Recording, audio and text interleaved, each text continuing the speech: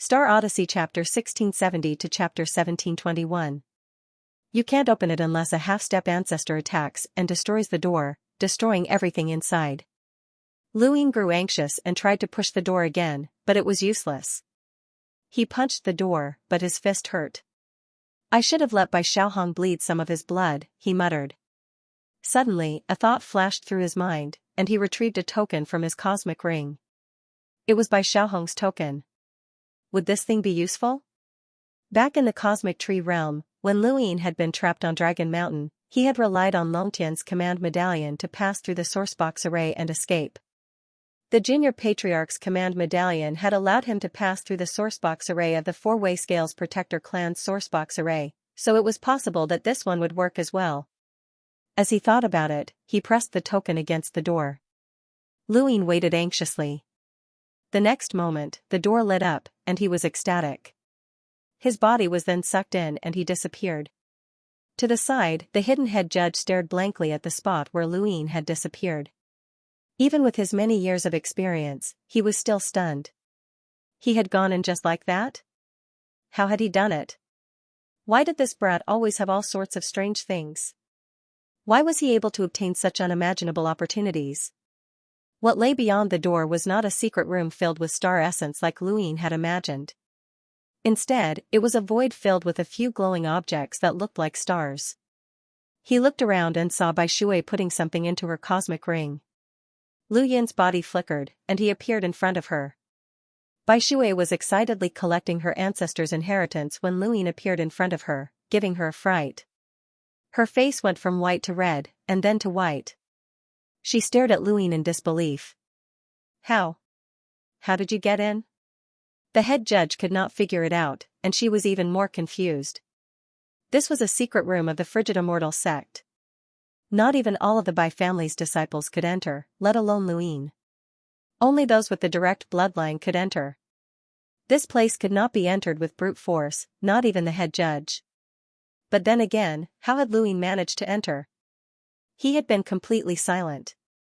Luyin smiled. I just walked in like that. Only an idiot would be able to do that. Bai Shui stared blankly at Luyin, not knowing what to say for a moment. Luyin's gaze landed on Bai Shui's cosmic ring, and he curiously asked, Miss Bai Shui, what did you get? Bai Shui's face twitched and a bitter look appeared in his eyes. He had jumped into the immortal frigid pond, but he couldn't escape. Even after entering the secret chamber, he still couldn't escape. This was fate. Could it be that this person was his nemesis? It's nothing. It's just one or two defensive treasures. They're not of much use to Alliance Master Liu. They're not even at the level of an emissary, she said helplessly and bleakly. Luyin nodded. He didn't want to force her to take everything out of her cosmic ring. She had arrived less than a minute before him, so the things she could take were limited, especially since she didn't think that he would be able to enter. As he thought about it, he looked around and saw that there were dozens of glowing objects floating around, and there was quite a bit of Fatesan among them. He was surprised that the frigid immortal sect had so much Fatesan. Fatesan was extremely rare, and not many people in the entire Fifth Mainland possessed it. Luyin was not sure how many of the 10 arbiters possessed it, but he estimated that there were no more than 5 of them. Some of them did not even want to use Fatesan. Why did the Cold Immortal sect collect them? Miss Whitewater, why don't we gather all of these things and see what's good for us? Luyin asked. He didn't wait for Whitewater's agreement before waving his hand, causing his star energy to spread out and draw the dozens of glowing objects over. Whitewater looked on helplessly, as she had no other choice. Soon after, the glowing objects approached, and Luyin unceremoniously collected all of them. There were 14 grains in total. Miss Whitewater, you probably don't need Fatesan, right? I won't be polite, Luyin said with a smile. Whitewater fell silent. What could she say? This power vessel isn't bad. It should be used to trap people, and it's probably quite powerful. Miss Whitewater, you won't need it with your current strength, so I'll take it, haha. This is also a power vessel. Not bad, not bad. Miss Whitewater, who do you think this is suitable for? Me? Then I'm sorry. Right, Miss Whitewater, I have something good here. Your daughter by Xiaodai is about to embark on the path of cultivation, right? I'll give this six-fold formcast model to her. Whitewater took the formcast model and her breathing quickened. Formcast models were a cultivation method unique to the Fifth Mainland, and they were extremely precious. You're giving this to me? Luin waved his hand. I'll give it to Xiaodai. I like that child very much. Whitewater looked at Luin with a complicated expression. Was it worth it to exchange a power vessel from the frigid immortal sex treasury for a six-fold formcast model? She couldn't say for sure, but anything left behind by her ancestors was definitely not bad. The power vessel she had just seen was enough to deal with an ordinary emissary, and the rest should be similar as well. However, she couldn't take back anything that had fallen into Lu Yin's hands. A six-fold formcast model was very suitable for Xiaodai. Thank you, Alliance Master Lu. Luin was satisfied. How many people in the Fifth Mainland had a six-fold formcast model? To Whitewater, it was more useful than a power vessel, and he would do his best to not let her suffer any losses. What is this? Luin asked as he looked at the jade in his hand. Whitewater was confused. Can I take a look? Luin handed it over. Whitewater looked at it and hesitated. Luin pursed his lips. He knew that she was worried, but he couldn't hide it from her. What is it? Whitewater lowered her voice. The Wind God Battle Technique. Lu Yin's eyes lit up. The frigid immortal sex Wind God Battle Technique? Whitewater nodded and handed the jade to Luin. The Wind God Battle Technique was one of the frigid immortal sex inherited battle techniques, and it was comparable to the Wang family's four ultimates. It was an extremely powerful battle technique, and Luin hadn't expected that the frigid immortal sect would leave it here. The Wind God Battle Technique was very tempting to anyone. Any cultivator who learned it would experience a metamorphosis in their strength, and they would instantly become an absolute expert. However, Luin didn't need it, as he had plenty of battle techniques. He hadn't even finished cultivating the Nine-Yang Cauldron transformation, so it was impossible for him to learn the Wind God Battle Technique. Besides, the Wind God Battle Technique wasn't that tempting to him. Bai Xiaohong hadn't even used the technique against him because it was useless. Luin casually handed the jade to Whitewater. You should need it. Whitewater was shocked. You don't want it? Luin solemnly replied, this was left behind by your Bai family ancestor. I can't accept it. Whitewater opened her mouth, but no words came out. She wanted to mock him, but when she looked at the jade in her hand, she couldn't bring herself to say anything. What was this? She couldn't understand Luin anymore. The frigid immortal sex Wind God Battle Technique was very powerful, and it was enough to allow a power to rise to prominence. There weren't many glowing items left, and Luin looked at the bottle in his hand with a solemn expression. This time, he was truly solemn. This was astral liquid. He hadn't expected the frigid immortal sex ancestor to be so generous as to leave astral liquid to the descendants of the Fifth Mainland. The frigid immortal sect must have absorbed astral liquid back in the Fifth Mainland, which meant that the mother tree had also been on the Fifth Mainland when it had broken away from the Lu family and the four-way scales. Luin hadn't broken through to become an envoy, so he didn't know how much astral liquid was in this bottle.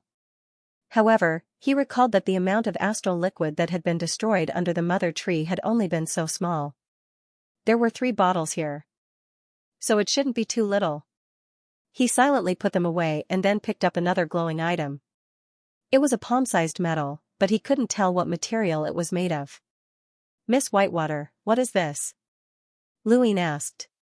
Whitewater was still immersed in the ecstasy of obtaining the Wind God Battle Technique, but when she heard Lu Yin's question, she looked over and was shocked. This is Primordial Dazzling Stone. Primordial Dazzling Stone? Luin didn't understand, as it sounded very high-class. Whitewater explained, Primordial Dazzling Stone is a very ancient and rare metal that is very suitable for making weapons. This was left behind by the ancestor for the descendants to make weapons suitable for themselves. How do you know about it? The ancestor's record specifically mentioned that he left behind a piece of Primordial Dazzling Stone. Luin gripped the metal in his hand tightly. Primordial Dazzling Stone? It could be used to make weapons. He looked at the cracked miniature armor on his body and wondered if he could join them here to repair it. He put away the primordial dazzling stone, and there were only 2 items left. One was something that looked like tree bark, while the other was a splitting heaven array. He hurriedly picked it up, excited. It was indeed a splitting heaven array, and it was exactly the same as the one he had obtained from Bai Xiaohong. There was actually one here as well, and Luyin wondered how powerful it was. He looked at Whitewater in admiration. The frigid immortal sect really treats its descendants well. He sighed from the bottom of his heart. If Whitewater had obtained all of these items, she would have risen to prominence, and her cultivation speed would have surpassed the 10 arbiters. Even if she broke through to become an envoy, she would have been able to rely on the astral liquid to quickly advance. The value of the items here was limitless. Not to mention the power vessels, especially the splitting heaven array, which was an item for killing. Whitewater fell silent. She was well aware of the value of these items, but there was no point in overthinking it. The other item was tree bark. Luyin put away the splitting heaven array and picked up the tree bark. He pinched it hard, but it did not budge. "What is this?" Luyin asked. Whitewater shook her head. "I don't know. The ancestor didn't record it." Luyin was suspicious. Whitewater hurriedly said, "Alliance Master Lu, I really don't know. There's no need to hide it. In any case, Alliance Master Lu will take it away sooner or later."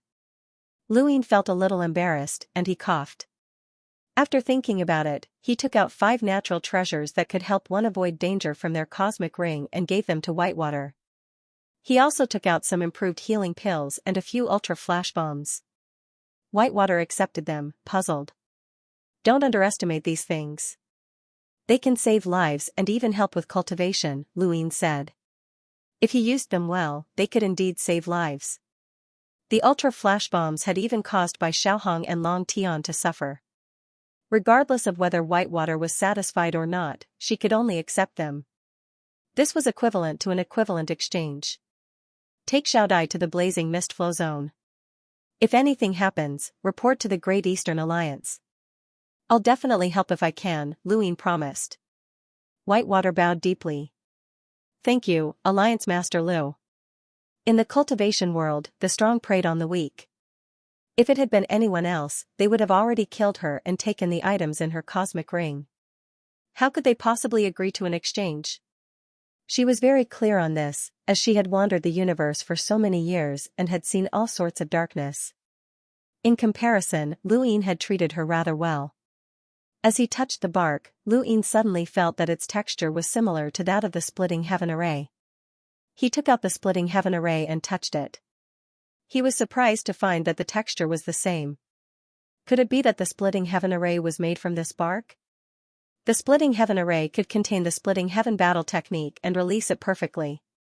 It also complemented the sourcebox array. The sourcebox array was important, but it might not be the most important. It also needed materials that could withstand the splitting heaven array. Luyin suddenly realized that this bark couldn't be the bark of the mother tree, could it? The mother tree could store astral fluid, so it could naturally store the power of splitting heaven array. Right, why hadn't he thought of this earlier? Although it might not be correct, it was still a possibility. "Alliance Master Lu, there's nothing left here. Let's go out," Bai Shui reminded him. Luyin put away the splitting heaven array and the mother tree bark and then looked at Bai Shui. "Let me ask you something." Bai Shui was at a loss. Luyin asked, "If you're the only one here and the second Night King returns, what will you do?" Bai Shui's expression changed, and she lowered her head. "What about the things here? Don't tell me that the things here can protect you. I know how powerful they are, and you should be able to guess how strong the second Night King is. The things here won't be able to save you." Bai Shui's eyes flickered. "There's another exit here." "Where?" Luyin asked. Bai Shui clenched her fists and looked around. Luyin just looked at her. Beads of sweat dripped from Bai Shui's forehead, and her mind raced as she pondered over something. Luyin was in no hurry.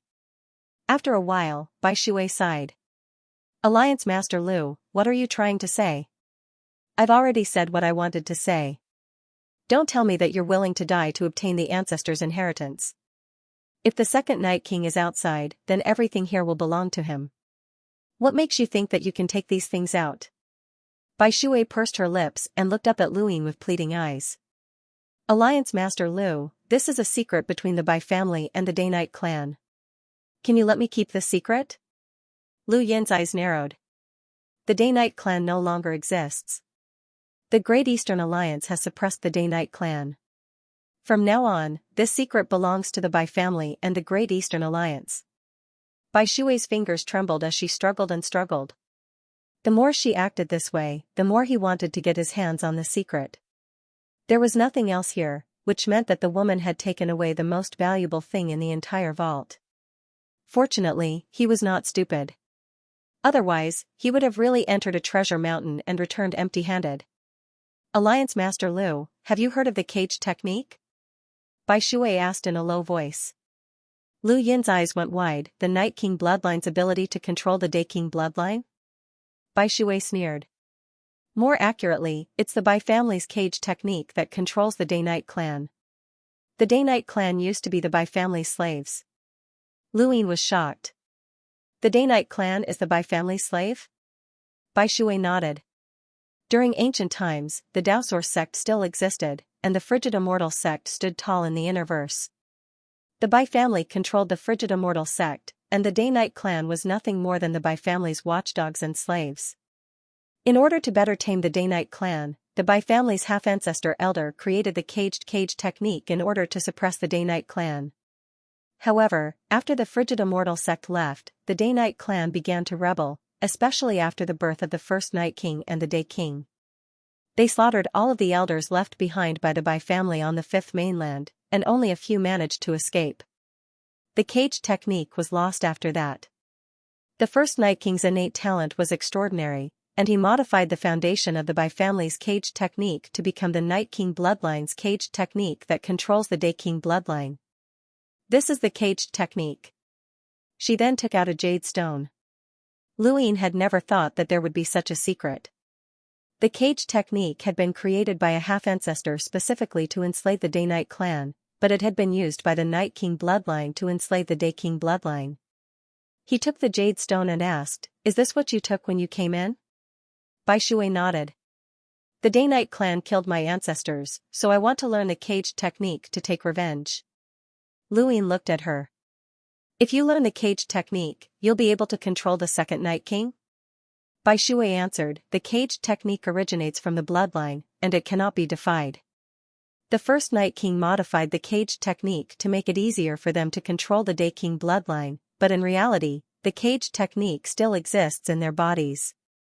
According to the records of our ancestors, when the Day-Night clan was enslaved, even a child from the Bai family could control the life and death of an enlighter. I'm confident that I can control the second Night King. Lu Yin sucked in a breath of cold air. This was too domineering. Even a child could control the life and death of an enlighter. It was no wonder why the Day-Night clan had resisted. Anyone would have done the same. No one wanted to be enslaved, and they could only blame the Bai family's remaining members for being too useless. They had all been killed by the first Night King. Otherwise, the Day-Night flow zone would still be called the Frigid Immortal flow zone, and the Day-Night clan would never have been able to rise to prominence. Lu Yin looked at the jade stone in his hand with a burning gaze. If I learn the cage technique, does that mean that I can control the Day-Night clan? Bai Shui hesitated for a moment, but then she nodded. That's right. Anyone who learns the cage technique can control the Day-Night clan. Furthermore, the cage technique isn't difficult to learn, and even those who are innately gifted can learn it, even if they've just started cultivating. This was the reason why she had mentioned that even a child could control the life and death of an enlighter from the Day-Night clan. If even a child could learn it, then Lu Yin would naturally be able to do so as well. At this moment, Lu Yin's heart ached. If he had known about this earlier, then he would never have allowed Night King Dijiang to die, nor would he have allowed the second Night King to be thrown into Earth's swamp. These were all powerful bodyguards. What a pity, what a pity. If he had known that he would be able to obtain this, then all of the Day-Night clan's experts would have been his. The Great Eastern Alliance's strength would have soared, and it would have been able to quickly dominate the Innerverse. Lu Yin's expression turned ugly. How could he not have known about this earlier? Bai Shui was apprehensive, as she did not know what Lu Yin was thinking. She felt even more pity for the cage technique, as she had wanted to learn it and use it to control the Day-Night clan. However, just as Luine had said, the Day-Night clan had already been suppressed by the Great Eastern Alliance, so it would be useless for her to control them. That would be equivalent to making an enemy out of the Great Eastern Alliance, and it would be tantamount to courting death. Luine sighed and put the jade stone away.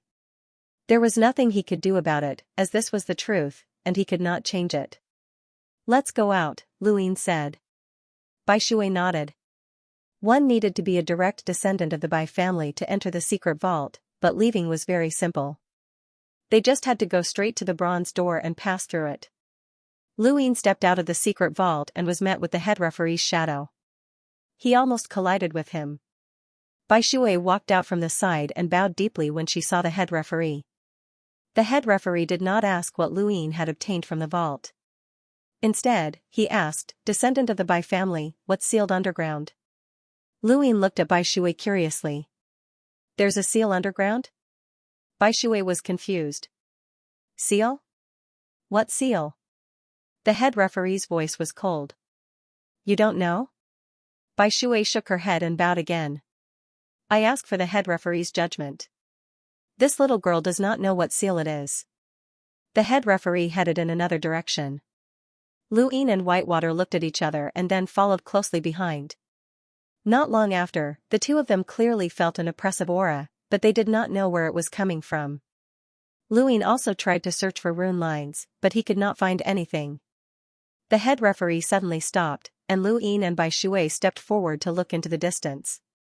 Dust drifted across the ground, and then the ground split apart to reveal a symbol, a tree root. Lu Yin's eyes narrowed, and he blurted out, "The symbol of progenitor Hui?" "That's right. It's progenitor Hui's symbol." Bai Shui's jaw dropped. Progenitor Hui was a legend to her. Legend had it that there had been invincible existences like progenitor Chen, progenitor Hui, and progenitor Chen in the universe. However, those had only been recorded in history, and no one had ever seen them. Even as a descendant of the Bai family, her knowledge was similar to that of the cultivators in this universe. Progenitor was a distant word that she had never even imagined. However, at this moment, she had actually seen the symbol of progenitor Hui. Luine stared at the symbol with a solemn expression. "Head referee, you're saying that there's a seal underground? Did progenitor Hui seal it?" If progenitor Hui was the one who placed the symbol, then he must have sealed it. Luine thought of the Royal Frost continent. The entire continent was a giant seal, and no one knew what was sealed there. The one who had sealed it was also progenitor Hui. It seemed that progenitor Hui had sealed more than one or two things, and he had even left behind a seal in the Frigid Immortal sect. What exactly had he sealed? If the Frigid Immortal sect had an ancestor, why would they allow progenitor Hui to place a seal here? Had the Frigid Immortal sect set this seal when it was still in the Fifth Mainland? Or had it been set after the Frigid Immortal sect left? "Head referee, do you know what's sealed here?" Luine asked. The head referee did not answer. Luine recalled that he had asked Bai Shui about the seal, and it seemed that she did not know anything about it either. No matter how strong the head referee was, Luine did not believe that he would be able to see through progenitor Hui's seal. Even if the Sixth Mainland's 3 progenitors were here, Luine did not believe that they would be able to see through progenitor Hui's seal. Progenitor Hui was a terrifying figure who had plotted against the Sixth Mainland and the Eternals. Even though no one knew how strong he was, just the fact that he had schemed against the Sixth Mainland and the everlasting race was enough to make anyone wary. Martial power and wisdom. If Ancestor Chen represented martial power, then Ancestor Hui represented wisdom. "You really don't know about the seal here?" Luine asked Bai Shui. Bai Shui solemnly replied, "I swear that I definitely don't know." Luine looked away, as he trusted Bai Shui. How could she possibly know about progenitor Hui's seal? Even the progenitor who had left her those external items might not have known about it. The Frigid Immortal sect only had one progenitor, and only that progenitor had the qualifications to know about it. How could a progenitor leave such things behind for Bai Shui and the others? "Let's go. This place can't be exposed," the head referee said coldly. Luine agreed. If progenitor Hui had sealed this place, then it was necessary to seal it. This place could not be exposed, and the everlasting race could not discover it. It didn't take long for the three of them to reach the bottom of the frigid immortal pond. Luine tossed the water over and smiled at the head judge. "Senior brother, I brought you something good from the hidden trove." He then took out a bottle of Starsource elixir. The head judge was astonished. "Starsource elixir? It looks like the frigid immortal sect secretly absorbed it before they left the fifth mainland." Luine tried to curry favor with the head judge. "I wonder if this will be useful to you, senior?" The head judge's voice was cold. "What do you want in exchange?" Lu Yin's expression changed. "I'm just showing my respect to my senior." "How can you say that I want in exchange?" "Senior, you're treating me like an outsider." The head judge fell silent. He was just a black shadow, and Luine couldn't see his expression. He couldn't tell what the man was thinking. Luine coughed and carefully handed the elixir over. The head judge said, "One bottle is too little. It's useless." Lu Yin's face twitched, and he gritted his teeth and took out another bottle. "2 bottles are too little. It's useless." Luine was helpless. "Senior, there are 3 bottles in total. I want to keep one just in case, but there's no more. The frigid immortal sect can't leave too much for their descendants." The black shadow swallowed the bottle. "Let's go." It then disappeared into the frigid immortal pond. Luine hurriedly chased after it, but the head judge had actually left. This wasn't good, as he hadn't even said anything yet. If he allowed the head judge to leave, then he would suffer a huge loss. The value of Starsource elixir was too high, and he had lost 2 bottles. He leapt out of the frigid immortal pond and looked around. There was only Bai Shui sitting cross-legged on the ground, expelling the cold energy. The head judge was nowhere to be seen. Lu Yin's heart sank. He couldn't have really left, right? His gaze was resolute.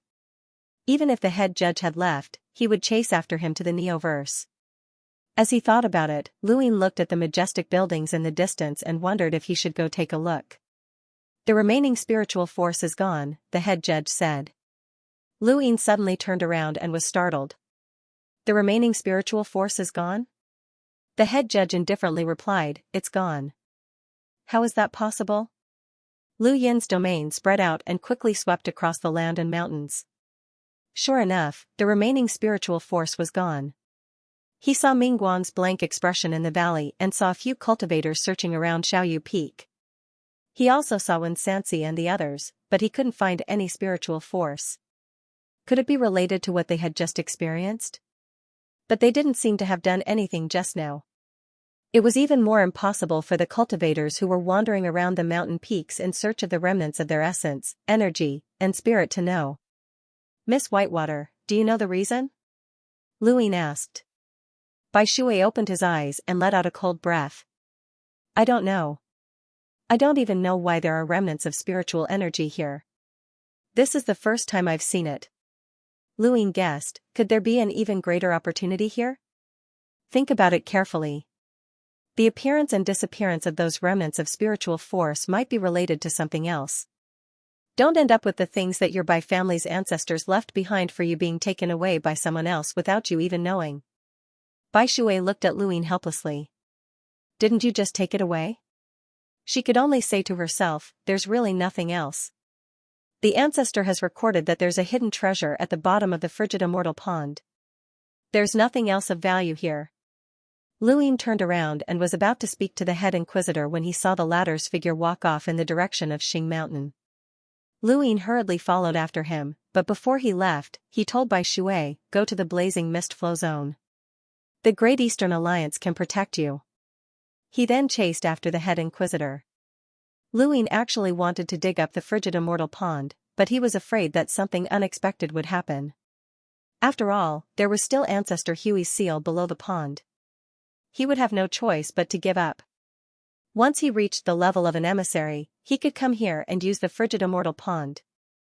Even though the head inquisitor had said that this place belonged to the entire universe and that anyone could come here, those words were just empty words. Luine had no plans of giving up a place like the frigid immortal pond to anyone, not even the Hall of Honor. Bai Shui sighed and watched Lu Yin's departing figure. The Great Eastern Alliance, huh? At the base of Xing Mountain, the head inquisitor quietly watched. Lu Yin chased after him. Sir Inquisitor, the remnants of spiritual force are gone.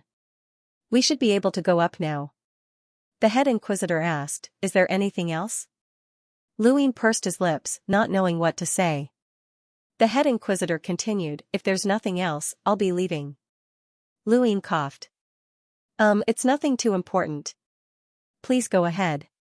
Even though the head inquisitor was shrouded in darkness, Lu Yin could still feel that the man was looking at him with a strange gaze. Are you sure? I'm fine. I just chased after you to remind you to be careful, Lu Yin said sincerely. The head inquisitor fell silent once more, and then he headed towards Xing Mountain. Lu Yin sighed. He had actually wanted to ask if the second Night King could be released. The cage technique had filled him with a strong desire for the Day-Night Clan's experts, and they were all bodyguards. The 2 bottles of Starsource liquid had been given to him in exchange for the second Night King's freedom. But in that moment, he suddenly remembered who this senior was. This man was the head inquisitor of the Interstellar Court, and he was the representative of justice. No matter how dark and sinister his methods were, he had a set of standards in his heart. From the first time he had met Lu Yin and told him that if Lu Yin was successfully modified by the Neo-Human Alliance, there were some things that Lu Yin could not say to this senior. Release the second Night King? In Lu Yin's opinion, the possibility of that happening was not high, and there was no point in making such a request. Since that was the case, Lu Yin could not bring it up. He recalled something that had appeared in Lu Huang's memories before, the Kuan Swamp Rebellion. Someone was planning a rebellion within Kuan Swamp, and if it succeeded, all of the prisoners would escape. Only the top prisoners knew about this, and the Interstellar Court would not know. If Lu Yin wanted to take the second Night King away, the Kuan Swamp Rebellion would be the best opportunity. He could not ask the head inquisitor to take the second Night King away, or else the head inquisitor would definitely think of him. Boom! A loud explosion shook the ground. Within a hall at the top of a mountain, when Xianxia looked into the distance helplessly. Giants were descending one after another, and it was a disaster.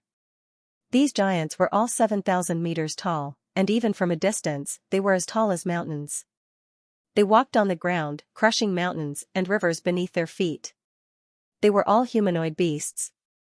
The Great Eastern Alliance's strength has undergone a transformation due to the addition of these giants. Even if these giants don't cultivate any battle skills or techniques, they can still awaken battle force. Invisible light stood not too far away from Wen Xianxia with her eyes closed as she gazed into the distance. Wen Xianxia frowned. The giant's bloodline and Lu Xianjun are the Great Eastern Alliance's sharp blades that can conquer the universe. When the 6th mainland invaded our 5th mainland, it caused the innerverse and outerverse to be separated, which helped Lu Yin achieve his goal. That kind of opportunity is hard to come by, but even if you and I were in the outerverse back then, we wouldn't have been able to achieve what he did, Invisible Light said. Wen Xianxia's position was different from Invisible Light's. Wen Xianxia was from the Wen family, and the Wen family was now exposed to the Great Eastern Alliance. Anyone could tell that Lu Yin's goal was not the blazing mist flow zone or the day-night flow zone, he wanted to unify the innerverse. However, the Wen family could not do anything about it. They had sacrificed a lot for Wen Xianxia, and they would have to sacrifice even more in the future. Ha ha ha ha, Brother Wei is here. Everyone, clear the area for Brother Wei. He wants to hold a meeting in the Frozen Immortal Sect's main hall, Ku Wei shouted arrogantly from Qin Jian's shoulder. The surrounding giants charged towards the main hall in the depths of the Frozen Immortal Sect's ruins. The cultivators they encountered along the way retreated and cursed, but there was nothing they could do. The giants were too intimidating, especially Qin Jian. He was 9,000 meters tall, and there was no way to see his head. A single slap from him could kill a whole bunch of people. There was no lack of experts among the cultivators who had entered the Frozen Immortal Sect's ruins. There were quite a few hidden cultivators from the innerverse, and there were more than 300,000 to 400,000 powerhouses. However, no one dared to fight against the giants. This was not only because the giants were powerful, but also because Lu Xianjun, Chen Huang, and the recently arrived Dragon Lord of the Sylvan Dragon clan. After Lu Yin parted ways with the head judge, he explored the Frozen Immortal Sect's ruins on his own. He left a few days later and ordered the giants and Lu Xianjun to enter in batches. He also transferred the Dragon Lord from the blazing mist flow zone. From now on, the Dragon Lord would be his guardian in the day-night flow zone. At this moment, he was meeting with Lu Qianjue, the mountain god, Ling Qiu, and Wen Zizai. The frozen immortal sect's ruins had appeared, and these old fellows had all come. However, none of them had entered and had only allowed the younger disciples to explore. Only after the remnants of the spiritual force had disappeared did they enter. After exploring the ruins for a while, they found nothing, which was when they found Luin. Alliance leader Lu, you've entered the ruins twice, so you should know a lot about the frozen immortal sect's ruins, the mountain god said in a dull voice. His outer appearance was that of 1,000,000 mountains, and he was very large. Now that he had met Luin, he had shrunk to the size of a few dozen meters. Luin looked up. I don't. Alliance leader Lu, let's not beat around the bush. The disappearance of the spiritual force must have something to do with you. The head judge said that the frozen immortal sect's ruins belong to the entire fifth mainland, and the remnants of the spiritual force are enough to inspire many people. But you made them disappear. Isn't that a little too much? Ling Qiu asked with an ugly expression. Luin calmly replied, which I of yours saw me do it.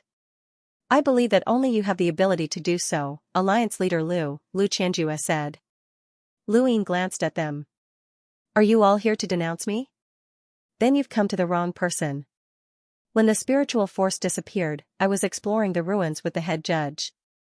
The disappearance of those things has nothing to do with me. If you don't believe me, you can ask the head judge. They all looked at each other, and Ling Qiu was astonished. It really has nothing to do with you? Luin looked at her. Do I need to lie to you? Or rather, do you think that the head judge would lie to you with me? Wen Zizai spoke up. I believe that it has nothing to do with Alliance leader Lu. Lu Qianjue stared at him.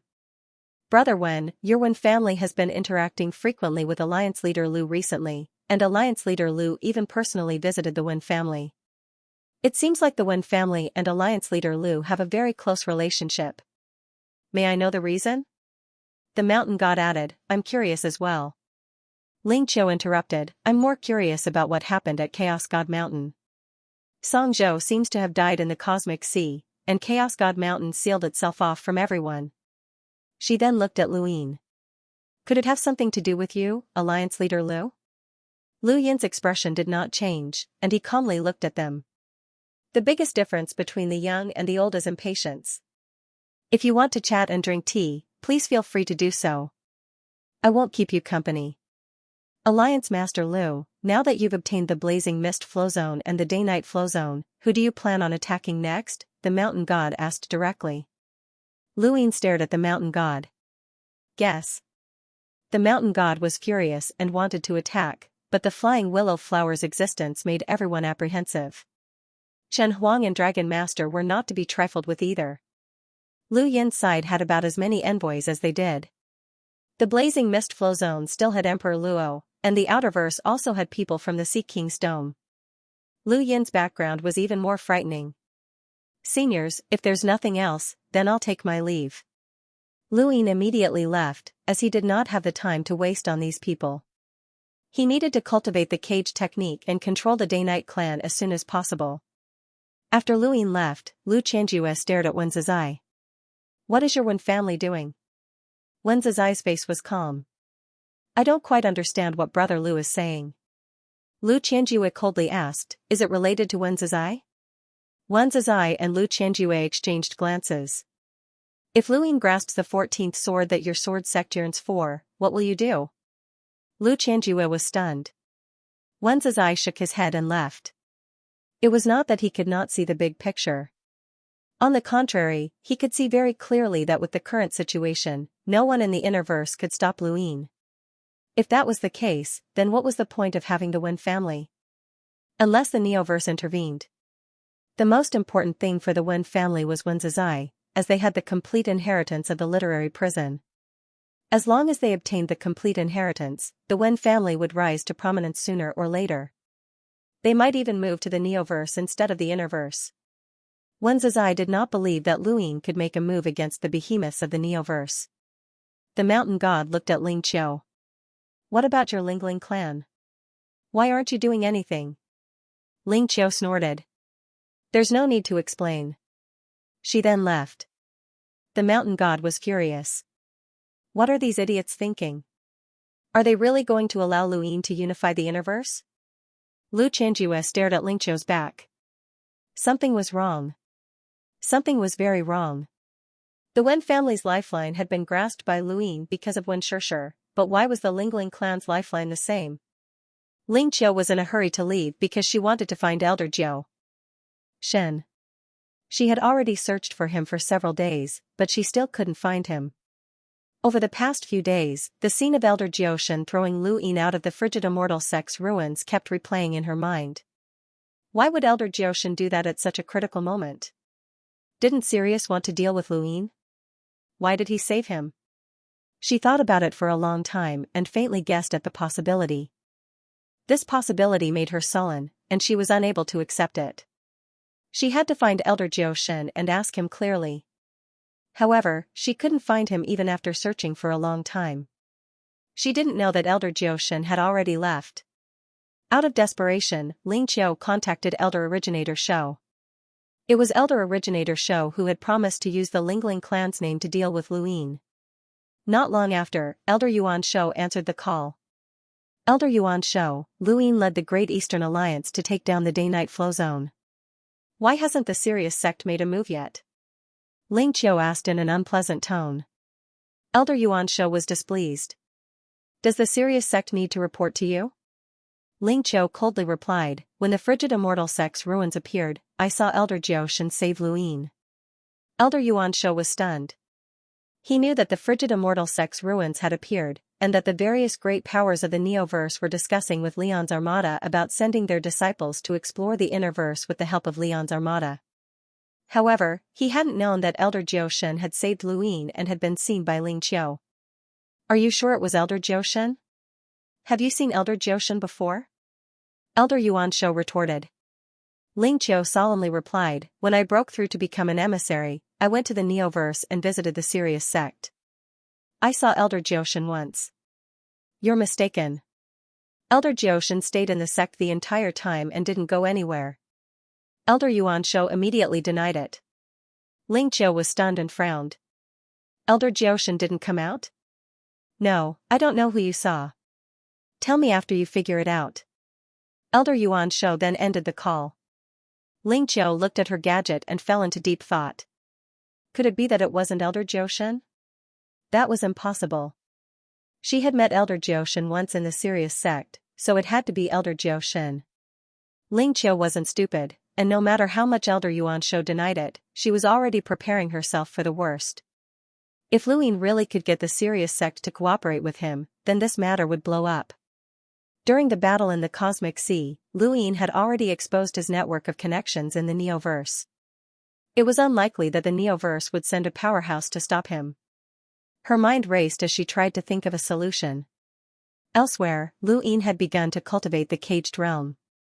Whitewater had said that it wasn't difficult to cultivate the caged realm, and he had asked Lu Xianjun to lock up all of the Day-Night clan members so that he could start cultivating not too far away from them. The caged realm technique was recorded in a jade stone, and it was similar to a battle technique that was recorded in the opposite direction when pushed to the extreme. Lu Yin sat cross-legged on the ground. In the distance, Night Queen Yanqing and the rest of the Day-Night clan members were being pressed to the ground. They had begged the second Night King to kill Lu Yin, which had infuriated Lu Xianjun and the giant. They had not been courteous to the Day-Night clan members, and they had dealt heavy blows to them. Night King Yuanjing was the most miserable, as all of his limbs had been crippled. He lay on the ground with blood flowing down his back, but the pain had already numbed him. Only those from the Night King bloodline were being tortured, while the rest of the Day-Night clan members were simply being held captive. They were pitiful people like the Day King bloodline, but they weren't as miserable as the Day King bloodline. Shui Day Night watched them from nearby. The Night King bloodline had finally experienced the despair that they had once felt. It was a pity that Night King Zhenwu had died, otherwise, it would have been perfect. You must be happy. Shui Day Night was about to leave when she heard Night Queen Yanqing's voice. She turned around. Night Queen Yanqing stared at Zhude Knight. Her face was pale, and her lips were cracked. Blood flowed from the corners of her mouth, and she looked miserable. Not too far away from her, a hunter from Lu Xianjun glared at her and waved his hand.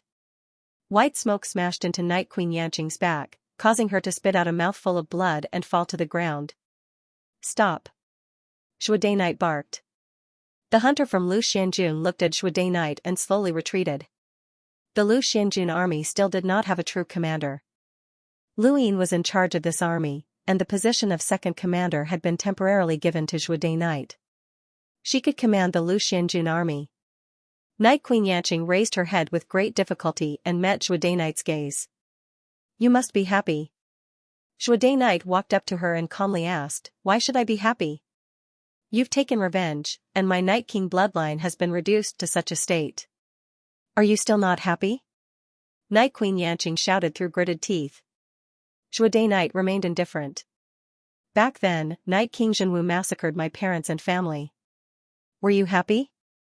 Night Queen Yanqing was stunned, and she stared blankly at Zhude Knight. Zhude Knight looked back at her. The person I wanted to take revenge on was Night King Zhenwu. It's a pity that he died, and I didn't kill him. As for the rest of you, it has nothing to do with me. The one who massacred and suppressed you was Lu Yin, not me. Night Queen Yanqing closed her eyes as sorrow and helplessness invaded her heart. She did not know what to do, and there was nothing she could do. The dignified Night King bloodline that dominated the Innerverse had actually been reduced to such a state. She should have killed Lu Yin at all costs back in the Astral Combat Academy. She suddenly turned around and stared at the miserable Night King Yuanjing. It was all his fault. That idiot had listened to Lu Yin and caused the entire Night King clan to be reduced to such a state. Zhude Knight left. Everyone from the Night King bloodline quietly waited for their fate to come. Deep within the ruins of the frigid immortal sect, there was a cluster of buildings. Even though so much time had passed that some of the buildings would crumble at the slightest touch, there were still some places that were perfectly preserved, such as the conference hall. At this moment, many cultivators had gathered in the conference hall, and Kuwei was seated at the head of the table. Kuwei's legs were propped up on the table, and he had an undaunted expression on his face. There was a faint smile on his face, and no matter how one looked at it, it was as if he deserved a beating. Below him were Xianxia, Invisible Light, the Tear Lady, Ling Gong, and the others. There was also a large group of unfamiliar cultivators, including 2 enlighters whose power levels exceeded 300,000. All of them quietly looked at Kuwei. Have you thought it through? Speak. Ling Gong shouted, startling Kuwei. Kuwei rolled his eyes. Woman, no wonder Master said that you have a fiery temper. Wait a moment, let Brother Wei think about it. Ling Gong immediately stabbed out with her spear, but Kuwei grinned and raised a hand. He tapped out with a finger, and with a bang, the void trembled as cracks spread out. Xianxia hurriedly used literary prison to seal the shockwaves from their battle. Don't be rash. You're not trying to destroy this place, are you? Ling Gong snorted and retracted her spear. She coldly stared at Kuwei with a deep fear in her eyes. She had seen this person before, and he had always followed behind Lu Yin like a lackey. She had never expected him to have the strength to rival them. How had he done it? Not only Ling Gong, but Xianxia, Invisible Light, and the others were also shocked. Kuwei's strength had risen too quickly, to the point that it was inconceivable. He was now able to stand shoulder to shoulder with them. Even though he was from the 7 Quartz Ku family, the Ku family's successor was Ku Lei, not Kuwei. Kuwei was delighted, and he proudly raised his head. He had long since wanted to compete with these former 10 arbiters. Although it had been a little late, he had still managed to make it in time. It was all thanks to progenitor Chen's blood that he had undergone a transformation. Otherwise, he definitely would not have been able to fight against these people. Brother Ku, you heard the head judge's words. The frigid immortal sect's ruins belong to everyone and cannot be monopolized. You sent a giant to guard the pool and prevent others from approaching, which isn't very good, Xianxia said politely. At this point, everyone in the Wen family was very courteous to the Great Eastern Alliance. Kuwei sneered. The frigid immortal sex ruins cannot be monopolized, and we didn't monopolize them either. Didn't you guys come in? As for the pool? Everyone stared at Kuwei. Kuwei grinned. That's for my future master's wife to bathe in. What are you guys doing there? Bullshit, an enlightened cultivator subconsciously cursed. Kuwei's eyes widened as he raised his hand and lightly flicked his finger. With his current giant strength, even a light flick of his finger was extremely powerful. That cultivator was directly sent flying, and no one cared about his fate. Kuwei was Lu Yin's disciple, and he was one of the upper echelons of the Great Eastern Alliance. He was also the leader of the giant bloodline. Even an emissary would not dare to speak so arrogantly, let alone someone who had just become an enlighter. Brother Ku, what you said just now was too much. You and I are both sensible people. If Alliance Master Lu wants to monopolize the pool, the head judge won't be able to convince him, Wen Sansi said politely. Ling Gong angrily rebuked, cut the crap and give up the pool. Kuwei smiled at Ling Gong. You can go. Ling Gong was stunned, and everyone else was confused. What did he mean? I heard that you have an affair with my master. If you go, my master won't say anything. You're also one of the future master's wives, Kuwei said seriously. Ling Gong's face turned red, then white again. His eyes were filled with fury as he stabbed out with his spear once more. Shameless! Why are you hitting me? You're one of my future master's wives. I won't fight you. Who told you to say that? You're courting death. Such a bad temper. Master's taste is really weird. Chen Jian, guard the pool well. Don't let those people dirty master's bath. The rest were helpless. Chen Jian sat next to the frozen immortal pool, watching the battle between Kuwei and Ling Gong with great interest. Behind him, several cultivators tried to sneak into the pool, but he casually slapped them away. One of them had a power level of over 400,000, but he was still defeated by a single slap from Chen Jian. There were also many giants around them, which made the cultivators panic. Although the frozen immortal sex ruins were large, it was not difficult for cultivators to explore. In just a few days, the entire frozen immortal sex ruins had been explored except for the frozen immortal pool. Aside from a few ancient natural treasures that had even reached the point of avoiding danger, there was nothing else worth paying attention to. Everyone looked at the frozen immortal pool, and more people gathered in an attempt to force the giants to give up the pool. Many people clamored to go to the Interstellar Arbitration Center and sue the Great Eastern Alliance. However, Kuwei refused to back down, and the giant guarding the frozen immortal pool changed from Chen Jian to Chen Huang. In Kuwei's words, the pool was for his future master's wife to bathe in, and could not be contaminated. These words quickly spread throughout the universe. Countless people gritted their teeth and cursed at this damned lackey. In the end, Lu Qianjue and the others couldn't bear it any longer and came to the frigid immortal pond. At this moment, tens of thousands of cultivators had gathered around the frozen celestial pond. Those who were qualified to enter were not weak. Most of the cultivators had already been thrown out. The ruins were only so big, so everyone was an enemy. Beside the frigid celestial pond, Kuwei stood on Chen Huang's shoulder, facing off against Lu Qianjue and the others. Brat, get out of the way. The mountain deity let out a loud, oppressive voice. At this moment, he had recovered to the size of 1,000,000 mountains and was about the same size as Chen Huang. Chen Huang glared at him. Step back. Don't go near the bathing pool. The mountain deity roared, bullshit. Get out of my way. Come and try. It's just a crappy mountain. A mere giant that has been eliminated by the times. Pashan wants to overturn the heavens? Watch as I smash you, roared Chen Huang. As he spoke, he raised his right fist. The giant bloodline had once been suppressed by Chaos God Mountain's mountain range, so they didn't have a good impression of mountains. The mountain deity sneered. Suppress. The two gigantic creatures collided in the void, instantly tearing the sky apart. A terrifying gale swept out in all directions, and the surrounding cultivators were sent flying without even being able to resist. Kuwei grabbed onto Chen Huang's hair tightly to prevent himself from being blown away. At that moment, Ling Qiu and Lu Qianjue appeared. Next to the frigid immortal pond, before they could even stand firm, willow leaves and flying flowers appeared, blocking their path. Lu Qianjue frowned, as these two were quite difficult to deal with. Ling Qiu coldly said, "It seems like this pool isn't simple. Lu Yin has 3 emissaries guarding it." Lu Yi replied, "Leave. There's nothing here to be concerned about." "Do you think I'll believe that?" Ling Qiu mocked. Sister Fei Hua raised her brows. "You have to believe it even if you don't." "You." Ling Qiu was furious.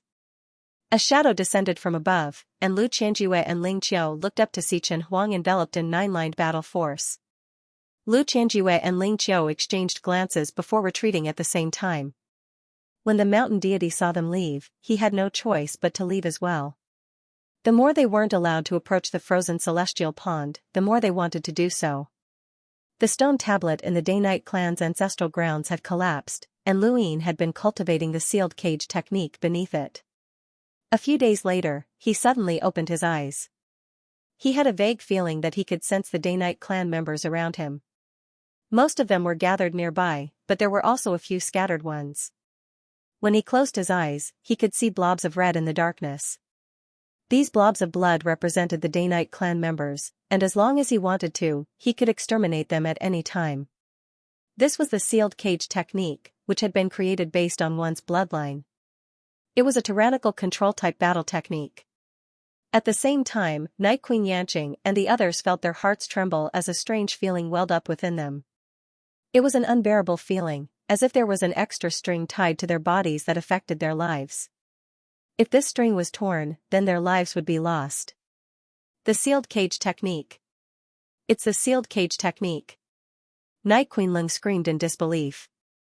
In the distance, a cultivator from the Lu Xianjun army raised a hand, causing white smoke to slam into his body. He was a powerhouse with a power level of over 400,000, but he had been severely injured. Even a hunter from the Lu Xianjun army could injure him, and the pain was unbearable. However, he no longer cared about the pain since he had been affected by the sealed cage technique. Night Queen Yanqing's expression changed. The sealed cage technique? Elder Lung, what are you talking about? Shut up. Did I say you could speak? The Lu Xianjun army cultivator tried to stop her, but the Night King clan members seemed to have gone mad. That's right, it's the sealed cage technique. We're controlling the Day King bloodline, and we're holding on to their lifelines. Now, the situation is reversed. Who? Who's controlling us? Who can plant the sealed cage technique on us? Night Queen Silo was terrified. Who? Who's controlling us? Who is it? The Night King clan members screamed one after another. This was the first time they had experienced such a feeling. Their lives were in someone else's hands, and it was too despairing. Shuai Night arrived to stop the Lu Xianjun army from attacking the Night King clan. Her expression was ugly, as she wanted to know what had happened. When Lu Yin had overturned the Day-Night flow zone, killed Night King Zhenwu, and taken away the Day King bloodline, the sealed cage technique had been released from the sealed cage technique, freeing them from that despairing control. However, the sealed cage technique had appeared again, and they had been controlled once more.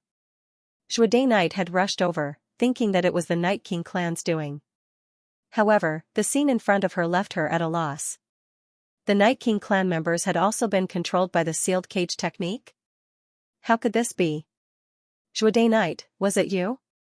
Did you create a reverse sealed cage technique to control us? Night Queen Yanqing asked as she stared at Shuai Night.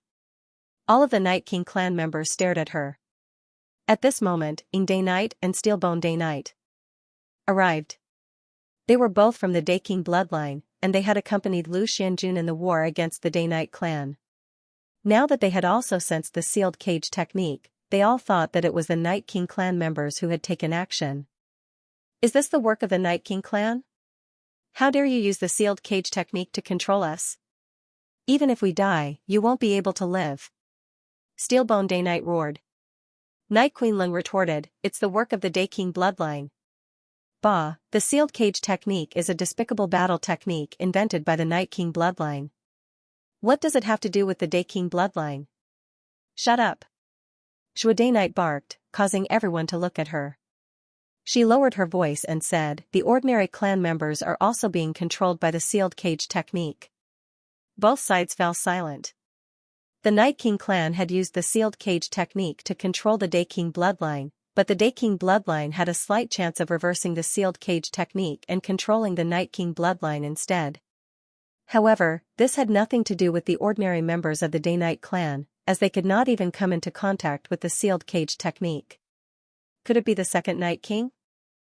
Day Night suddenly remembered that the second Night King was the only person who could be connected to the entire Day Night clan. However, he had already been taken away by the head Inquisitor and imprisoned in Earth's swamp. It was impossible for him to affect them from there. The void distorted, and Luin walked out. Lu Xianjun bowed in unison. Greetings, Alliance Leader. Greetings, Alliance Leader. Day Night looked at Luin, but she did not bow.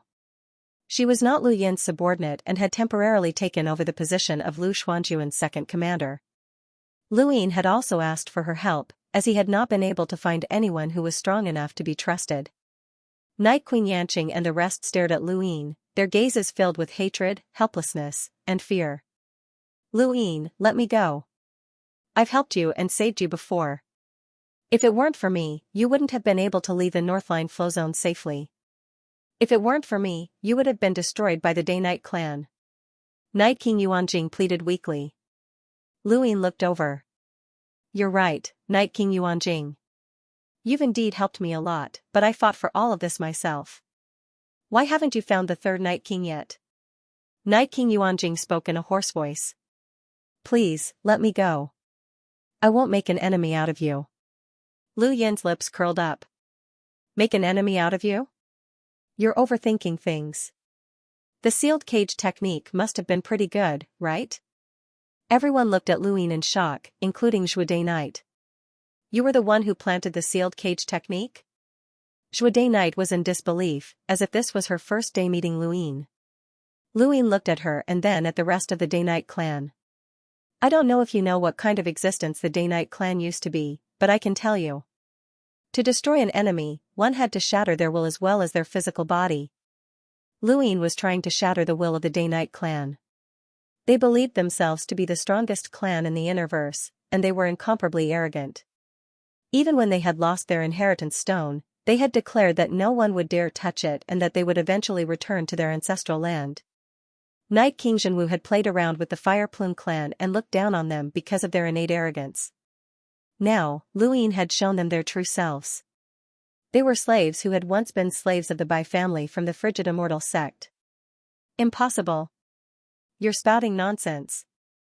Night King Lu roared. He struggled to get up and attack Luin, but a spear pierced his right leg and knocked him down. Luin calmly replied, there's no need to lie to you. If not for the first Night King being so freakish and killing the Bai family, this place wouldn't even be called the Day-Night clan. It would still be the Frigid Immortal flow zone, and the Bai family would always be in charge, not the so-called Night King bloodline. The sealed cage technique wasn't created by the first Night King either. He merely modified it. Nonsense. Night Queen Silua shouted angrily.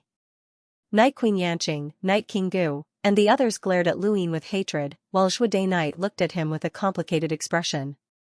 Luin had personally exposed their true colors. Behind their incomparably arrogant natures was the sorrow of being a slave and being controlled. The first Night King personally destroyed the truth behind the Day-Night clan, and I've helped you see yourselves clearly. You should be thanking me. Forgetting history is the same as betraying yourself. The sealed cage technique is the source of your bloodline, Luin said calmly. He didn't care about the impact his words would have on the Day-Night clan, and he simply kicked them into the abyss. He looked at Day Night apologetically and sighed. You can't accept it? Day Night smiled bitterly. So what? Regardless of whether it's the Day-Night clan or the Night King bloodline, we're all being controlled. We're already familiar with the sealed cage technique. It's just a different person. Luin said, I'll remove the sealed cage technique for you and the Day-Night clan. Day Night looked at Luin. This is a bloodline control. Will removing it work? Luin fell silent. Removing it was useless, as this sort of control could never be removed. It had been passed down from generation to generation, and it could only be removed if one had the strength of a half-ancestor. Can you promise me something? Shuai Knight asked in a low voice as she looked at Luin expectantly. Luin earnestly replied, "What is it?" Shuai Knight stared at Luin. "After you, there will be no more sealed cage technique. Similarly, after you, there will be no more Night Kings." Lu Yin's eyes flashed, and he thought about it. "Alright, I promise you." The saddest thing for a race was to be controlled by someone else.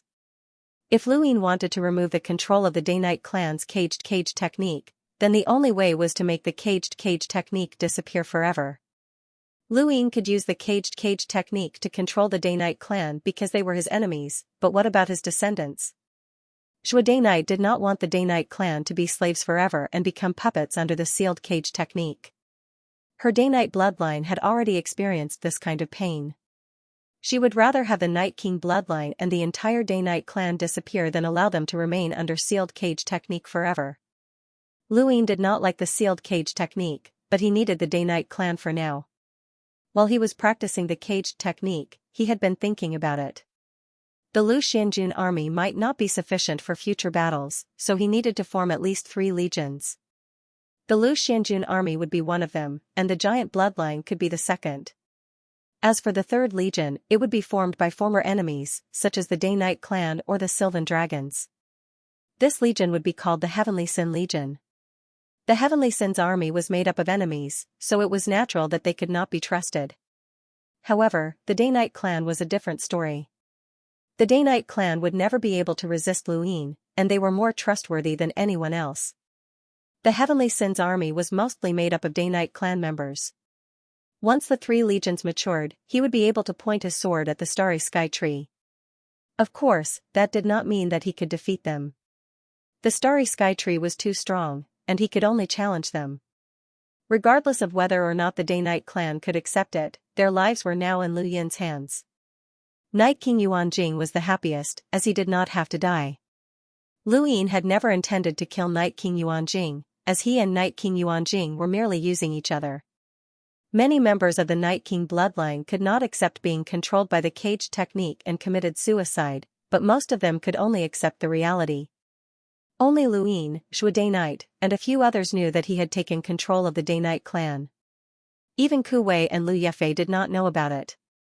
Within the ruins of the Immortal Sect. This time, he had dealt with the Sword Sect on the surface, but in reality, he had taken down the Day-Night clan. This had alarmed the entire Innerverse. What made Luin the most helpless was that Elder Yuan Shou had told him that Ling Qiu had seen him being rescued by Elder Jiushan. He knew that he could no longer hide it from Ling Qiu. Now, he would have to face the resistance of half of the Innerverse. Fortunately, the blood debt that he had created in the Blazing Mist flow zone could not be erased in a short period of time. However, even the Day-Night clan had been subdued by him. Outside of the 8 major flow zones, the other smaller flow zones in the Innerverse would definitely be wary of him. Luin was discussing something with Wang Wen when a wail rang out from the distance, and then blood dyed the heavens. Lu Yin's expression changed, and he looked into the distance. Dragon Master's rune lines were rapidly decreasing, and he knew that something was wrong. He stepped forward and hurried over. In outer space, an enormous Sylvan dragon was drenched in blood. It was Dragon Master. By the time Luin arrived, Dragon Master was already on the verge of death. His head had been torn apart, and his wings had been cut off and scattered throughout the heavens. Lu Yin's expression turned ugly, and he looked around. He saw a boundless amount of rune lines flying off into the distance, and just as he was about to give chase, the flying willow leaves appeared. It's an expert. Luin stopped and stared into the distance. Those rune lines belonged to Lu Qianjue, and he had not hidden them at all. It wasn't just Lu Qianjue. Luin looked in other directions and saw Ling Qiu and the Mountain God. They had all taken action and instantly killed Dragon Master. This was a warning to Luin, and it was also a way to destroy the Great Eastern Alliance's power. He had been too careless. Everything had been going smoothly for him all this time, and he had thought that he had everything under control. How could the leaders of the 8 major flow zones be so passive? Luin had taken down the Blazing Mist flow zone by surprise, and then he had taken down the day-night flow zone in a covert manner. This had indeed caught them off guard, but they had reacted quickly and joined forces. Killing Dragon Master was equivalent to killing one of the Great Eastern Alliance's emissaries. Their next target would definitely be the Great Eastern Alliance's emissaries and eliminate them one by one. Dragon Master was just the first target. Luin looked at the pitiful Dragon Master, who was already dead. It had died a miserable death.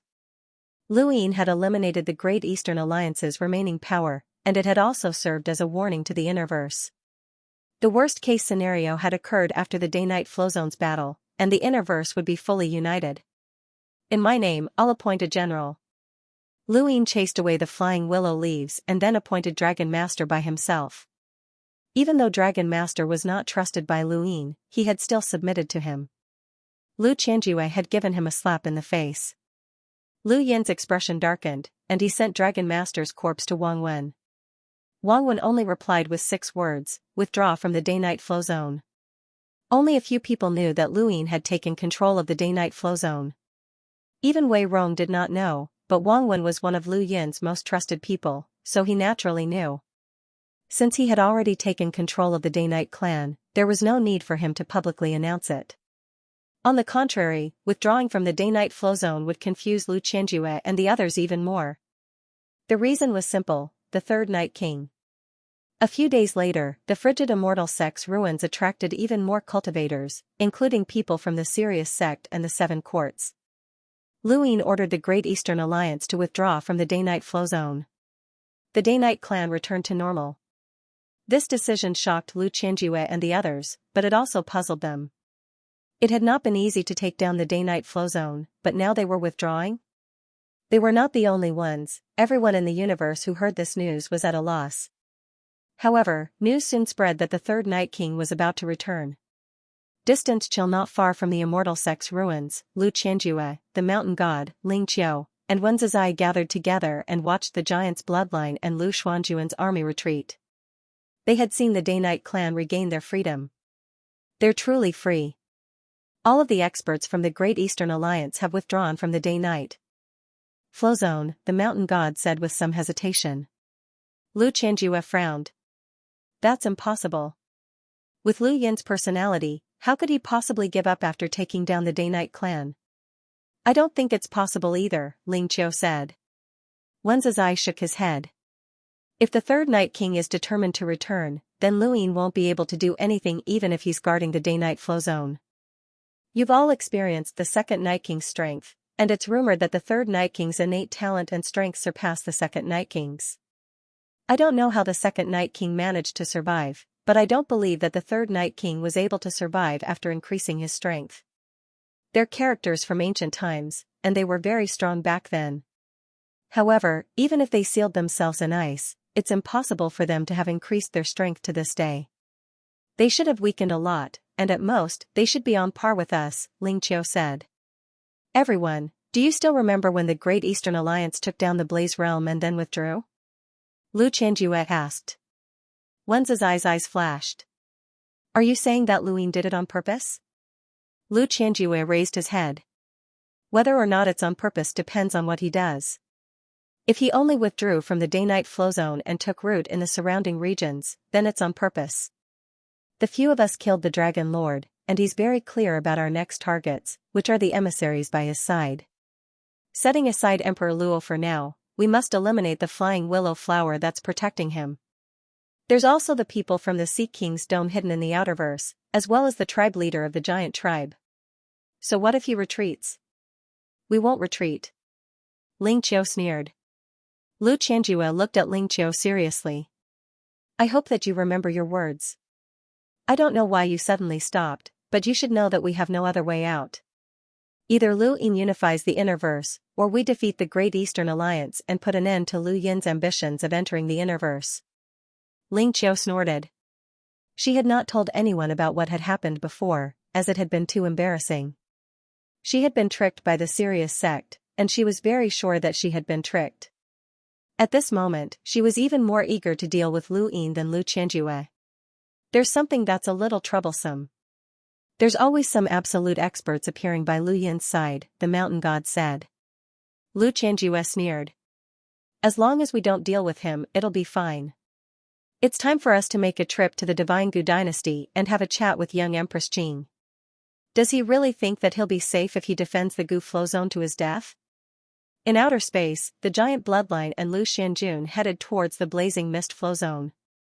They were all traveling through outer space, so their speed was not very fast. Luin looked back and saw a rather spectacular scene.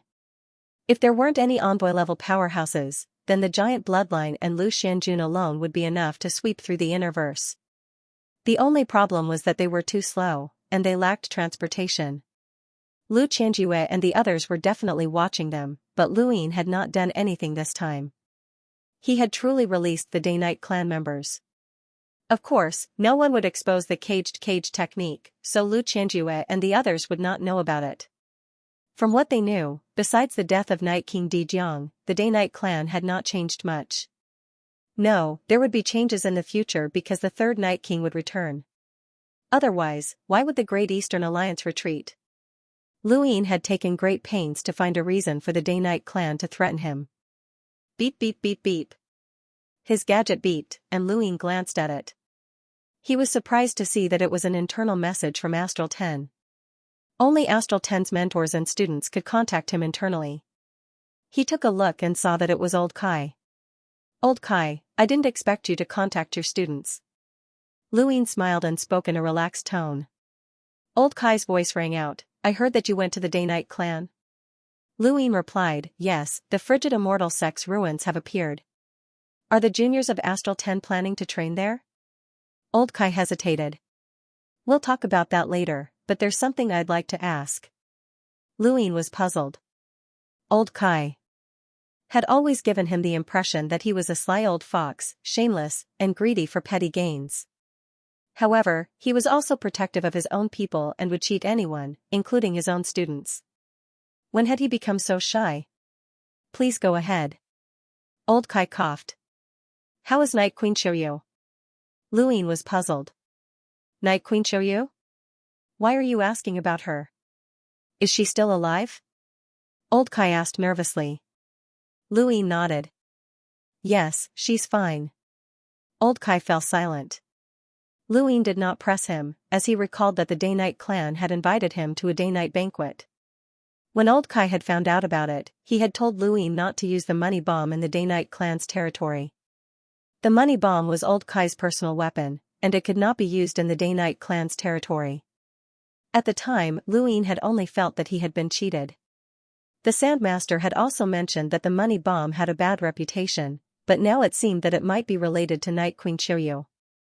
Mentor, what's your relationship with Night Queen Shiryu? Luin asked. Old Kai sighed. You might not believe me, but she's my fiancé. Luin was stunned and blinked. Why? Fiancé. I know, why? What do you mean why? Luin wanted to ask how Old Kai had managed to find a fiancé like Night Queen Shiryu with his looks, but after thinking about it, he decided against it. It would be too hurtful. Doesn't the Day-Night clan forbid intermarriage with outsiders? Why is she still your fiancé? Old Kai had no choice but to tell Luin about his past. Old Kai's past was not hard to guess. He had gone on an adventure in space, met Night Queen Shiryu, fallen in love with her, and then been separated by the Day-Night clan. It was a very ordinary, but it was also a very sad story. What does this have to do with the money bomb? Luin was puzzled. If it was just a broken relationship, then Old Kai wouldn't have told him not to reveal that he was a student of Astral 10, and he wouldn't have been implicated. Old Kai coughed. Back then, I was young and impulsive, so I created a few money bombs that destroyed some of the Day-Night clan's buildings. Some? Luin had a strange expression. Old Kai coughed again. I accidentally blew up a stone tablet in the Day-Night clan's ancestral grounds. Luin was shocked. You even blew up the tombstones in the ancestral grounds? Sigh, it's precisely because I blew up the ancestral land stone tablet that the Day-Night clan hates me to the core. Even Night Queen Shiryu hasn't forgiven me. To them, the ancestral land stone tablet is the most sacred thing in the world. I was too impulsive, Old Kai said. His tone did not sound like he was blaming himself at all, and it sounded more like he was showing off. In the current universe, before Luin had appeared out of nowhere, who would dare to touch the Day-Night clan's possessions? Not to mention the stone tablet of the ancestral land. That can't be right. The ancestral land's stone tablet is guarded by an absolute expert. With your strength when you were young, how could you blow it up? Luin was puzzled. When I broke through to the Enlighter realm, I took advantage of one of the Day-Night clan's banquets to sneak in and accidentally blew up the ancestral land's stone tablet. Actually, I didn't manage to blow it up, and at most, I just kicked up some dust. As you said, there's a group of old fellows guarding it, but the Day-Night clan made a big fuss over nothing, especially Night Queen Xianxia. That woman chased after me like a madwoman. Sigh, she was still too impulsive. Luin was speechless. She didn't chase after you. She just let you go. Old Kai fell silent. You blew it up with a money bomb? That's right. Is that why you told me not to use it in the Day-Night clan's territory? That's right. What about now? Night Queen Xianxia is in the Day-Night clan. Are you going to look for her? Luin asked. Old Kai was shocked. Isn't the Day-Night clan under your control? Luin answered, the third Night King is coming back. I'll leave first. The third Night King? He's still alive? Old Kai was surprised. Luin replied, if you're still thinking about Night Queen Xianxia, then go look for her. I don't think there's anyone in the Day-Night clan who can stop you. You're on your own now. Luin then ended the call. The mentors of Astral 10 were not weak, especially Old Kai, who was very sinister. He had been able to escape in the past, and going to the Day-Night clan was like going home for him. Luin was not worried about the old man, as only the heavens knew how many money bombs he had prepared. The old man definitely had even more advanced money bombs. Otherwise, how could he be so confident that he could find the ancestral land's stone tablet? The money bombs that Old Kai had sold to Luin were all low-grade, and they could only blow up a hunter at most. If not for the dye's enhance, he would not have been able to deal with an Enlighter. Hold on, Luin thought of something and contacted Old Kai again. What's wrong? Luin asked. Mentor, are you still selling your money bombs? Old Kai was stunned. You need them? Of course, they're good stuff. With your current strength, do you still need them? Old Kai was puzzled. Luin replied, I do. How many do you have? I'll take all of them. Old Kai was astonished and felt that it was very strange. When Luin had first purchased a money bomb, he had only bought one, and he had looked like he had been cheated. At the time, Old Kai had told Luin to come visit him more often and that he could have as many as he wanted. Now, Luin was really buying them. How many do you want? How many do you have? I have as many as you want. I've made quite a few over the years. I'll take as many as you have. The price should be the same as before. 50 star essence for 1, and 100 for 3? Old Kai replied, same. How many do you want? Luin was speechless. I already said that I'll take all of them. Money isn't an issue. Old Kai's brows rose. You want to equip the army? That's right. Old Kai smiled. Smart, Student Lu. Since you want to equip the army, we should discuss the price. Luin pursed his lips. He knew that this old man's personality would not change, and he was still trying to trick him. I can deal with the Day-Night clan anytime. Old Kai's smile froze, and he rolled his eyes. The price remains the same. I have more than 4,000. Luin frowned. Only a little more than 4,000? Old Kai was unhappy. What do you mean only a little more than 4,000? Do you think that these are cabbages that can be made at any time? It's already pretty good that I've been able to accumulate so many over the years. My materials are limited, and my time is limited, so please bear with me. Qinghui, 143,333 star essence for a total of 4,300. 140,000 star essence was not considered much in Lu Yin's eyes. He could now upgrade any external item with tens of millions of star essence. The money will be transferred to your Mavis bank account soon. I'll send someone to Astral 10 to retrieve the money bomb, Luin said. Old Kai grunted.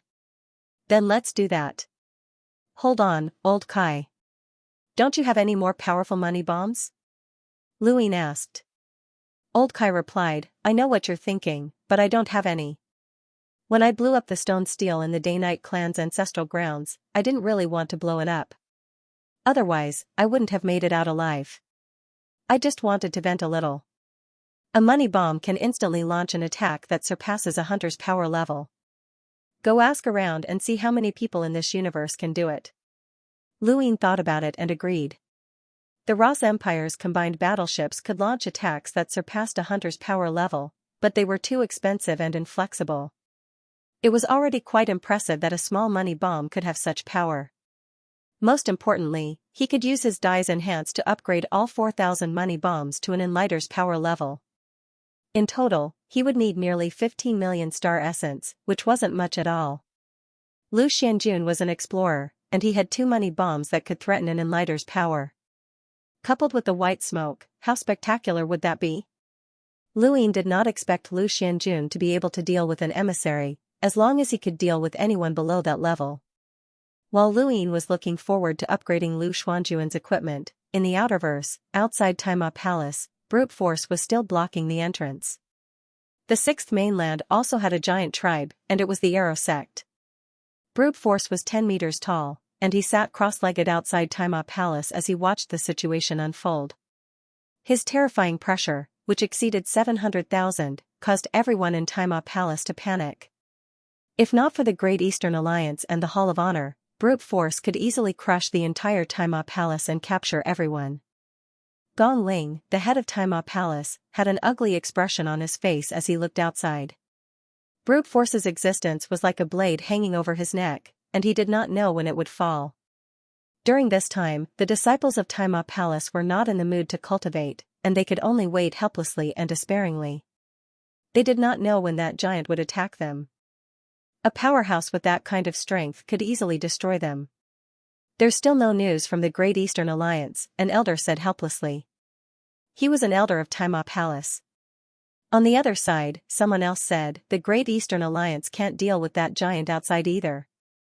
He claims that his power level exceeds 700,000, and the 6th mainland's cultivators already suppress our 5th mainland's cultivators. With his imprint, there aren't many in the Innerverse who can fight him, let alone the Great Eastern Alliance. The Great Eastern Alliance is still in the mood to wage war in the Innerverse. They don't even care about my Taima Palace. If it were up to me, I'd rather join that Arrow sect, Xianxia said unhappily. As soon as he said this, Gong Ling's gaze swept over with an icy glare. Xianxia's heart trembled, and he hurriedly shut his mouth. He was a disciple of Peking Mentor, and he was Lu Yin's enemy. Ever since Peking Mentor had died, he had been sent to Arrow Mountain as a servant. He had only been released recently because the Taima Palace's talent level had declined. Ancestor Arrow Mountain died at the hands of the 6th mainland, and you dare to say such things? Are you still a member of Taima Palace? An elder shouted angrily, criticizing Xianxia. Immediately, a few other elders berated him. Xianxia's expression turned ugly, and he clenched his fists. That's enough, Gong Ling said coldly. Xianxia, you may leave. Arrow Mountain is your servant. Xianxia was shocked, and he hurriedly knelt down. Headmaster, this disciple spoke without thinking, and it was my fault. Please give this disciple another chance. This disciple has no intention of betraying the 5th mainland, but I'm concerned about the hundreds of thousands of disciples of Taima Palace. I can't bear to be oppressed by that giant, so please give me another chance. All right, you may leave. Arrow Mountain has been your servant for 100 years. Gong Ling was disgusted, and he casually tossed Xianxia out. When he saw Xiaozisong being thrown out, an elder said, we shouldn't have let him out. Even when Master Bei brought him out, he's still an Arrow slave. He hasn't changed at all. The others agreed. Gong Ling frowned, not caring about Xiaozisong at all. Master Bei had long since died, and he had become a thing of the past. He looked out of the hall of Taimo. Could Luin help them? Atop the Arrow Mountain, Xiaozisong gritted his teeth and cursed viciously.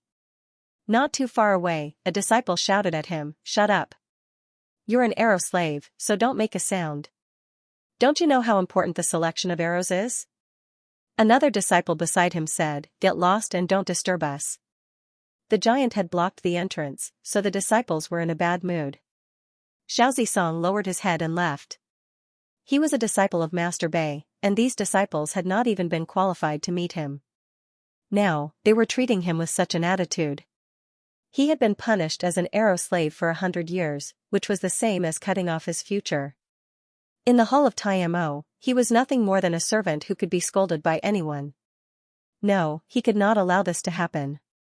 He was unwilling to accept this, as there was no future for him in the hall of Timo. He looked outside with a ruthless gaze. Gongling, since you're so heartless, then don't blame me for what happens next. Night fell, and the hall of Timo was shrouded in darkness. Gongling clasped his hands behind his back and continued to look outside. Suddenly, a beam of light flashed through the night sky from the direction of the Arrow Mountain, heading towards outer space. Gongling did not react for a moment, but then his expression changed. Not good. He took a step forward and arrived at the top of the Arrow Mountain. He immediately saw Xiaoxi glaring at him with hatred. Gongling roared, Xiaoxi, what did you do? Xiaoxi sneered, Sect leader, you made me a slave for 100 years. Have you thought about my feelings? How dare you do this when my master was alive? Gongling was furious, and he pressed his hand down, pressing Xiaoxi into the ground. I'm asking you, what did you do? The commotion at the Arrow Mountain quickly attracted the attention of many people from the hall of Timo. One elder after another appeared. Sect leader, what happened? Father? Gongcho did not understand. Suddenly, the hall of Timo shook as a terrifying laughter rang out. Ha ha ha ha, there are still some smart people here. You're Xiaoxi, right? From now on, you're a member of my arrow sect. Let's see who dares to touch you. With that, a gale howled as a giant arrow pierced through the void. It swept past Gongling and ruthlessly stabbed into the mountain of arrows. The Arrow Mountain that had existed since the founding of the Hall of Timo was pierced through by the arrow. Gongling was swept by the remaining power. He spat out a mouthful of blood and fell to the ground. Many disciples of the Hall of Timo were pressed into the ground by the remaining force, their faces pale. Giant brute force walked out of the stellar source universe with a huge bow on his back. Xiaoxi was overjoyed, and he hurriedly knelt down. Disciple Xiaoxi greets the Lord. Manly grinned. You're not bad, ha ha ha ha. On the ground, Gongling's face was pale. The arrow just now had sent the Hall of Timo flying into the abyss. If the giant had not held back, he would have died. No one could withstand the giant's attack. The Hall of Timo was finished. He hurriedly sent a voice transmission to Gongcho, asking him to think of a way to escape. Anyone could die, but Gongcho could not. Lord, that person is the head of the Hall of Timo, Gongling. He controls all of the Hall of Timo's inheritance, Xiaoxi said as he pointed at Gongling at the bottom of the Arrow Mountain. Manly was satisfied, and his huge eyes glared at Gongling. You, come with me. Gongcho roared, this is the Great Eastern Alliance. Manly frowned and stared at Gongcho. So what? Who would dare say anything if I destroyed your Hall of Timo? He then raised his hand and struck out with a palm, intending to crush Gongcho to death.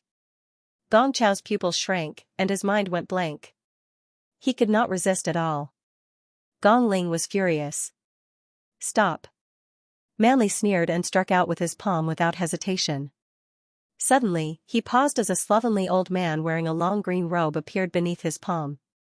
He was leaning on a wooden staff, and he was smiling as he looked at Manly. Manly's expression changed, and he hurriedly retracted his hand. He purposely landed lower than the old man and respectfully said, Manly did not know that you were here. I deserve to die. Please forgive me. Everyone from Timo Palace looked at the old man, who was Qinghua Shangren. He had followed his agreement with Luin and had left the blazing mist flow zone. He had specifically come to Timo Palace to take Manly away. You're Manly, right? Qinghua Shangren asked. Manly hurriedly replied, yes, I'm Manly from the Arrow sect. Greetings, Qinghua Shangren. Qinghua Shangren? Gongling's scalp went numb. He had heard that the sixth mainland had gradually moved to the outerverse, and the people from the fifth mainland had some understanding of the sixth mainland's top experts. Qinghua Shangren was one of them because he was a celestial imprinter. What did a celestial imprinter mean? Gong Ling could not even imagine it. The most powerful powerhouse in Taimo Palace, the Arrow Mountain Ancestor, was only an emissary. In the sixth mainland, he was an imprinter at most. Above that were the world imprinters, the cosmic imprinters, and the celestial imprinters. It was rumored that a celestial imprinter was second only to a progenitor. Why would such a person come to Taimo Palace? Taimo Palace did not have the qualifications to interact with such a person. Why are you here? Qinghua Shangren asked as he looked at Manli. Although Qinghua Shangren's attitude was amiable, Manli did not dare to be impudent. Although the Arrow Sex Master, Savage Archer God, was also a celestial imprinter, he had reached the celestial imprinter realm much later than Qinghua Shangren.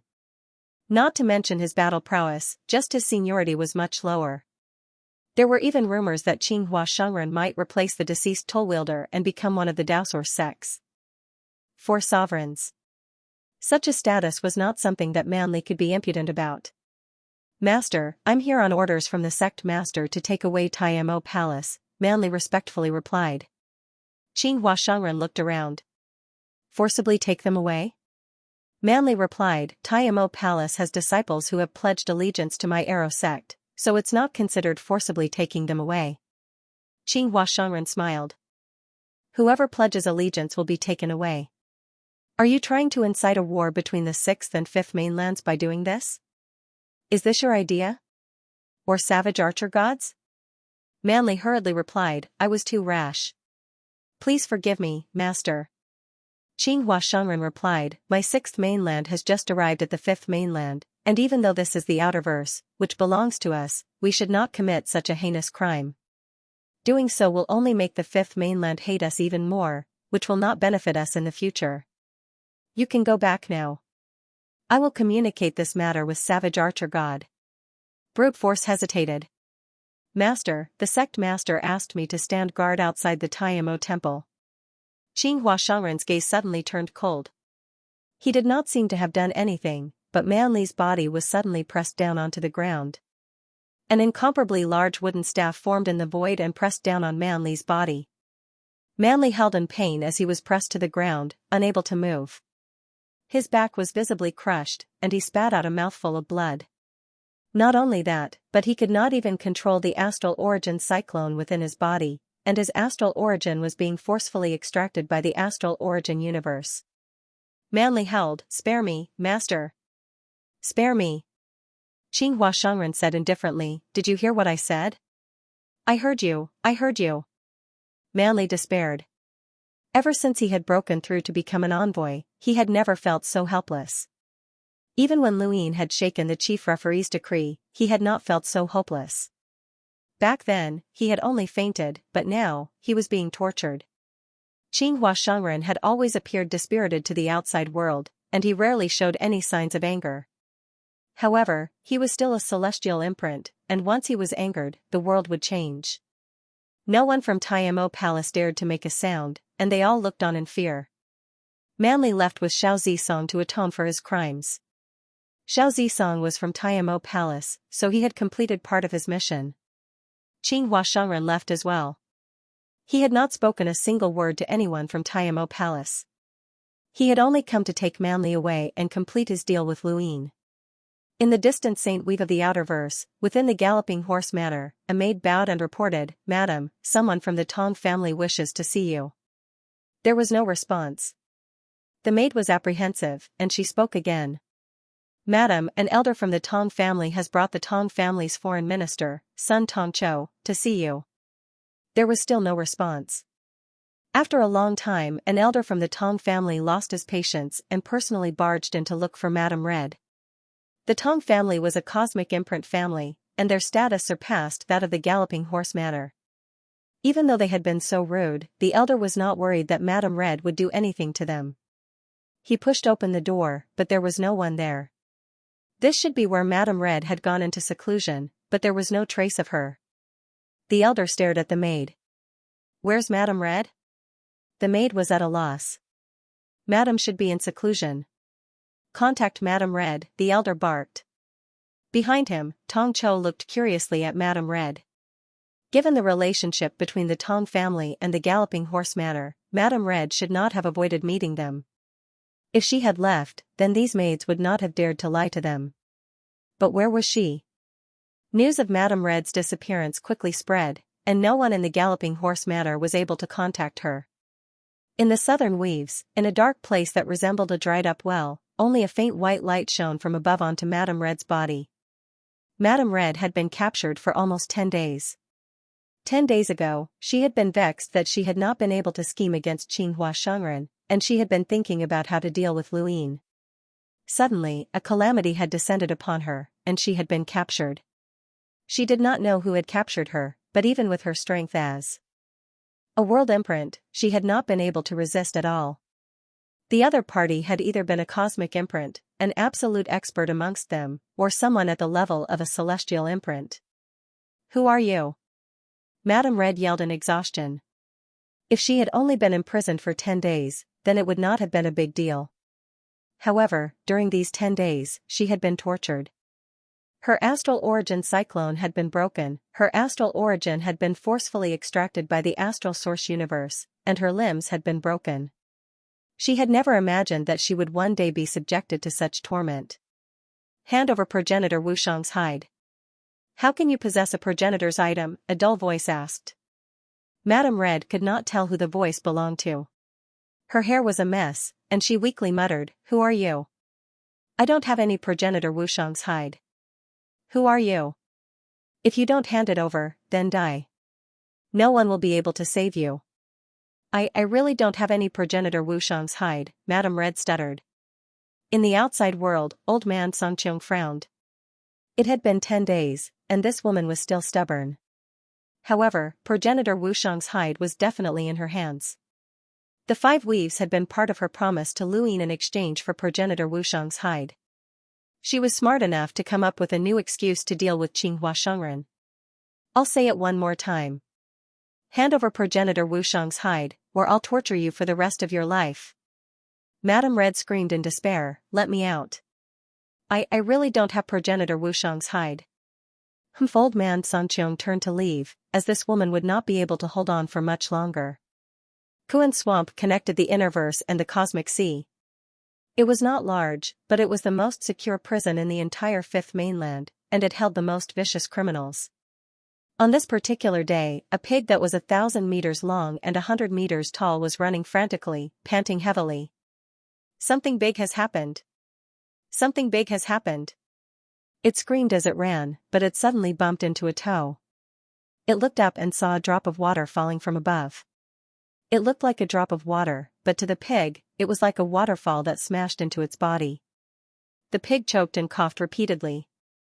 "What strong wine? Lord Pig can't drink it. Can't drink it. What's with the noise? Little piggy, do you want to be roasted and eaten? Ha ha ha ha." Loud laughter echoed throughout Kuan Swamp, and countless chains rattled. Many of the prisoners had pained expressions as they were tortured by this laughter. Lord Pig hurriedly said, "Shoo, shoo. Lord Hell Overseer, those prisoners won't be able to take it. Keep your laughter down. It's best if they die. Those who shouldn't have died are all dead, and those who should have lived longer than anyone else. Just die, ha ha ha ha. Lord T's father can't take it anymore. Cough, cough. Let's go take a look. Don't die. All right." Lord Pig was about to leave when his ears suddenly perked up. "No, that's not it. Lord Hell Overseer, something big has happened." Another drop of wine splashed onto Lord Pig's body. "Is there anything else?" Lord Pig gulped. The head inquisitor sent over a prisoner with a powerful background. The Hell Overseer was surprised. "Powerful background? What background? Tell me." Lord Pig swallowed hard. The second Night King." The atmosphere fell silent as Lord Pig waited for the Hell Overlord to say something. However, a massive head appeared in front of him, and its large eyes stared at Lord Pig, giving him a fright. "The second Night King? Isn't he dead?" He's not dead. He's been in the ruins of the frigid immortal sect all this time. When he came out, he was captured, Lord Pig replied. The Hellmaster was surprised. You were caught as soon as you came out? Ha ha ha ha, how unlucky. That guy is really a big shot. He's lived for so long, but he was captured as soon as he came out. Go, lock him up. I don't care if he's a big shot, he has to listen to me since he's in Kuan Swamp, ha ha ha. Shoo. Your Excellency, Sir T's father can't take it anymore. Ahem, let's go take a look. Don't die. Alright. Chains extended from the ground, imprisoning many vicious people. Lord Pig ran around madly, shuttling back and forth as he locked up the second Night King. At the same time, he spread the news of the second Night King throughout Kuan Swamp. Lu Huang opened his eyes. The second Night King? What an ancient character. Once he's here, it'll be even easier for the rebellion to break out. But we'll have to wait for him to recover a little. Hell Masters aren't easy to deal with. This chapter is not finished. Please turn the page. Soon. In outer space, Luin looked towards the west with a regretful expression. Night King Dijiang was dead, and the second Night King was imprisoned. This battle with the Day-Night clan would have been perfect if not for the sealed cage technique, but because of it, Luin felt like he had suffered a great loss. Night King Dijiang's death was one thing, but the second Night King was an absolute powerhouse who had surpassed Master Yuan. If Luin could use the sealed cage technique to subdue the second Night King, he would be able to do as he pleased. Who in the entire Fifth Mainland could stop him aside from half-ancestors and the head inquisitors? Even if he went to the Sixth Mainland's territory, he would be able to flaunt his might.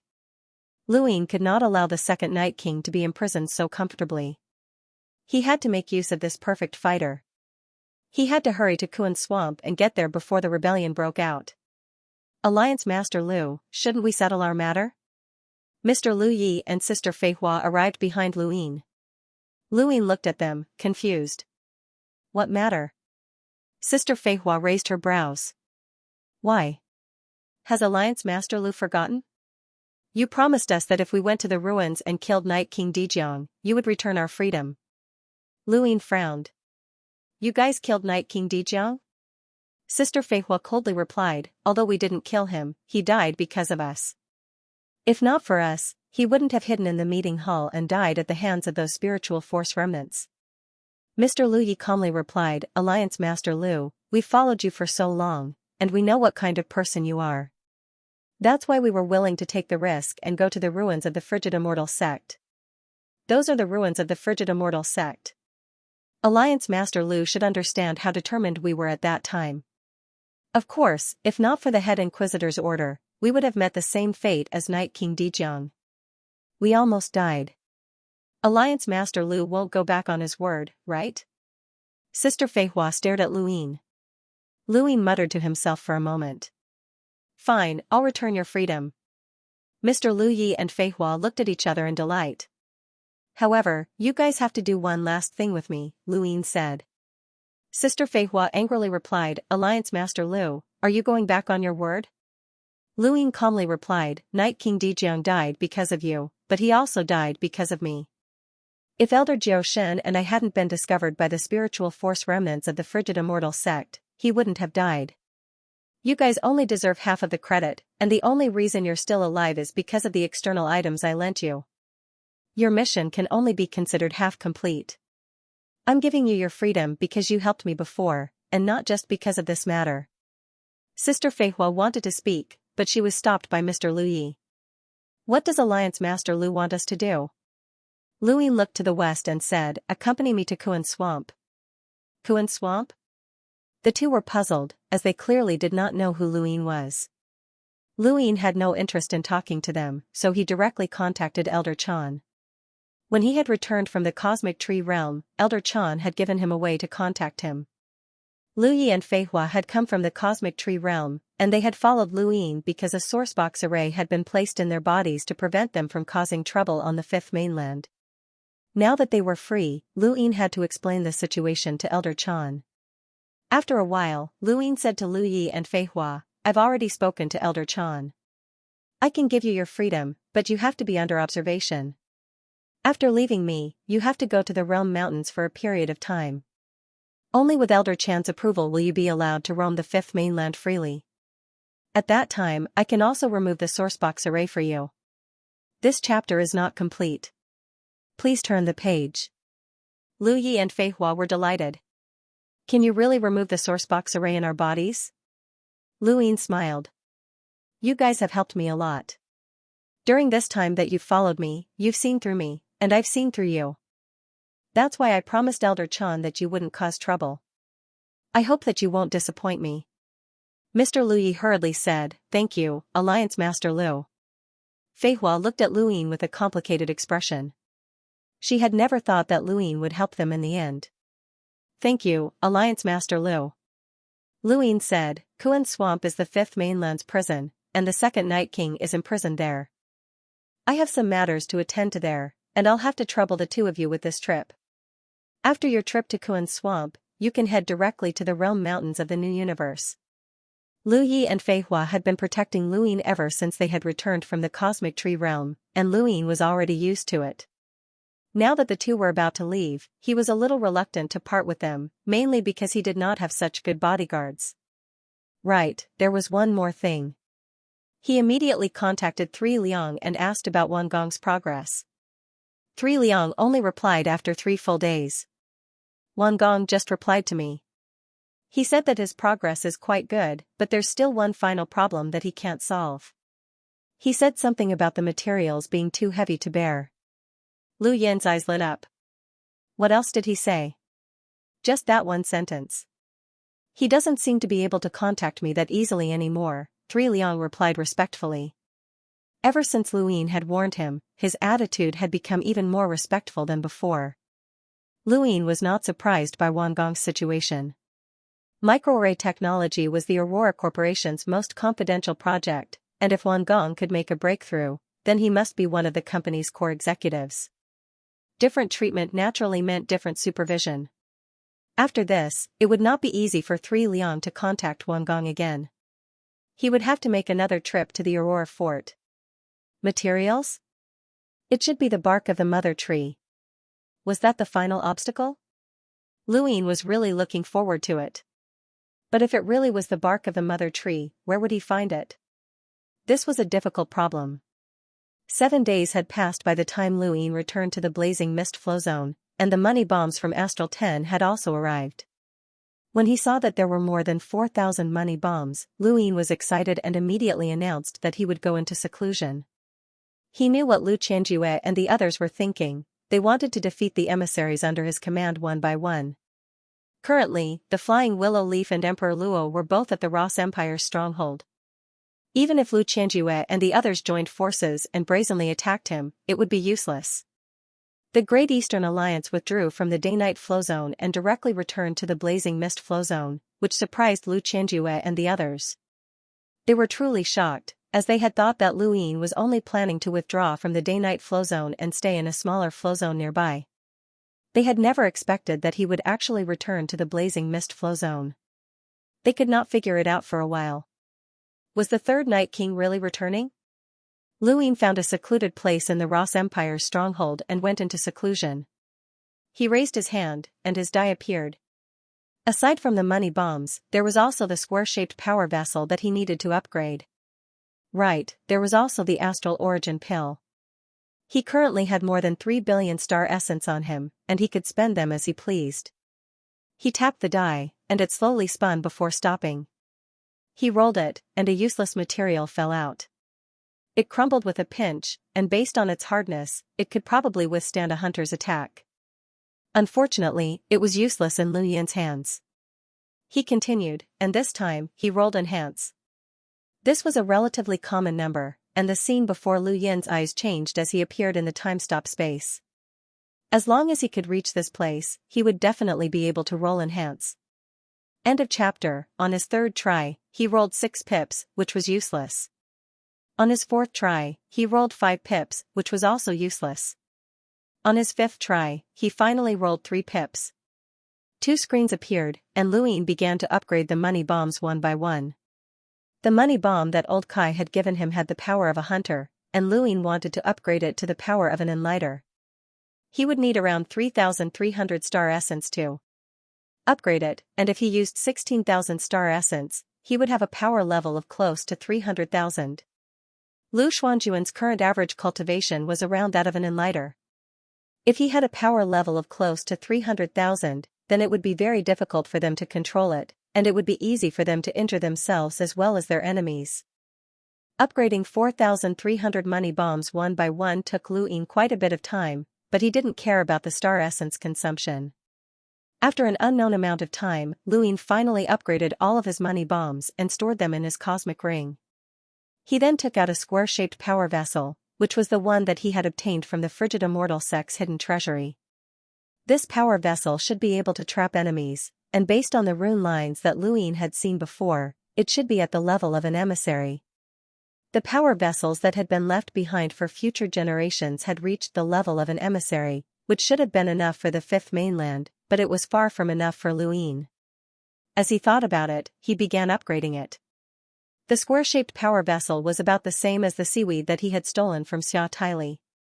After upgrading it 5 times, it reached a power level of nearly 700,000, which should be able to trap an expert like Zhou. However, if Zhou used a battle technique, then it definitely wouldn't be able to do so. Luin continued upgrading. The seaweed power vessel could only be upgraded 5 times, but this square-shaped power vessel could be upgraded continuously. The materials used were different. The 6th upgrade cost Luin nearly 150 million star essence. He continued to upgrade, but the square-shaped power vessel no longer dropped. It was obvious that the materials used were limited, and it had reached its limit. At this moment, this power vessel might be able to trap Zhou when he used a battle technique, but it was hard to say if the power vessel was dead while the person inside was alive. He looked around at the items that he had, and there were quite a few that could be upgraded. For example, the Heaven Flame Stone, but Luin didn't dare to upgrade it. The Heaven Flame Stone gave him the feeling that it could nurture life, and he didn't want to lose this shortcut to increasing his cultivation. There was also that smoke. Luin didn't know what use it had after upgrading it, and he didn't know how to use it anyway. The skeleton he had snatched from Prince Guiqian should be the skeleton of a half-martial ancestor. The only use this skeleton had for him was its death chi. Now that he had absorbed almost all of the death chi, there was no need for him to improve. That's right, the Stellar Origin Pill. He didn't know how Shamrock Enterprises had managed to develop something like this, but since it was a pill, there was definitely room for improvement. As he thought about this, he placed the Star Source pills on the upper screen and started tossing in star essence. Astral Source pills could be used to improve the Astral Source pill, and Luin watched it descend. It even seemed to have become a little rounder, which encouraged him to crazily toss in more star essence.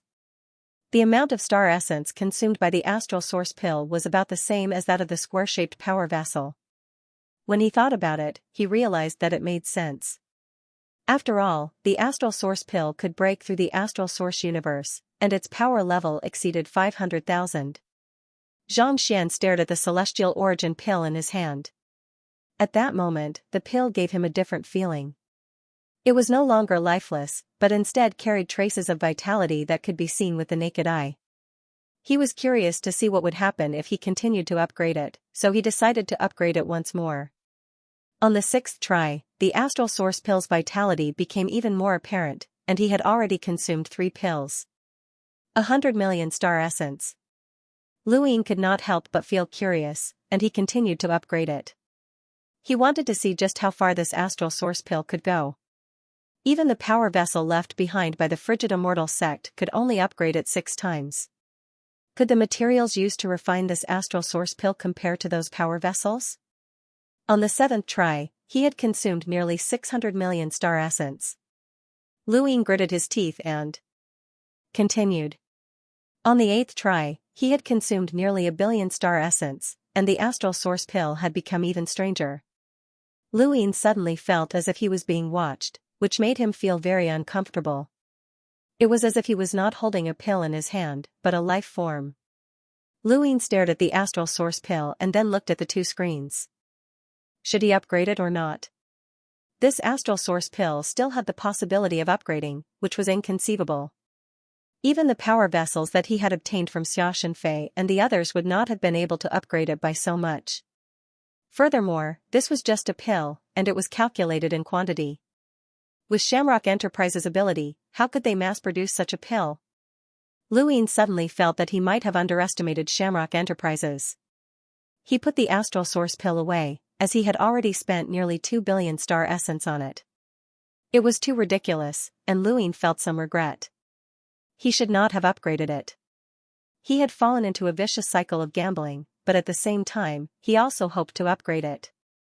He really wanted to see how far it would go in the end. He had lost more than half of his wealth, and by the time he reacted, he could not even breathe. Furthermore, he had only upgraded one astral source pill, and he did not even know what use it would have after upgrading it. Would it be able to travel through the astral source universe? That would be too much of a loss. No, he had to make up for it. The resources of the Ross Empire and the Sylvan Dragon clan had yet to be tallied up, so there should be quite a bit. There was also the Day-Night clan, which would all be his. He looked up and saw that there was not much time left for his seclusion. It had been a long time since he had met with Long Shi and the others, so it was time to have a chat. Luin took out Mount Supreme and hesitated for a moment before entering. The first person he met was not Long Shi, but Xianxia. When Xianxia saw Luin, a trace of hope flashed through his eyes. Did the Wen family pay enough? Luin asked, how many levels of the literary prison did you teach Xianxia? 3, Xianxia replied. Luin nodded. Let's wait a little longer. The situation isn't clear yet. Xianxia looked at Luin. Then why are you looking for me? There's a question that I forgot to ask. Luin looked at Xianxia and slowly asked, what exactly does Xian Academy have that would attract so many people to send their disciples there to study? Xianxia replied, you shouldn't be asking me this question. Aren't there others here? Have you heard of Guahai? Luin asked. Xianxia's eyes flashed. He graduated from Xian Academy and later served the Myriad Daos clan. He's currently in the Star Alliance. Luin nodded and did not say anything else. This question seemed illogical, but Xianxia's answer changed Lu Yin's opinion of Xian Academy. This academy was not completely unconcerned about the situation, otherwise, how could Xianxia know that Guahai was in the Star Alliance? Everyone in the Star Alliance was either a sinner or an enemy of the Four Cardinal Scales, so the Four Cardinal Scales would not spread news of this. When Lu Yin and Long Kuei had gone to the Sword Steel's Lu family, they had encountered someone who had been captured and sent to the Star Alliance. Lu Yin had asked Long Kuei about this, but Long Kuei had not said much. Even Long Kuei did not want to say much, but Xianxia, a student from Xian Academy, knew about this. Clearly, Xian Academy was very clear. Even the Four Cardinal Scales wanted to send people there to study, and they maintained a clear understanding of the situation in the outside world. They also had many experts. This was Lu Yin's impression of Xian Academy.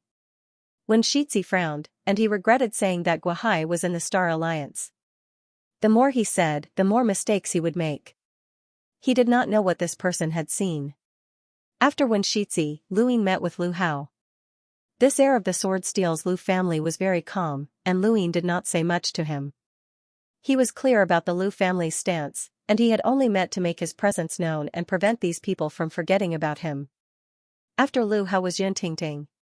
When she saw Lu Yin's impatient expression, she had even offered to hand over the entire Misty Cloud sect's inheritance, in hopes that Lu Yin would let her go.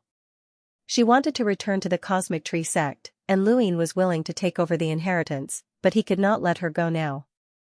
Even if he let her go, she could not return. Let's wait. It won't be long before the Cosmic Tree sect sends someone over, Lu Yin said. He had guessed that the Cosmic Tree sect would have sent someone over a long time ago. How could the Four Cardinal Scales allow him to remain calm for so long? This puzzled him, as he had always been worried that the Cosmic Tree sect would assassinate him. Lu Yin did not know that the Four Cardinal Scales had already sent someone over, but they had been beaten back by Hui Kong. The Cosmic Tree sect sent someone here? Why? Yun Tingting asked. Lu Yin casually replied, war. Yun Tingting was surprised, war? Lu Yin left without saying much to Yun Tingting. He just wanted to give her some mental preparation. Even if these people rarely interacted with each other at Mount Supreme, they would definitely do so. Crown Prince Gui Qian was still as sinister as ever. Lu Yin saw him and immediately asked, "Death Field." Gui Qian was stunned. "How did you know?" "Looks like you've heard of it." Lu Yin was surprised. He had only been testing the waters, but he hadn't expected this guy to actually know. Gui Qian growled, "You don't need to test me. I can tell you anything you want to know." Seeing the distrust in Lu Yin's eyes, Gui Qian continued, "Our race relies on death energy to cultivate. To us, death energy is equivalent to star energy and astral sources to ordinary cultivators. You are the creator of death energy, so we were born as one. Death energy can replace astral sources to your race?" Lu Yin was shocked, as this was the first time he had heard of this. Gui Qian replied, "Yes. Both astral sources and death energy are high-level energies in the universe. I remember the ancestor once saying that when a type of energy reaches its peak, it can change the heavens and the earth. You don't necessarily have to cultivate astral sources, death energy can replace them." Lu Yin thought of the rune lines. The rune progenitor had created rune technology, so didn't that mean that rune lines could replace astral sources? The ancestor once said that astral sources might be the power of an extremely powerful person, but because they were so strong, they eventually covered the entire universe. If the death god had such power back then, he might have been able to expel astral sources and use death energy to cover the universe. However, this was only the ancestor's guess. Astral sources should have been formed by the universe itself, and no one can surpass them. This was the first time Lu Yin had heard of such a theory. Although it was shocking, it made sense. The rune progenitor had created rune technology, and everyone in that civilization had followed him in cultivating the true scripture of Yin flow. Even if they all cultivated astral sources, their fighting styles were completely different. It was an era that history couldn't be recorded or understood. If death energy had such an era as well, then it made sense. Death chi is like astral sources to normal cultivators. We can't betray the source of death chi, or we'll be harming ourselves. Lu Yin laughed, "You've been thinking about this for a long time. Do you want me to let you go just because of this?" Gui Qian shook his head, "It doesn't matter if I leave or not. I just want to tell you that I, Gui Chuan, will never betray you. Only you can create death chi, and the death god's inheritance can't be stolen. Even the ancestors have to bow when they see you." Only an idiot would believe that, but Lu Yin believed that there were definitely people in Gui Chuan who wanted to join him. The cultivator who had saved him was one of them. "Tell me about the death god's force field," Lu Yin said, not wanting to hear Gui Qian profess his loyalty. Gui Qian thought for a moment before replying, "The death god's force field is a legend that says that it was left behind by the death god in outer space. There are also legends that say that the death god once fought with his enemies, and that the death god's force field is the place with the densest death chi. All the information we have about the death god's force field is illusory, and there's no way to prove its existence or its exact use. Xianxia found it in a book that said, the death god's force field is a place where there is no light, and it's like a black smoke signal that warns the world. When the smoke rises, a great battle will begin." "Is that all?" Lu Yin asked. Gui Qian replied, "Only these legends. I collect all the legends about the death god, and these are the only ones about the death god's force field." "Where is it?" Lu Yin asked. Gui Qian shook his head, "I can't find it. There are only a few words in the legends, and some are even in ancient texts that shatter at the slightest touch. I can't find it." Lu Yin left, but Gui Qian didn't ask to leave. Instead, he waited silently. Lu Yin couldn't lock him up forever. The last person he wanted to see was Long Shi. Every time he saw her, Lu Yin felt inexplicably nervous. He couldn't tell what he was feeling. Long Shi opened her eyes and saw Lu Yin, but she didn't say anything and just looked at him quietly. Lu Yin coughed, "Are you used to this place?" Long Shi replied, "Yun Tingting and Wen Shui said that we're in the wastelands." "The fifth," Lu Yin emphasized. "What happened at Longshan?" Long Shi asked. Lu Yin did not hesitate to tell her about how he had been hunted down by the 4 cardinal scales, including the fact that he was Lu Xiaoxian. Longxi was shocked. You actually managed to escape back to the abandoned land. At this point, Luin rejoiced. I was lucky. If it weren't for the Eternals attacking and destabilizing the top realm, the 7 sky gods appearing, and half-ancestor Kue Luo causing trouble, I wouldn't have been able to escape. Longxi looked at Luin deeply. What right do you have to be hunted down by the entire 4 cardinal scales? Even if it's because of Bai Xiaohong's death, the immortal cold sect is still hunting you down. Also, how were you exposed for killing Bai Xiaohong on Dragon Mountain? The frigid immortal sect dares to make a move in Dragon Mountain? Wang Yun, this woman came to the 5th mainland and even fought with me. She was the one who recognized me, Luin said. Longxi's eyes narrowed. Wang Xi's granddaughter, no wonder. She then looked at Luin. Why are you here? Once we leave the starry sky of trees, I won't be of any use to you. Luin replied, I just want to see you. Yun Ting Ting and Wen Dishi's inheritances can be traced here. They're valuable to you. There shouldn't be any inheritors of Dragon Mountain here, said Longxi. Luin nodded, there really isn't. Then, I'll be leaving. Longxi closed her eyes and quietly cultivated. Right, I have a question for you, Luin suddenly said. Have you heard of the 7 heroes? Longxi's eyes widened. Why do you ask? Luin shrugged, I'm just curious. I met a group of friends on the battlefield behind the starry sky of trees. One of them is called Tu Qiming, and he kept saying that I resembled the 7th of the 7 heroes. Longxi's expression changed, and she jumped in front of Luin. Tu Qiming? Are you sure he's called Tu Qiming? Luin nodded. People call him Young Master Tuesday. He's a scoundrel. Longxi smiled happily. He's still alive. Brother Tu is still alive. That's good, that's good. You know this Tu Qiming? Luin asked unhappily. Longxi quickly grabbed Lu Yin's arm and asked, how is he? Is he all right? Luin pursed his lips, not really. Why? Longxi grew anxious.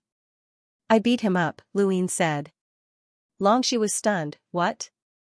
Luin said, he deserves a beating. I beat him up every day, but he likes it when I beat him up. Longxi didn't know what to say, and she looked at Luin with a complicated expression. What else did he say to you? Luin stared at her. Why are you so concerned about him? He then looked at his arm. Longxi quickly let go and whispered, we used to know each other. Brother Tu took good care of me. Luin rolled his eyes. He's a scoundrel. How could he take care of you?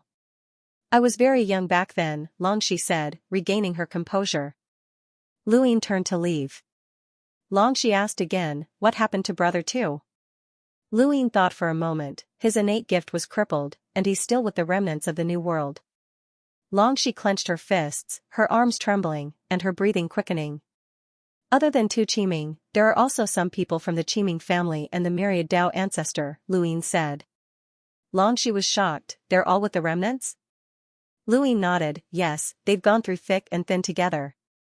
I don't know when they'll be destroyed by those Eternals. Longxi closed her eyes in pain. Luin left. Due to racial differences, the White Dragon tribe's growth cycle was different from that of ordinary people. Longxi seemed to be about the same age as Luin, but she had experienced the era of the 7 heroes, which wasn't that long ago. It seemed like she had a good relationship with the 7 heroes and Tu Qiming. No matter what, she was still an old acquaintance. An old acquaintance who had supported the 7 heroes and the Lu family. After leaving Mount Supreme, Luin used the remaining time to cultivate the serious art and recite the Stonewall scriptures. As time passed, the scene in front of him changed, and he returned to the real world, where only a second had passed. The Ross Empire's technology surpassed that of the Great Yu Empire. After conquering the Ross Empire, Luin had transferred Banjiu over to take over this technology. On this day, Luin met with Lu Xianjun. He looked at the 6,432 people below him with a calm expression. Of these people, 4,000 were transformed explorers, and they would be replaced later on. He needed real cultivators. Zhanlong Day Night was one of these explorers, and he had taken the initiative to apply to join Lu Xuanjuan's army. Aside from him, Steelbone Day Night, Ying Day Night, and Yigui were all enlighters, but Zhua Day Night had not joined. Now, Lu Xuanjuan's second finger attack had been temporarily targeted at Day-Night. Lu Ying was most at ease when it came to the Day-Night clan. I don't have much to say. I'll just tell you one thing, Lu Ying said loudly as he swept his gaze over everyone in Lu Xuanjuan's camp. Your future enemies are more powerful than you can imagine. All I want you to do is become stronger. That's all. He then looked at Wang Wen. Wang Wen helplessly stepped forward. Lu Xianjun was personally chosen by Alliance Head Lu of the Great Eastern Alliance. Lu Ying quietly listened to Wang Wen's encouragement. He did not like to do this, as he was more adept at encouraging others before a battle. However, since he was about to use money bombs, he could not remain silent. After a full hour, Wang Wen finally finished speaking. There were 4,300 money bombs in total, which was not enough to equip everyone. Thus, Lu Ying did not plan on giving them to the transformed people and only gave them to the cultivators. As for the rest, he would distribute them as rewards to those who were loyal to the Great Eastern Alliance. Regardless of their cultivation level, as long as they contributed, they would be rewarded. After Lu Xianjun left, Wang Wen asked, "Do you really plan on letting Day-Night take charge of Lu Xianjun? Do you trust him?" Lu Ying replied, "Don't worry, I know what I'm doing." But Day-Night isn't strong enough to take charge of Lu Xianjun.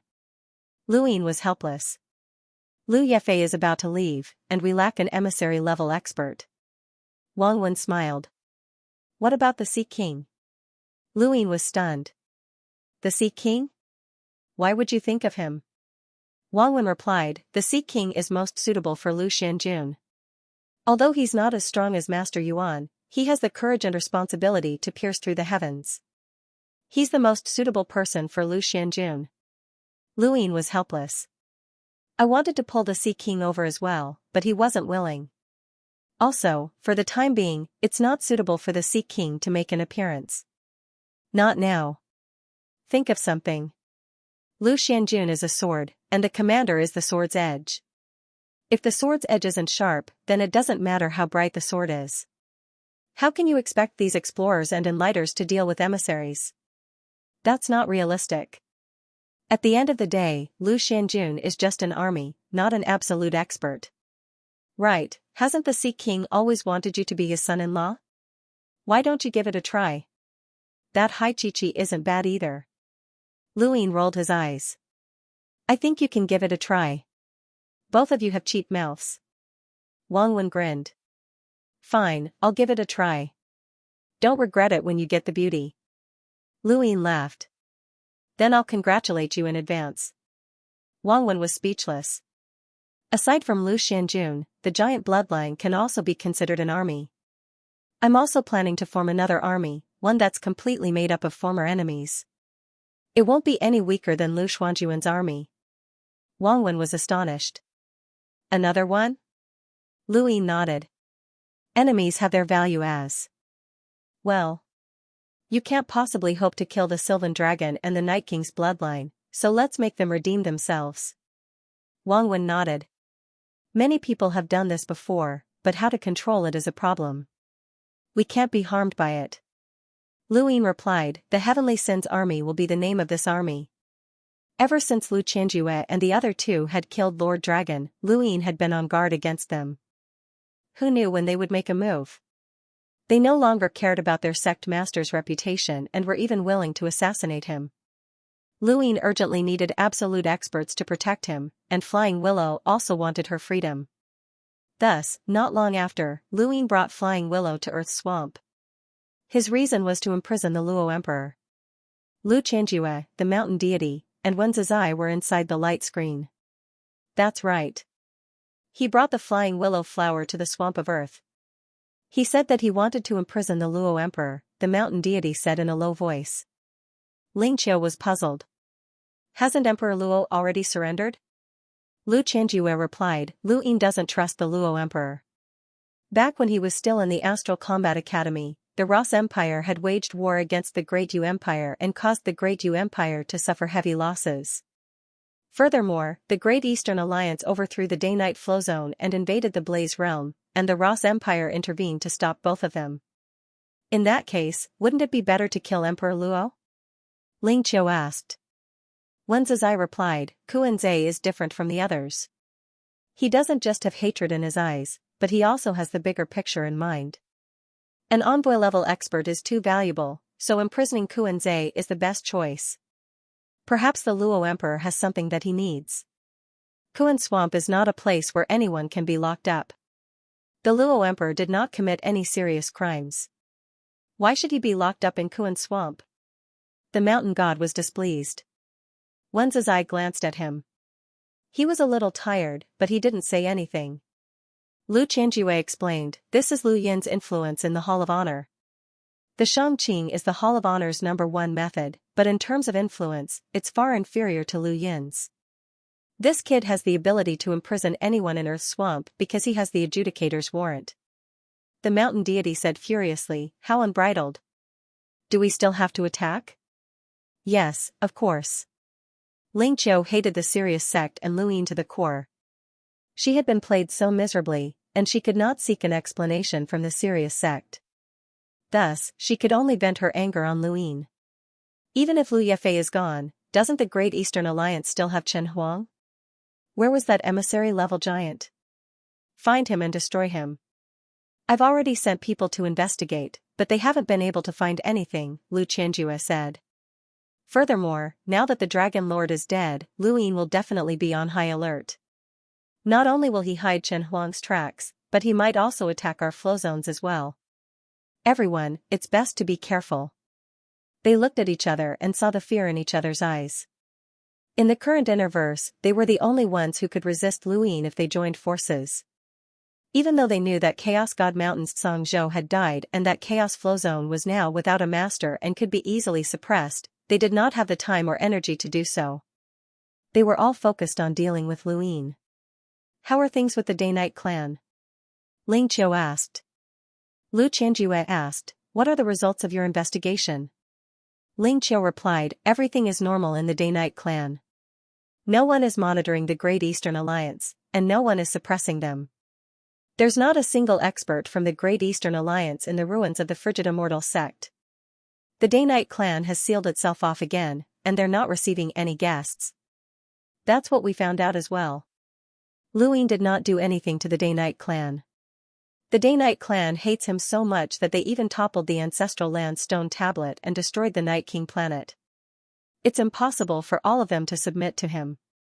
However, the results of our investigation indicate that Lu Yin really did not suppress them, and the Great Eastern Alliance really did withdraw from the Day-Night clan, the mountain god said.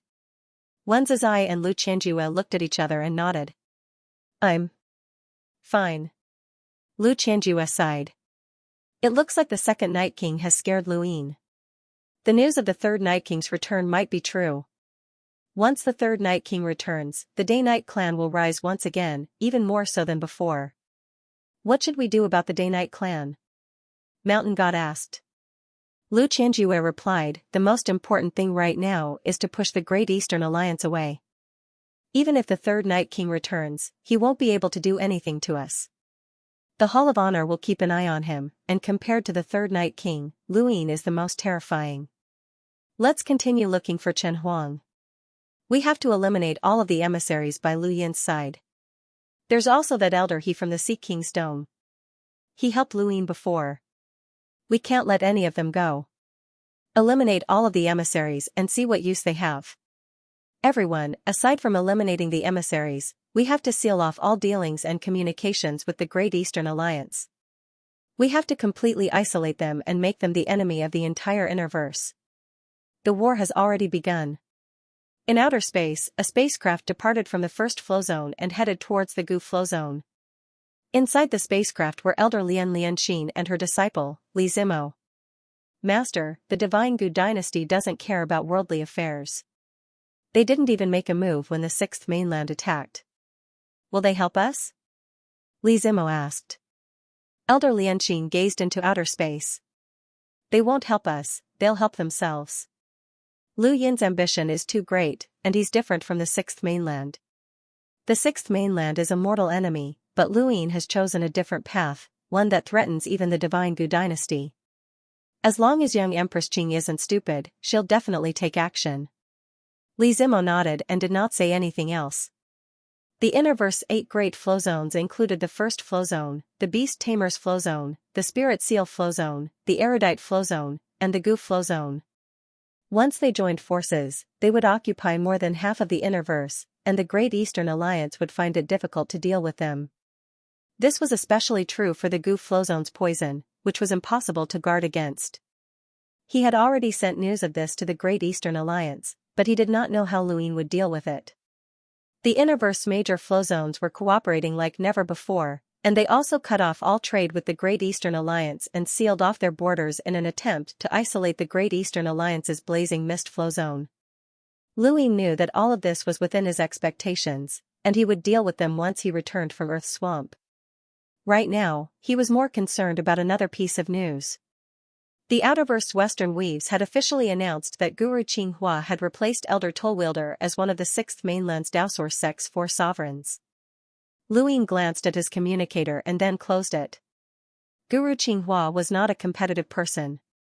If Madame Red had not schemed against him, then even if he had become one of the 4 sovereigns, he would have just gone with the flow and would not have gone against Old Man Sanqiong and the others. But now, no one could guess what Guru Xianxia was thinking about Madame Red's scheme. Luin could not guess, and he only hoped to use Guru Xianxia to stir up the 6th Mainland's waters. That was all, as he still did not have the strength to influence the Celestial Imprint. Judging from the current situation, Guru Xianxia was doing pretty well, and they had reached an agreement. Guru Xianxia had taken away brute force and resolved the Hall of Taimo's crisis. Every day, countless pieces of news from all over the universe were sent to Lu Yin's gadget. There were also reports from Enya, and Luin read them to pass the time. The blazing mist flow zone was located in the eastern part of the Innerverse, and even with the help of the flying willow leaves, it still took Luin more than 10 days to reach Earth's Swamp. Earth's Swamp was a unique region that connected the Innerverse and the Cosmic Sea. It was a strange place, and it was not very large. It was smaller than even a planet, but no one dared to casually enter this place. This was because Earth's swamp was filled with swamps that even space-exploring powerhouses could not traverse. This place was filled with an aura of death. Luin looked at the gray swamp in the distance that stretched into the heavens, and he was shocked. There was actually a sourcebox array here. After thinking about it, he realized that it made sense. After all, this place was where the most vicious criminals in the entire universe were imprisoned, so it was normal for there to be a sourcebox array here. However, he did not know if this sourcebox array would be able to stop this rebellion or how powerful it would be. Earth's Swamp sourcebox array was constantly activated. Luin clasped his hands behind his back. Luin requests an audience with Hellmaster Earth's Swamp. A loud voice reverberated throughout Earth's Swamp. Beneath Earth's Swamp, a sleeping pig's ears twitched, and it turned over. Luin requests an audience with Hellmaster Earth's Swamp. The voice continued to reverberate throughout Earth's Swamp. Underground, many prisoners opened their eyes and looked up. The pig suddenly sat up and was very impatient. Who dares disturb Lord Pig's sleep? Lock them up. Luin requests an audience with Hellmaster Earth's Swamp. The voice rang out again.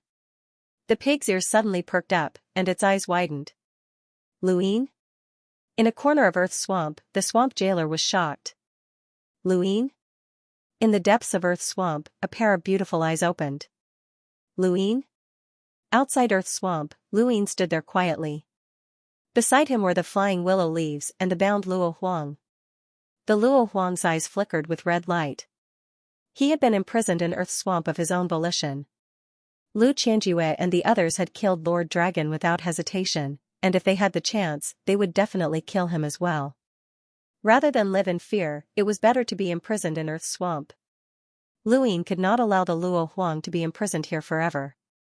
The route to the technocracy's interior was in Lu Yin's hands, and the Luo Huang's value was too great. Besides, even if Luin did not want him, the Luo Huang could tell Hellmaster Earth's Swamp, and the Hall of Honor would want him. To the Luo Huang, Earth's Swamp was not a prison, but rather a refuge. There was a loud rumble, and the swamp in front of them trembled. Luin and the others looked over and saw a huge creature emerge from the swamp. It landed firmly on the ground and stared at Luin with its round eyes. Luin blinked. He had experienced many things and seen many strange creatures, especially the hoe and the primordial centipede. He believed that he would not be surprised if he saw a terrifying creature, no matter how huge it was. However, this creature in front of him had shocked him. Even after fusing with Lu Huang and seeing this pig, he was still shocked when he saw it face to face. It was unimaginable that a pig could cultivate, and from the number of rune lines, it seemed to be very powerful. How did a pig cultivate? Flying willow leaves were similarly stunned, as Lord Pig had completely overturned the impression that Earth Swamp had given them. In this dark Earth Swamp, where countless vicious criminals were imprisoned, there was a pink pig that they could not accept. Lord Pig ignored the flying willow leaves and looked at Luin instead.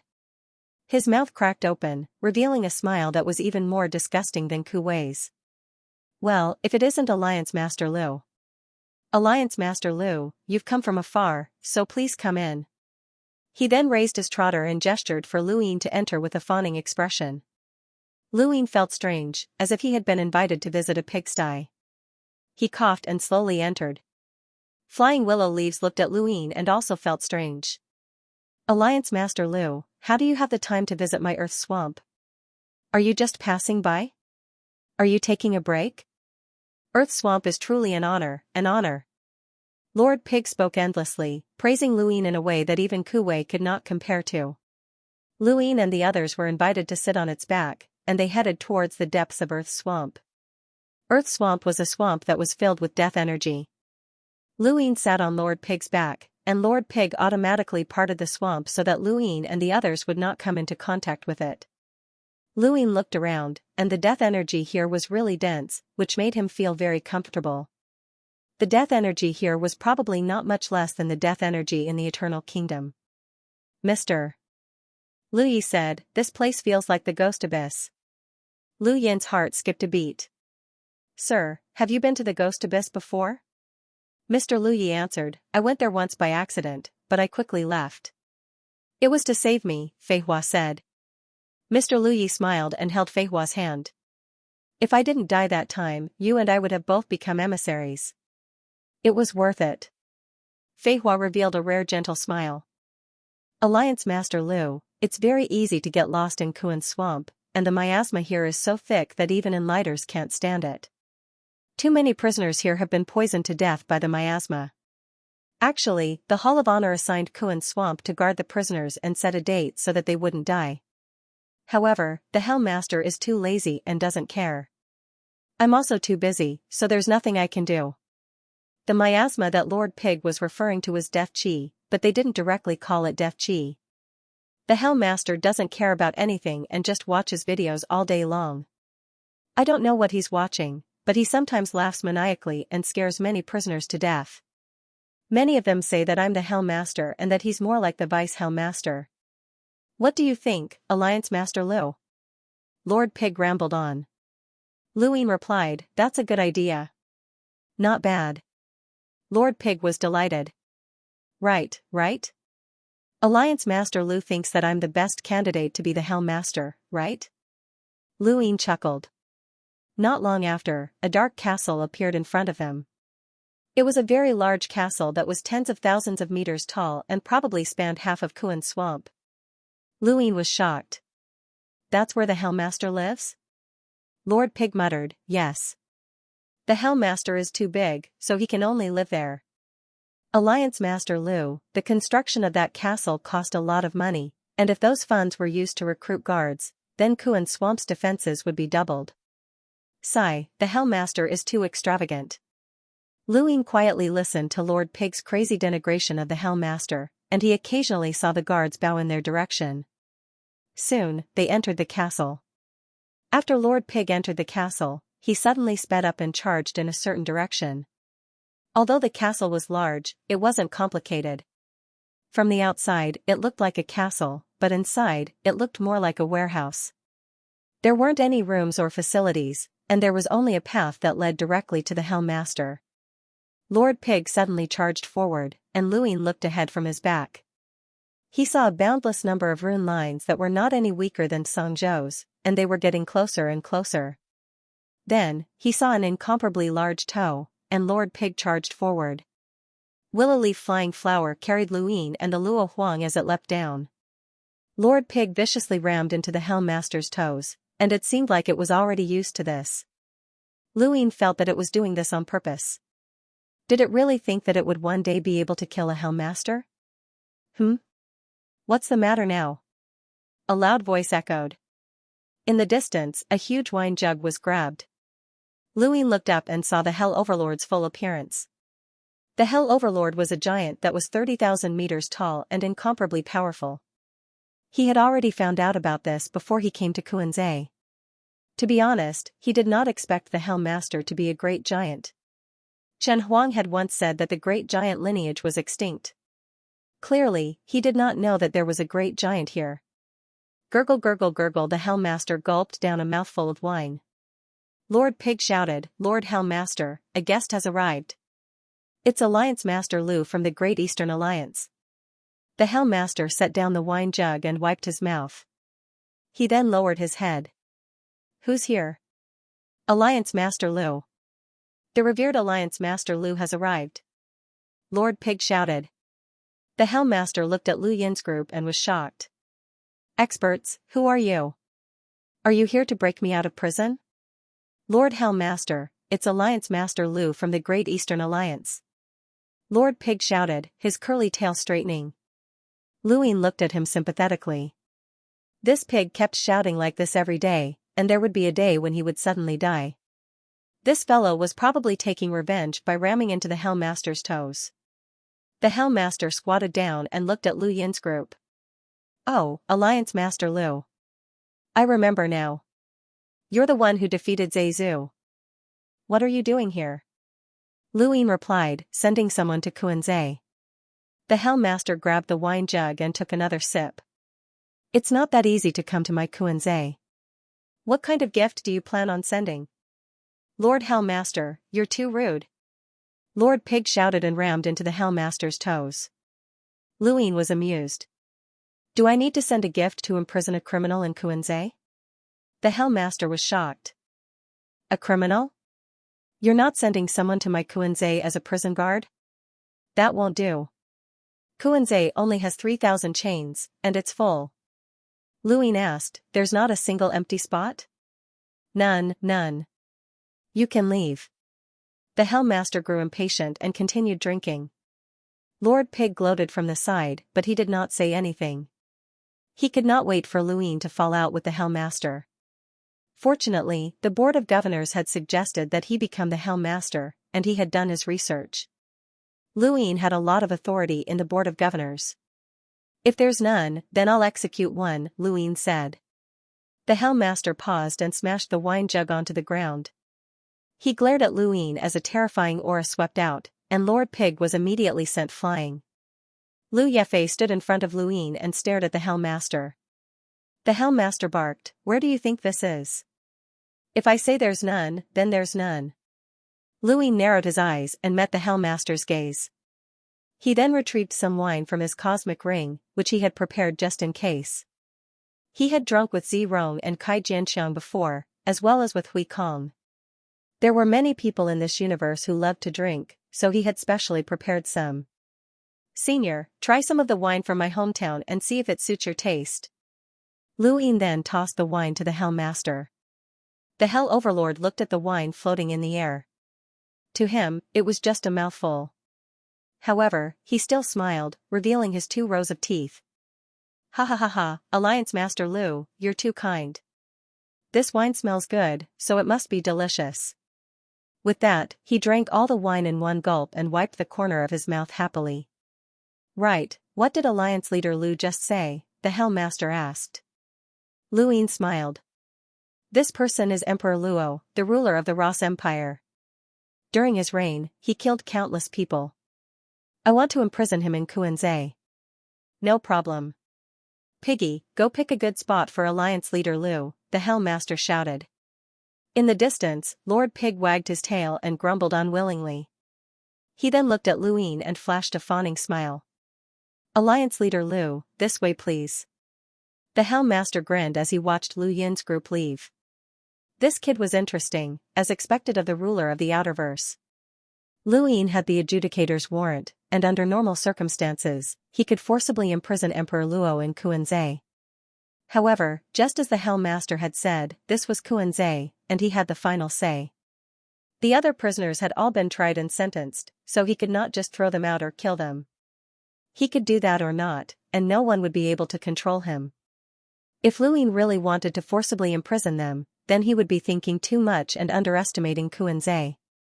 However, this kid had still tested him, which was interesting. Kuanzai connects the Innerverse and the Cosmic Sea, and it's also divided into two regions.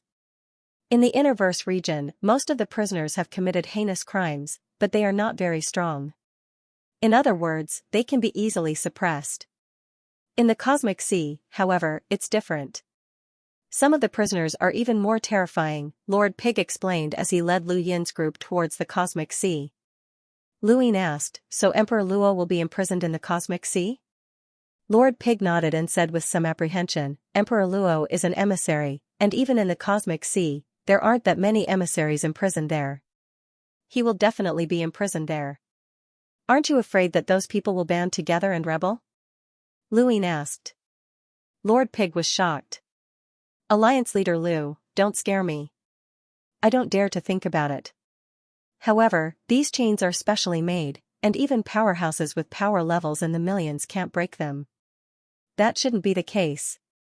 Take me to the Innerverse region, Luoyin said. Lord Pig was put in a difficult position. Emperor Luo isn't suitable to be imprisoned there. I just want to take a look. Don't worry, Luoyin said. Since he was already here, Xianxia was also one of his targets. After all, he had promised Enya. Besides, the Great Eastern Alliance needed a commander. The Great Eastern Alliance currently consisted of the Allied Army, Lu Xian's army, the garrison, and so on. It was actually quite chaotic, and Luoyin didn't have the time or energy to manage too many things. Enya was in charge of too many things, and there were too many things that needed to be handled by professionals. Lord Pig turned around and led Luoyin's group towards the Innerverse region. Luoyin saw the prisoners there. The prisoners of Kuan's swamp were all tied up in chains, and each chain extended from the ground. There were no cells here, and every prisoner was still in the swamp. Death Qi would occasionally invade their surroundings and corrode their bodies. Luoyin saw one prisoner after another, and some of them were already dead, their bodies shriveled up. Luoyin frowned, as Xianxia's cultivation wasn't that high. He couldn't have died, right? In this environment, not many prisoners can last until their sentences are over. Lord Pig smiled. Some prisoners are given special treatment, such as the one in front of us. The miasma is isolated. Of course, there are times when a little bit of miasma enters, but it's not a problem. Oh? Someone is being given special treatment? Who is it? Luoyin asked. Lord Pig replied, a mad scientist who researched immortality. He took out a person's brain and constantly switched bodies, claiming that this would lead to eternal life. He did exactly that, but he was only a sentinel, like an ant. He lived for more than 2,000 years and killed many people during that time. One of them was the son of an important person from the Hall of Honor. That person ordered him to be locked up in Kuan's swamp for 10,000 years. How can a sentinel be locked up for 10,000 years? Luoyin asked. Lord Pig pointed to the front. Luoyin looked over and saw that the Death Qi was indeed isolated. Through the miasma, he saw a brain, which surprised him. That person's body died a long time ago, but his brain is still alive. That important person from the Hall of Honor ordered all sorts of scenes to be created for his brain, and each scene depicted an incomparably miserable ending. He wanted to experience this feeling for 10,000 years. Lord Pig then shuddered. How pitiful. Who was that important person? Luoyin was curious. This sort of punishment was indeed terrifying, but it could only be used on ordinary people. A space-exploring cultivator could commit suicide, but this ordinary person was out of luck. Lord Pig looked around and whispered, Director Xianxia. Luoyin was shocked. Director Xianxia? Lord Pig raised his trotter and made a shushing gesture. Director Xianxia has instructed me not to reveal this information. I'm only telling you because you asked, so please don't tell Director Xianxia. Louis nodded. Don't worry. He then continued forward with Lord Pig leading the way. They soon met another person who had received special treatment. This person's family had betrayed the human domain and joined the astral beast domain's celestial beast empire. During the border war, this person had been captured and imprisoned in Kuan's swamp. The Hall of Honor had been hoping to use this person to lure out that family for many years.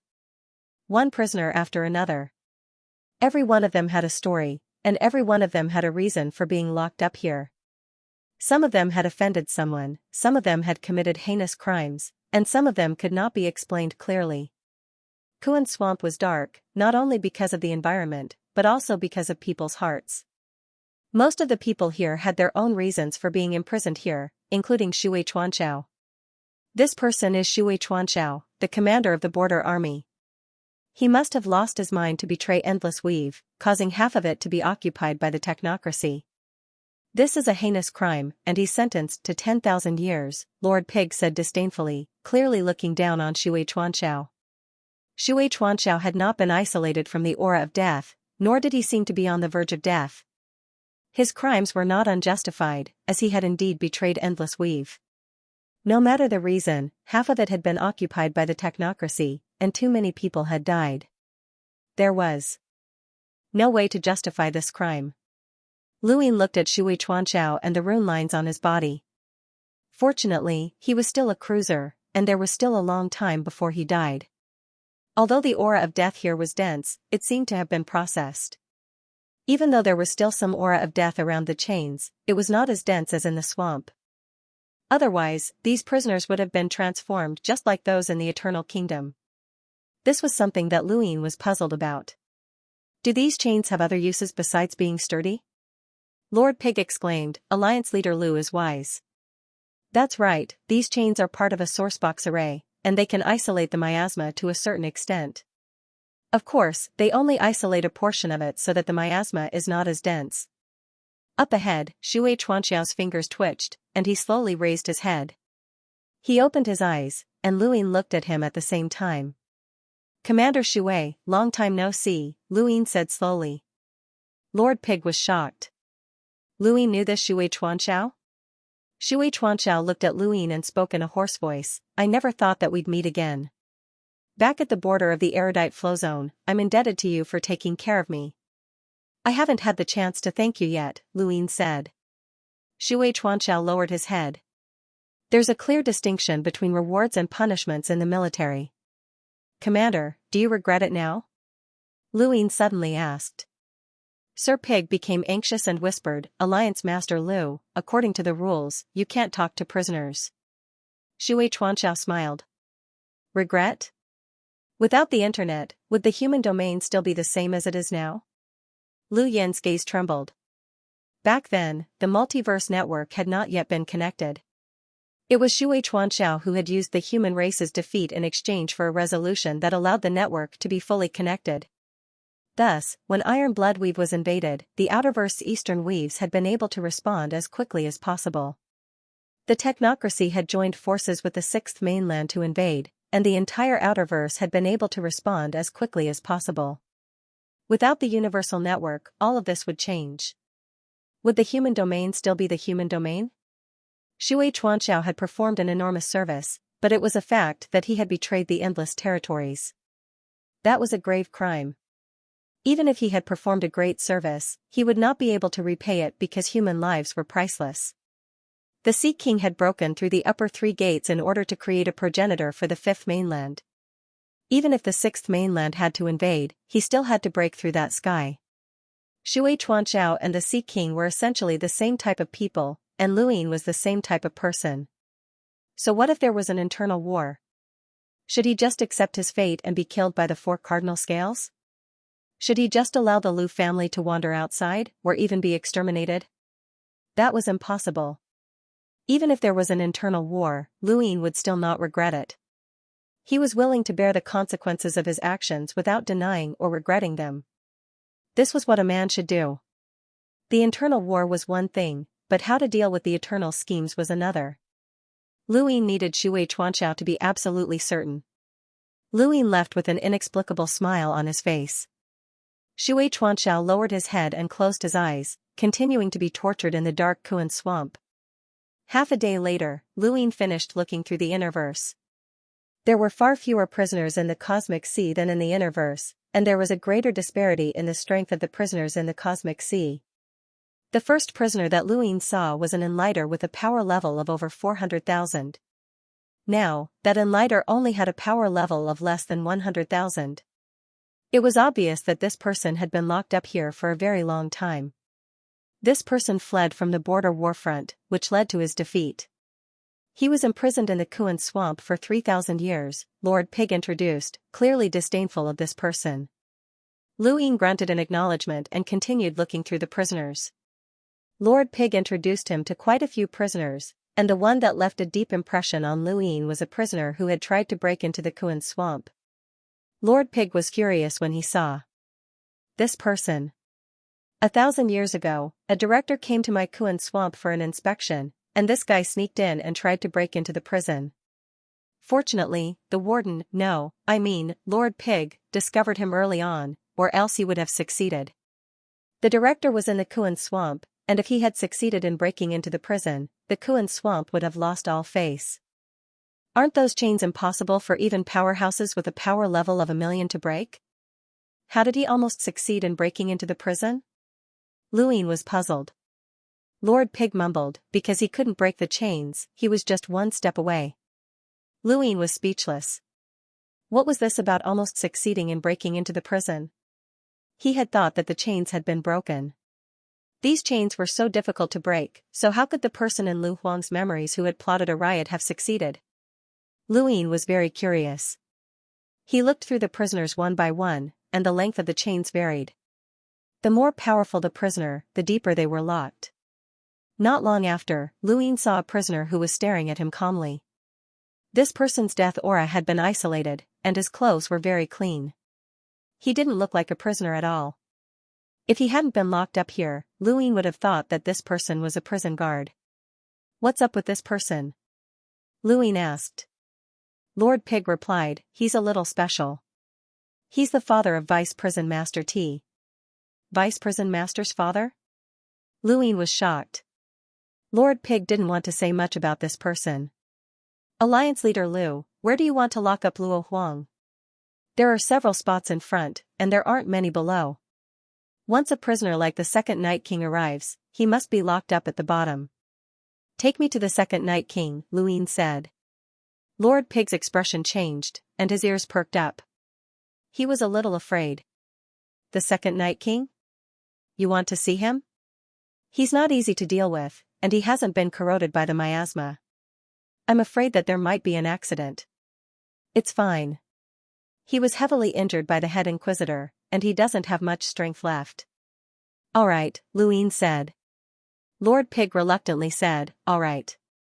With that, he went underground. Along the way, Luin suddenly stopped Lord Pig. Are there more prisoners? Yes, there's one who's been locked up here because his battle techniques are too evil. He's not weak, and he hasn't been locked up for too long. It's only been a few hundred years. Let me take a look. Luin walked over. He wanted to take a look at all the prisoners around Luo Huang, including the mastermind. Lord Pig led the way for Luin, and after parting the swamp, Luin saw the imprisoned prisoner. His face was pale, and his limbs were bound.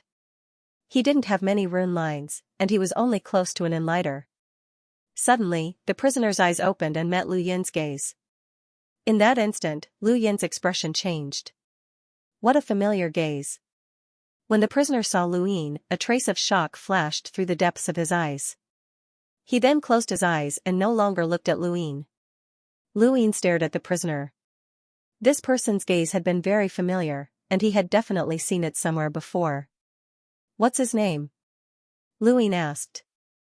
Ruin, Lord Pig replied. A name that deserves a beating. He's been locked up here for a few hundred years? Luin was puzzled. Lord Pig replied, yes, a few hundred years. Why was he locked up here? Luin asked. Lord Pig answered in a practiced manner, he cultivated an evil battle technique. It seems to be a spiritual force battle technique, and he killed quite a few people. Luin looked at Ruin.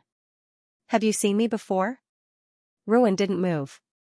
Lord Pig whispered, Alliance Master Lu, he's been locked up here for a few hundred years. You're so young, so it's impossible for you to have seen him before. Luin stared at Ruin and frowned. It was very familiar, and he had definitely seen that gaze before. It wasn't just once, but he couldn't recall it. If it wasn't recently, then when? My name is Luin, Luin continued. Ruin still didn't move. Lord Pig looked at Luin strangely. Was this Alliance Master Lu stupid? That guy had been locked up here for a few hundred years, so how could he have seen Luin before?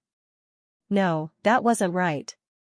During the Sovereign Tournament, the Hell Overlord had allowed all the prisoners to watch the tournament together.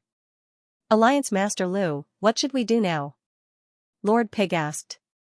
Luin turned around. Let's go. Lord Pig rubbed his nose and swung his tail before leading Lu Yin's group towards the Second Night King. This was the lowest level of Kuan Swamp, and the Second Night King was locked up here. He was a powerhouse with a power level of over 1,000,000 and could even rival Elder Jiao Shen. In the entire Fifth Mainland, he was the most powerful person in terms of both seniority and power. Naturally, the Second Night King would be locked up at the lowest level. The Second Night King's neighbor was Lu Huang. There's someone else here? If he's locked up in the same area as the Second Night King, he must be a top expert as well. Lord Pig rolled his eyes. That's about right. Luin smiled. He obviously knew who the other person locked up was, Lu Huang.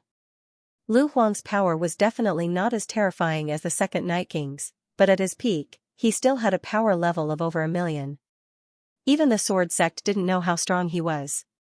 It was a pity that he had been locked up in Kuan Swamp by the Hall of Honor in order to maintain the peace of the Fifth Mainland. Even though he had been locked up in Kuan Swamp and had been eroded by the aura of death for many years, Lu Huang had still displayed his monstrous talent.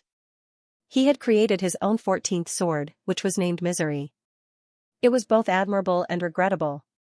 The Lu Emperor might not be a match for the Second Night King in terms of power, and his seniority was even lower. However, his importance was no less than the Second Night King's.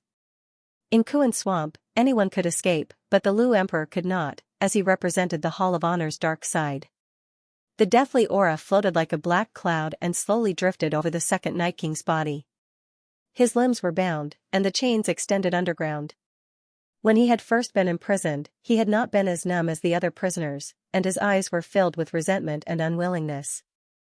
He had cultivated in the ruins of the Frigid Immortal sect for many years, and even in the history of the Frigid Immortal sect, very few had been able to borrow the Frigid Immortal pond's water to cultivate indefinitely.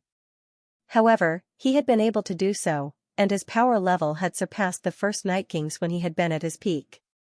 He had believed that he could lead the Day-Night clan to new heights, but as soon as he had emerged, he had seen the Day-Night clan being suppressed.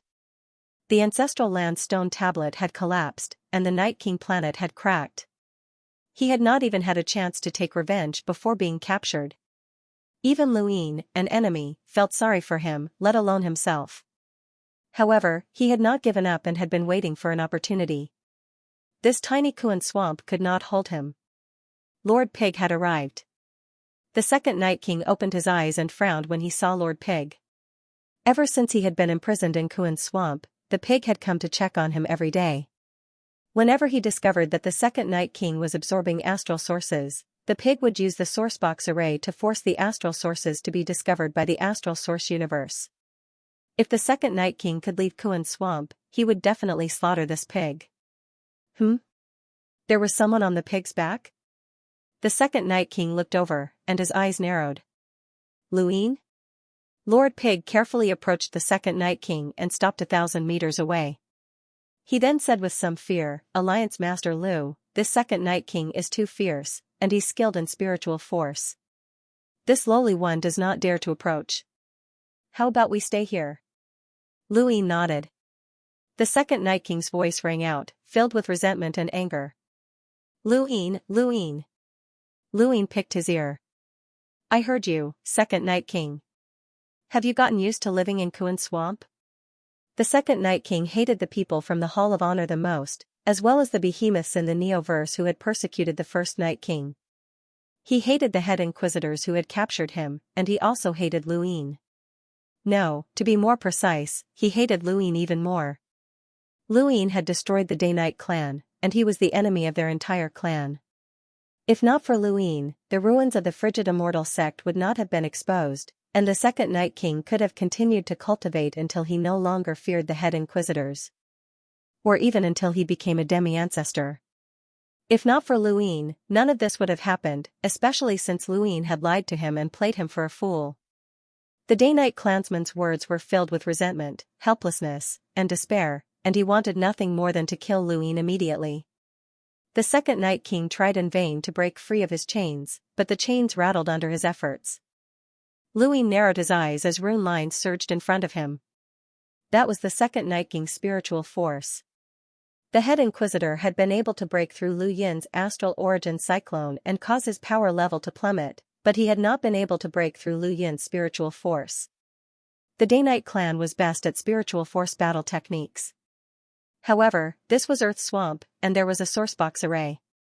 The second Night King had also been heavily injured by the head inquisitor, so even if his spiritual force was powerful, he would not be able to use it. Luin could rely on his origin opening array to block the attack. The second Night King's spiritual force collided with Lu Yin's, and Lord Pig hurriedly retreated as the hairs on his body stood on end. Alliance Master Lu, let's go. It's too dangerous. Around them, the chains rattled incessantly, alerting Lu Huang, Cripple, and all of the imprisoned prisoners. It was as if the entire Earth Swamp had been awakened. Above them, the Hell Master drank another mouthful of wine. However, he did not mind and simply turned over to sleep. Elsewhere, a woman looked down at the ground in confusion. What's going on? The Earth Swamp jailers had solemn expressions, and all of them were mobilized to keep an eye on the prisoners to prevent anything from happening. Luin leaped off Lord Pig's back and did not ask for the willow leaves to protect him. He slowly approached the second Night King while silently reciting the Stonewall scriptures. Lord Pig wanted to stop him, but Luin waved a hand. It's fine. I'm just meeting an old friend. There's no need to be nervous. Lord Pig's heart was hanging by a thread as he stared at the second Night King. The pig's hooves constantly shuffled, and he was rather flustered. He did not care if Luin died, but he could not allow him to die now. This person was related to his future, and he could not allow him to die. Furthermore, he was the one who had brought Luin here. If Luin died, then someone else would cause trouble for him. Why wasn't the Hell Master the one who had brought him here? That way, he would rather have the second Night King kill this person. That way, someone would cause trouble for the Hell Master, and he would be able to become the next Hell Master. Luin stopped 500 meters away from the second Night King, which was the maximum distance he could go. Even if the second Night King's spiritual force was restricted by the sourcebox array and he had been heavily injured by the head inquisitor, Luin could only go this far. Any closer and he would be injured. Come here, Luin. Come here, the second Night King bellowed as he struggled. Suddenly, a person appeared behind him and raised a hand. His spiritual force transformed into a blade that viciously slashed at Luin. It was the Night King heaven-splitting technique. Lu Yin's gaze turned cold. You don't want the Day-Night clan to live anymore? The second Night King's Night King heaven-splitting technique suddenly stopped and then dissipated. He glared at Luin venomously. What's wrong with the Day-Night clan? What did you do to them? I didn't think that the second Night King would care about your own clansmen, Luin sneered. The second Night King's gaze turned cold.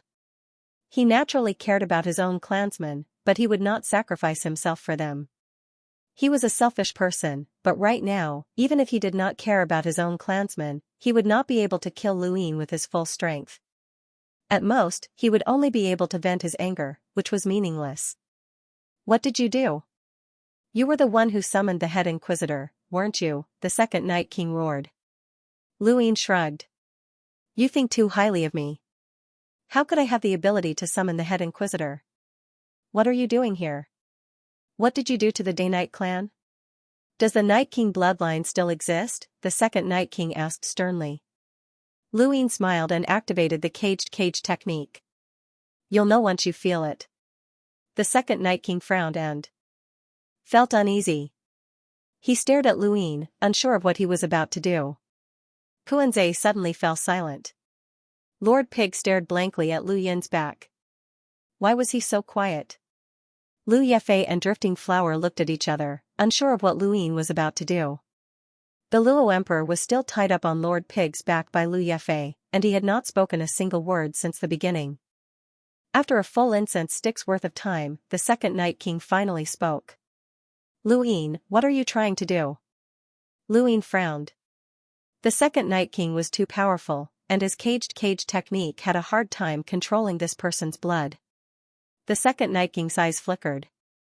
Luin suddenly opened his eyes and stared at the second Night King. The second Night King's injuries were still light, and if they had been a little more serious, he would have been able to reconnect. Golden battle force revolved around his palm, and he unleashed a hollow palm onto the second Night King's body. The second Night King's body trembled, but he did not suffer any injuries. His gaze turned sinister. Brat, you're taking revenge on me. In the distance, Lord Pig's mouth fell open. Alliance leader Lu, there's no need for that. What kind of grudge was this? The second Night King had been heavily injured and imprisoned in Kuan-Zhe for countless years. Why had Luin come to take revenge? Was there a need? Lu Yefei and Drifting Flower found it strange as well. Luin was helpless. The second Night King was heavily injured, but he was still an expert at Elder Jioshin's level. Even if he did not cultivate his physical strength, every time he broke through his origin tribulation, his physical strength would increase. At his level, Luin could not break through his defenses. He could not even injure Xianxia, so he had to rely on external items. What external item could injure the second Night King? Luin had none. Lu Yefei and Drifting Flower, attack him, Luin said coldly. The second Night King roared and struggled. Brat, you're insulting me. You're courting death. Lord Pig also felt that this was not good. Alliance leader Lu, there's no need for that. Lu Yefei frowned. Mr. Lu, this. His pride did not allow him to attack someone who could not resist and was also heavily injured. Luin calmly replied, this is the reason why I invited you to Kuan-Zhe.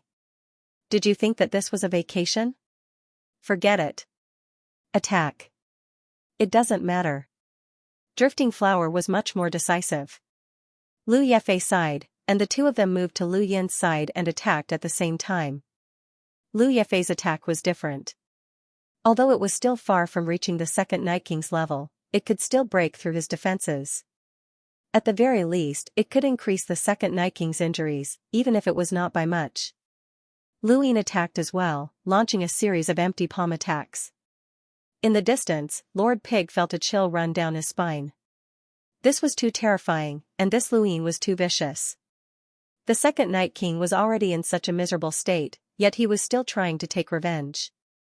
His vengeful heart was too strong. No, he definitely could not offend this brat in the future. Even if he had to offend the head inquisitor, he could not offend this brat. This brat was too petty. Lord Pig subconsciously retreated, afraid that he would be implicated. The second Night King gritted his teeth and glared at Luin. Brat, if I can get out of here, I'll skin you alive and hang you on Night King planet for 10,000 years. Luin did not reply. He continued to attack with empty palm attacks while simultaneously using the caged cage technique to try and control the second Night King. Even with the three of them working together, the second Night King was only slightly injured. Finally, after more than 2 hours of fighting, Lu Yin's caged cage technique took effect. The second Night King's expression suddenly changed, and a chill ran down his spine. An indescribable fear spread throughout his mind. What was going on? What was this feeling? Was this the caged cage technique? His eyes flickered as he stared at Luin in disbelief. For some reason, Lu Yin's image had become incomparably lofty, as if he could dictate the second Night King's life and death. The hatred in his heart towards Luin had not lessened, but he had lost some of his courage to resist. He had lost the ability to resist. Stop, Luin said and waved his hand, gesturing for Flying Willows to retreat. Flying Willows heaved a sigh of relief. Their attacks had not been of much use, but they had at least caused some damage to the second Night King. They had not wanted to fight for a long time, but Lu Yin's order for them to retreat was exactly what they had been hoping for. Lu Yin and the second Night King looked at each other, and his lips curled up. How was it? The second Night King's voice was hoarse. It was no wonder why this brat had been constantly attacking him. It was because Lu Yin had wanted to successfully control him with the caged cage technique. His eyes were filled with hatred and shock. Why? Why do you know the Bai family's caged cage technique? Lu Yin made a shushing gesture. Don't speak, or you won't be able to live.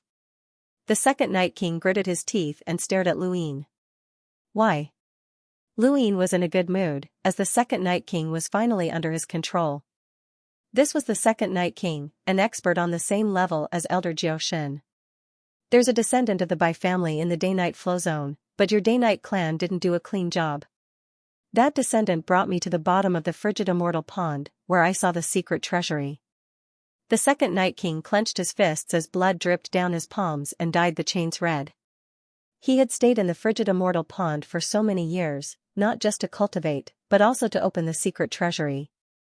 However, the frigid immortal sect's secret treasury was something that even a half-step ancestor could only forcefully destroy. Everything inside would be destroyed, but he couldn't even do that. He knew that the treasury contained something left behind by the Bai family, but he hadn't expected it to contain the sealed cage technique. Those idiots hadn't even wiped out the Bai family's descendant. How foolish. Lu Yin smiled. I know what you're thinking. You can't blame your clan, as you didn't do a clean job either. The second Night King was stunned, but then he seemed to remember something. His expression changed. That woman? Lu Yin nodded. That's right. That woman. The second Night King coughed up blood, and the resentment and unwillingness in his heart caused his injuries to worsen. It was that woman. He had opened his eyes in the frigid immortal pond and seen her. He had held back because he wanted to know what had happened in the outside world, so he hadn't killed her. He had only knocked her out, but he hadn't expected her to be a descendant of the Bai family. He was filled with hatred, injustice, and unwillingness. The chains continued to shake, and the second Night King's resentment almost solidified. Lu Yin said, All right, what's done is done. You can't change it. Now, do you know what happened to the Day-Night clan? Needless to say, with the sealed cage technique, the Day-Night clan couldn't possibly be destroyed. They were all under Lu Yin's control. The second Night King growled, Don't even think about it. I won't be controlled by you. Lu Yin stared at the second Night King. So, you'd rather spend the rest of your life in Kuan Swamp, in this dark prison that will never see the light of day? You'd rather the Day-Night clan be leaderless and gradually disappear into the river of history? You'd rather watch the people who killed the first Night King live freely? You'd rather watch the third Night King be trapped in the great realm of nothingness forever? The second Night King was shocked. Third Night King, the great realm of nothingness? Lu Yin nodded. That's right. The third Night King was just as lucky as you, and he didn't die either. He probably sealed himself in ice and was trapped in the Void Wanderer ancestor's great realm of nothingness. I'm certain of this news. If you don't believe me, you can ask the other Night Kings. The second Night King was ecstatic, the third Night King was not dead. This was great news. The third Night King isn't dead, but if no one saves him, he'll never be able to escape. With his strength, even if he freezes himself, he won't be able to live forever. You used the immortal frigid pond's water, but what about him? The longer he freezes himself, the weaker he will become until he finally dies, Lu Yin explained. The second Night King lowered his head as he struggled with his thoughts. The second Night King's pride did not allow him to be controlled, but he definitely did not want to die. Rescuing the third Night King and protecting the Day-Night clan were the reasons that Lu Yin had given the second Night King. When he thought about this, Lu Yin suddenly wanted to meet the third Night King. Ever since he had started cultivating, the third Night King had helped him a lot. Without the third Night King, he would have been destroyed by the Day-Night clan long ago. Now, because of the third Night King, the second Night King could become his bodyguard. The third Night King was a golden helper.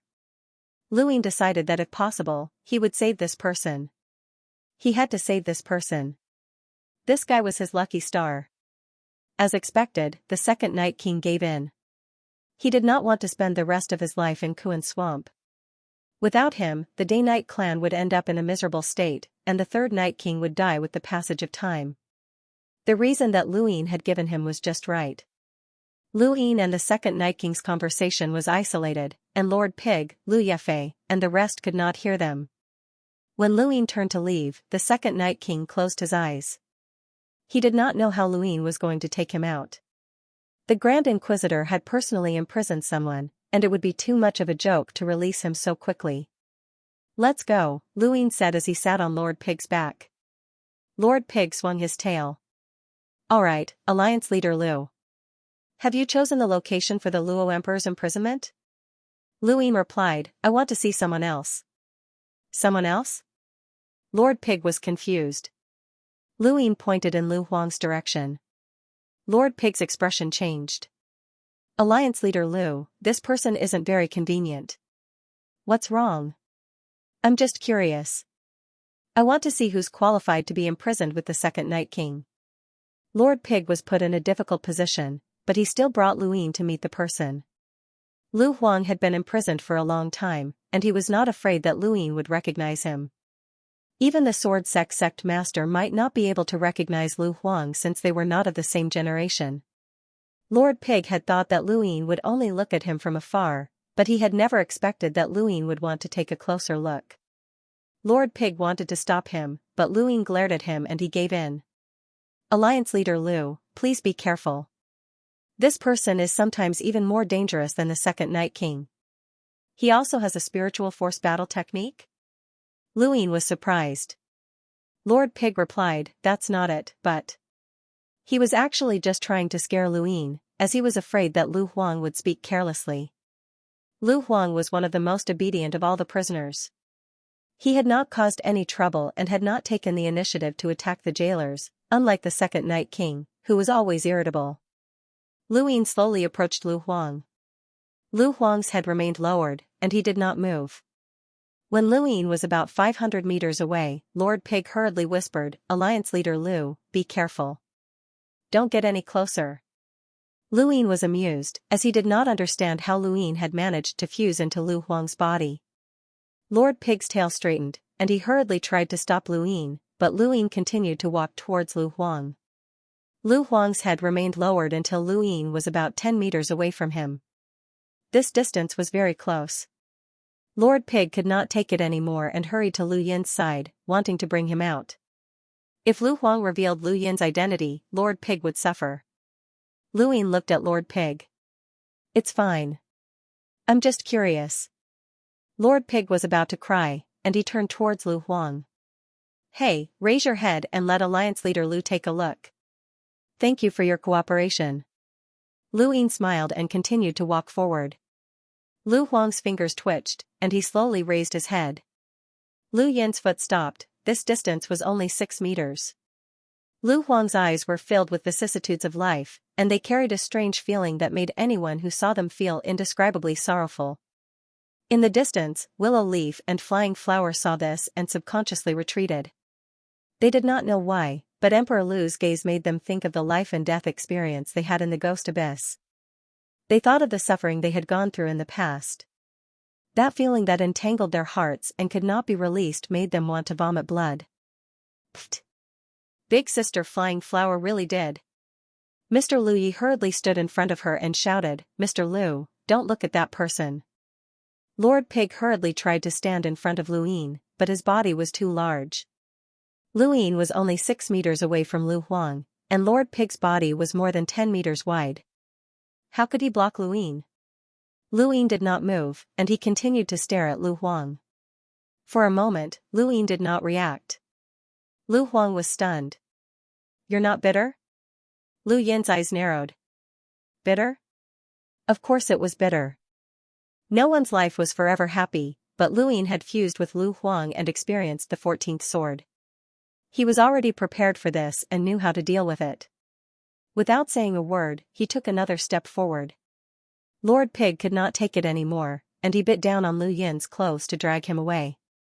However, Lord Pig was unable to do so with his strength, and he was still dragged forward by Lu Ying by another meter. Within 5 meters, Lu Ying fused back into Lu Huang's body. Lu Huang's expression froze. He had been imprisoned for too long, and his own strength had weakened greatly.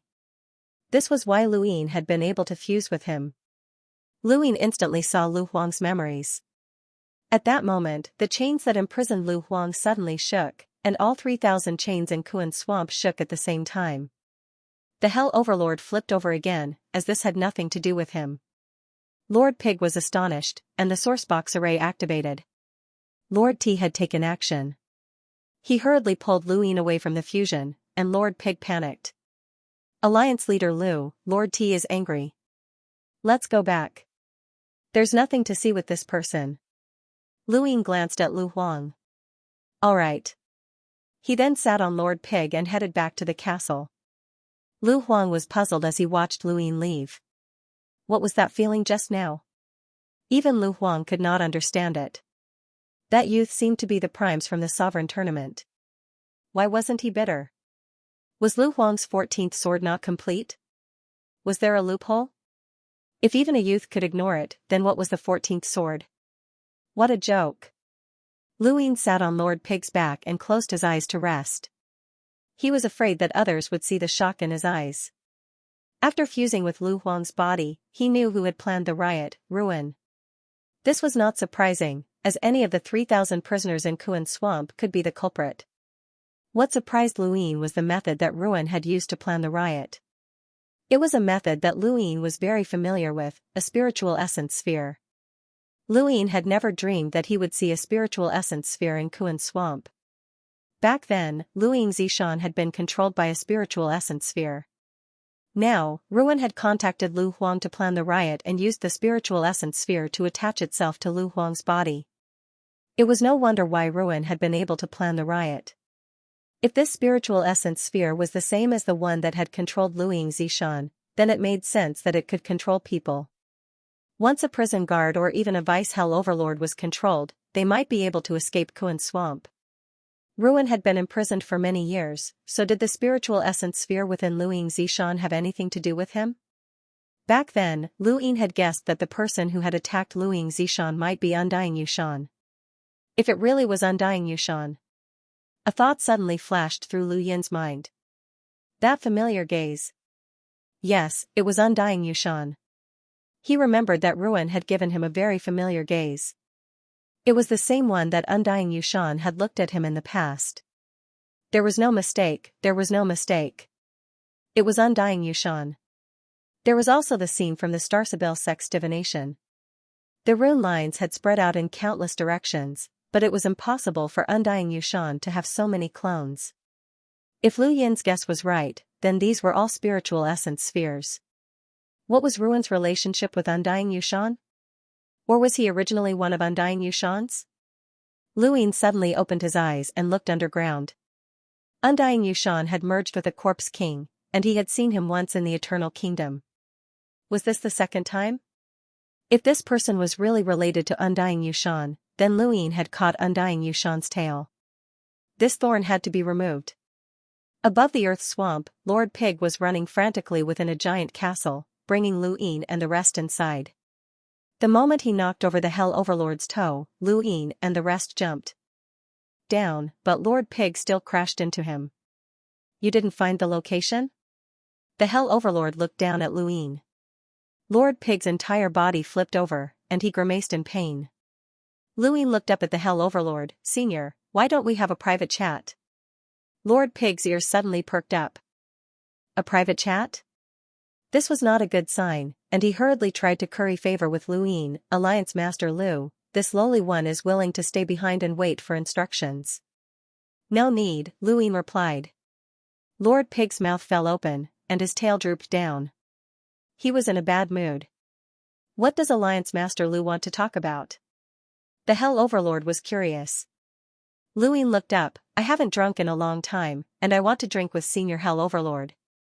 The Hell Overlord was stunned, but then he laughed. Alright, it's been a long time since someone has drunk with me.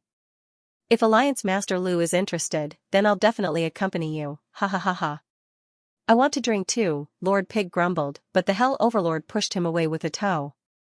Lu Yefei and Luo Huang left as well, leaving only Luyin and the Hell Overlord. There was a loud boom, and the ground shook as a giant jug of wine crashed onto the ground.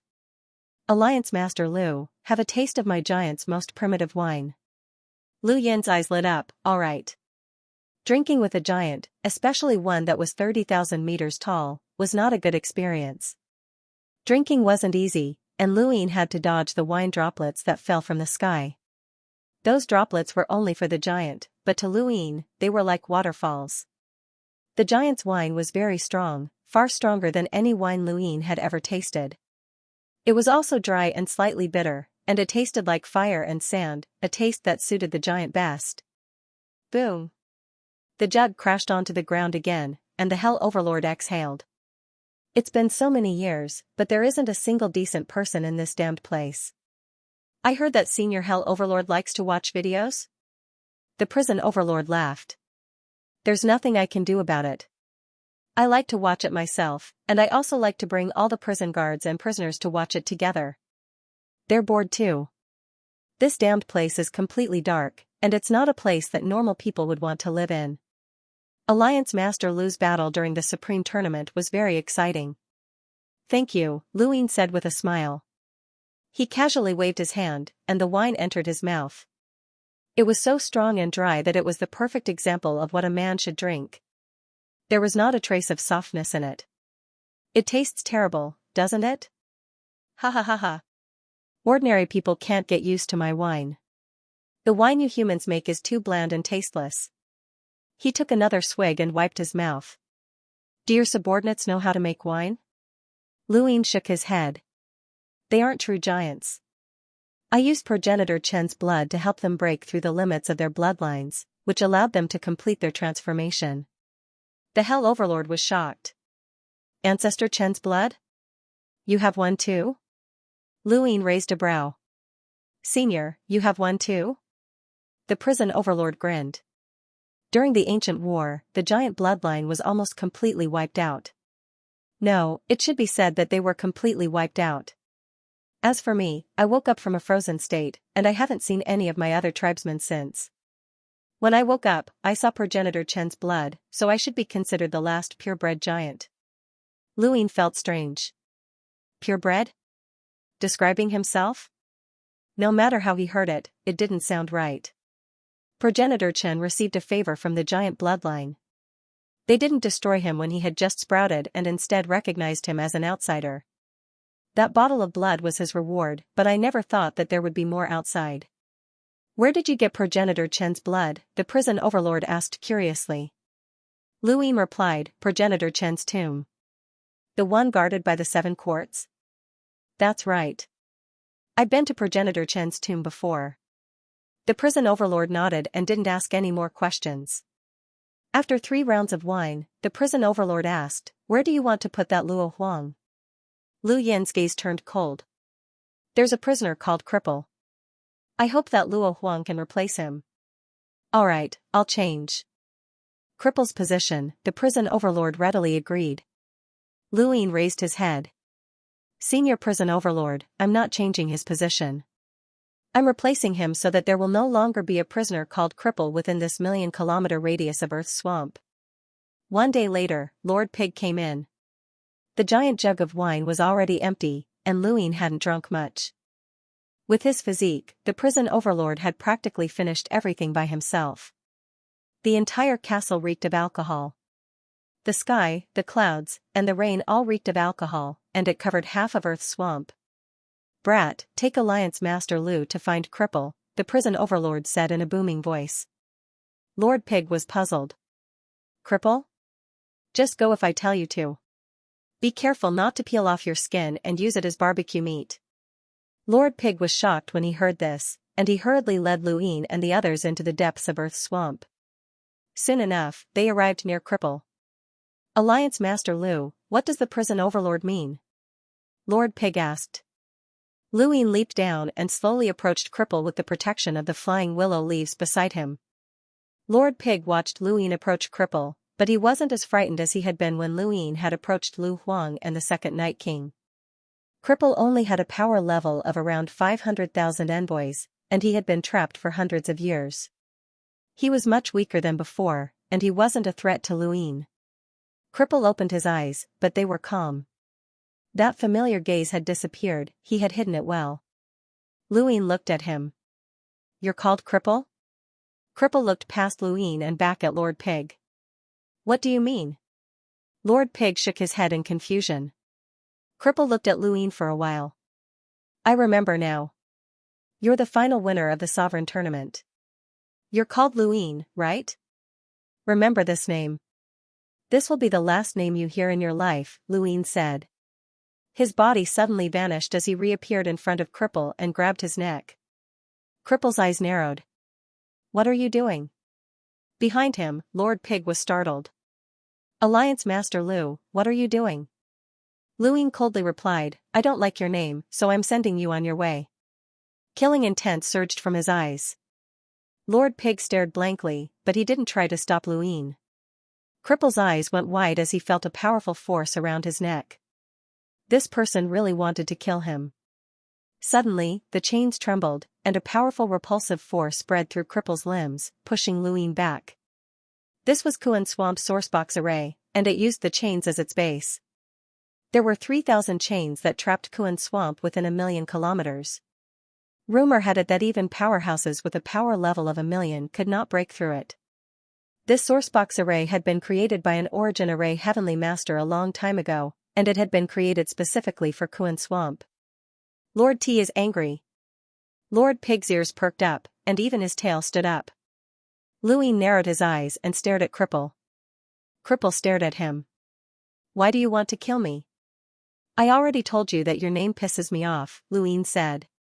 Lu Yehua was puzzled. Luin wasn't someone who would kill, and he definitely wouldn't kill someone over a name. There had to be a reason.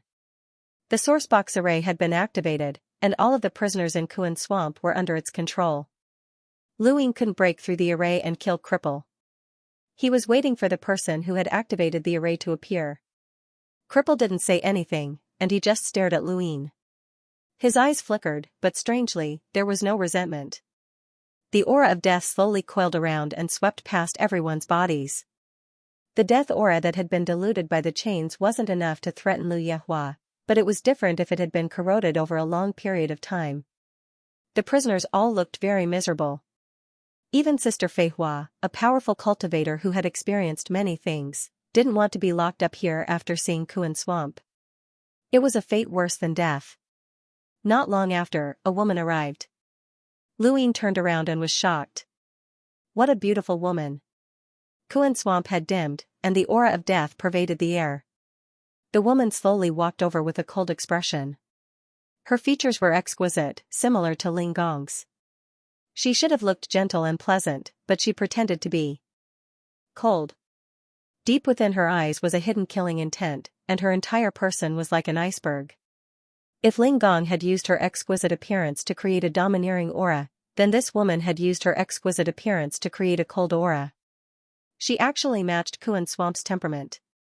When Lord Pig saw the woman arrive, his legs trembled in fear, and he couldn't even stand properly. Lady T.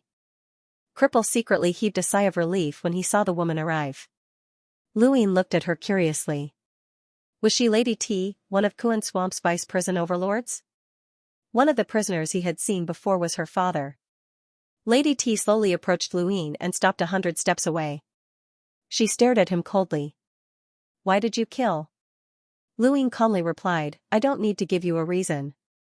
This was approved by the prison overlords. Lady T frowned. Kuan Swamp has 3,000 prisoners, and every one of them has a sentence. Those who die from the miasma before their sentence ends are not counted, but they are not allowed to kill others. Otherwise, they will be captured by Kuan Swamp and handed over to the Interstellar Tribunal for trial.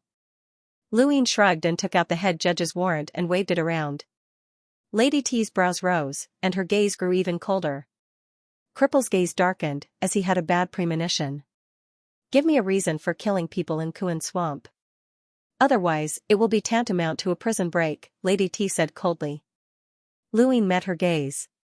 This woman had not agreed to kill Cripple, which meant that she was either abiding by the rules or that she knew that Cripple was the one who had planned the riot. She wanted to use this opportunity to rescue her father.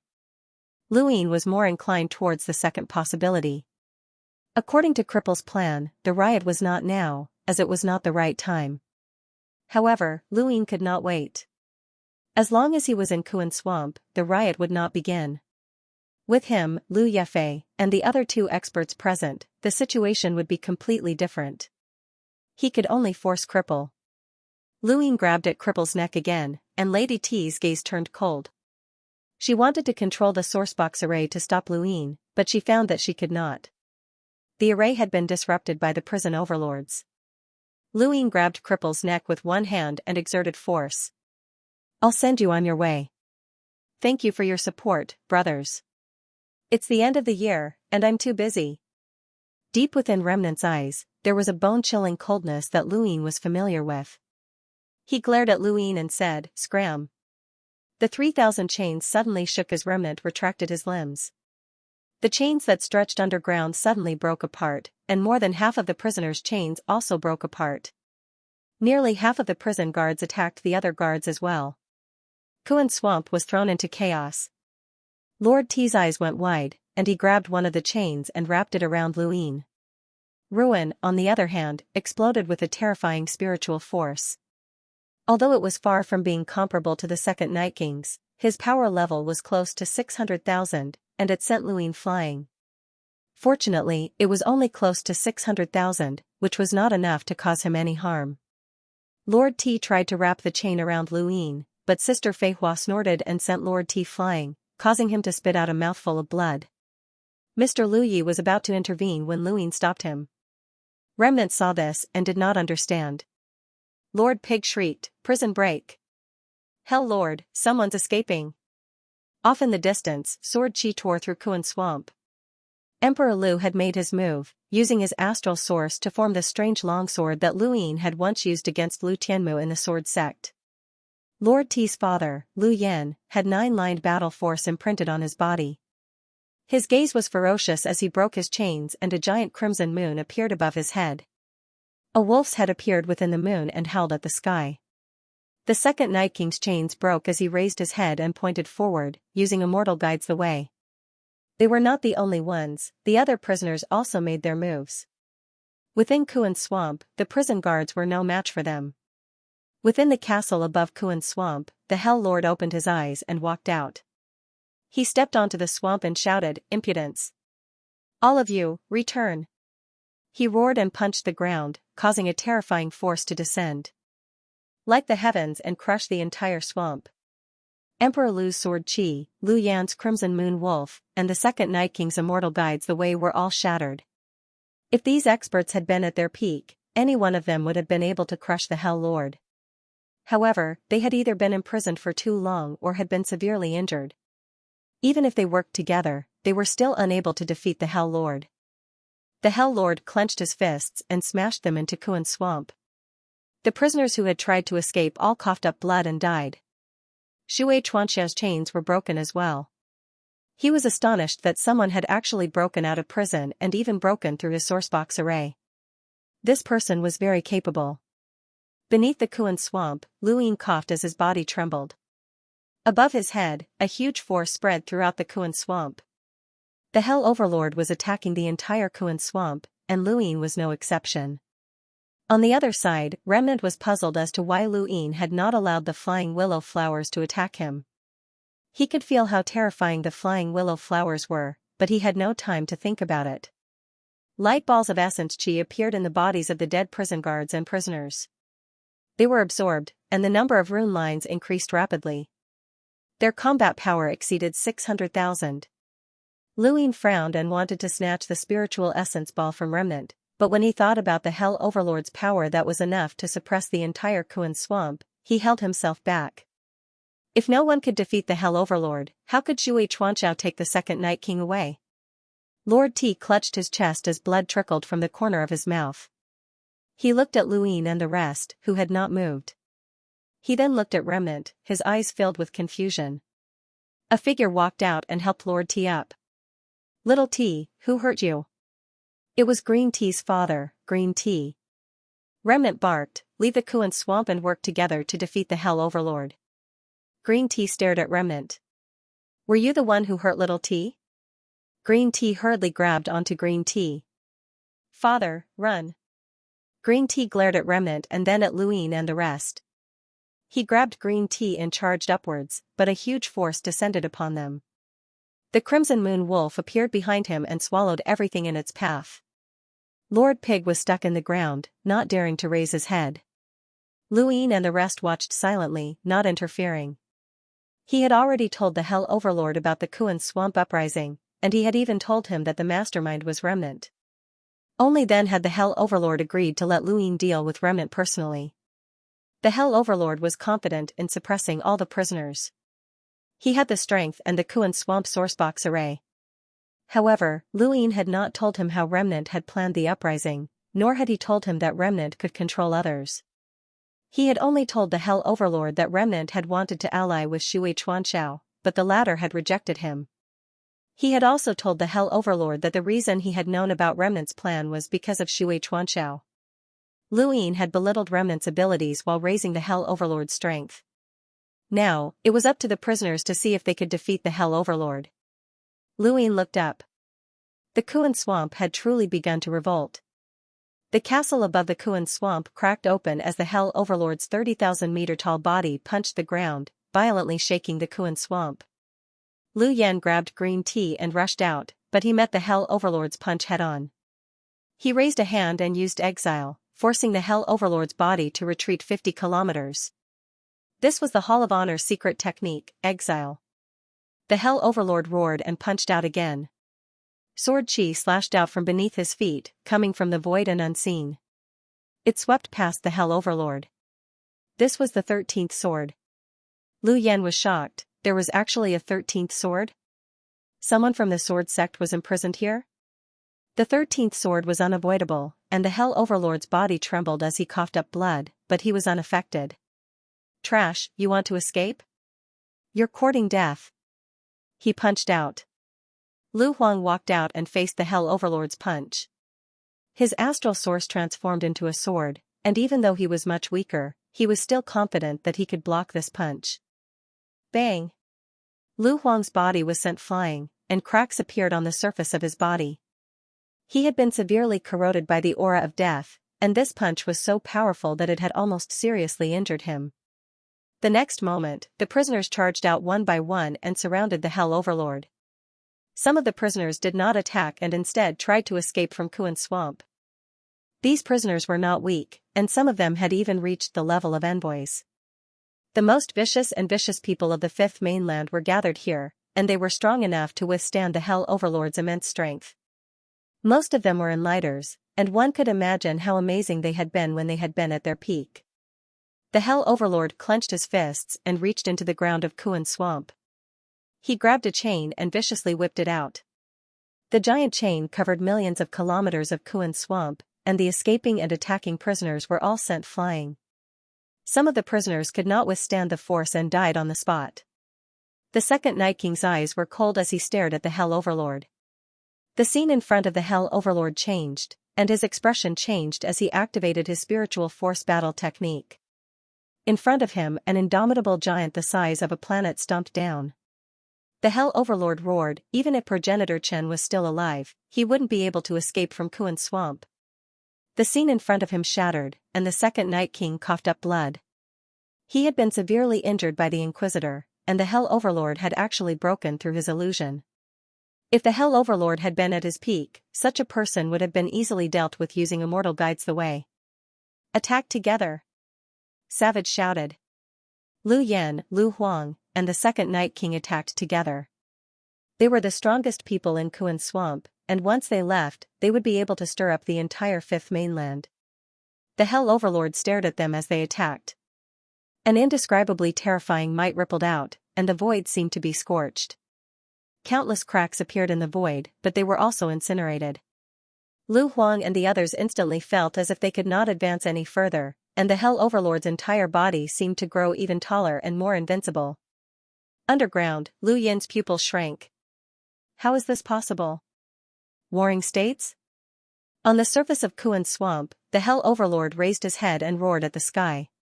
Beneath his feet, a terrifying Warring States storm swept out in all directions, and no one was able to move. The Warring States realm was the pinnacle of battle force. Luin would never have dreamed that there would be someone on the Fifth Mainland who could cultivate battle force to the Warring States realm. Even in the Cosmic Tree realm, there were very few who could accomplish such a feat. This was the Warring States realm, and it had unparalleled control and an incomprehensible tyranny. Savage and the others were shocked, and the second Night King felt his scalp go numb. Attack! The Hell Overlord's fist landed. Within the Warring States realm, even if he was comparable to Tsang Zhou in terms of power level, which was over 700,000, he was still able to unleash an attack that would cause the scalps of powerhouses with power levels of 800,000 to explode. Savage, the second Night King, Lu Yan, and Lu Huang all spat out blood as they were sent flying. Underground, Lu Yan's brain was shaken, and he almost fainted. Lu Yefei and Flying Flower were shocked. At this moment, the Hell Overlord was not someone they could suppress even if they worked together. Even if their cultivations were similar, this was a Warring States realm. The Hell Overlord's domineering aura was fully displayed at this moment.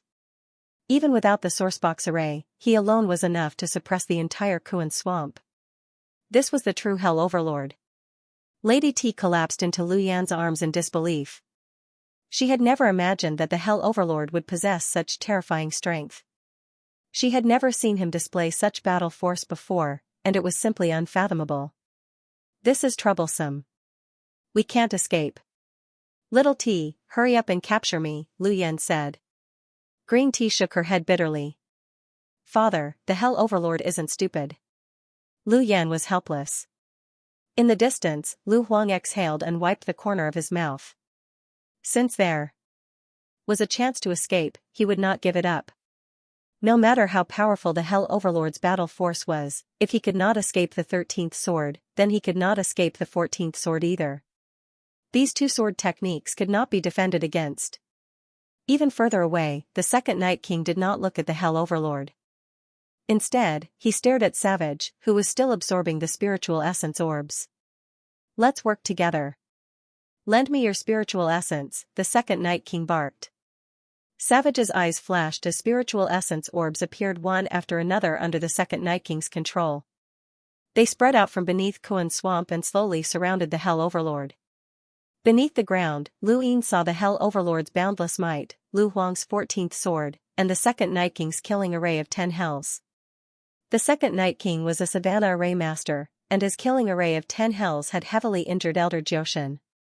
It was also a Sourcebox array, so the Hell Overlord might not be able to suppress such a top-notch character. Piggy, are you dead yet? Come out, the Hell Overlord roared. He grabbed the chains with one hand and raised the other, clenched it into a fist, and smashed it down. Lu Ying glanced at Lord Pig, who was still buried in the ground, and laughed. Boom. The ground shook again, and Lu Yin's head spun. Boom. Boom. Boom. The Hell Overlord did not give the prisoners any time to react. He tried to knock them all out with each punch, and he succeeded.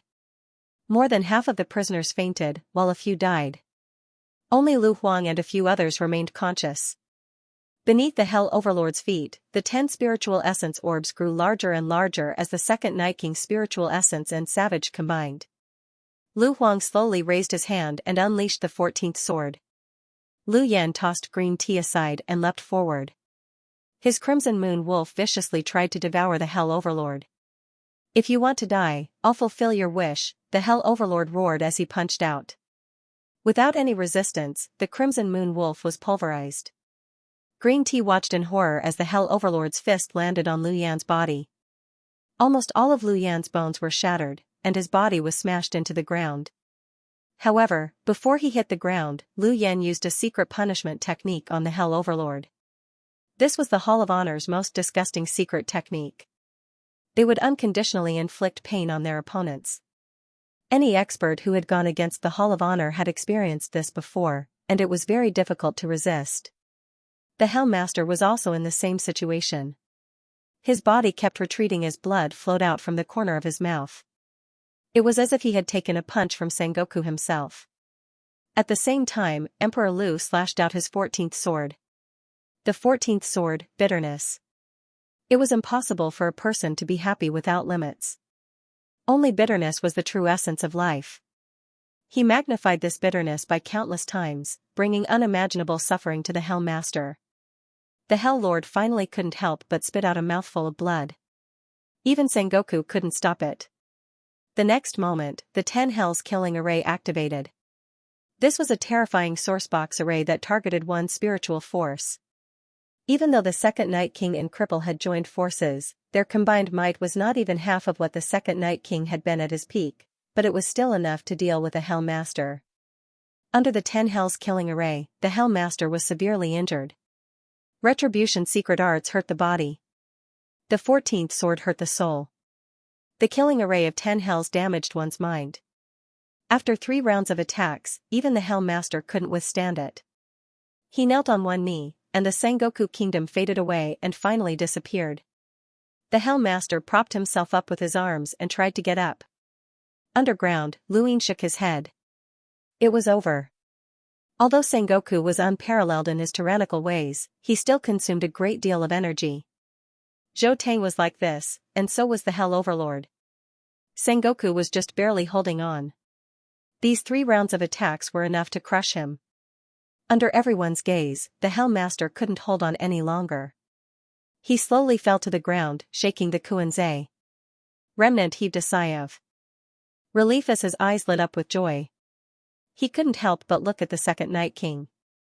The Second Night King also looked at him with a strange expression. The Astral Origin sword in Emperor Lu's hand disappeared.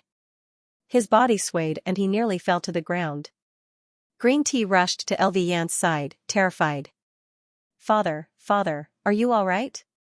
Lu Yan coughed up blood. His injuries were the most severe and he was close to death. Green Tea hurriedly stuffed various pills into his mouth. With the Hell Overlord defeated, the prison wardens were of no use at all. The crippled general devoured the essence, chi, and divine energy of the 10 Hells slaughtering array. At the same time, the dead prisoners and prison wardens also had essence, chi, and divine energy spheres that were devoured by the crippled general. The Second Night King looked at Luin. I've never seen such a spiritual force cultivation method before. You rely on devouring to grow. Interesting. Remnant looked at the Second Night King with eyes full of fear. The Hell Master has been defeated.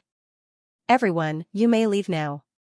Currently, within the Swamp of Earth, only a small number of people were conscious. Most of them were either knocked out by the Hell Master's power or were knocked out by their spiritual energy, including the stronger prisoners. After hearing Kan's words, Green Tea hurriedly carried Lu Yan and left. Lu Huang also struggled to get up, intending to leave. At that moment, Luin appeared with Lu Yafei and the Luo Huang, blocking their path. Remnant's expression changed, and he stared at Luin. You want to stop us? Luin smiled and glanced at the unconscious Hell Overlord. I told him not to be overconfident. You guys aren't easy to deal with. However. He paused and then glanced at the remaining Hell Overlords. You guys have reached your limits as well. Little brother, you're not one of the Kuenzei's people, so there's no need for you to stop us. If you let us go, there will be benefits for you, said Kan. Luin narrowed his eyes. The Hall of Honor has darkness beyond your imagination. There's no need to make things difficult for us. Lu Huang also spoke, his voice hoarse. Green Tea glared at him coldly. Get out of my way. Luin smiled. I can't do that. Kan barked. Attack together. This is our only chance to escape from the Kuenzei. A terrifying spiritual force blasted towards Luin as he raised his hand and clawed at Lu Yan's forehead. This scene was similar to the Skybeast claw, but this was a spiritual force battle technique. It was a sinister battle technique that combined a physical battle technique with a spiritual force battle technique. He had relied on this battle technique to be captured by the Hall of Honor and imprisoned in the Kuenzei. The sinister aspect of this battle technique was that it directly shattered the cultivator's head and forcefully absorbed their spiritual force. Remnant had killed countless cultivators during his cultivation process. At the same time, Lu Huang transformed his astral source into a sword and slashed at Lu Yan's group.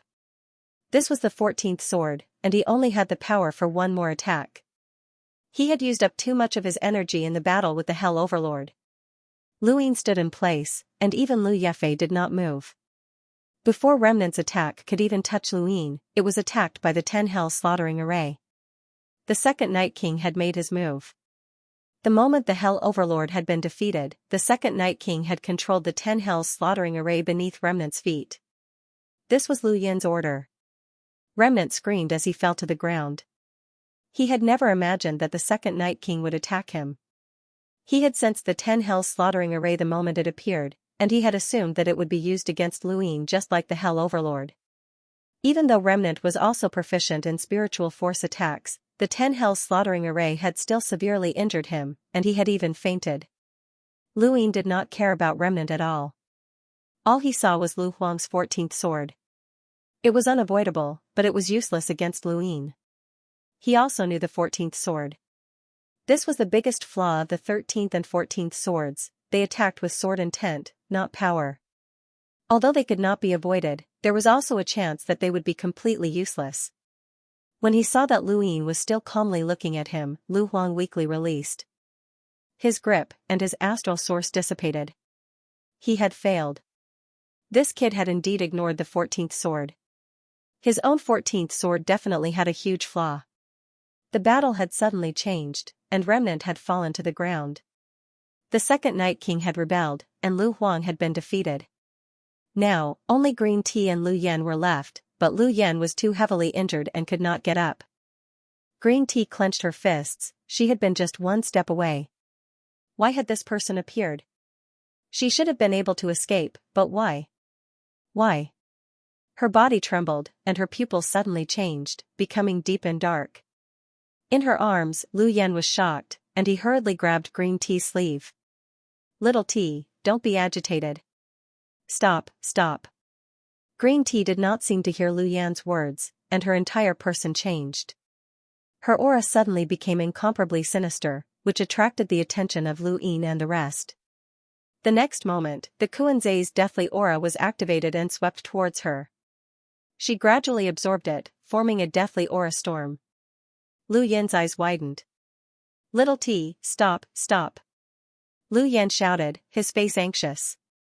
Green Tea continued to absorb the deathly aura, and her entire person changed greatly. In Lu Yin's eyes, her rune lines continued to rise. She had originally been close to 500,000 rune lines, but now, her power level had exceeded that. She had crossed an entire realm. Becoming an emissary was a hurdle, and very few people could surpass it to battle. This was also a hurdle that separated the top geniuses. The 4 young ancestors of the cosmic tree realm could challenge emissaries, which was why they were the young ancestors. Others could not do it and would never be able to become young ancestors.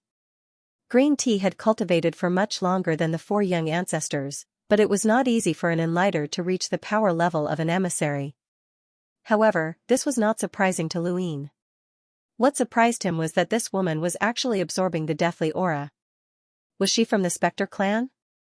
After Green Tea's rune lines reached a power level of 500,000, she stopped absorbing the deathly aura. Her eyes suddenly widened, and her pupils turned silver. This was a characteristic of the Spectre clan. Their pupils were divided into white, silver, and gold, and very few could reach the golden color. This woman was equivalent to standing in the upper echelons of the Spectre clan. "Little Tea." Lu Yen helplessly spat out a mouthful of blood. Green Tea gently put Lu Yen down and stared at Luin. "Get lost." Lu Yi and Flying Flowers immediately stood in front of Luin, as they had also sensed that Green Tea was strange. Although she might not be able to harm Luin, they could not take the risk just in case. This was their last stop with Luin, and if something happened to him now, they would be in deep trouble. Luin waved a hand to get Flying Flowers to back away and then walked forward. "I wasn't interested in you, but I didn't expect you to be from the Spectre clan." "How interesting. How did you get into the Hall of Honor?" Green Tea had no interest in wasting words with Luin. Her deathly aura spread out from her body and turned into chains that wrapped around Luin. Luin allowed her to do as she pleased, and Sister Flying Flowers hurriedly tried to intervene. Luin glared at her. "Don't interfere." Sister Flying Flowers grew anxious, but Mr. Lu Yi pressed down on her shoulder and shook his head.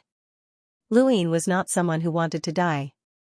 Green tea's deathly aura chains wrapped around Lu Yin without any resistance, which surprised her. However, since they had been tied up, it was over.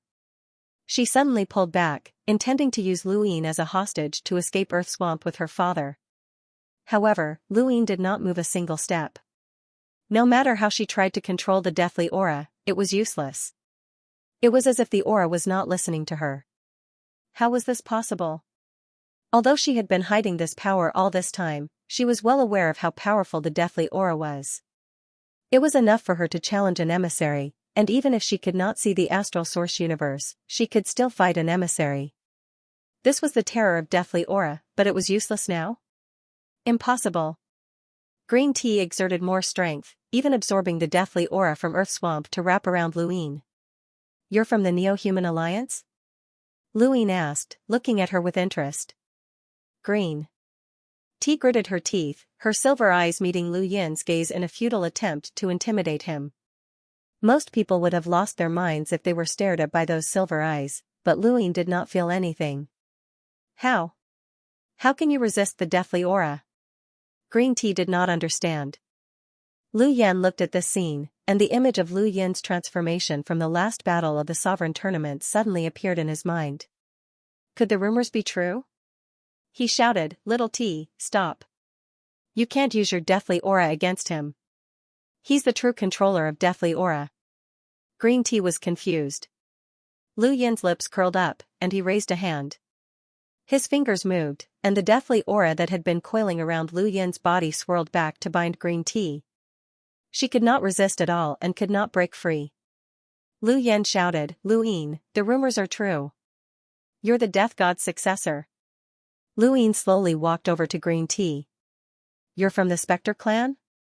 Green tea's silver eyes were cold and emotionless as she stared at Lu Yin.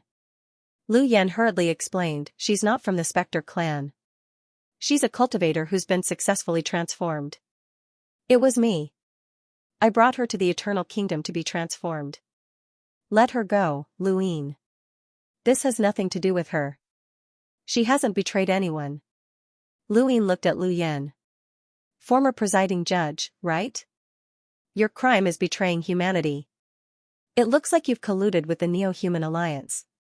Lu Yin sprawled on the ground and coughed up blood again. I didn't betray you. I just wanted to heal little T." Green tea exited the Spectre race's silver pupils and returned to normal, but she was still bound by the death energy. Her face was pale as she looked at Lu Yin helplessly. "My father brought me to the Neo-Human Alliance to save me, but he didn't do anything. After I was successfully modified, he turned himself in to the head inquisitor. That's why the head inquisitor was willing to imprison my father in Kuanzai. Otherwise, anyone who betrays humanity and joins the Neo-Human Alliance will only face death. You can ask the head inquisitor." There was no need to ask, anyone who joined the Neo-Human Alliance would face certain death, and Lu Yin was no exception. As a former judge of the interstellar arbitration, he would definitely die if he joined the Neo-Human Alliance. However, the head inquisitor had allowed him to live and imprison him in Kuanzai, which meant that he hadn't done anything wrong. His record clearly stated that he had turned himself in. Since he had turned himself in, why had he escaped from prison? Louis no longer paid attention to the father and daughter. Instead, he looked at Lu Huang and approached him. Lu Huang bitterly replied, "I lost in the end. You said that the Hall of Honor has an unimaginable darkness. What are you referring to?" Lu Yin asked. Lu Huang calmly looked at him. "Are you sure you want to know? Once you do, you won't be able to turn back."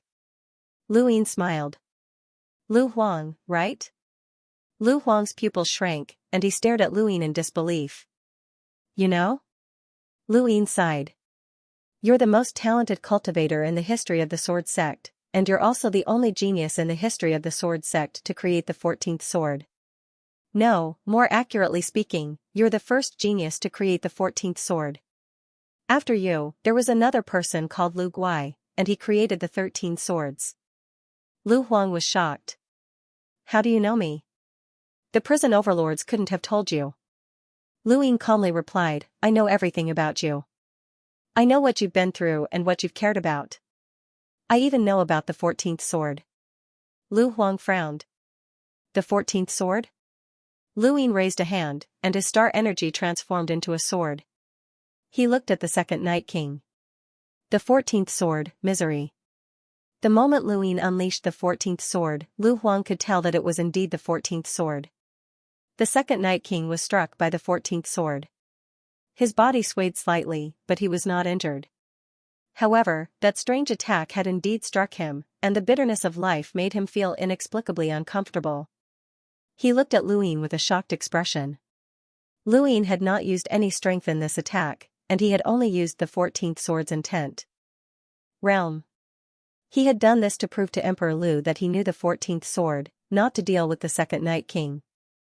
Even so, the second Night King was still shaken by the 14th sword intent. If Lu Yin's strength was on par with his, then the 14th sword would have been enough to finish him off. In that moment, the second Night King's fear of Lu Ying rose to another level. Why did it seem like this kid knew everything? He had been praised by the Day-Night clan's Day-Night salute, and now, he had even used the sword sect's unprecedented 14th sword. He had also heard about the Grim Reaper's inheritance, and although he did not believe it, it was true that this kid could control the aura of death. The universe had actually given birth to such a person. Why do you know the 14th sword? Lu Huang was in disbelief, but at the same time, he also understood why Lu Ying had ignored the 14th sword. Lu Ying ignored him and tossed him a gadget so that he could know what was happening in the universe. He did not have the energy to explain everything. Finally, Lu Ying looked at Ruins. Ruins lay on the ground, watching Lu Ying easily control the fates of those people. There was a strange hint of excitement in his eyes, but there was no resentment. Lu Ying walked over and squatted down to look at Ruins. Ruins lowered his head. Kill me if you want. Lu Ying asked, why don't you dare to look at me? Ruins sneered. What? You want to show off in front of a loser? You have such a bad taste. Lu Ying grabbed Ruins by the neck and forcefully twisted his eyes to look at Ruins.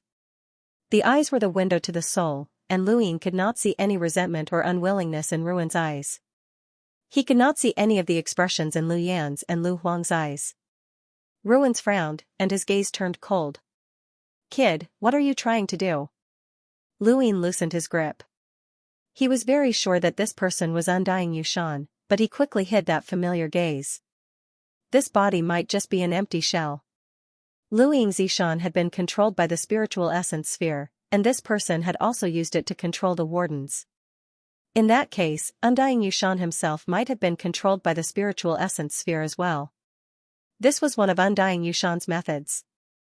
Undying Yushan had always been a hunter, and his most glorious achievement had been entering the top 10 of the top 100 rankings when he was young. However, he had been severely injured and had never recovered. What did it mean to be in the top 10 of the top 100 rankings? There had been no 10 arbiters back then, and the top 10 of the top 100 rankings were comparable to the Universe Youth Council members. If Undying Yushan was still hiding something, then he had definitely reached the peak of the fifth mainland when he was young. What realm would Wen Sansi, Lu Tianmu, and the others be at if they had cultivated for a few hundred years? How could Undying Yushan remain a hunter? Lu Ying had cultivated for less than 20 years, but he had already reached his current level of strength. Although he had relied more on his innate gift and luck, he had never believed that he was the only genius in the universe. He was more willing to believe that Undying Yushan was also a genius like him, one who was even more patient and scheming than Lu Ying. Lu Ying could not guess what realm Undying Yushan had reached after hundreds or even thousands of years. If Lu Ying was given another 100 years, he would definitely be able to break through to become an emissary, but what about Undying Yushan? Cripple had been imprisoned in Kuan Swamp for hundreds of years, and before he had been imprisoned, he had already been an emissary. Undying Yushan had also cultivated for at least 100 or 200 years, so it was not impossible for him to break through and control Cripple. What exactly was Undying Yushan planning? Lu Yan's gaze landed on Cripple. No matter what Undying Yushan's goal was, this person could not be left alive. It did not matter where he was imprisoned, that spiritual essence ball was everywhere. As he thought about it, he struck out with his palm. Cripple's eyes widened, and the spiritual essence ball whizzed out and smashed into Lu Ying. The second Night King saw it, but he did not make a move, allowing Cripple's spiritual essence ball to strike Luin. Strangely, the spiritual essence ball's power was very weak. Lu Yin's palm strike had shaken Cripple to death, and Cripple's spiritual essence ball merged into his body, which Lu Yin subconsciously absorbed. The remaining spiritual essence was enormous, and Lu Yin sat down cross-legged and recited the Stonewall scriptures, forcibly absorbing it. Lu Yefei immediately surrounded Lu Yin and watched in amazement. "You can absorb someone else's spiritual essence?" Lu Yefei was confused. "Mr. Lu Yefei answered, "It's possible. The universe is huge, and anything can happen." That person also used spiritual essence to control the jailers. The second Night King stared at Lu Yin and wanted to make a move, but under Lu Yefei's protection, he was powerless. Lu Huang, Lu Yan, and the rest could only wait for Lu Yin to absorb the spiritual essence since he was the one in control. Fortunately, there was not much spiritual essence left, and Lu Yin finished absorbing it in less than 2 incense sticks worth of time. The Hell Master, the prisoners, and the jailers did not wake up. Lu Yin opened his eyes and felt his spiritual essence, which had become much more majestic. During the Sovereign Tournament, his spiritual essence had only been able to withstand Yao Xian's spiritual essence attacks with the Origin Opening Array, which had been rather difficult. After returning from the Astral Tree domain, his spiritual essence had become much stronger, but it could only withstand spiritual essence battle techniques that were close to the level of an emissary. Now, he should be able to withstand an emissary's spiritual essence attack, and with the Origin Opening Array, he should be able to struggle for a bit even if the second Night King's spiritual essence swept over him. Of course, this was only the second Night King's casual spiritual essence attack. After all, the difference between them was too great.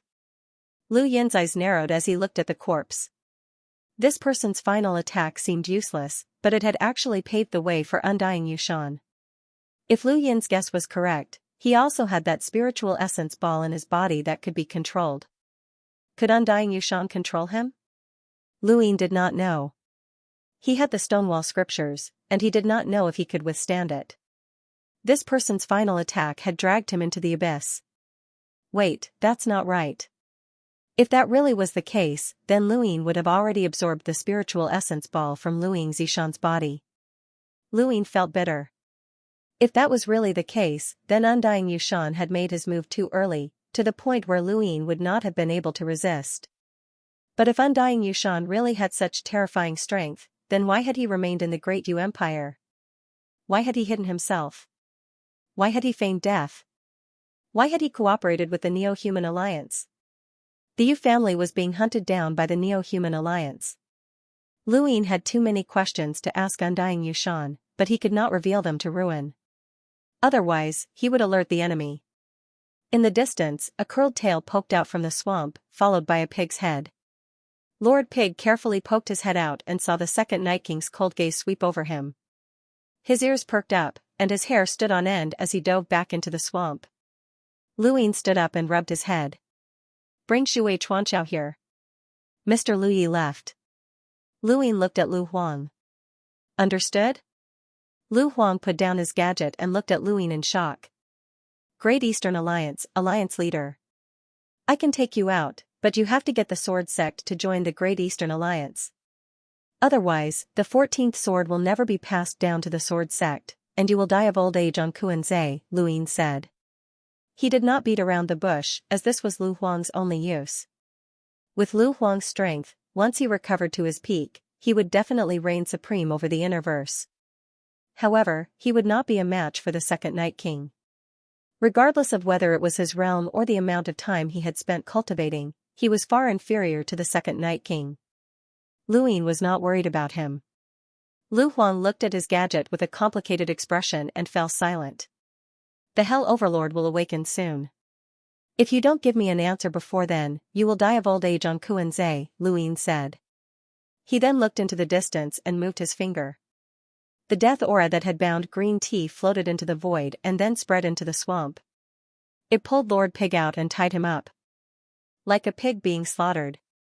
Lord Pig howled, "Alliance Leader Lu, Lord Lu, I'm Little Pig. I'm your loyal little pig. I won't say anything. Please don't kill me." With a thump, Lord Pig was tossed aside and immediately curled up into a ball, looking at Luin in fear. Luin said, "You saw everything that happened here. You also saw the person I wanted to take away." "No, I didn't see anything." Lord Pig shrieked and hurriedly waved his trotters. At that moment, Mr. Lu Yi arrived with Shui Chuanxiao. Luin looked at Shui Chuanxiao. "Welcome, Commander." Shui Chuanxiao looked around, especially at the Hell Overlord. Finally, his gaze landed on Luin. "Why are you taking me away?" Luin smiled and handed him a personal terminal. Shui Chuanxiao looked at it. Luin looked at Lord Pig again. "I can't let the Hall of Honor know that I'm taking away someone, so your fate is sealed." Lord Pig was terrified and mournfully said, "Alliance Master Lu, Little Pig is your subordinate." "I won't say anything, and I won't say anything." "Don't worry, I definitely won't say anything." Alliance Master Lu. Luin had no intention of killing him. From the start of the rebellion, his group had not acted, and the Hell Overlord had been the one to suppress them. What had happened after the Hell Overlord had fainted had to be revealed by someone reliable. Otherwise, the second Night King, Emperor Lu, and Shui Chuanxiao had all escaped without any injuries on his side. Even an idiot would be suspicious. It wasn't just Lord Pig, Green Tea and Lu Yen couldn't leave either. Just like the incident in the Astral Tree realm, Luin needed witnesses to prove that he had nothing to do with it. Luin looked at Green Tea. "Do you want your father to live?" Green Tea stared at Luin. "Stay here, and so will your father. As for the Hell Overlord's suspicions that you want to take Lu Yen away, as long as Lu Yen doesn't leave, his suspicions won't be valid. I need you to keep an eye on that pig, and I can also give you a guarantee that you'll take your father away from Earth's swamp soon."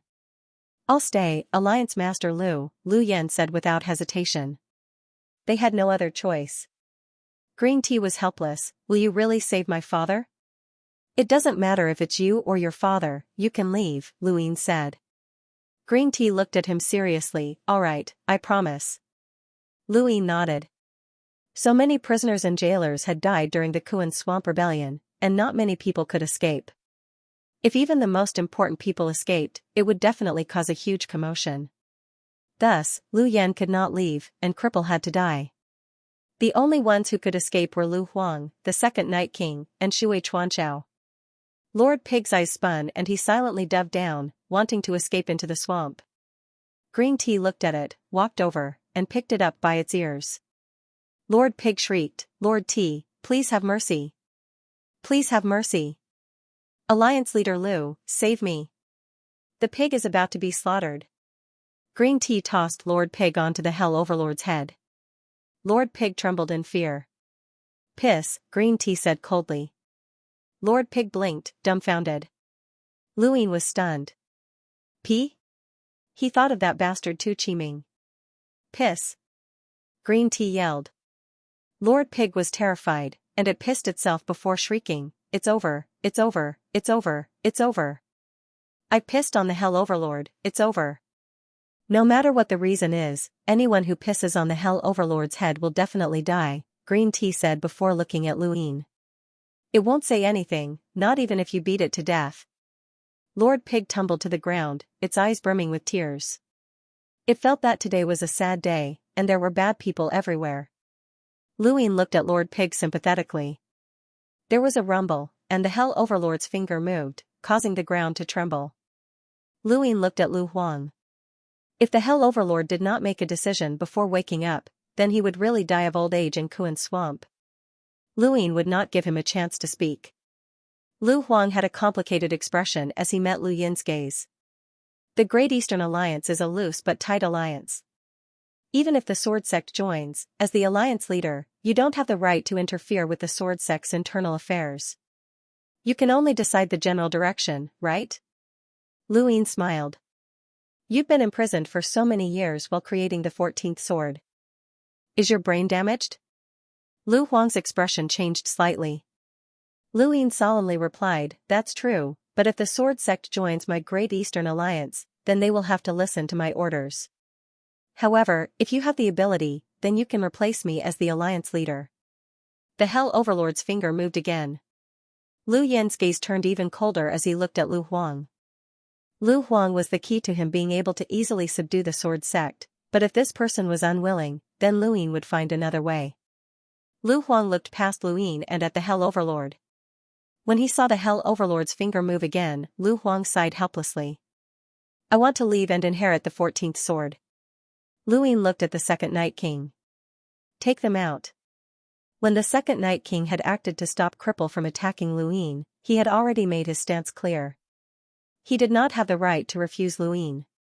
Regardless of whether it was Lu Huang or the second Night King, Lu Yin had their vitals in his hands.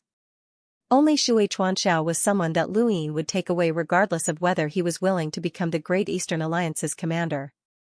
Anya had done a lot for Lu Yin over the years, and this was her only wish, which Lu Yin had promised her.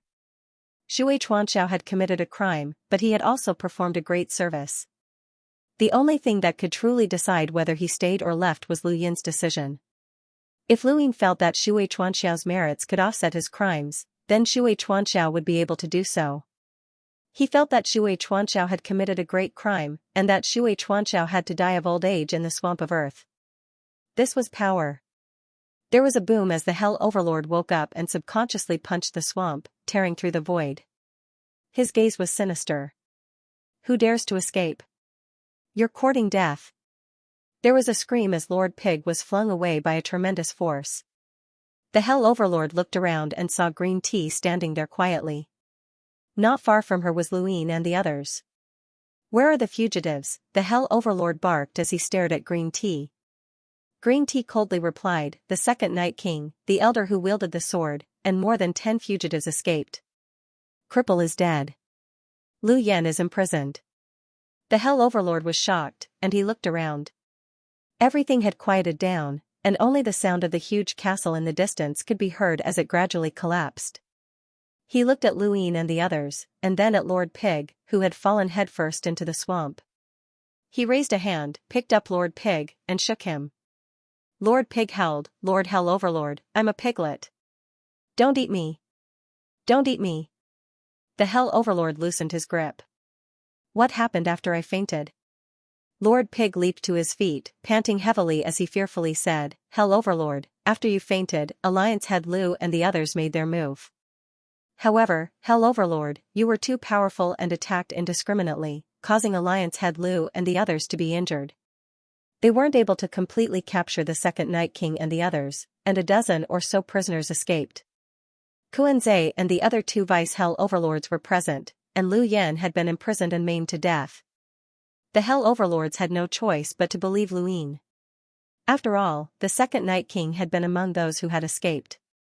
The Hell Overlords could not believe that Lu Yin had let the second Night King go, as the grudge between the two was as deep as the ocean.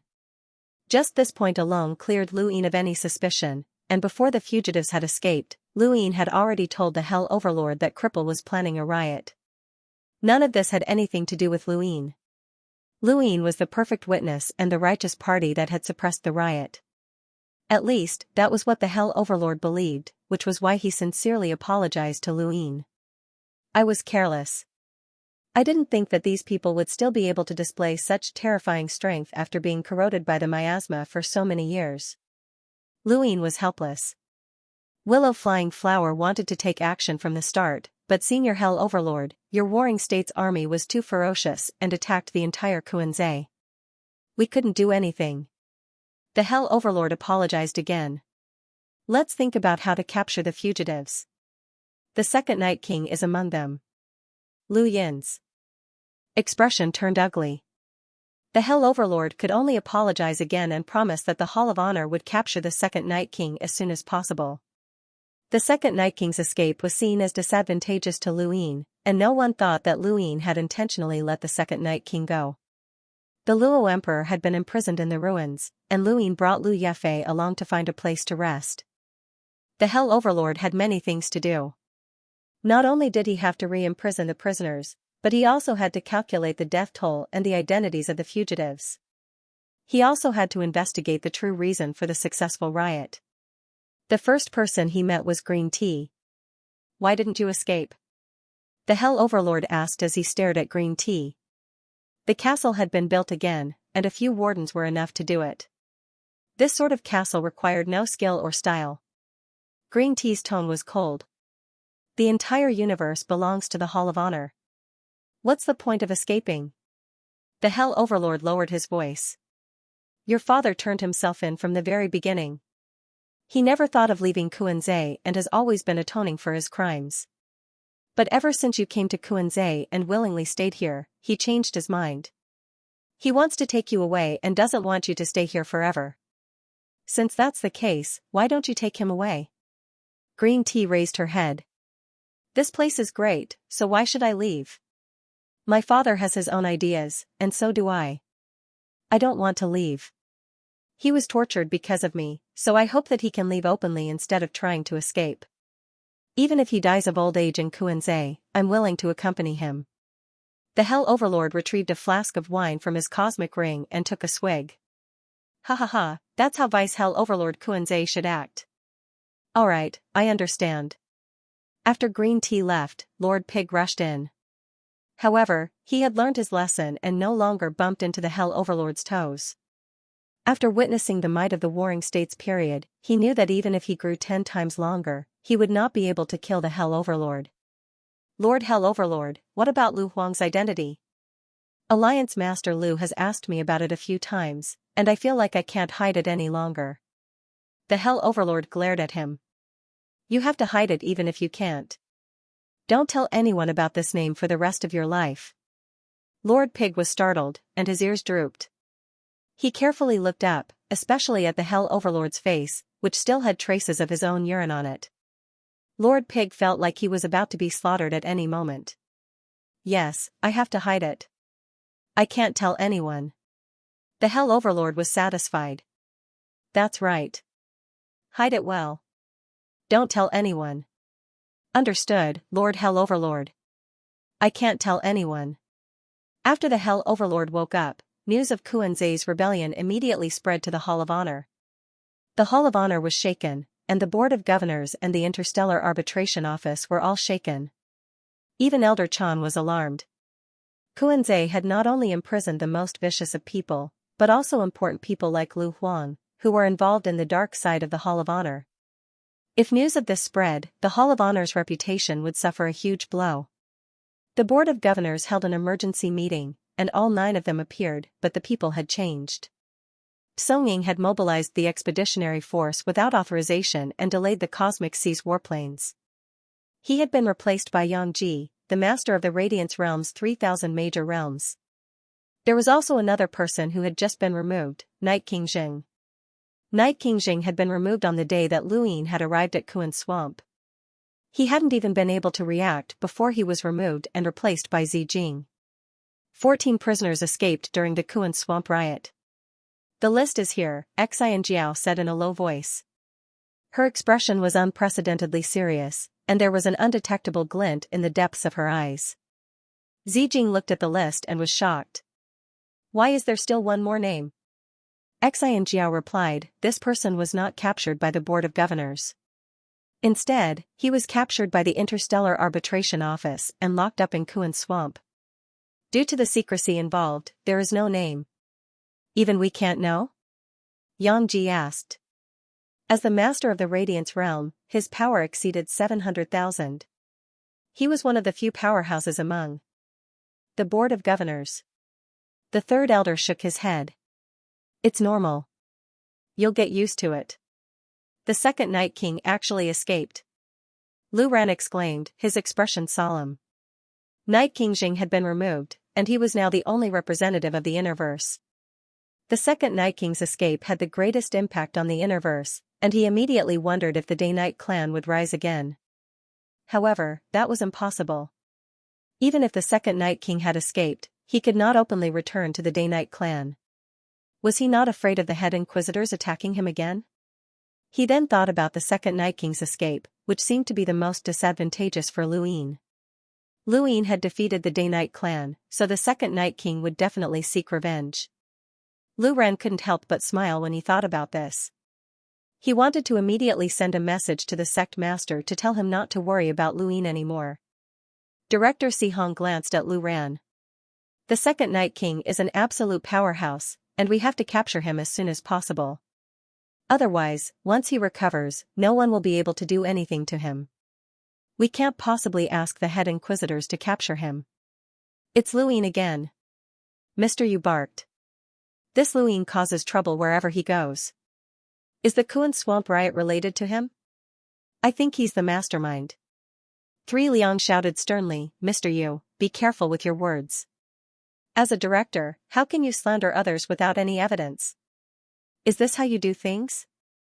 Mr. Yu wanted to retort, but after some thought, he held himself back. The Immortals battle group had been destroyed, and he had no background. Night King Jing had just been dismissed, and he knew that he did not have much time left. He was still too far away from San Liang, who was at the peak of his power. He looked at Nan Yuan.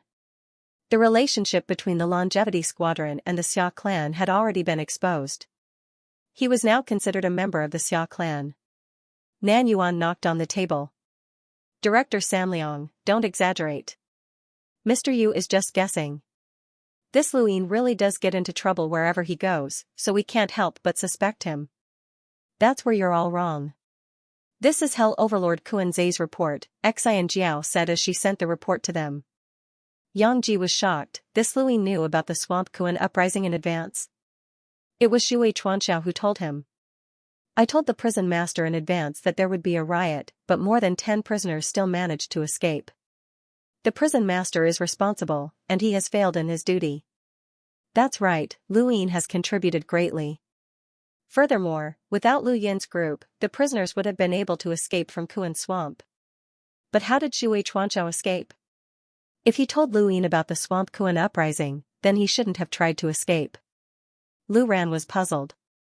Old Man Bu spoke up, no matter what, the truth has already happened. We need to send someone to Kuan Swamp to investigate and issue a bounty to the entire universe. The board's decision was quickly passed to the Interstellar Court, and it was finally decided that one of the 3 judges, Mu'en, would be sent to Kuan Swamp to investigate. To the board, this was just a prison break. They did not understand Kuan Swamp's defenses, but this incident had a different impact on the Interstellar Court. Even if a powerhouse with a power level in the millions attacked Kuan Swamp, they would not be able to break through. Now, it had actually been overturned by an internal riot, which shocked even the judges. Mu'en originally had other missions, but he was urgently transferred to Kuan Swamp to investigate. After Mu'en, it was likely that Death's Shadow and Despair's Mu'en would also head there. The most troublesome matter was the capture of the second Night King. Where would they find such an expert in the vast universe? After the board meeting ended, Lu Ren immediately reported the good news of the second Night King's escape to Lu Qianjue. Lu Qianjue felt as if there was a light at the end of the tunnel. He had originally thought that he would not be able to stop Luin, but now that the second Night King had escaped, Luin would no longer be in the mood to cause trouble for them. Lu Qianjue immediately sent someone to the Day-Night clan to congratulate them. Of course, he only congratulated them in secret and also tried to find out more about the third Night King. He now hoped that the third Night King would return and join forces with the second Night King to restore the Day-Night clan's strength so that they could resist Lu Yin's Great Eastern Alliance. Lu Yin's ambitions were too great, and he would rather face the Day-Night clan than the Great Eastern Alliance. The various major flow zones of the Innerverse also relaxed. It was fine as long as someone caused trouble for Luin. What they needed to do was seal off the Blazing Mist flow zone and exhaust the Great Eastern Alliance. From the moment that Luin had established himself in the Blazing Mist flow zone, he had become an enemy of the Innerverse. At Kuan Swamp, Luin received a call from Mu'en, who asked him to stay in Kuan Swamp and cooperate with the investigation. Luin did not mind, and since Mu'en had arrived, he could take Lu Yehua with him. When he thought about being separated from Lu Yehua, Luin felt somewhat reluctant. The 2 were qualified bodyguards, but in the end, they were not his. Green Tea found Luin. My father wants to see you. Luin was puzzled, and he followed Green Tea until he saw Lu Yan. Compared to the first time they had met, Lu Yan looked much more haggard. Little Tea, you can leave first. Green Tea silently left. Luin looked at Lu Yan. What's the matter? Lu Yan looked at Luin seriously. I found out about you through the internet. You're the Great Eastern Alliance's alliance leader, Luin. Luin nodded. That's not a secret. How much does Alliance Leader Lu know about me? Lu Yan asked. Lu Ying replied, the former presiding judge should be of the same generation as Death's Shadow, so that's all I know. I didn't do much research on you, and all the information I saw came from Kuan-Zhe. Lu Yan smiled bitterly. You're a presiding judge, but in the end, the information that people saw was actually from a prison. How ironic. Lu Ying did not say anything, as he did not know why Lu Yan was looking for him. They should not have had any interactions, and Lu Ying did not have any intentions of roping Lu Yan in. This person had betrayed the human race, and although he had not done anything bad and had even turned himself in, that stain alone, no one would dare to accept him. Alliance Leader Lu, who do you think is the human race's true enemy? Lu Yan suddenly asked. Lu Ying frowned. What do you mean? Lu Yan replied, I just wanted to ask, does Alliance Leader Lu think that the human race's true enemy is the Sword Sect? The Day-Night Clan? The powers of the Innerverse? Or the Neoverse 7 Courts and others? Lu Ying did not hesitate. The Neo-Human Alliance. Lu Yan's eyes lit up. That's right. The Neo-Human Alliance. Since ancient times, the Hall of Honor has always followed the same principle. Anyone who colludes with the Neo-Human Alliance, regardless of who they are, will be executed. They would rather kill the wrong person than let them go because the Neo-Human Alliance is the human race's true enemy. They want to completely transform the human race into walking corpses and achieve what they believe is eternal life. They're even more of an enemy than the Astral Beast domain, no, even the Sixth Mainland. Lu Ying was amused. It seems like Senior doesn't know that the Sixth Mainland has already been invaded by the Neo-Human Alliance and moved to the Outerverse. I don't need you to remind me that the Neo-Human Alliance is the enemy. I know what happened to the Sixth Mainland. When the Sixth Mainland invaded, Kuan-Zhe could only hide. I also know what happened after that, but I'm not sure if Alliance Leader Lu knows anything about it. Perhaps you know who the enemy is in Alliance Leader Lu's heart. This is very important, so I'm relieved now. Then, Alliance Leader Lu, there's a place that I hope you can learn about. It's the Neo-Human Alliance's headquarters in the Innerverse and Outerverse. Lu Yan's words caused shock to appear in Lu Yan's eyes, followed by excitement. Really? Lu Yan nodded. I discovered it back in the Eternal Kingdom. Mr. Feng thought that I didn't know, but I'm still the presiding judge. Lu Ying had always wanted to deal with the Eternals, not just because they were the human race's greatest enemy. The Sorcerer God had tried to use him to divide the human race and cause the greatest civil war of all time. This was an open scheme that Lu Ying could not avoid, but he had discussed it with Wang Wen and Wei Rong some time ago.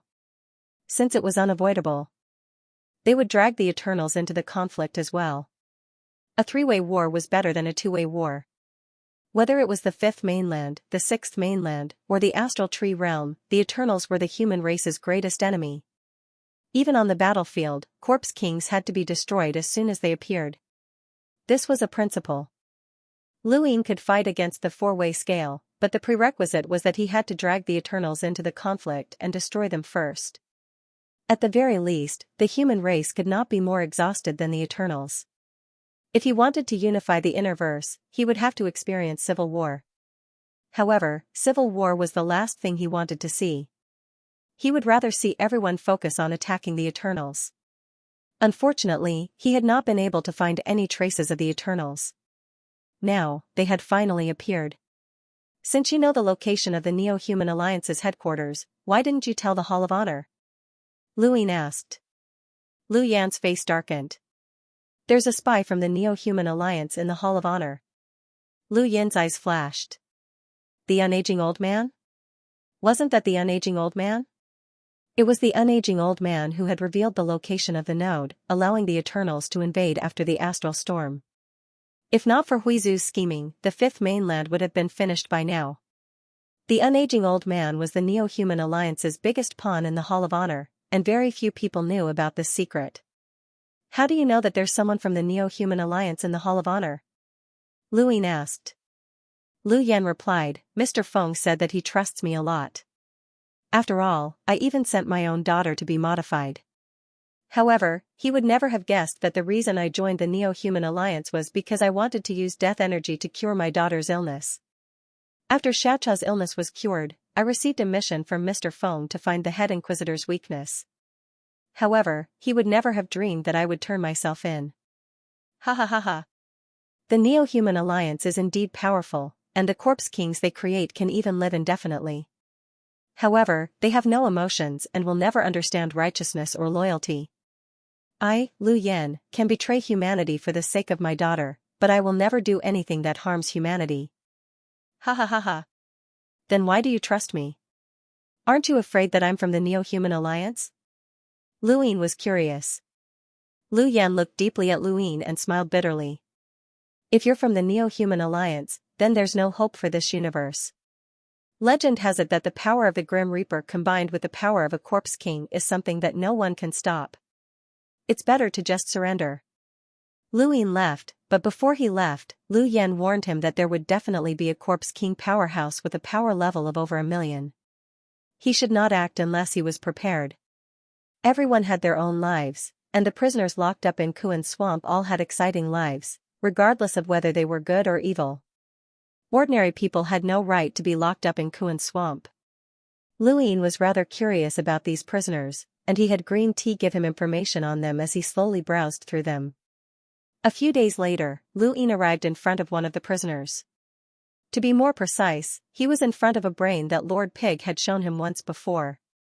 This brain's owner had slaughtered humans in a frenzy to obtain immortality, and the last person he had changed was Xianxia's son. Because of this, Xianxia had imprisoned this brain and tortured it for eternity. Everything it thought of was a nightmare, and by now, this brain had probably gone mad. There were only a few records on Kuan Swamp, but Lu Yin was able to find other information that Xianxia had hidden. The brain's owner had been an ordinary cultivator, and the reason he had been able to do such crazy things was all because of one person, Xianxia's son. Xianxia's son was not an innocent person, but the brain's owner's backer. It was not just the brain's owner who had wanted to research immortality, but also Xianxia's son. However, the research had failed, and Xianxia's son had died. Because of this, Xianxia hated this person and imprisoned him. Lu Yin could not converse with this brain, and when he looked at this tortured brain, he felt like he was looking at Xian. Jiao. Beneath her gentle appearance was an extremely vicious and sinister person. That woman was definitely not as good as she seemed. There were still about 10 days before Muin would arrive at Kuan Swamp, and out of boredom, Lu Yin asked the Hell Overlord for advice on the warring states. He had thought about it for a long time, and he had asked Zhou Tang for advice before. Now, he was asking the Hell Overlord for advice. Warring states? Right, you've also cultivated battle force, right? What level are you at? The Hell Overlord was curious as he looked down at Lu Yin. His huge body was truly inconvenient. Golden battle force spread out from Lu Yin's body, shaking the void. The Hell Master was shocked. That's not bad. There's almost no one in this universe who can cultivate 10-lined battle force. Senior, are you praising yourself? You're from the Warring States period. Lu Yin smiled. The Hell Overlord shook his head. The reason why I was able to cultivate to the Warring States period was because of Progenitor Chen's blood. If it weren't for Progenitor Chen's blood, then 9-lined battle force would have reached its peak. The most important aspect of cultivating battle force is one's spirit, but this universe's ideology imprisons spirit. Everyone in this universe believes that battle force can only reach 9 lines at most.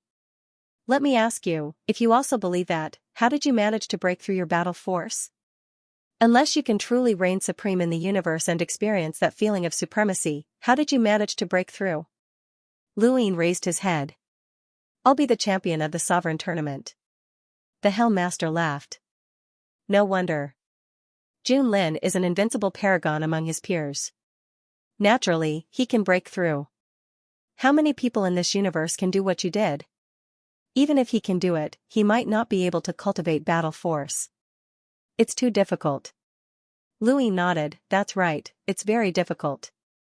Senior, if I want to reach the Warring States period, I'll have to reach the peak as well. The Hell Master thought about it and then took a swig of wine. Spirit is the most important thing, but under spirit is accumulation. Without a strong physique and accumulation, even if you become the master of the Hall of Honor, you might not be able to break through to the warring states period. So, just take a beating. Luin was stunned. What? The Hellmaster grinned. Take a beating. Things like physique are built through beatings. If you want to become stronger, then you have to take a beating. Battle force will become more powerful the more beatings you take. That's my opinion, but you can ignore it. Luin smiled bitterly. Fighting was a crazy way to improve battle force. There were no shortcuts to battle force cultivation, and reaching the peak was not something that others could do. Rather, one had to climb up on their own. Luin had become a sovereign, but it had not fallen from the sky. If he wanted to reach the peak, he had to put in some effort, and the cultivation of battle force was part of that effort. Senior, can you help me? I want to experience the warring states period, Luin said loudly. The Hellmaster smashed the wine flask on the ground. You want to take a beating? Sure. The warring states period is what it is. A terrifying aura swept out in all directions, scorching the heavens and causing them to crack. Luin felt the terrifying might of the warring states period, and even his breathing became stifled. A finger appeared in front of him from the Hellmaster, and with a flick, Luin blocked with his arms. There was a thump, and he felt as if his arms were about to break. His entire body was sent flying, and the golden battle force around him shattered. His chest felt heavy, and he spat out a mouthful of blood. Lu Yefei was shocked, and she immediately appeared in front of the Hellmaster, about to attack. The Hellmaster said, "He told me to hit him." In the distance, Luin felt as if his entire body had been torn apart, and he crashed into the swamp. The surrounding aura of death entered his body, and he took a few deep breaths to recover. Pain spread throughout his body, and he could not even get up. This was the result of the Hellmaster's light attack. He had not used his miniature armor to defend himself, and his body had not been able to withstand it. When Lord Pig saw this, he hurriedly rushed over. Alliance Master Lu, how are you? Lu In rested for a while before sitting up. He looked at his hands and then at his abdomen. Sure enough, his flesh had been torn apart, and his injuries could be considered serious. However, because he had broken through 3 stages, the life force within the upper intelligence pass had been constantly replenishing itself. Such serious injuries were not difficult for him to recover from, and it would not take long for him to do so. A pig's snout appeared in front of him, and Lord Pig stared at Luin with wide eyes. Alliance Master Lu, how are you? Luin calmly replied, I'm alright. I'm not dead. Lord Pig was disappointed, but he still said, that's great. Alliance Master Lu, why did the Hellmaster attack you? Did you hit a sore spot? No. Luin was about to say something when his heart skipped a beat. A sore spot? What sore spot? Lord Pig carefully approached Luin and whispered, the Hellmaster has been single for many years. He has liked many women, but they all failed. The Hellmaster drinks to relieve his loneliness. Giant women? Luin was stunned. Didn't they say that there were no more purebred giants? Was the Hellmaster the only one left? Lord Pig shook his head. Human women. Luin was speechless. It would be strange if they could succeed. One was 30,000 meters tall, while the other was only a meter tall. The Hellmaster might seem bold and unrestrained, but he's actually a sentimental person. Let me tell you a secret, Lord Pig muttered softly. The Hellmaster even wrote love poems. Luin blinked, and his expression turned strange. Love poems? How do you know all this? Luin was puzzled. Lord Pig rolled his eyes. I often see the Hellmaster reciting love poems. Luin pursed his lips and did not want to discuss this any further. You can leave. I need to recover for a while. Do you want me to send you back to the castle? No need. Within the castle, the Hellmaster sat down and continued drinking. That attack had not been light, but the Hellmaster had controlled it quite well. It should have been within Lu Yin's tolerance range.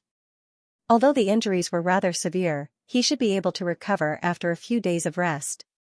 After all, it was just a superficial wound. Luin continued drinking. Half a day later, Luin returned. He was in an abnormally sorry state, and his clothes were in tatters. There were still a few wounds on his body that had not completely healed, but his injuries were more or less healed. Lu Yefei and Flower were astonished, as they had all seen how severe Lu Yin's injuries had been. How had he recovered so quickly? Even they did not know what had happened after breaking through the third stage. Normal injuries would heal in an instant, and even the most severe injuries could be healed as long as one did not die. As for injuries that could not be healed by a half-ancestor, Lu Yin still had his die, time stop, and 4 pips. If he told others about this, even cultivators like Lu Yefei and Flower would find it inconceivable. Eh? You've recovered? The Hell Master was astonished, truly astonished. Lu Yin replied, Senior, please continue. The Hell Master was interested. Alright, then I'll continue. Then, the warring states might burn the void once more. Lu Yin's gaze trembled. Ever since the inner verse and outer verse had been separated, he had been able to use his die's enhance to increase his external items. After he had been able to kill enlighters as an explorer, his path of cultivation had become somewhat different, and external items had become his main means of attack. He had experienced life and death situations before, and he had fought against Night King Zhenwu and the Xianxia sect. However, when it came to cultivation, he had never experienced the pressure of being on the brink of death. That kind of pressure was long-term, and it had never been a moment of life and death in battle. Right now, Lu Yin wanted to experience this kind of pressure, the pressure of being crushed at any moment. The Hell Master's finger appeared once more, but this time, Lu Yin was prepared. The star chessboard appeared beneath his feet, and he tried to move.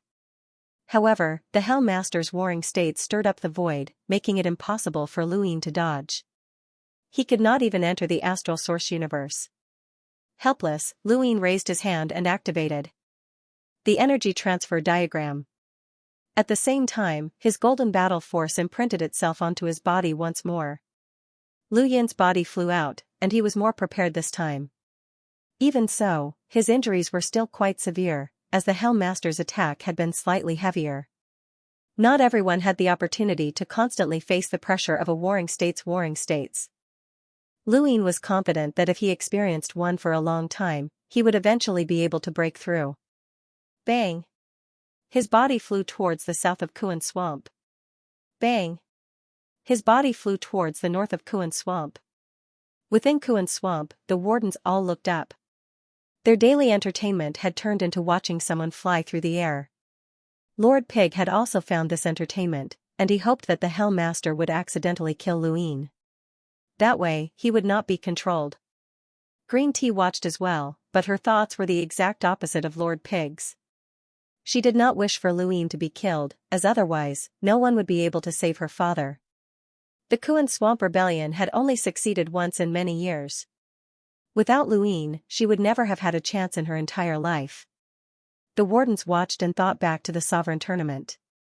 Not much time had passed since then, but this Lu Yin was still able to survive the Hell Master's attacks. His cultivation talent was truly terrifying.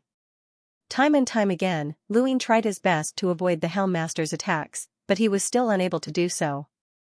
The difference between them was simply too great. The Hell Master's power level was about the same as the Flying Willow Leaves and Songzhou's, but the warring states were completely different.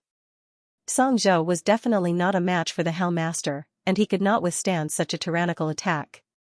The Flying Willow Leaves could not trap the Hell Master, just like how they had not been able to trap Night King Dijiang.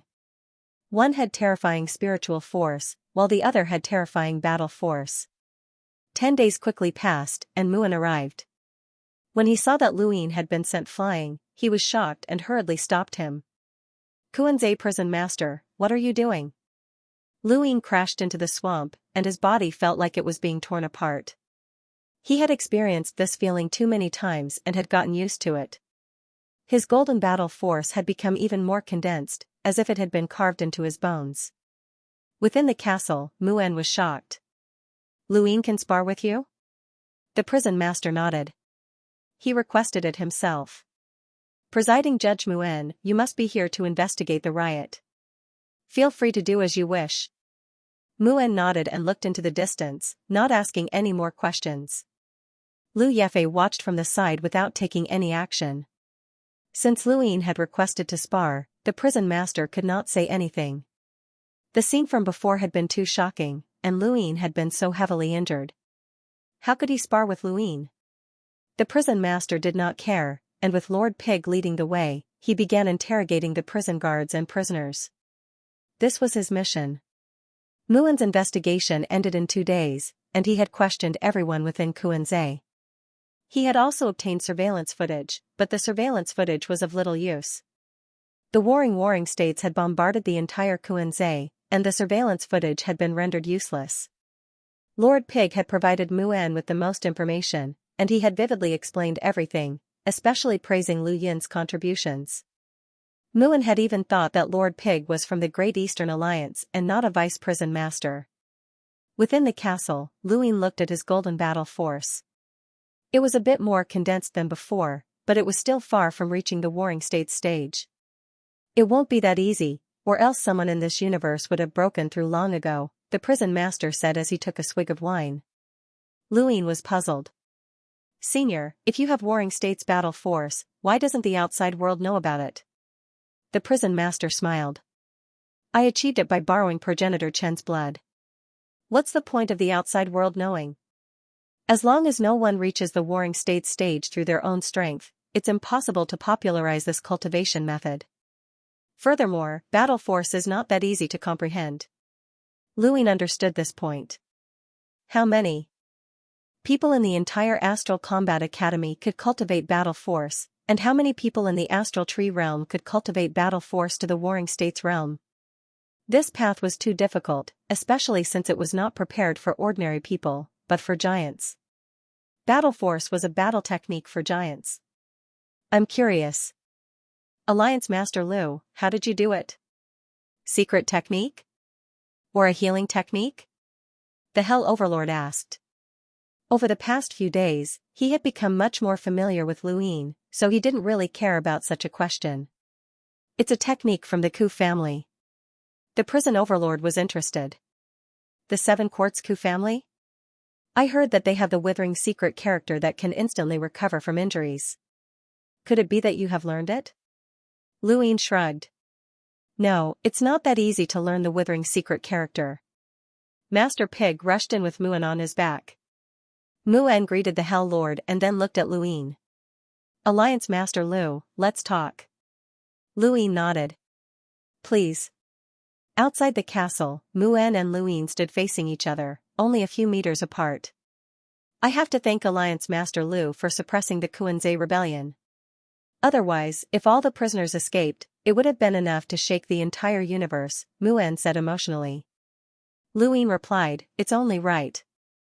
Muan said, most of the responsibility for this riot lies with the prison master. He clearly knew that someone was planning the riot, but he was stubborn and wanted to suppress it with his own strength.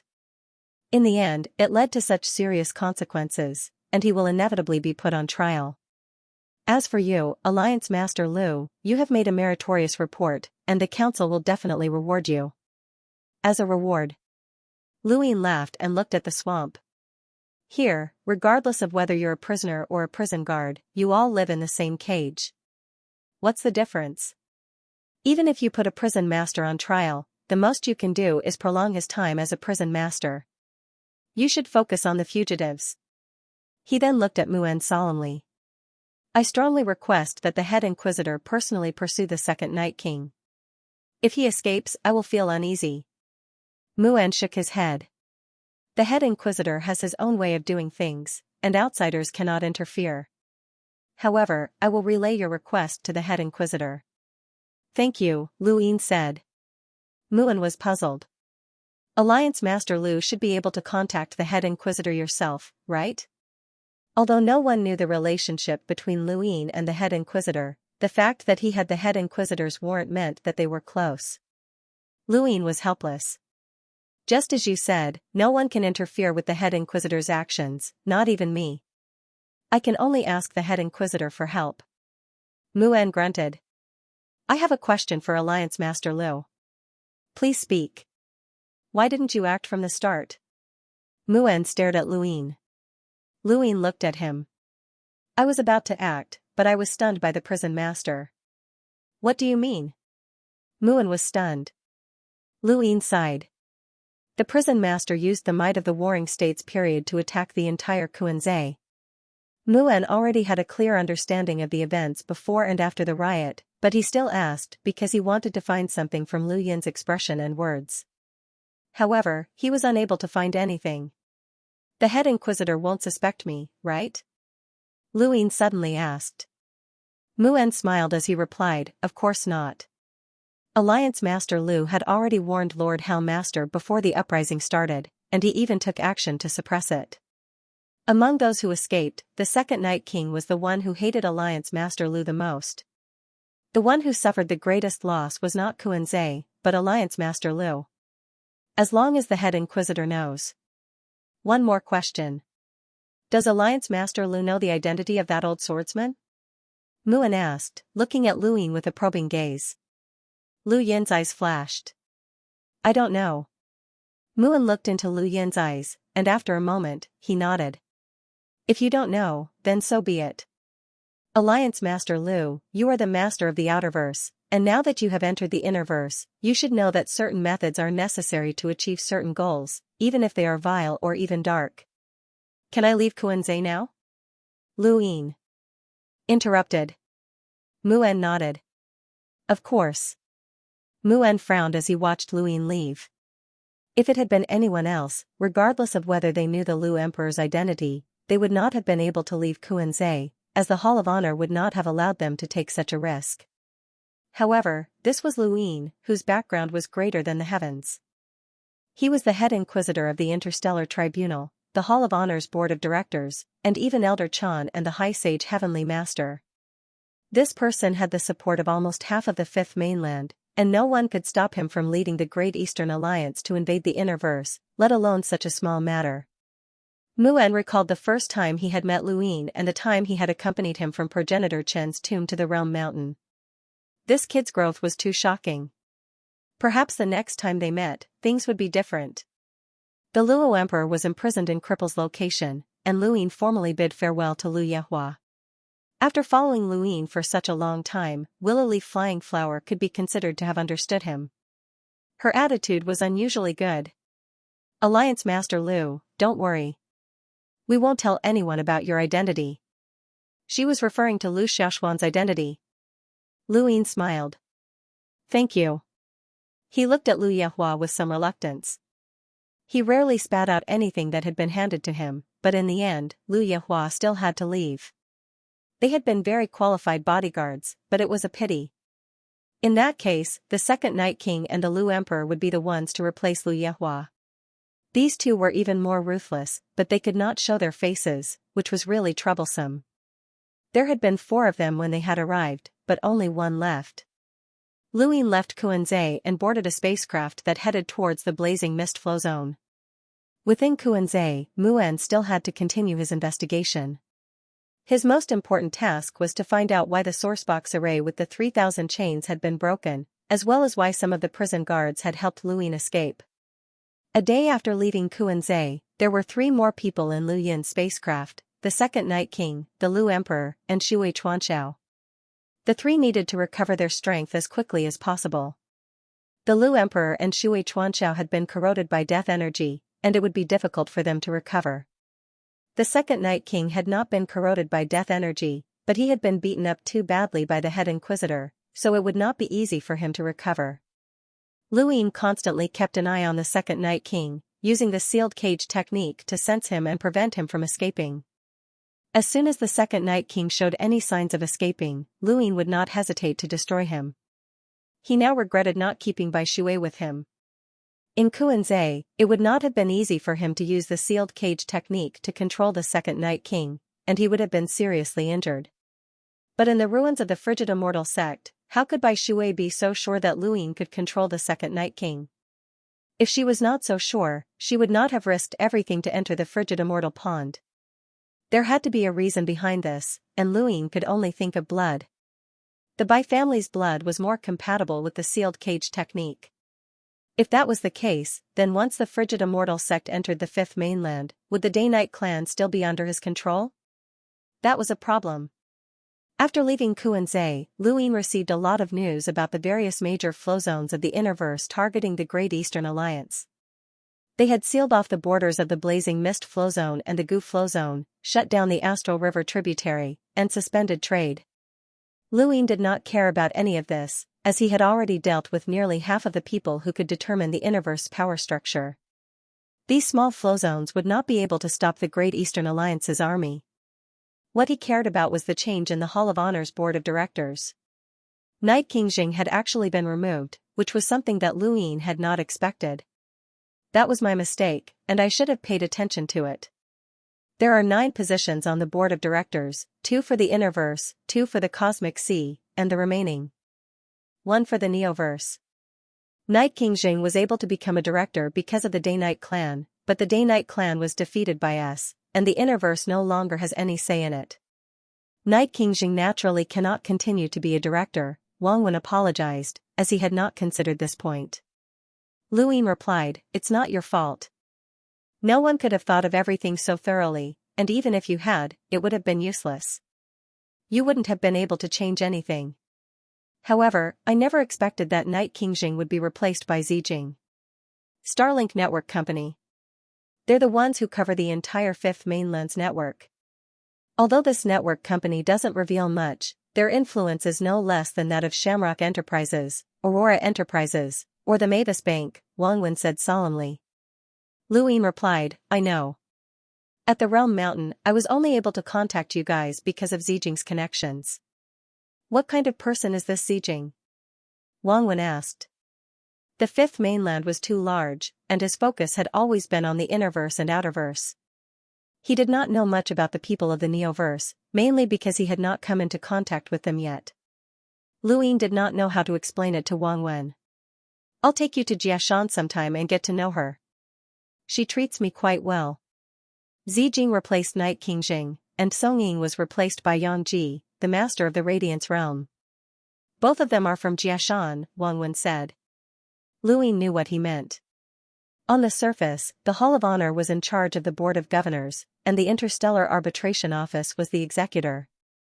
However, the true decision-maker was Elder Chan, and Elder Chan wanted to return the Board of Governors' authority to Jiashan.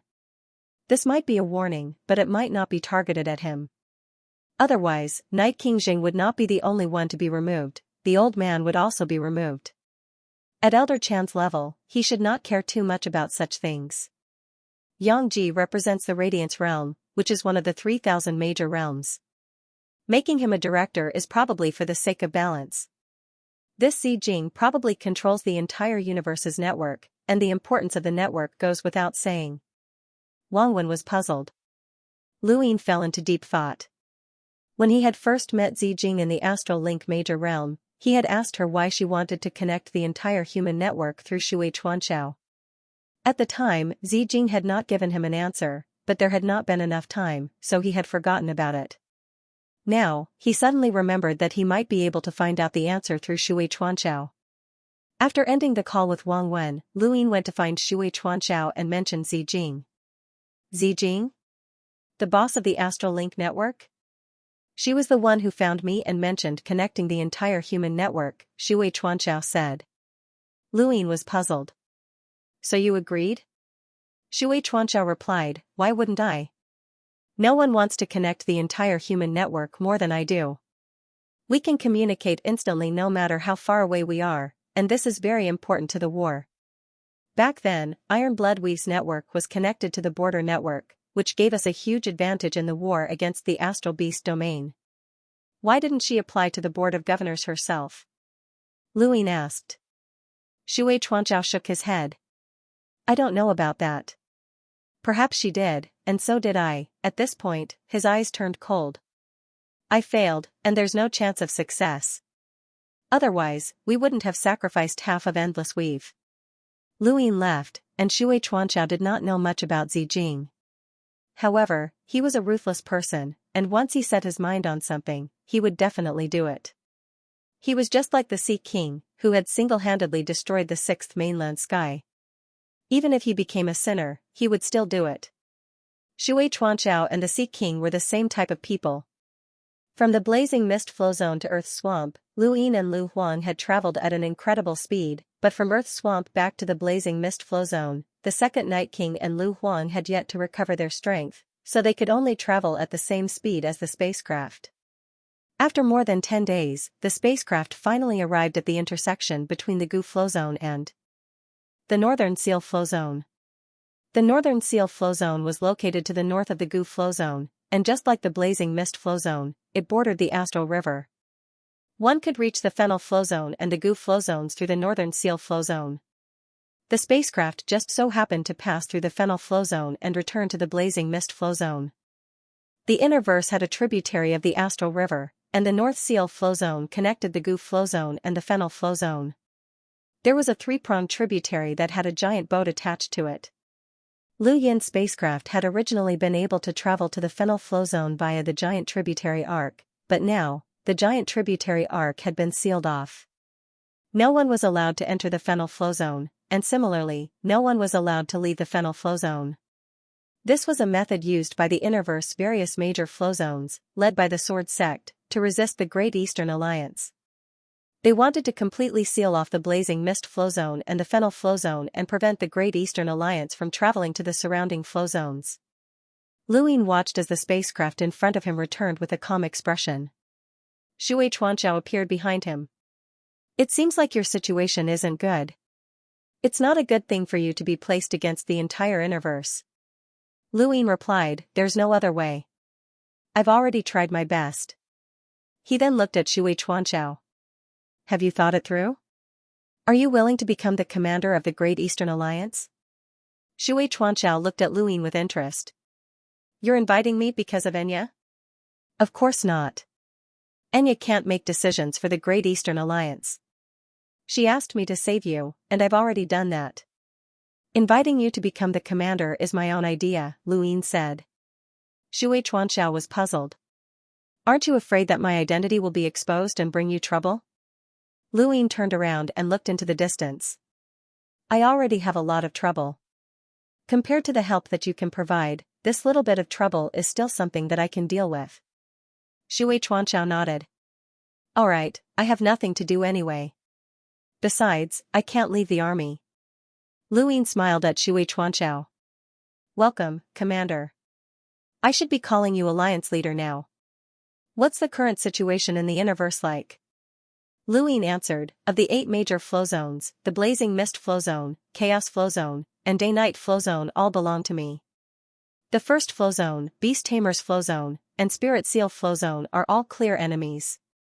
The Erudite flow zone is secretly helping the first flow zone and the others, while the Gu flow zone is staying out of this. However, that's only for now. Xianxia was shocked. You control Chaos flow zone as well? The second Night King had been brought out by Lu Yin, and he knew that Lu Yin definitely controlled Day-Night flow zone. However, he had never expected that Lu Yin would control Chaos flow zone as well. This meant that Lu Yin controlled almost half of the Innerverse, and the smaller flow zones were nothing to worry about. Lu Yin smiled. If I couldn't do that, then I wouldn't have the guts to make an enemy out of the entire Innerverse. Xianxia solemnly asked, Lu Huang's existence is enough to make the Sword Sect hesitate and even turn against you. How did the Alliance Leader make the Wen family so afraid?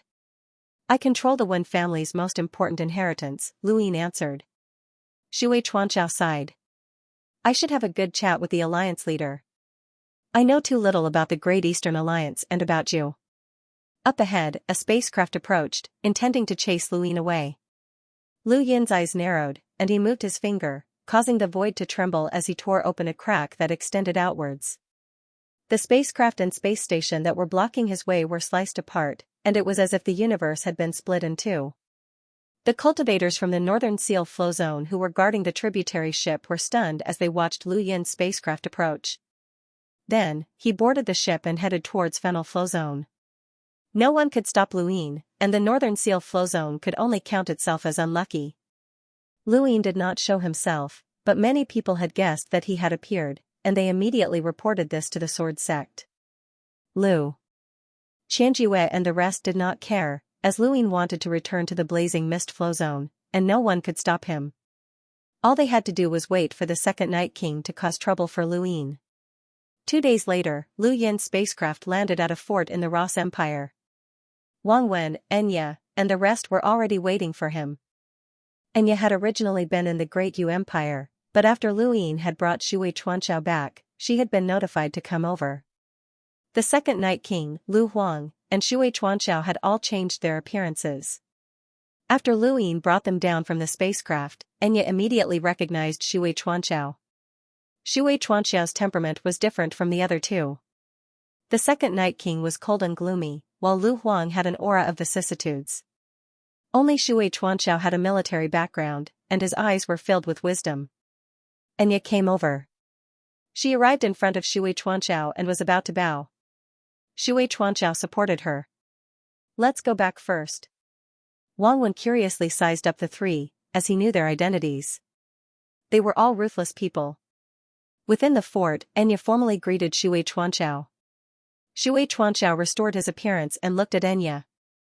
"I never thought that I would be able to see you again in this lifetime." Enya's eyes reddened. "Commander, Enya never thought that I would be able to see you again in this lifetime." She then knelt down. "Thank you, Alliance Leader." Lu Yin moved his finger, and Enya involuntarily stood up. "I've done what I promised you. What do you plan to do next?" Enya glanced at Shui Chuanxiao and whispered, "I'll continue to serve the Alliance Leader." Lu Yin smiled and looked at Wang Wen. "From today onwards, Shui Chuanxiao will officially be the commander of the Great Eastern Alliance Allied Forces. He will have the authority to command all Allied forces, and he will also be the second in command of the Luxian Army, the Giant Army, and the Heavenly Sin Army." Wang Wen and Shui Chuanxiao exchanged glances.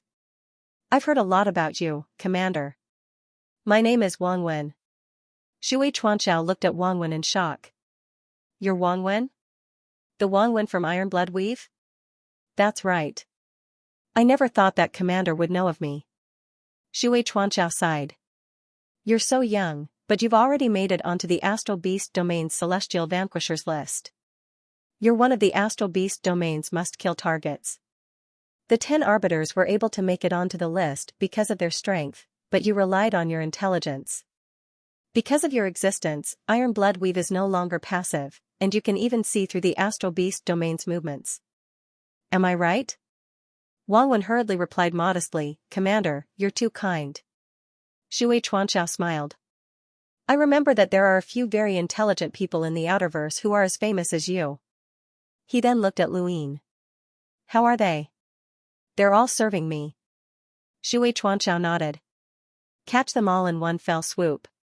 Wang Wen was adept at overall control, Wei Rong was adept at scheming, and Qiong Shi'er was adept at economics.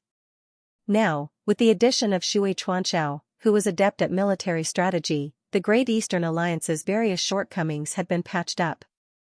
All this time, Wang Wen had been taking care of the military, and he was qualified to do so. Otherwise, he would not have been able to obtain such great recognition in Iron Blood Weave. However, he had relied on his intellect, and when it came to the construction and deployment of an army, he was far from Shui Chuanxiao's level. Shui Chuanxiao had officially joined the Great Eastern Alliance as the commander, but he had also been living in seclusion behind the scenes.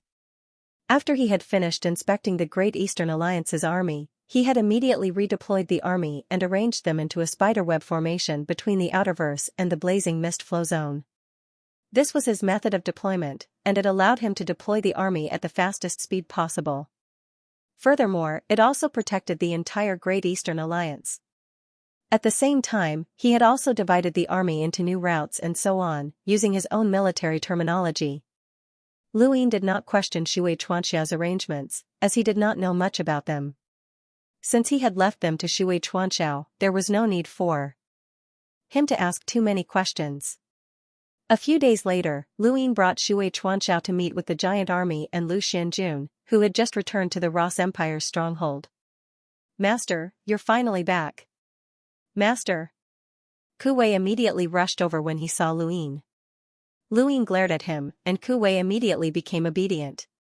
"Master, you don't know this, but while you were gone, we were all on tenterhooks. We were afraid that those old foxes from the Sword Sect would attack us." "They couldn't find you," Lu Yin said. Ku Wei smiled sheepishly, but then, his face suddenly froze. He looked at the second Night King and Lu Huang, who were standing beside Luyin, and asked, "Where's Senior Lu Yefei?" Shui Chuanxiao walked out and looked at Lu Xianjun and the Giant Legion. Ku Wei's heart sank. "Master, where's Senior Flying Willow Leaves?" "They're gone. They're no longer following me." Ku Wei's expression turned bitter. "Master, how can we let them go? Without them, how can we stop Lu Qianjue and those old foxes?" It's over, it's over. "Master, I'll just take the giants and hide." "Noisy," the second Night King said coldly as he glared at Ku Wei, his eyes filled with hostility and killing intent. Ku Wei felt a chill run down his spine, and he subconsciously retreated. Luyin glanced at the second Night King, who then looked away and no longer looked at Ku Wei. Ku Wei carefully asked, "Master? Who is this senior?" "It's none of your business. Even without the flying willow leaves, they can still protect me." Ku Wei grunted and then looked at the second Night King and Lu Huang again. He only dared to look at the second Night King, as he had been frightened by the man's gaze. That gaze had seemed to pierce through his heart, and he had felt like he could be destroyed at any moment. He could only look at Lu Huang, who seemed rather friendly. "Little brother, you mentioned Lu Qianjue. Is he the sword sect master?" Lu Huang asked with a faint smile. Ku Wei swallowed and nodded. "Yes, the sword sect master. What did he do to make you so afraid?" Lu Huang asked. Ku Wei looked at Luyin, who remained calm and did not stop him. Ku Wei whispered, "He killed the Dragon Lord of the Sylvan Dragon, which was my master's mount. His next target will definitely be the Great Eastern Alliance's emissaries." Lu Huang nodded. "The sword sect's successor is becoming more and more ruthless, and his desires are growing stronger as well." The second Night King coldly replied, "It's been the same since ancient times. When the sword sect was first established, its goal was to pass down the 13 swords to the Lu family in this region of space. It became like this because they were forced, and I remember that the Day-Night clan was the one who forced them the most. If not for the Neoverse, the Day-Night clan would have already unified the Innerverse and been unstoppable. The sword sect would never have existed." Lu Huang coldly replied, "If not for the Hall of Honor, the sword would have already invaded the Neoverse. The 14th sword would have been enough to destroy the Day-Night clan." "Is that so? You can try." The second Night King looked at Emperor Lu, and Emperor Lu stared back. The two of them rarely spoke, and Luyin had even forgotten that one of them was from the Day-Night clan, while the other was from the sword sect. If not for the Great Eastern Alliance, they would still be mortal enemies, and they would have both been persecuted by the Hall of Honor. "This is not your battlefield," Luyin said coldly. The second Night King was disdainful, as Emperor Lu was definitely not his match. However, he still wanted to experience the 14th sword. Lu Huang was not clear on the second Night King's true strength, as his impression of the second Night King was from a long time ago. Back then, the strongest person in the Day-Night clan had been the first Night King, who had a power level of over 1,000,000. Lu Huang, on the other hand, had also had a power level of over 1,000,000 at his peak. The first Night King might be able to fight him if he was revived, but the second Night King might not. Of the two, one was heavily injured, and the other had been corroded. Neither of them could see the other's true strength, and only Luyin knew. Ku Wei no longer dared to speak. These two fellows' auras were too strong. Within Lu Xuanjuan's army, Ying Day Night kept looking at the second Night King behind Luyin. Even though the second Night King had changed his appearance, Ying Day Night still recognized him from his gaze and aura. It was the aura of the Day-Night clan. Among the powerful Day-Night clansmen who could follow Luyin, the first person Ying Day Night thought of was the second Night King. Luyin had gone to Kuanzai, and because of the second Night King, he had become a wanted criminal. The second Night King's gaze swept over and met Ying Day Night's. His gaze was filled with pressure. Ying Day Night hurriedly lowered his head, not daring to meet the second Night King's gaze. The second Night King was disdainful. These trash from the Day-Night clan could only rely on others, and he looked down on them. Not long after, Lu Xuanjuan's army and the giant army retreated. Shui Chuanxiao praised, "Even the most elite cultivators at the border might not be able to match up to Lu Xuanjuan's army and the giant army. Alliance leader, you've given me a huge surprise." Luyin replied, "It took me a lot of effort to gather them." Commander, you haven't been on the battlefield for many years. Do you want to train? Xianxia's eyes lit up. Target. Lu Yin opened his star chart and chased Ku Wei away. He then pointed at a small flow zone in the innerverse called Pine Flow Zone. Pine Flow Zone was the location of the Neo-Human Alliance's headquarters in the innerverse and outerverse that Lu Yin had told Lu Yin about. The Neo-Human Alliance's headquarters in the innerverse and outerverse? Xianxia and the others were shocked. Since ancient times, the Hall of Honor's greatest enemy had always been the Neo-Human Alliance. The Neo-Human Alliance also had one of the three Dark Hands, but that was just an excuse that the Hall of Honor had given to the Fifth Mainland's various powers to deal with the Neo-Human Alliance. The Neo-Human Alliance should not be one of the three Dark Hands, it should be a public enemy. No matter when or where, even on the battlefield, the Neo-Human Alliance's corpse kings had to be eliminated as soon as they appeared. This was the Hall of Honor's stance. The Neo-Human Alliance's darkness is much greater than you and I imagined. Find it and destroy it. Lu Yin's attitude was resolute. Xianxia looked at Lu Yin deeply. I thought that you cared more about unifying the innerverse. Lu Yin smiled. Of course, I care. However, this is a malignant tumor. If I don't destroy it, I won't feel at ease. After witnessing the redbacks in the cosmic tree domain and the vast battlefield on the other side, how could Lu Yin just focus on internal conflicts? He wanted to unify the Fifth Mainland in order to deal with the Four Libras and the Everlasting Race. A scattered Fifth Mainland would never be a match for the Everlasting Race.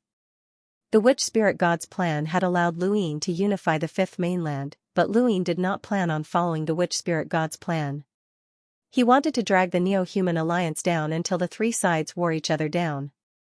It would be best to destroy the Neo-Human Alliance first before dealing with the Four Libras. Besieging Pine Flow Zone was the first mission that Lu Yin had given to Xianxia, and it was also his first mission as commander. Over the next 2 days, Xianxia had given Lu Yin a plan to besiege Pine Flow Zone. Truthfully, Lu Yin had thought that Xianxia was an expert in military affairs, but after reading through the plan, he found that Xianxia's ideas coincided with Wang Wen's. Furthermore, Xianxia's military arrangements for besieging Pine Flow Zone were even better than Wang Wen's. Using a small flow zone to seal off Fennel Flow Zone as an excuse to mobilize the Allied forces. This is exactly the same excuse as yours. Lu Yin smiled. Wang Wen replied, Commander, you've completed all of my work. Not only that, but he's also completed Wei Rong's work. Lu Yin looked at Xianxia as he explained the military arrangements. Wang Wen frowned. He could have completely surrounded Pine Flow Zone without letting anyone escape, but he left a few loopholes that correspond to Gu Flow Zone, Spirit Seal Flow Zone, and possibly the First Flow Zone. He's making preparations to unify the innerverse. It seems like the older, the wiser. Just wait. He's using his own methods to infiltrate Lu Xianjun into Pine Flow Zone. This process will take at least a month, and I'll go into seclusion during this month. During this time, Lu Yin paused. For a moment before continuing, I'll keep a low profile. Those who were familiar with Lu Yin knew that he would always keep a low profile before causing a huge ruckus. The quieter the Great Eastern Alliance was, the more likely it was that something big would happen. Lu Yin left everyone's line of sight and entered seclusion. He had gone into seclusion because he had too much money. After Blazing Mist Flow Zone was conquered, the resources of the Ross Empire and the Sylvan Dragons would all be his. With the Blaze Realm as an example, Lu Yin did not have much hope for the Ross Empire and the Sylvan Dragons. He did not think that they would have much money. The more powerful a power was, the more money they would spend, and there would not be much left. The Blaze Realm was the most obvious example. However, the Ross Empire had given him a small surprise, and the Sylvan Dragons had given him an even bigger surprise. The Ross Empire only had 700 million star essence, which was definitely not a lot, but it was still much more than what the Blaze Realm had, which was quite good. As for the Sylvan Dragons, Lu Yin was truly stunned. Legend had it that some creatures liked to collect shiny objects. Lu Yin did not know if the Sylvan Dragon clan was like that, but he knew that he had struck it rich. The Sylvan Dragon clan had a total of 3.5 billion star essence in their possession. What kind of concept was this? 5 billion was actually more than Chaos Flowzone's Chaos God Mountain. It was simply ridiculous. When Luin had received the star essence, he had almost thought that there had been a mistake in the number and that a decimal point had been missing, but the truth was that there were 5 billion star essence. He had asked the upper echelons of the Sylvan Dragons, but he had learned that they did not know what to do with star essence and that they had no other use for it aside from cultivation. The Sylvan Dragon's cultivation speed was far slower than Lu Yin's, and their consumption of star essence could not compare to the amount they obtained. Humans would use money to create pleasures in life, trade, and even give gifts, but the Sylvan Dragons did not. They only knew how to store things. Even though the Sylvan Dragons only occupied a third of Blazing Mist Flow Zone, they had only taken in and not taken out for countless years, so they had obtained an enormous amount of resources. If not for the Sixth Mainland's invasion, which had stolen most of the resources, Luin would have obtained much more than 5 billion star essence. When he thought about this, Lu Yin's eyes turned red. The Sixth Mainland had stolen a large amount of his money, and this matter was not over yet. Right, that ship that had transported the countless mountain ranges on the mainland must have contained some of the Sylvan Dragon's star essence. He could not think about it, as the more he thought about it, the angrier he became. Luin took a few deep breaths and calmed himself down. The Sylvan Dragons had brought him so much money that the Day-Night clan had not, but they had still given Luin about 7 billion star essence. The Day-Night clan was based in the Innerverse, so this amount of money was not much. The main reason was that Luin had destroyed the Day-Night Flow Zone, which had greatly damaged the clan's vitality. The Ross Empire, the Sylvan Dragon clan, and the Day-Night clan had provided him with a total of 9 billion star essence. In addition to what he had previously had, he now had a total of 7 billion star essence on him. He was rich, really rich. Lu Yin's breathing quickened as he looked in the direction of the first flow zone. He did not know how much he would gain from dealing with the Sword Sect, the Beast Tamer's flow zone, and the other powers. Every increase in wealth was a leap in his strength. Luin forced himself to calm down and raised his hand. His die appeared, and he tapped it. I forgot that today is Christmas Eve. Here's an extra chapter. I wish my brothers a safe journey. I'll be as rich as Luin. I'm too busy at the end of the year, and I still have to go on a business trip. I'll do my best. The die slowly spun until it finally stopped and pivoted. A bag of snacks fell out with a clatter. Luin blinked. Snacks again? What a waste of time. He tapped again, and the second time was still pivoted. A piece of scrap metal fell out. Luin pursed his lips and tried again. A third time and the die slowly stopped spinning. Pivoted again. Luin was speechless. Why was he so unlucky today? All pips? In the void, a leaf floated down and fell to the ground. Lu Yin's face twitched. A leaf? Who put a leaf in their cosmic ring? Hold on. His expression suddenly changed, and he picked up the leaf. His mouth fell open. Was this an origin item? The moment Luin picked up the leaves that had already taken root in his upper wisdom path swayed and exuded a vigorous vitality. The leaf in his hand swayed as well. It was sparkling and translucent, and it was very beautiful. Luin was stunned, as he had never imagined that he would obtain an origin item from rolling his die. This must be a dream. Luin subconsciously pinched himself, but it hurt. This wasn't a dream. Was it really an origin item? The leaf emitted an obscure aura that gradually spread out. He hurriedly put it away, feeling somewhat confused. Pivoted had actually stolen an origin item from someone's cosmic ring. Whose was it? Who could have an origin item? The first person that came to mind was the few ancestors. Was it one of them? Or had Pivoted already reached the cosmic tree? The cosmic tree definitely had many more origin items than the fifth mainland. The four young ancestors had gone to the ruler's realm to fight for more than one origin item, as they had been schemed against by the Eternals. Normally, the trip to the ruler's realm would have lasted for a long time, and more than one origin item would have appeared. The trip to the ruler's realm had been a test given by the four-way scales, and there was definitely a collection of origin items within. It was impossible for the 4 young ancestors to fail to obtain one. Then who did this origin item belong to? Did the 5th mainland's ancestors belong to the cosmic tree? Luin swallowed, and excitement filled his eyes. No matter who it was his, and he wanted to give it to Ming Yen. Back in the Black Street, he had given Ming Yen 2 tribulation crystal pillars, which had allowed her to break through the lower and middle finger gates. Now that she had an origin item, she could break through the upper wisdom pass as well. She might even become a progenitor in the future. The more he thought about it, the more excited he became.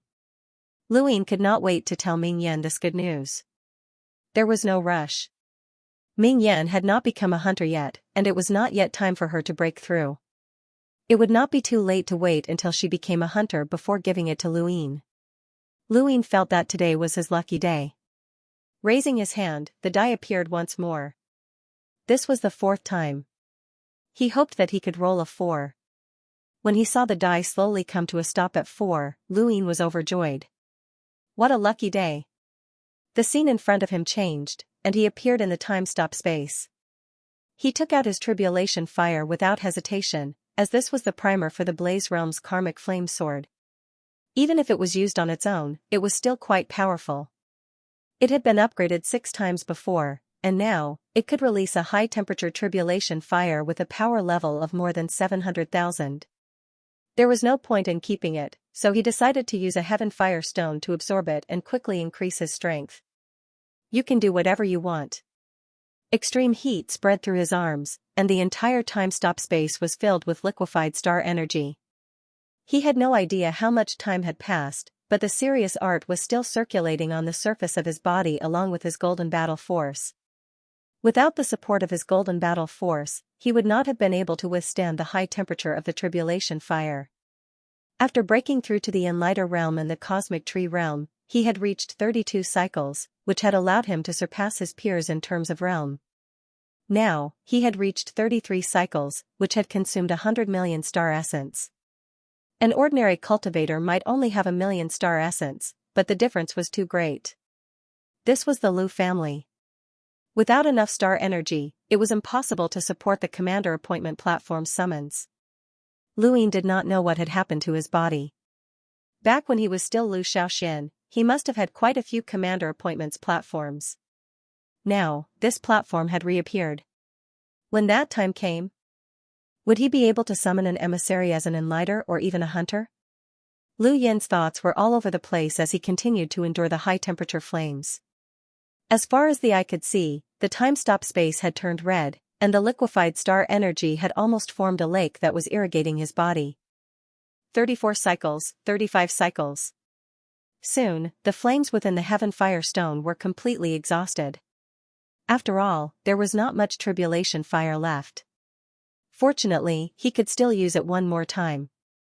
The tribulation fire that he had obtained from the Blaze Realm could be used 3 times, and this was the last time. There was not much time left in the time-stop space, so Luin cultivated the serious art for a while before leaving. He waited for 10 days before rolling his die again. This time, it was much smoother, and he rolled 4 pips before continuing. The Heaven Fire Stone absorbed the star energy once more, and the high temperature filled the time-stop space once more. After an unknown amount of time, the star energy in Lu Yin's body reached 39 cycles, and the flames within the Heaven Fire Stone completely disappeared. Luin let out a long breath and looked at his own body. 39 cycles meant that he only needed 1 more cycle to reach 40. He was getting closer and closer to becoming an emissary. From 32 to 39 cycles, Luin had used up almost 1 billion star essence. Luin could not help but wonder how he would have obtained so many star essence if he did not have the ambition to unify the innerverse and outerverse. How would he have cultivated? It was simply unimaginable. Could he have robbed someone? Had the Lu family been forced to leave the monarch tree realm because of the star energy consumption that Luin had consumed? And this was just his own consumption of star energy. Luin did not include the star energy he had used on his die, or else he would have consumed even more. Up until now, he had consumed an astronomical amount of star essence. Even the 8 great flow zones of the innerverse might not be able to gather that much star essence. He could not help but wonder what he would say if Ming Yan found out where his star essence had gone one day. This was an unsolvable mystery. After reaching 39 cycles, Lu Yin's power had increased by quite a bit. He was now strong enough to solo an emissary with a power level of 600,000. Even if he faced off against a powerhouse like Xianxia, he would not be easily defeated, and he would still be able to put up a fight. Using up a billion star essence to cultivate was still quite a heartache. He looked at the time and saw that there was not much time left. A year and a half had already passed. He silently recited the Stonewall scriptures while simultaneously cultivating the serious art. When the time was up, he would go out and continue rolling his die. He had only been in seclusion for 10 days. At the same time, in a black street in the Neoverse, Ming Yan opened her eyes and sighed. Xianxia is really powerful. It's a pity that I can't teach Brother Lu. She stood up and looked outside. The black street was gloomy, and it was a completely different world from where she was. If she had not been able to control Old Feudal, she would have ended up in a miserable state. Ming Yan gradually sank into deep thought, and after an unknown amount of time, she suddenly thought of something. She took out a large and a small calamity crystal pillar, and her eyes lit up with joy. Brother Lu gave this to me. He said that I could only use it after I became a hunter. I really want to become a hunter immediately and give Brother Lu a surprise, she muttered to herself. She seemed to gain some motivation, and she put the pillars away before continuing to cultivate. Within the Ross Empire's stronghold, Lu Ying left the time-stop space and looked up to continue rolling his die. Aside from increasing his cultivation, he also wanted to use his die's 3 pips to upgrade a few other things, such as the primordial dazzling stone that he had obtained from the frigid immortal sex ruins. He did not know if it could be upgraded, but it would be best if it could. After upgrading it, he would think of a way to integrate it into his miniature armor and raise its defenses to another level. The die slowly spun until it finally stopped at 6 pips. Lu Yin's eyes lit up. With his current strength, as long as he rolled 6 pips, any random person he integrated into his armor would be of great use. After all, they should all be emissaries, which meant that they would be higher-ups wherever they went. When he thought of this, he appeared in that strange space and saw many spheres of light. He picked the one that was closest to him and also the brightest. What kind of feeling was this? Lu Ying felt strange, and he opened his eyes. His surroundings were pitch black, and he looked down. He could not see his own body? Furthermore, was this body an astral beast? This time, Lu Ying did not integrate with a human, but rather an astral beast. It was an astral beast that he had encountered before, one that had caused him trouble, the Yingguai. He had actually come to the astral beast domain. Lu Ying was flabbergasted, and he clenched his fists. What great strength! This was the Yingguai, one of the astral beast domain's twin freaks. Together with the sound freak, they had always been successful. Back at the border of the erudite flow zone, the twin freaks had caused Lu Ying quite a bit of trouble.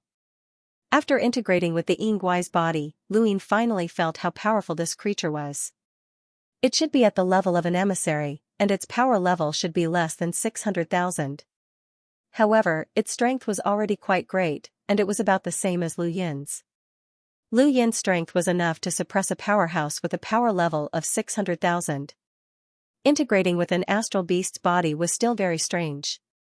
Lu Ying looked around, and even though it was pitch black, it was not a problem for an emissary to see his surroundings. The first thing that caught his eye was an incomparably large statue. Lu Ying looked up, but he could not see the top. He could only see the statue's 4 legs, which meant that it should be some kind of astral beast. He could not see anything further. This was not a problem with his vision, but rather because Lu Ying had suddenly read the Yingguai's memories. He was stunned at first, but then he was overwhelmed with shock as he stared at the statue in disbelief. In the Yingguai's memories, Lu Ying did not know the identity of the statue. He only knew that the Celestial Beast Empire's imperial tutor, Skymender, had often come to worship. He had knelt on the ground and sincerely worshipped the statue, which was a form of worship. Lu Ying had heard of Skymender's name many times, even when he was in the distant human domain. Just like the Starsabelle sect, this person could divine the future and was a very mysterious person. Even the human domain's half-ancestors feared him, but such a person was actually worshipping the statue. Just who did this statue represent? More and more memories appeared, and Luin saw Skymander worshipping the statue.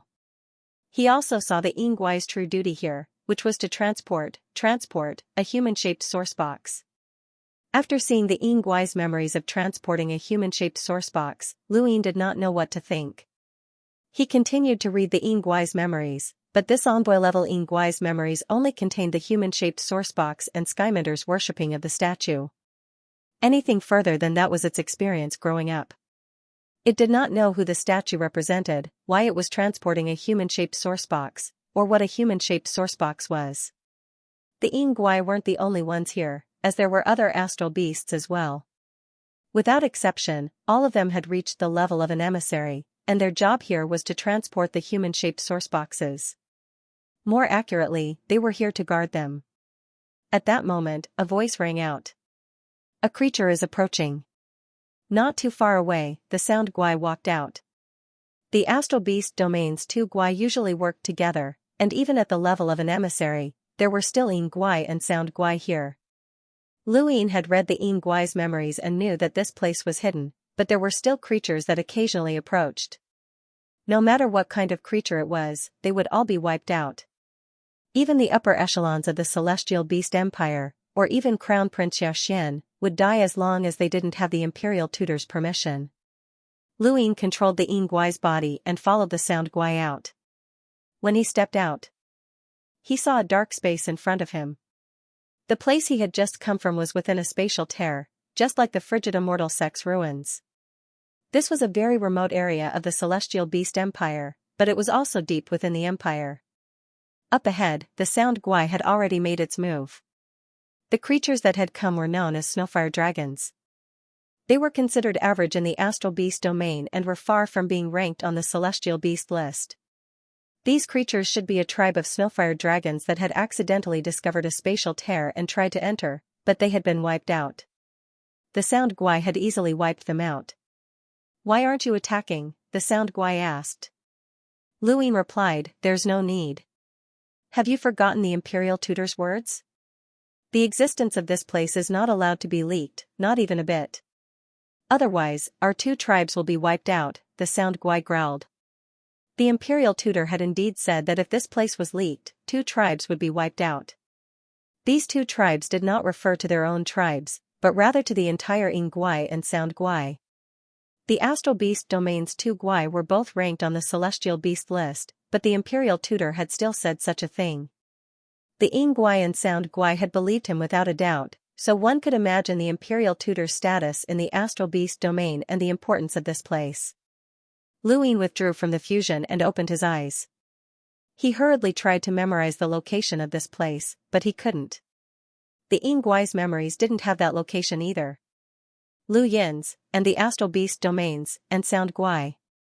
The human domain had been at war with the Astral Beast Domain for so many years, so it was impossible for them to not understand the Astral Beast Domain. They had probably drawn up a star chart, but even after looking at it for a while, he still couldn't find the exact location. Ever since the spatial node had been destroyed by the Neo-Human Alliance, Huizu had used his ability to calculate the flow of time to send the everlasting monsters to the sixth mainland. After that, the number of battles between the human domain and the astral beast domain had decreased. Luin had heard that the human domain and the astral beast domain's battles had mostly been done to confuse the Neo-Human Alliance and the sixth mainland. But was that really the case? Since ancient times, there had been wars between both sides. How many people had died on the battlefield? How many races had the astral beast domain exterminated? How could such hatred only confuse the sixth mainland? The memories that Luin had just obtained proved that the Imperial Tutor had a plan that no one knew about. He was collecting human-shaped source boxes, and the one thing that had left the deepest impression on Luin was Littleshire's warning to never unlock them. Even though Littleshire seemed unreliable, the Grim Reaper and the Grim Reaper's force field that he had mentioned seemed to exist. Then, could the records of the humanoid source box be true as well? Even if it wasn't real, it was still a humanoid source box, which meant that its original form was human. What was Imperial Tutor Skymander's goal in collecting it? Luin thought about it for a moment and then contacted Littleshire. Brother Lu, it's great that you contacted us. Have you thought it through? A mushroom hairstyle is a man's dream. Cut it, Littleshire said excitedly. Luwine pursed his lips. We'll talk about that later. Littleshire, do you remember what you said about the humanoid source boxes? Why can't you unlock them? Littleshire grew serious. The book doesn't mention the reason, but it's repeated several times. You can't unlock them. There's no reason? Brother Lu, you saw a humanoid source box? Littleshire was surprised. Luwine replied, I think so. You can't unlock them. Aside from the fact that you can't unlock them, the book also mentioned that opportunity and danger coexist. Luwine was even more confused. Is there anything else? Nothing else. Brother Lu, cut a mushroom hairstyle. That way, little Chi and I won't be the Chi enter duo, Littleshire pleaded. Luwine was speechless. Right, you mentioned Fatessan before. What's that? Fatessan? Let me take a look. Littleshire flipped through the book that no one could see. Strange, why is it gone? What's gone? It was written in the book that you can obtain Destiny's inheritance if you gather all the Fatessan, but that line is gone now. But that's normal. The contents of the book often change, and I'm used to it. Lu Yin's eyes lit up. Gathering all the Fatessan to obtain Destiny's inheritance? Is that true? Littleshire replied, it's true if it's in the book, but it's disappeared now. I don't know either. Luwine nodded. Alright, I got it. See you later. Brother Lu, think about it. A mushroom hairstyle is really romantic. Littleshire was unwilling to give up and wanted to try harder. Luwine hung up. Cutting a mushroom hairstyle? He might as well die. There was no point in asking, so Luwine could only remember the humanoid source box and leave it for later. He hurriedly checked his star essence, which had just been absorbed into the Yingguai's body. It had been a long time, and he didn't know how much star essence had been consumed. After checking, Luwine relaxed. Fortunately, it wasn't much, just 300 million star essence. To others, this was an unimaginable amount, but to Luwine, it was still acceptable. After all, compared to knowing the secret of the Skymender Imperial Tutor, 300 million star essence was still acceptable. Luwine continued to roll his die. He raised his head and tapped out with a finger, causing the die to slowly spin before coming to a stop. Enhance, time stop space. Luwine had already entered this place several times, and he immediately rolled his die after entering. He wanted to roll enhance. He wasn't worried in the time stop space, as he could definitely roll enhance. Luwine rolled his die once every 10 days, and on his third roll, he finally rolled enhance. He looked at the two screens and tossed the origin dazzling stone up, but it was useless. This material was already in its most primitive state, and it couldn't be improved any further. He was a little disappointed, but he put it away and flipped through his cosmic ring. Many of the items that could be improved had already been improved. He then tossed the leaf up. This was an origin item, and he didn't know if it could be improved. He tossed out tens of millions of star essence, and they were all used up. It could be improved, but the leaf didn't drop at all. This was a bottomless pit. Luwine sheepishly put the leaf away. He didn't know how much it would cost to improve this item, but he had no money. What about the mother tree's bark? Luwine suddenly had an idea, and he gave it a try, but it was useless. The head referee's token? It was useless as well. He looked at the astral source pill, which he had upgraded a total of 8 times. It had cost him 1.9 billion star essence, but he hadn't continued to upgrade it. One reason was that he had run out of money, and the other reason was that he had sensed a life force within the pill that was staring at him. It had been a very strange feeling, as if there was an eye staring at him from within. Now that he looked at the astral source pill again, that feeling was still there. Luwine gripped the pill and thought for a moment before gritting his teeth and continuing to upgrade it. He had already spent 1.9 billion star essence, and he couldn't bear to give it up. Otherwise, he would have wasted all of this money. He didn't care if there was any life force within the pill, so he might as well continue upgrading it. He wasn't afraid of anyone here, and even if Leaf King jumped out, he would still be able to suppress him. As he thought about it, his hands trembled. He threw the astral source pill onto the upper screen and began to crazily use star essence. The 9th upgrade cost him 1.8 billion, and Luin wanted to vomit blood. This was too crazy. At this moment, the astral source pill had changed. Its surface now had a trace of green. No, it was a sprout. Luin stared at the tiny green sprouts in the pill in shock. This thing wouldn't grow into a huge tree, right? Inexplicably, a strange feeling was transmitted to Luin through the astral source pill. It was a kind of naive longing for life. It was an indescribable feeling, as if he was holding a newborn baby in his hands instead of a pill. If he wanted to upgrade it any further, he would need to spend about 3.5 billion star essence. Once he upgraded it, he would use up all of his money. Normally speaking, he wouldn't be able to upgrade it any further. For example, the extreme ice stone was rumored to be able to freeze injuries and grant immortality. However, he couldn't see the end of it, so he had stopped upgrading it. As for the astral source pill, it was related to Shamrock Enterprises, and he had only upgraded it because that gaze had piqued his curiosity.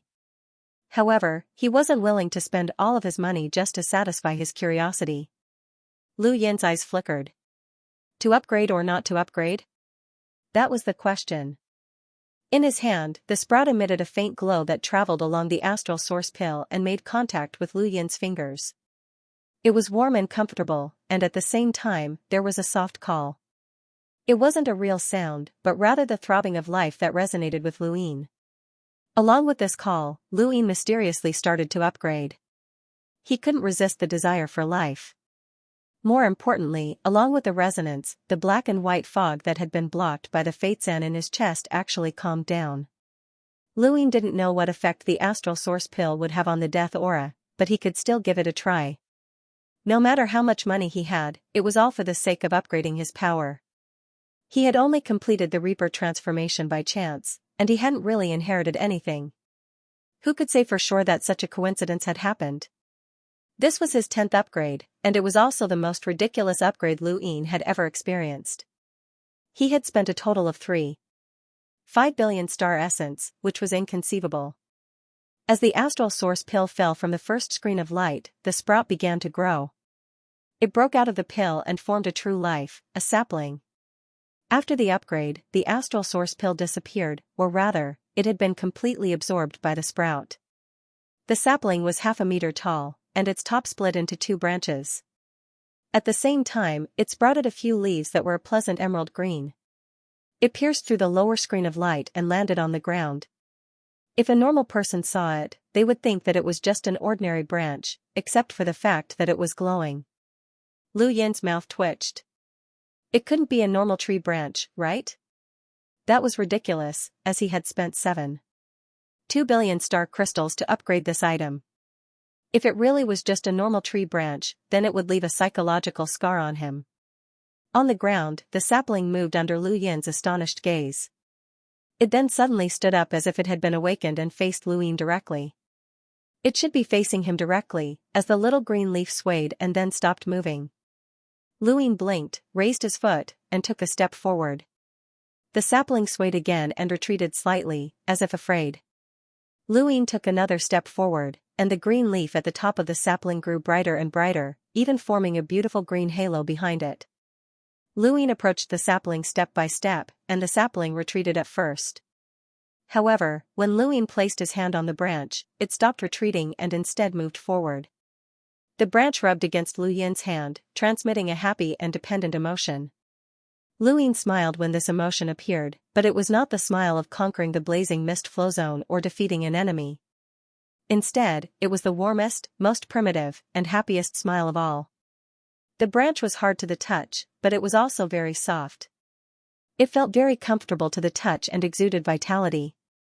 At the same time, within Intelligence Pass, the Origin Artifacts branch was also exuding vitality and interacting with the sapling. Lu Yin was surprised. Could this be an Origin Artifact? Impossible. The Astral Source Pill was mass-produced by Shamrock Enterprises, so how could an Origin Artifact be born? If it really was an Origin Artifact, then the Leaf King would be the mother tree. Lu Yin's expression changed as he suddenly thought of something and stared at the sapling. The sapling seemed to be able to sense Lu Yin's emotions, and when Lu Yin turned serious, it trembled and retreated slightly. Its forked branches also shrank back as if it was afraid. Astral Source Pill, Mother Tree, Germination, Leaf King. Putting all of these together, Lu Yin had a terrifying guess: plants had seeds, and the Astral Source Pill contained the Leaf King's seed. That was why the Astral Source Pill could allow one to enter the Astral Source universe, and because the Leaf King possessed such power.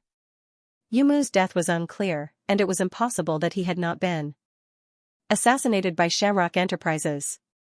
He had been killed by the Astral Source Pill, which was why Balsam had happily given him the pill. He had thought that he was the mastermind and had forced Shamrock Enterprises to lower their heads and hand over the Astral Source Pill, but in reality, Shamrock had beaten him at his own game. They had been eager to give him the Astral Source Pill so that he could counterattack. Lu Yin couldn't deny this conjecture. Lu Yin had seen the 9 clones technique and Undying Yushan's spiritual energy sphere. Now, there was an additional Leaf King seed. It wasn't something that he couldn't accept, and it wasn't something that couldn't be established. Otherwise, why would a celestial source pill have sprouted? It was because the Leaf King's seed was here, and a seed could have sprouted. Lu Yin's eyes blazed as he looked at the sapling. This little fellow was the Leaf King, the newly born Leaf King. The sapling was frightened by Lu Yin's stare and retreated a little, its branches jumping up and down on the ground. He smiled and walked up to the sapling. "Don't be afraid, I won't hurt you." The sapling swayed its green leaves like a newborn child recognizing the first person it saw as its parents. It was naturally close to Lu Yin, and when Lu Yin smiled, it became happy as well. It extended a branch to rub Lu Yin's face before jumping into his embrace like a spoiled child. Lu Yin would never have thought that the first child he held would not be his own child, but a small tree. A sapling. The sapling's dependence and closeness to Lu Yin was very strong. Lu Yin could feel that this sapling had been born from the call of life, and it gave him an instinctive desire to protect it. At this moment, he treated the sapling as a family member since he had personally nurtured it. "How about I call you little sapling from now on?" Lu Yin smiled. The sapling grew even happier and swayed its branches like a spoiled child. The scene in front of him changed, and Lu Yin brought the sapling out of the time-stop space. The sapling was a little afraid in an unfamiliar environment, and its branches wrapped around Lu Yin's fingers as it trembled. Lu Yin smiled and glanced at his cosmic ring. His mouth twitched, he was out of money. What a wastrel. He only had a little more than 100 million star essence on him right now. This was an astronomical sum to a normal cultivator, but to Lu Yin, it was just pocket money. Pocket money was nothing compared to his dye. With a sigh, Lu Yin brought the sapling out of the time-stop space. The sapling wrapped its branches around Lu Yin's fingers and hopped behind him. It was obvious that it was afraid of an unfamiliar environment, and it wrapped its branches tightly around Lu Yin's fingers, not wanting to shake him off. The moment Lu Yin brought the sapling out of the time-stop space, the Leaf King exited his seclusion in the Neoverse Shamrock Enterprises. The Leaf King had always been mysterious, and very few people had seen him. Balsam was the one who dealt with external affairs the most. However, no one had expected the Leaf King to be a devilishly handsome youth who was even more handsome than Xianxia. It was a gentle kind of handsomeness, and he looked very young, about the same age as Lu Yin. Balsam was the first to know that the Leaf King had exited seclusion, and her expression changed. "Leaf King, why are you out now?" she asked when she saw him. The Leaf King stood in place with the astral origin pill in his hand, deep in thought. Balsam did not dare disturb him, and she just stood behind him. "Who has a astral origin pill?" he asked. Balsam immediately gave him a list of names. The Leaf King looked at the list and fell into deep thought once more. Not long after, the Leaf King said, "One astral origin pill escaped our control." Balsam was shocked. "Escaped? Used it?" She regretted it the moment she said it. How could using it be considered as escaping control? The Leaf King calmly asked, "Who on this list has the ability to cause the pill to escape our control?" Balsam looked at the list and scanned through it one by one. In reality, even though Shamrock Enterprises had kept the astral origin pill a secret for many years, that was only because they had concealed its uses. They had given out some of the pills themselves, including the Hall of Honor, the various powers of the Neoverse, and many important figures, including the 7 courts. There were quite a few people who had astral origin pills, and there had not been any problems over the years. The pills' effects had been reduced, and they were not enough to break through the astral source universe. Thus, no one really cared about them. It was not strange for someone to occasionally use them, as it was just tearing through the void. It was not as shocking as breaking through the astral source universe. However, to say that the pill had escaped control was different. This meant that someone had discovered the secret of the astral origin pill, which was a huge problem for Shamrock Enterprises. Leaf King, if someone knows the secret, then... Balsam was interrupted. No one will know the secret, and it's impossible for them to know, the Leaf King said. Balsam felt uneasy, and for some reason, she suddenly thought of Luine. The Leaf King had only given Luine astral source pills recently. Luine knew the pill's uses, so this person was the most likely to be the cause. This person had endless opportunities, and his background was as vast as the heavens. He should also have a mysterious master. Who knew what he could do? Follow the plan and deliver the astral origin pills, the Leaf King said. Balsam was shocked. The plan has been brought forward? The Leaf King fell silent as he held the astral origin pill in his hand. No one knew what he was thinking. Back in the Ross Empire's stronghold, Luine left seclusion with the sapling, which surprised many. He wasn't afraid that the sapling would be exposed, as there were many strange creatures in the universe. There were astral beasts that could take human form, and there were also plants that had successfully cultivated their bodies. There were even some that had successfully cultivated black holes. There were all sorts of strange creatures out there, and the others were only surprised that there was a sapling that could jump around, but they weren't too surprised. The Second Night King and Lu Huang were even less surprised, as they had lived for so long that they had seen everything. Ku Wei came over and stared at the sapling in a daze. Master, what is this? His voice was too loud, and the sapling was afraid. It hid behind Luine, revealing half of its branch as if it was trying to peek. What is it? Luine asked. Ku Wei smiled. Nothing, I just missed Master. He then looked at the sapling curiously. The sapling swayed its leaves, giving Luine a similar feeling of curiosity. It was very curious about everything in the outside world. If you have nothing to do, then find me more strange plants that can move, Luine ordered. Ku Wei was curious why Luine was doing this, but he knew that Luine would not tell him even if he asked. He looked at the sapling curiously one more time before leaving. Beep beep beep. Lu Yin's gadget beeped. The sapling jumped in fright and clung tightly to Luine. Luine patted it, and it finally calmed down. Alliance Master Lu, sorry to disturb you. I'm Balsam. Lu Yin's eyes flashed, and he glanced at the sapling. What's the matter? Balsam smiled. Congratulations to Alliance Master Lu for conquering the blazing mist flow zone and stepping into the Innerverse. Shamrock Enterprises sincerely congratulates you, and we're also gifting a batch of pills to the Great Eastern Alliance as a congratulatory gift. The blazing mist flow zone surroundings have been sealed off. How did you guys get in? Luine asked. Balsam smiled. Shamrock Enterprises has been in the Innerverse and Outerverse for many years, so we still have the ability to do so. Alright, then I'll have to thank you, Luine said. Balsam said a few more polite words before ending the call. Lu Yin's lips curled up, as his guess was becoming more and more likely. Shamrock Enterprises did not have a good relationship with him, and although they were not enemies, they were not friends either. It was too suspicious for them to be willing to offend the Innerverse's great powers to seal off the blazing mist flow zone and gift him pills. If he was not wrong, then Balsam had personally come this time just to test out the astral source pills. As he thought about this, Luine sent a message to Ku Wei and told him to find some strange moving plants as quickly as possible. At the same time, he also thought about some natural treasures that could help him avoid danger. He was looking forward to seeing Balsam's expression when she saw this. If no one had seen the sapling before, then he would be looking for trouble. When Balsam saw so many plants, her abnormal behavior would easily arouse her suspicions. However, he had just swaggered through the city with the sapling, and many people had seen it. He believed that his every move would be watched by countless people, and Balsam would know as well. He could only find some moving plants to fool her.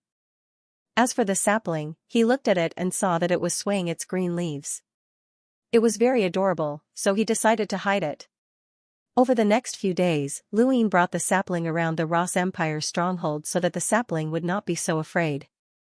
At the same time, Kuwei's propaganda had spread word of Lu Yin's hobby of collecting strange plants, and people were constantly sending strange plants to the Ross Empire's stronghold.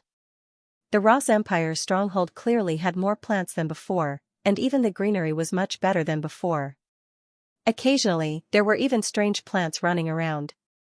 At this point, more than half a month had passed since Shui Chuanxiao had started infiltrating the basin flow zone. Once Lu Xuanjuan's army completely infiltrated, the war to destroy the basin flow zone could begin. Rustle. The sapling swayed its green leaves, seemingly very happy. In front of them, a beautiful blue flower released a halo that resembled the ocean and surrounded the sapling. The sapling was very excited and constantly jumped about. Off in the distance, there were even small plants that spat out dew. There were also small birds flying in the sky. If one did not pay attention to the fact that these plants could move, it would be a rather harmonious scene. Alliance Master, the Sword Guard mercenaries sent someone over to deliver a large tree that can be used to escape, someone reported.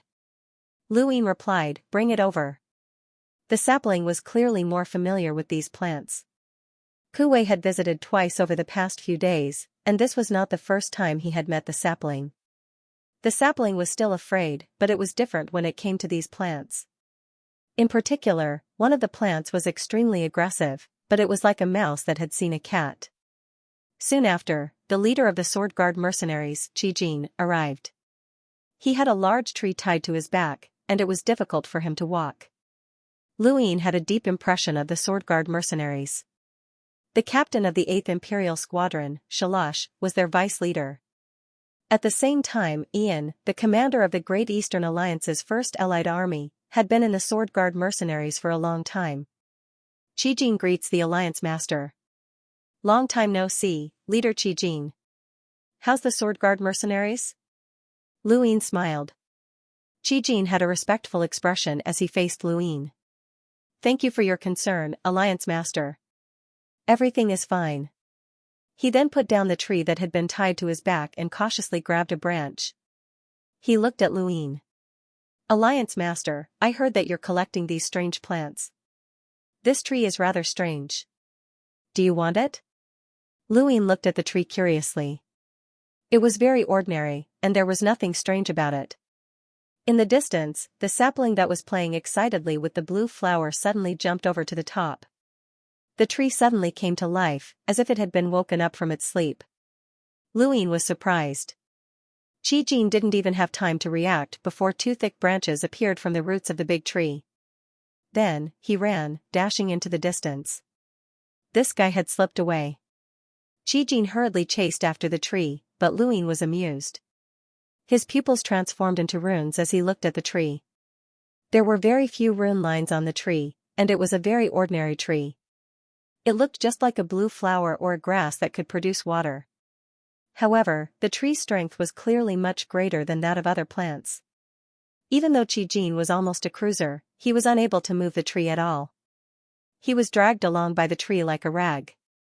In the end, it was Luine who pulled the tree back.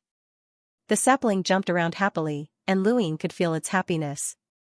The tree was afraid of Luine, and it wasn't willing to give up even after being dragged back. It tried to charge in another direction, but it didn't manage to do so. Instead, it changed directions as if it would not give up until it escaped. Qijin was embarrassed and his face turned red. He had really lost face just now. Luine laughed heartily. This place had been specially built for the sapling to play in.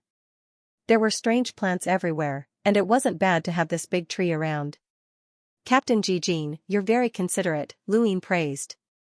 Qijin smiled awkwardly. "I've embarrassed myself in front of the Alliance Master." Luine rewarded Qijin with a few items and then dismissed him. The universe was vast, and there were all sorts of strange things. Strange plants were constantly being sent in, and Luin accompanied the sapling as if he was coaxing a child. The sapling was very happy, and when Luin gave it another astral source pill, it became even happier after absorbing the pill and even grew a little bigger. Lu Yin's eyes lit up. The sapling could actually directly consume astral source pills to grow. This was interesting. Some time had passed since Kuan-Zhe had left, and Lu Huang and the second Night King's cultivations were gradually recovering.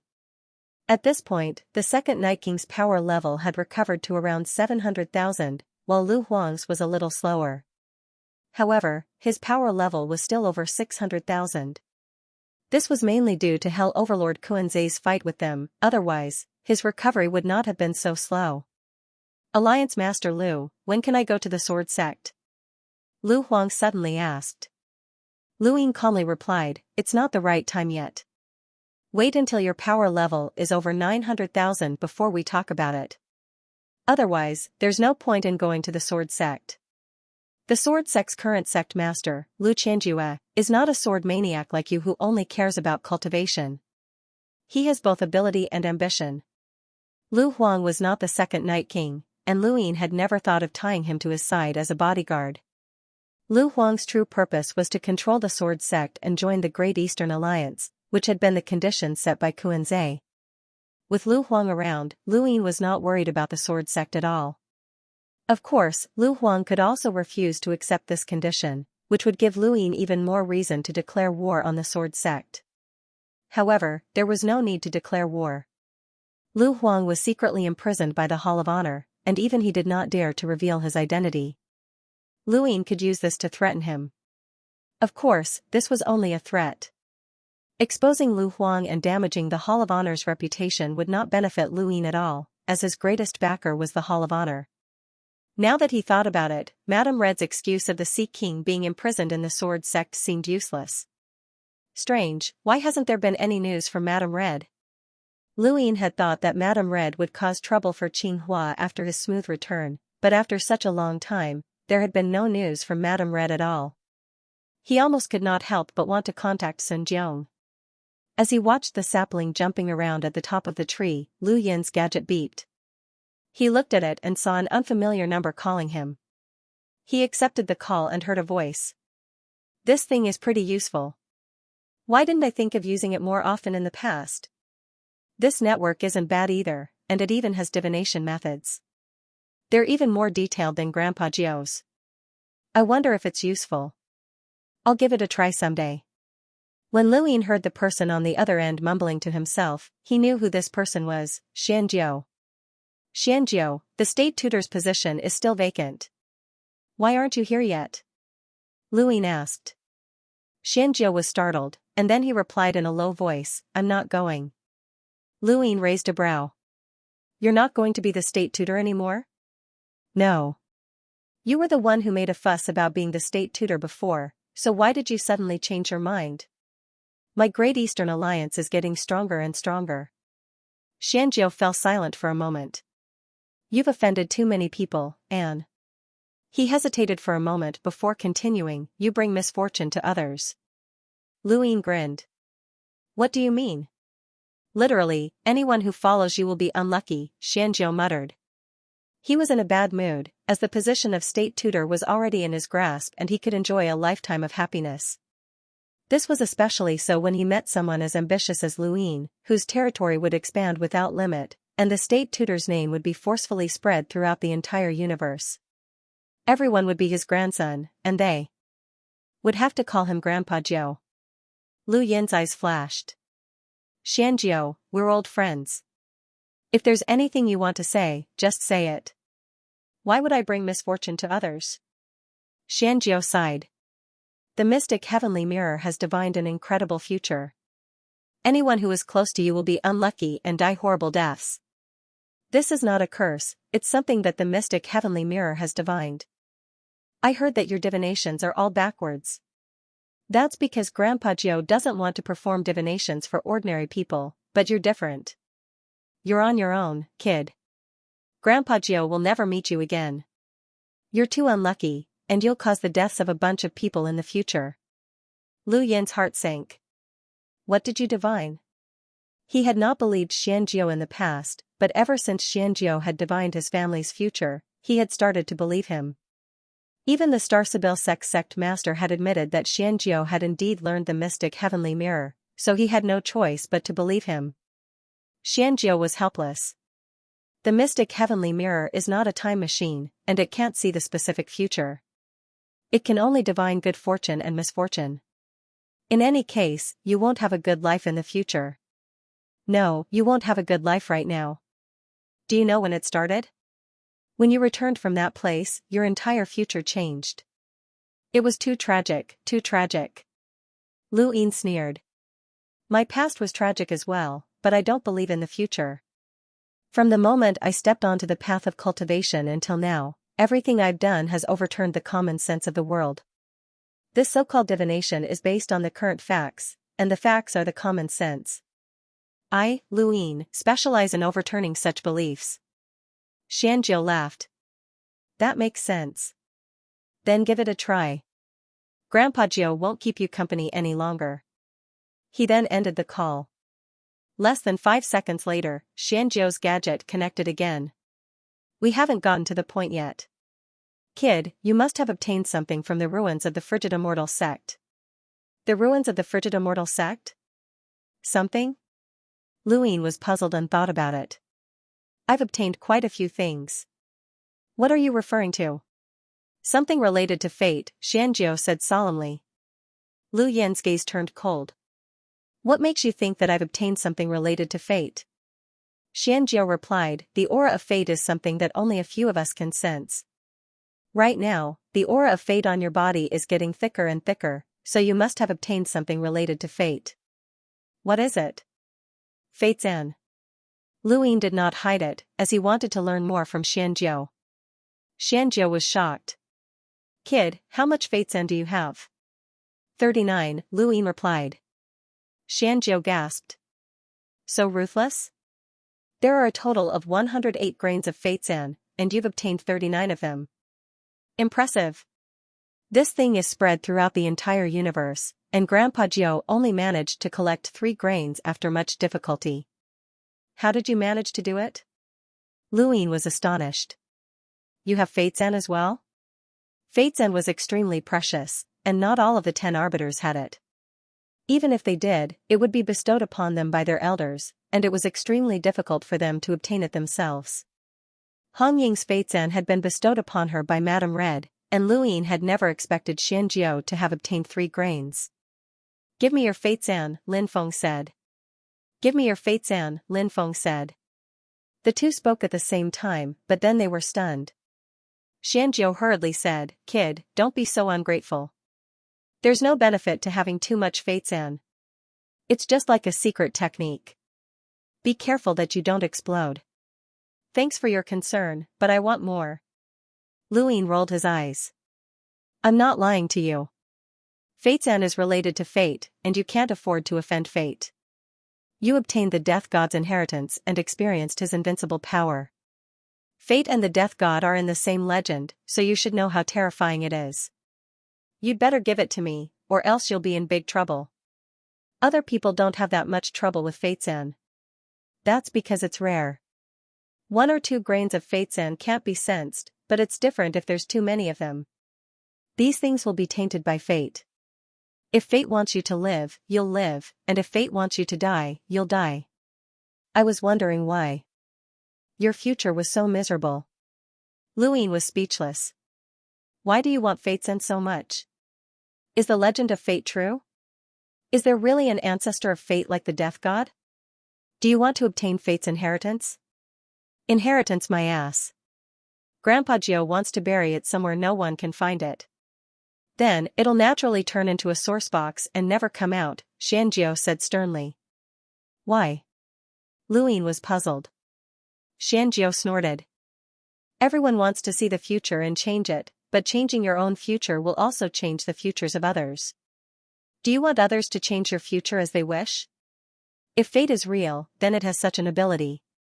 Would you dare to let it come out? Lu Yin felt a chill run down his spine. Changing one's own future could be good or bad, but the worst would be someone else changing one's future. Do you really believe in fate? Luin asked. Xianxia answered, no, but you can't bet on it. Grandpa Jiao can divine the past and future. Luin was helpless. Sorry, but I can't give you the Fate San. I have a use for it. Xianxia replied seriously, Alliance leader Lu, I'm not joking with you. Fate cannot be touched. Whoever touches it will be unlucky. I'm not joking either. It really is useful. Xianxia sighed. If you don't give it to me, then don't give it to Starsabil and the others either. Some people are not what they seem on the surface. Remember that. Luin looked at his gadget and fell into deep thought. Fate was a heavy topic. Did fate really exist? Could people control fate? What was fate? Was it time? Did the so-called ancestor of fate mean that time could be changed? Changing time meant changing fate. Did fate really exist? Did the Grim Reaper, Destiny, Martial Heaven, these ancient progenitors really exist? Wu Tian had left behind a sword steel, the Grim Reaper had left behind a deathly aura, and Destiny had the Fate San. From the looks of it, they had indeed existed before. However, aside from these, there were no other traces. If they had existed before, where were they now? Dead? Or alive? Thinking back to Xianzhou's words, Luin felt that he was right about one thing, his own fate could not be changed by others. If the oldest ancestor of fate really existed, then he could change the fate of others at will. This meant that he was everyone's enemy. Regardless of whether their fates were good or bad, they were enemies to others. No one was willing to have their fates changed by others. From another perspective, if one could change the fate of others, wouldn't that make one a god? The sapling bounced around happily, as Luin could easily change its fate. It didn't have any independent thoughts right now, and it didn't have the ability to resist. However, if it grew up one day and gained the ability to resist, would it still allow Luin to change its fate? Luin suddenly looked at the second Night King. Xianzhou could sense the aura of destiny, which was Fate San and the Frost Immortal. Why would there be so much Fate San in the ruins of the sect? The Fate San on the bronze door had obviously been added later. Also, when Mr. Feng had mentioned the Grim Reaper's inheritance, the second Night King had believed him without hesitation. Why would he believe that? You believe in the Grim Reaper? Luin suddenly asked as he stared at the second Night King. The second Night King frowned. It's just a legend. I'll ask you one more time. Do you believe in the Grim Reaper? Lu Yin's tone was low, as Xianzhou's words had put him in a bad mood. If the second Night King continued to brush him off, he would do something. The second Night King met Lu Yin's gaze, and after a moment, he said coldly, I don't, but the Bai family does. The Bai family? The Frost Immortal sect's Bai family? Luin was astonished. The second Night King nodded. The Day-Night clan is willing to stay in this part of the universe, but we're also helping the Frost Immortal sect complete a task, which is to collect everything related to Destiny. Destiny and the Grim Reaper both exist in the same legend, and the Bai family firmly believes in it. The Day-Night clan is helping the Frost Immortal sect collect items related to Destiny? Fate San? Luin asked. The second Night King replied, that's right, Fate San.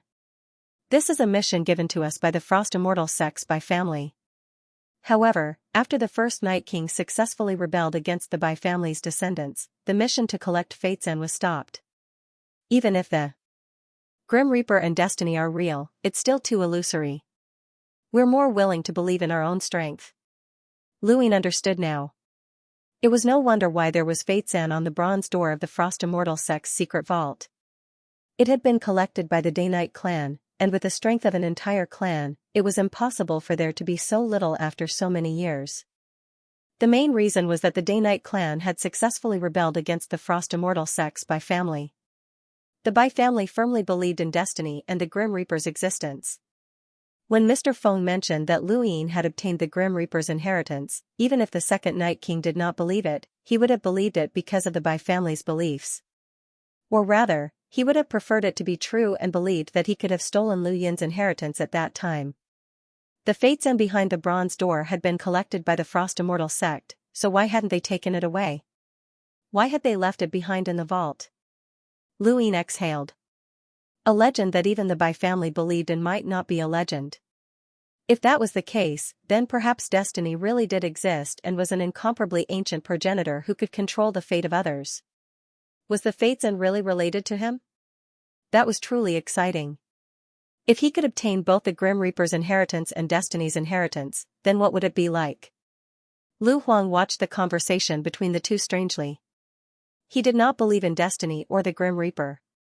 He was a sword fanatic, and he was more willing to believe that someone could create the 15th sword. When he thought of this, his eyes burned with passion. Wouldn't it be great if someone could create the 15th sword?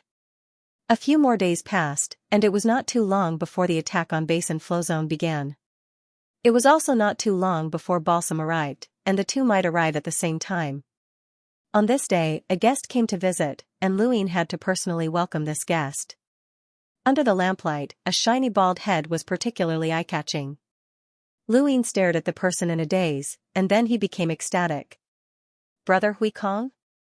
The guest who had appeared at the Ross Empire's stronghold was the bald old man, Hui Kong. Hui Kong saw that Luin had arrived and laughed heartily. Brother Lu, long time no see. Ha ha ha ha. Luin was excited, and he leapt in front of Hui Kong. Brother, you're out? Hui Kong laughed. What are you talking about? I wasn't locked up by anyone, so it's normal for me to come out. He then patted Lu Yin's shoulder and sighed. You've become sturdier again. You're much sturdier than you were during the Sovereign Tournament. Brother Lu, you're truly blessed, ha ha ha ha. Lu Yin hurriedly invited Hui Kong to take a seat. Hui Kong looked at the second Night King and then at Lu Huang with a serious expression. Brother Lu, aren't you going to introduce these two? Lu Yin waved a hand and had the second Night King and Lu Huang leave. Hui Kong was shocked by Lu Yin's casual actions, and he looked at Lu Yin deeply. Brother, I don't understand what you're doing. Those two aren't simple at all. You weren't tricked, were you? Lu Yin smiled. Brother, come and have a seat. I'll tell you about it. Lu Yin was grateful to Hui Kong from the bottom of his heart, and he felt like a family member. Hui Kong had saved him, and the two had gone through thick and thin together in the technocracy. No, saying that they had gone through thick and thin together was an exaggeration. It had always been Hui Kong who had taken care of him, given him food, materials, and an oversized cosmic ring. In the end, he had even sent him out of the technocracy. Without Hui Kong, Lu Yin would have been trapped in the technocracy no matter how great his destiny was. Hui Kong gave Lu Yin the feeling that he was like Big Sis and the others. Aside from the dice, which was a secret that could not be shared with others, Lu Yin could tell Hui Kong everything else. Although Hui Kong represented the Hui family of the Seven Courts, Lu Yin trusted him and felt that way. After a long time, Hui Kong stared at Lu Yin, dumbfounded. Brother Lu. Lu Yin was very satisfied with Hui Kong's expression, and he was pleased. How was it? Say it again. I didn't hear you clearly.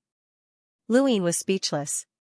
The second Night King, Lu Huang, you're really something. Brother Lu, you're really daring. Hui Kong exclaimed. Lu Yin shrugged. I had no choice. The situation forced my hand. Hui Kong slapped Lu Yin's shoulder. You're strong enough. You're worthy of being my brother. Ha ha ha ha. Lu Yin smiled bitterly as his shoulder hurt. Brother, why did you suddenly think of leaving the technocracy?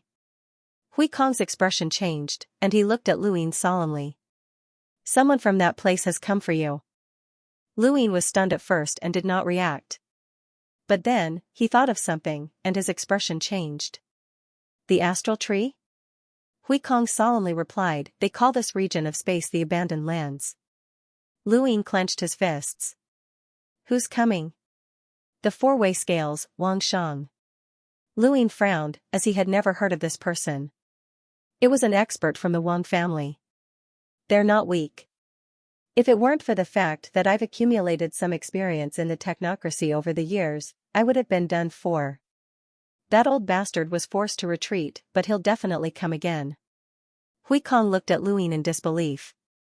What did you do? How did you provoke such an expert? I've been committing crimes in the technocracy for so many years, but I've rarely attracted such an expert. Luin pursed his lips. Was there a need to describe himself as committing crimes? As for Lu Xiaoshuan's identity, Luin did not want to reveal it. It was not that he did not trust Hui Kong, but rather that he was afraid of causing trouble for him.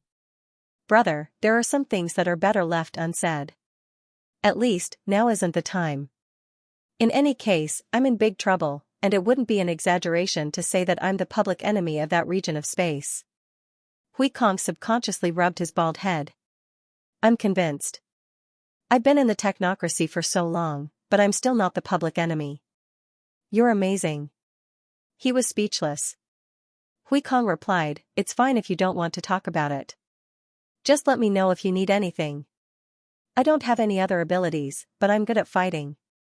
At the very least, I can hold the fort. Right, that's just me, not the Hui family. They're all cunning. Luin smiled. Got it. Right, there's one more thing. Hui Kong took out 2 chips from his cosmic ring and tossed them to Luin. Get a professional to analyze them.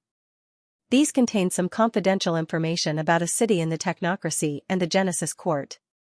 I spent a lot of effort to get my hands on them, but I don't know if they'll be useful.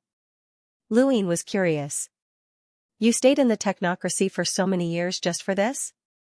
Of course not, this is just a bonus. I was forced out of the technocracy because of my battle with that old brat Wang Shang. I lost quite a bit of my savings over the years, and staying in the technocracy would be bad luck. Even if the technocracy doesn't come looking for trouble, someone from that region will.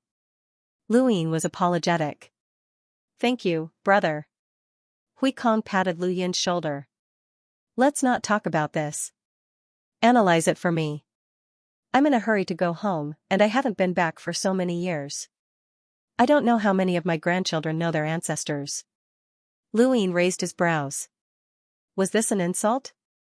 The Hui family was unlucky, and their ancestors had returned home. Among Lu Yin's subordinates, Huan Sha was the most suitable to analyze the situation, as her innate gift was simulated analysis.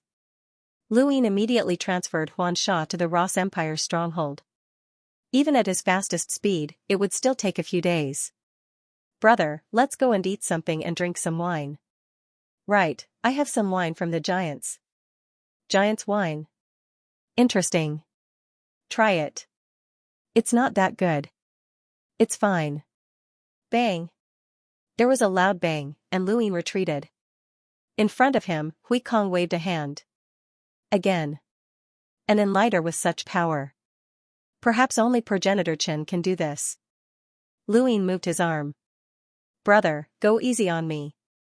Come, I'll show you how the Hui family fights, Hui Kong laughed. Luin stepped out of the astral source universe and unleashed an emptiness palm. Hui Kong didn't use his absolute power to suppress Luin, instead, he used a unique trajectory to redirect the emptiness palm. No matter how many strikes Luin threw, it was useless. Hui Kong's power level. This was the first time his emptiness palm had been countered in such a manner. Bro, how did you do it? The Hui family's secret technique, the Hui secret character, breaking all things. It can see through all battle skills and techniques and find loopholes. Although your emptiness palm's power is peerlessly fierce, and its speed is so fast that it can't be seen, your palm movements are too obvious. Also, haven't you noticed that your palm technique never has a turn? Hui Kong said loudly. Luin pursed his lips. The emptiness palm was a firm and fierce palm technique. There was no way to turn it, and it relied on speed and power. He did not expect Hui Kong to see through his starting stance. Actually, many people could see through the starting stance, but not many could avoid it. Hui Kong didn't avoid it, but instead cleverly moved. He could always find the weakest point of the empty palm's power and use it to push the empty palm away. This was the fighting style of the Hui family. The Hui family of the 7 courts was adept at defeating the strong. Luin had seen Hui Santong many times in the Star Tower competition and the Sovereign Tournament, and had also fought against him. Hui Santong was nothing special, but he was a terrifying opponent in a battle of the same level. He could see through his opponent's weaknesses, and he could cultivate the Golden Meteor battle technique. This was also the key reason why Hui Kong had been able to defeat Wang Shang and lead the technocracy. The Hui family was very smart. Hui Santong had always been nothing special, but that was because Lu Yin and the others had been too strong. They had not given him a chance to defeat the strong. The difference was too great, and if their power levels were similar, it would be hard to say who would win. Bro, the Hui family is the descendant of the Hui ancestor, right? Lu Yin asked as he attacked. This time, it was the 13 swords. That's right, Hui Kong said. He watched in amazement as the sharp sword slashed past him. Bro, the sword sect didn't die of anger, did they? Almost, Lu Yin said. Hui Kong was speechless. You learned all of the sword sect's 13 swords. He then glanced at the distant Lu Huang. He doesn't mind? Lu Yin smiled. He created the 14th sword, and I learned it as well. Hui Kong was stunned. The 14th sword? He created it? When Lu Yin had introduced Lu Huang and the second Night King to Hui Kong, he had not mentioned the 14th sword. He had only said that Lu Huang had been imprisoned in Earth Swamp. Only now did Hui Kong know that someone had actually created the 14th sword. Hurry up and show it to me, Hui Kong said with interest. Lu Yin was put in a difficult position. Hui Kong said, don't worry, I'll be fine. With your strength, you can't hurt me. Lu Yin said seriously, bro, the 14th sword is called Embittered. It's the Embittered sword. Be careful. He then raised the sword formed from star energy in his hand and slashed from a distance. Because the difference in their cultivation levels was too great, Lu Yin knew that it was impossible for him to harm Hui Kong with the 14th sword. However, the 14th sword was not only terrifying in terms of its power, but also its sword intent. It was just like how Lu Tianmu felt that Lu Gui's 13th sword could make Lu Yin go crazy. Regardless of cultivation level, that sword could make people go crazy, but this sword could make people suffer. Hui Kong stood in place without moving. Whether it was the 13th sword or the 14th sword, the most terrifying thing about them was that they could not be avoided. The sword passed by, and Hui Kong had a complicated expression as he clutched his chest and exhaled. Lu Yin looked at him. In the distance, Lu Huang also looked at him. If he had used his peak strength, then this sword would have been enough to seriously injure Hui Kong or even kill him. However, Lu Yin's attack was too weak. Hui Kong looked up with a melancholy expression. I really shouldn't have left the technocracy. Lu Yin was helpless. Bro, it must have been hard on you. Hui Kong smiled bitterly. Yeah, I just remembered some things. Let me show you the sapling, Lu Yin suggested. Hui Kong shook his head. Let me be alone for a while. He then left. The sword formed from the astral source in Lu Yin's hand dissipated. This sword should have reminded Hui Kong of his persistence. Hui Kong had been in the technocracy for so many years, and Lu Yin did not ask why. Only a few people could understand the persistence that had made Hui Kong abandon the Hui family and stay in the technocracy alone for so many years. The second Night King had hidden himself in the frigid celestial pond to cultivate for two reasons. First, he wanted to avoid the attention of the colossi in the Neoverse, and second, he wanted to be able to protect himself after leaving the frigid celestial pond. Now that he had been forced to leave the technocracy, he was definitely in a bad mood, but he did not show it. The next day, Hui Kong recovered and continued to spar with Lu Yin. Sparring with Hui Kong gave Lu Yin a novel experience. He rarely met someone who could truly use their intelligence to fight. Usually, he would either crush his opponent or his opponent would crush him. There were very few opportunities like this. Within Kuan Swamp, he had been beaten up by the Hell Overlords, but Hui Kong had helped him find the weaknesses in his battle techniques. 2 more days passed, and Huan Sha arrived. Lu Yin gave her the chip for her to analyze while he continued to spar with Hui Kong and occasionally went to check on the sapling. The tree had also become persistent, and that was to break out of the prison. It had done everything it could to escape, but unfortunately, it was destined to be unable to do so. The sapling liked it very much, and it stayed on top of the tree and hopped around. Many strange plants had appeared in that area over the past few days, and some of them could even eat stones, which was very difficult to understand. Hui Kong was very interested in Chen Huang. More accurately, he was interested in the giant, and he had deliberately sparred with Chen Huang. Just like when he had sparred with Lu Yin, he had suppressed his strength. No wonder some people say that battle force is the most suitable power for giants. The strength that a giant can display with battle force is quite terrifying, Huikong sighed. Humans can also learn battle force, Luin said. Huikong smiled. But they can't do as they please like a giant. Even progenitor Chen looked up to a giant. One of his 9 clones was a giant, and the giant that he transformed into was the true giant. Luin knew that he had seen progenitor Chen's memories in his tomb. His giant could play with planets like marbles. Right, to what extent had progenitor Chen cultivated his battle force? Was it also from the Warring States period? Or was it even higher? Luin looked forward to it. Not long after, Xianxia contacted Luin, informing him that the analysis was complete. Luin brought Huikong to meet Xianxia. Huikong looked at her curiously. He was just curious about the information on the chip, but he did not think that it was very important. Besides, his goal in the technocracy was not to obtain this information, as he had just snatched it along the way. He did not know if it would be useful. Xianxia returned the chip to Luin and respectfully said, "Alliance leader, the information here is about First City and the Genesis Academy's consumption of materials over the years, war losses, research and development funding, and so on. The technocracy does not have as much trade or life as the human domain. They only seem to care about research and development and war." Luin looked at Huikong. Huikong nodded. "That's right. I've been in the technocracy for many years, and whether it's First City, the Genesis Academy, or even the super-large cities, the lives of the androids are very monotonous. The technology teams only know how to research and develop, and they lack a lot of life compared to the human domain. There's not much trade between them, and the mainframe controls everything. Some cities are very strange and difficult to describe.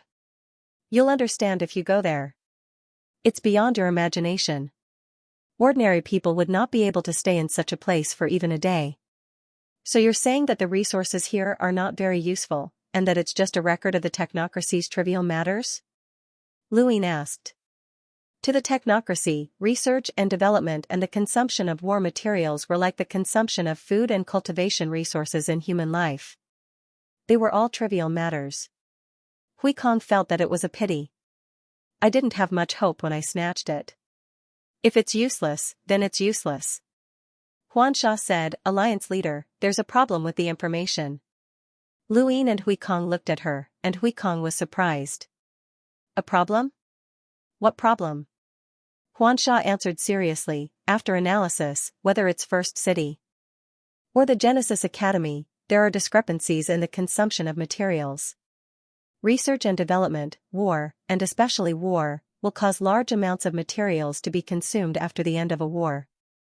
However, these materials have disappeared, which is not normal. Even an ordinary country in the human domain would recycle the materials that have been consumed after a war. It's impossible for them to disappear into thin air. However, in every war between First City and the Genesis Academy, materials have disappeared." Huikong explained, "There's a machine in the technocracy called the scavenger. It's used to collect and process materials left behind by wars or research failures." Xianxia replied, "It's recorded, but the missing materials I'm talking about are in the records of Ibn City and the Genesis Court, not the scavenger. The missing materials refer to the disappearance of data. Someone deliberately erased some information." "Every war?" Luin asked. Xianxia nodded. "Yes, every war." "Are there frequent internal wars in the technocracy?" Luin asked Huikong. Huikong replied, "Yes. Ibn City and the Genesis Court are like 2 separate entities, and there are many conflicts. Ibn City was the one who attacked the human domain, but the Genesis Court is different. That's why I stay in the Genesis Court's territory all year round." "Can you calculate how many materials have disappeared?" Luin asked Xianxia. She shook her head. "Too many. This information is only recent, and it's not all of it." Luin and Huikong exchanged glances. If only Ibn City or the Genesis Court's materials had disappeared, then it wouldn't be a problem, as it would be normal for someone to deliberately steal materials. However, if both sides had materials that had disappeared, then something was wrong. From the looks of it, the war was more likely to make some materials disappear rather than the materials disappearing with the war. Could it be that someone was controlling the war between Ibn City and the Genesis court from behind the scenes? Who? The mainframe? Ibn City was backed by the Sixth Mainland, while the Genesis court was backed by the Wang family. Louis knew this. Now, he was even more curious about where the missing materials had gone. He suddenly recalled the mechanical ants that he had fused with before. They were densely packed and endless, and they were also in the technocracy. His scalp went numb when he thought about it. There were just too many of them. Who had built them? Did the information mention mechanical ants? Louis asked. Huansha shook her head. No. Not long after, Huansha left. Hui Kong said, I'm leaving as well.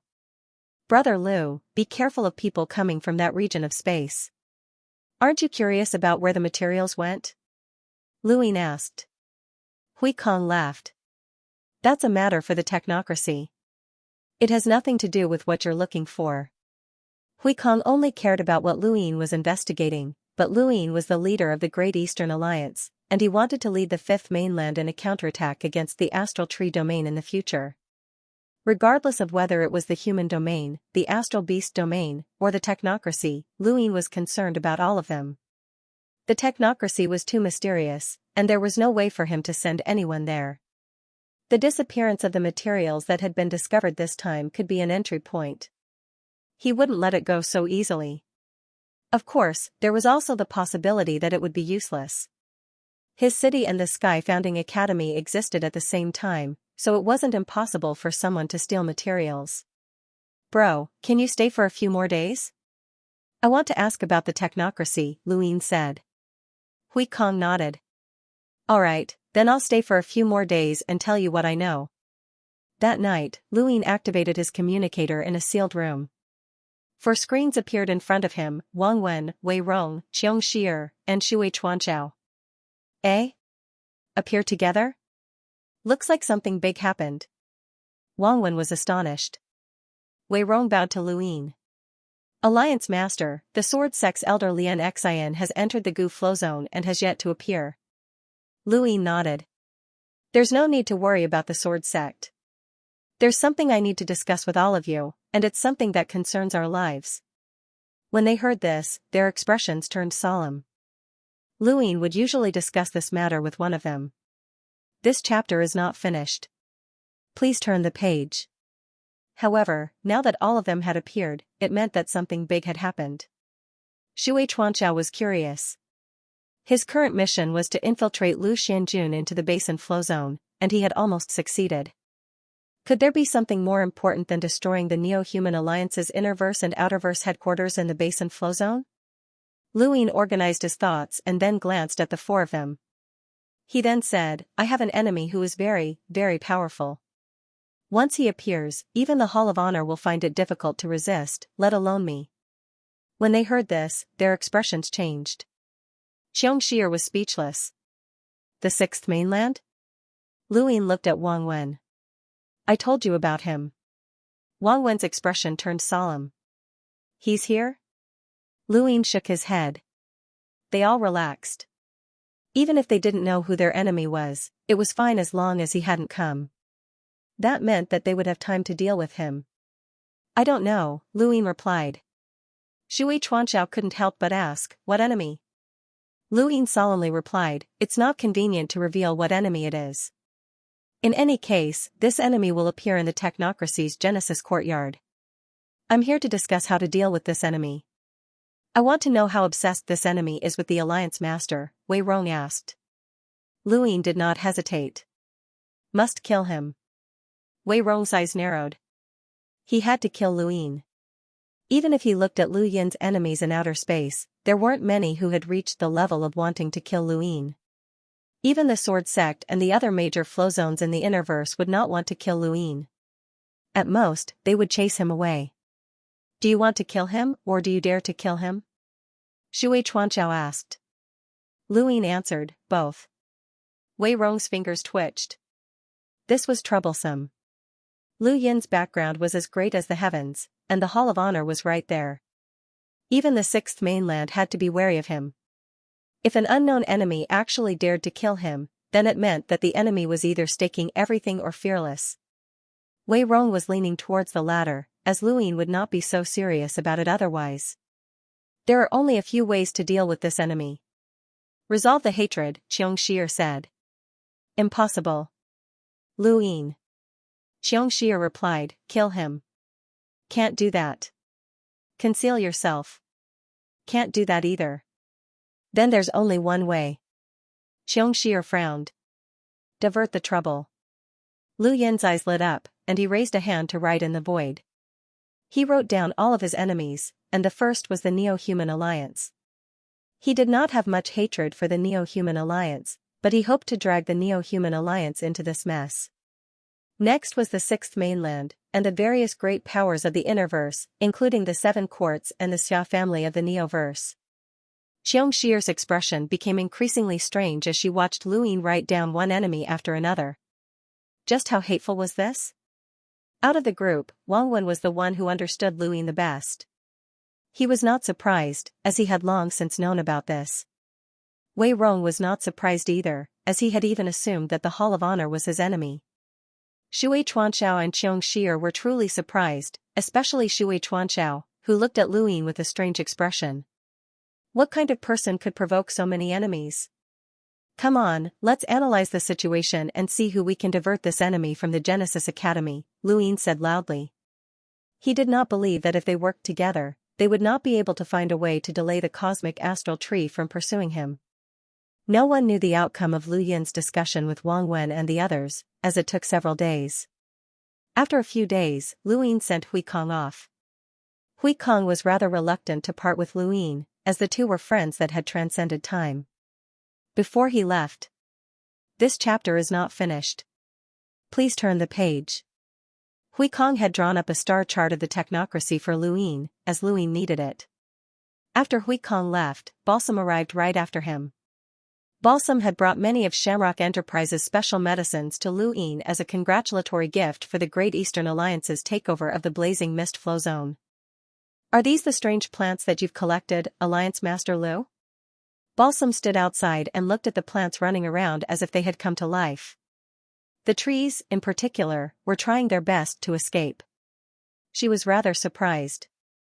Luyin nodded. How is it? There's quite a lot, right? Balsam smiled. If Alliance Master Lu likes these, then Shamrock Enterprises can give you a lot of them. We've collected too many of these strange plants. Luyin was delighted. Really? Then I'll have to thank you. May I ask why Alliance Master Lu is collecting these plants? Balsam stared at Luyin. She had just observed the plants, and there was nothing worth paying attention to. Luyin felt a little awkward. Balsam smiled. If it's not convenient for you to tell me, then forget it. I'll contact my company and have them send some plants over. Luyin looked at her seriously. I won't hide it from you. I went to Earth Swamp and saw a prisoner there. He's been imprisoned because his research has harmed too many people. The direction of his research is immortality. Immortality? Balsam was shocked. Luyin nodded. He has some research results, but he offended someone important and was imprisoned for eternity. I'm looking for these plants because I want to use his knowledge and research. I think that his research results are pretty good. Immortality? Balsam was uncertain. Luyin nodded. Balsam's eyes flashed, as she didn't believe him. There were too many people in the universe researching immortality, and even Shamrock Enterprises had people researching it. After all, Shamrock Enterprises was a very good platform. However, she didn't think that Lu Yin's research was reliable, but she couldn't deny it. Immortality was a temptation to everyone, and no one was an exception. No one had ever been able to achieve immortality in history, except perhaps for the progenitor realm.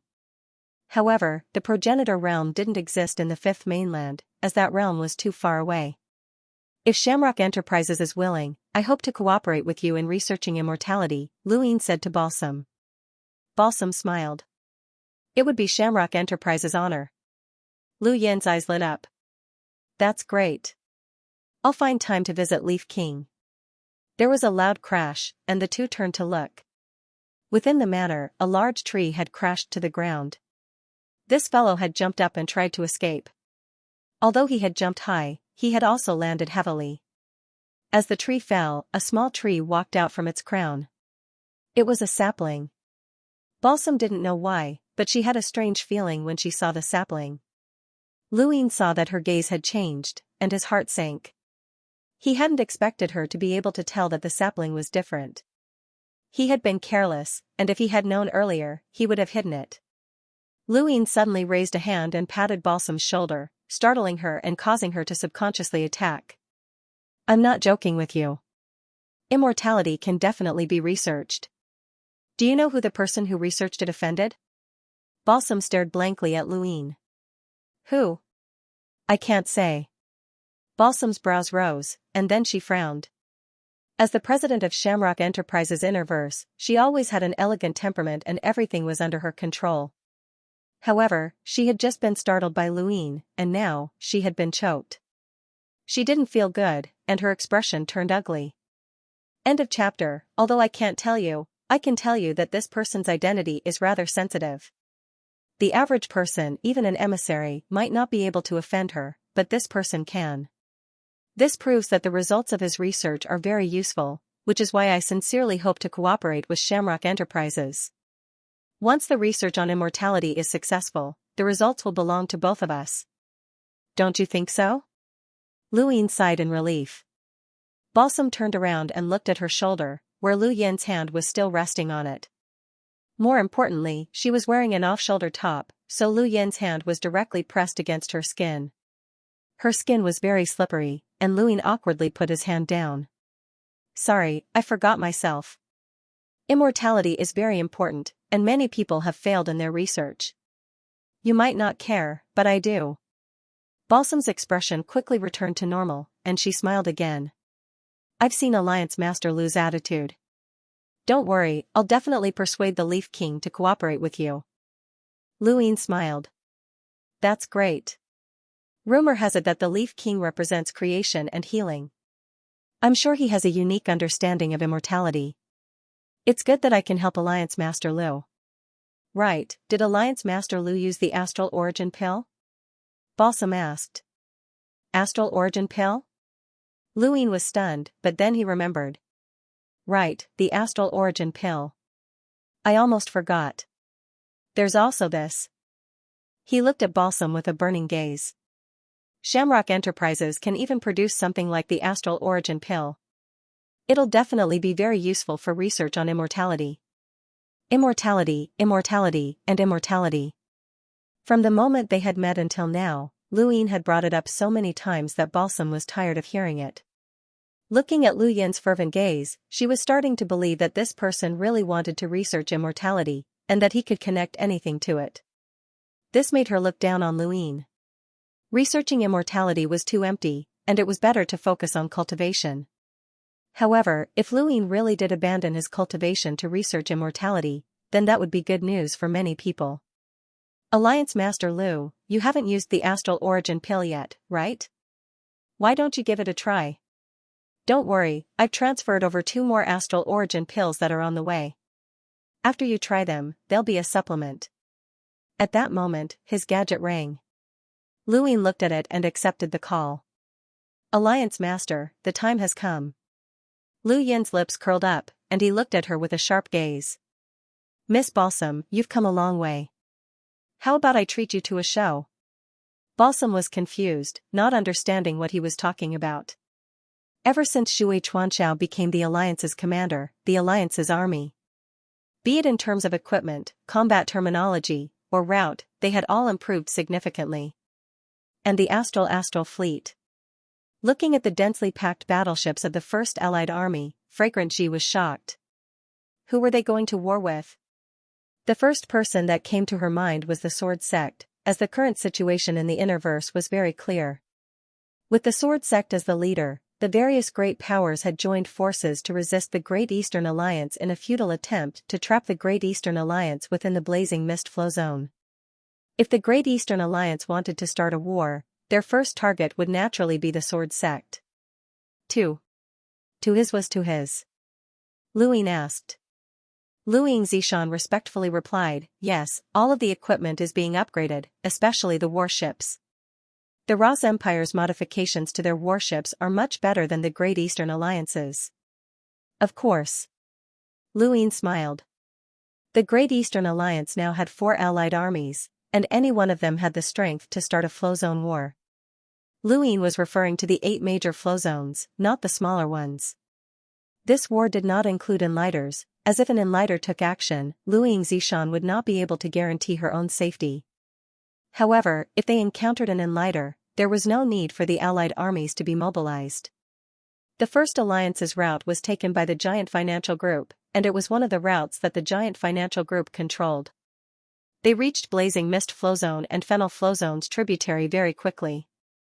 When the people on the Astral River tributary saw the countless warships appear, they were so frightened that they immediately sounded the war alarm. The Astral River tributary ship was not on the shore of Fennel Flow Zone's tributary, but on the Northern Seal Flow Zone's side.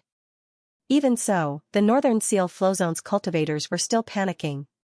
No one had expected the Great Eastern Alliance to start a war without warning, and the target of the war was actually them. Don't panic. The Great Eastern Alliance's army won't be able to cross the tributary so easily. Immediately dismantle the ship, an elder barked with a ruthless look in his eyes. He was an enlighter from the Northern Seal Flow Zone, and he was also one of the leaders of the Northern Seal Flow Zone's blockade of Fennel Flow Zone's Trident tributary. This person was from the Northern Seal Flow Zone's Grantmaster sect, and he was one of their elders. The Grantmaster sect ruled over the Northern Seal Flow Zone. Although the Northern Seal Flow Zone was only a small flow zone, it was still a flow zone in the Innerverse. The Grantmaster sect's strength surpassed the Vast Earth sect, the Moxord School, and other Outerverse powers.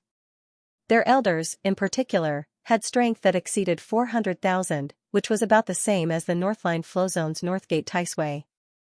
Upon receiving the order, all of the Northern Seal Flow Zone's cultivators attacked the Astral River tributary ship. However, in the next moment, the void rumbled, and a violent tremor shook everyone's eardrums. Countless cultivators from the Northern Seal Flow Zone cried out in pain. In the distance, a visible shockwave passed through the Astral River tributary and slammed into the Grantmaster sect's elder. The elder spat out a mouthful of blood as his body was torn apart, and he died.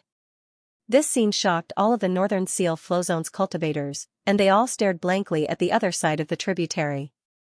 They saw the terrifying figure of a giant. It was Chen Huang, a giant who had reached the level of an emissary. Not only could he tear apart an enlighter with a single punch, but he could also destroy the Northern Seal Flow Zone's army that was blocking the tributary. These soldiers were not actually soldiers, but rather cultivators who had gathered under the Grantmaster sect's summons. However, because of Chen Huang's punch, their will had crumbled, and no one dared to move. Bring the Astral River tributary ship over here. All of the Northern Seal Flow Zone's cultivators trembled. Some were unwilling, but the majority did not hesitate to move. Even though they were separated by the Astral River tributary, they did not feel that they were safe. A single punch from Chen Huang could kill all of them. The Grantmaster sect's elder had met a tragic end. Luing smiled as he watched. They're just a mob without any conviction. Have Qin Jian make a trip to the Grantmaster sect and destroy them as a warning. Yes, Alliance leader, Ian replied respectfully before turning to leave. The Innerverse major flow zones had sealed off the Great Eastern Alliance, but Luing did not care. There was no one left in the Innerverse who could stop him. The Second Night King's escape had given the Sword sect and the others hope, but if they found out that the Second Night King was now his bodyguard, they would probably go crazy. However, Luing was not interested in using forceful methods. He needed to suppress the Innerverse's various powers. He did not need to rely on iron and blood or an army. Instead, he needed to rely on the overall situation. Alliance leader Liu, what's the goal of this trip? Balsam asked curiously. Luing looked at her. Just watch. It'll be a good show. Balsam nodded and did not ask any more questions. News that the Great Eastern Alliance's first allied army had successfully crossed the Fennel Flow Zone, the Northern Seal Flow Zone, and the Gu Flow Zone's 3 forked tributaries immediately spread throughout the Innerverse. The Sword sect and the other major powers were shocked, as they did not know who Lu Yin's target was. Erudite Flow Zone, First Flow Zone, Spirit Seal Flow Zone, and Beast Tamer's Flow Zone were all in the south. In the west, aside from the smaller flow zones, there was also the Chaos Flow Zone. Could Lu Yin's target be Chaos Flow Zone? Lu Xianxia looked at the star chart and fell into confusion. Even if the Great Eastern Alliance conquered Chaos Flow Zone, what would be the point? The battlefront was too long, and even if the Great Eastern Alliance had the support of the entire Outerverse, they would not be able to support such a long battlefront. Would they be able to send an Alliance army to Chaos Flow Zone? Lu Yin's actions puzzled many people. Lu Qianjue suddenly thought of something and immediately contacted the mountain god and the others to warn them to be on guard. Lu Yin was adept at using the sword sect as a cover to attack the Day-Night clan. Now, it was possible that he would use the First Alliance army as a cover to have the other Alliance armies attack other places. Lu Qianjue's warning immediately made the mountain god and the others nervous. After some discussion, they decided that they might as well go all the way and destroy the Blazing Mist Flow Zone's tributary arcs to the other major flow zones so that the Great Eastern Alliance's army would not be able to travel smoothly. Although the tributary arcs could not stop the experts, they could still stop the army. Basong Flow Zone was located in the western part of the Innerverse, and it would take at least half a month for the First Alliance army to reach it. This was only possible because the Ross Empire had upgraded the Great Eastern Alliance's battleships. Otherwise, even a month would not have been enough. Shui Chuanxiao and Lu Xianjun would need a month to infiltrate the Basong Flow Zone, and the First Alliance army would need to travel for another half a month. This meant that the First Alliance army's plan to destroy Basong Flow Zone would take 1.5 months. Before that, Lu Yin had left the First Alliance army and headed east. Under the Second Night King's lead, Lu Yin spent several days to reach Erudite Flow Zone's Lost Radiance Academy, where he found the Corpse King that had been monitoring the academy. The Corpse King had not expected Lu Yin and the Second Night King to suddenly appear, and he decisively attacked. However, in front of the Second Night King, he could not resist at all and was immediately captured. The Second Night King looked at Lu Yin strangely. "How did you know that the Corpse King was hiding here?" "It's none of your business," Lu Yin replied. The Second Night King's eyes flickered, as this person was becoming more and more unfathomable. If he knew that there was a Corpse King here, then why didn't he tell Lost Radiance Academy or the Wen family so that they could destroy it? Why did he insist on capturing it? Could it be that he was in cahoots with the Neo-Human Alliance? The Second Night King thought back to when Mr. Feng had stopped him from attacking Lu Yin twice outside the Frigid Immortal Sect's ruins, and he felt that he had guessed something. After capturing the Corpse King, he left and headed towards Basong Flow Zone. Lu Yin was glad that he had not killed the Corpse King back then, or else he would not have been able to carry out his current plan. Lava flowed across the broken earth, and a bewitching crimson moon hung overhead. In the dark night, the crimson moon illuminated the land, bringing with it a chilling crimson curtain that covered the land like a thin veil. The crimson moon resonated with the rivers of blood on the ground, as well as the numerous walking corpses. With a bang, the glass shards fell to the ground, making a light sound that was especially clear in the dark night. A pair of terrified eyes looked down through the broken window. Countless black shadows were gathered, and they were all zombies. The zombies all poured into the building, making it seem like it was on the verge of collapse. A young man jumped out from the broken window, crossing the entire street and jumping to the roof of the building across the street. This distance was over 50 meters, and it was clear that this man was not an ordinary person. Just as he jumped to the roof of the building across the street, a pair of scarlet eyes met his. The man's pupils shrank, and his face turned pale. He lost his grip and fell from the roof. What followed was a Corpse King that let out a fierce roar and jumped out, raising its claws to grab the man. The man was terrified and fell to the ground, making a loud sound. The Corpse King's claws fell, and the man subconsciously closed his eyes, already in despair. After waiting for a while, there was no movement, so he slowly opened his eyes. What he saw was a pair of slender, snow-white thighs. He raised his head and saw a young girl wearing dark red clothes with a dagger at her waist. She held a long sword in her hand, and the most eye-catching part was the red moon carved on the hilt. This was the symbol of the Crimson Moon Dynasty. The man was overjoyed. The people of the Crimson Moon Dynasty had arrived. Roar! A roar rang out, and the corpse king that had just chased the man down the building let out an unwilling roar. The man looked over and saw that the corpse king's arm was twisted irregularly, and there was a scratch on its abdomen. Clearly, this girl from the Crimson Moon dynasty had attacked. With a whoosh, the tip of the sword fell, tearing the ground in front of the man's eyes. The man was so frightened that he hurriedly retreated, looking on in horror. The corpse king approached step by step, and countless zombies walked out of the building across the street. Sensing the man and the girl from the Crimson Moon dynasty, they quickly ran over. "Quick, run," the man said fearfully. The girl did not even look at him. She turned the tip of her sword and slashed horizontally. In the next moment, the countless zombies that were running were all cut in half at the waist.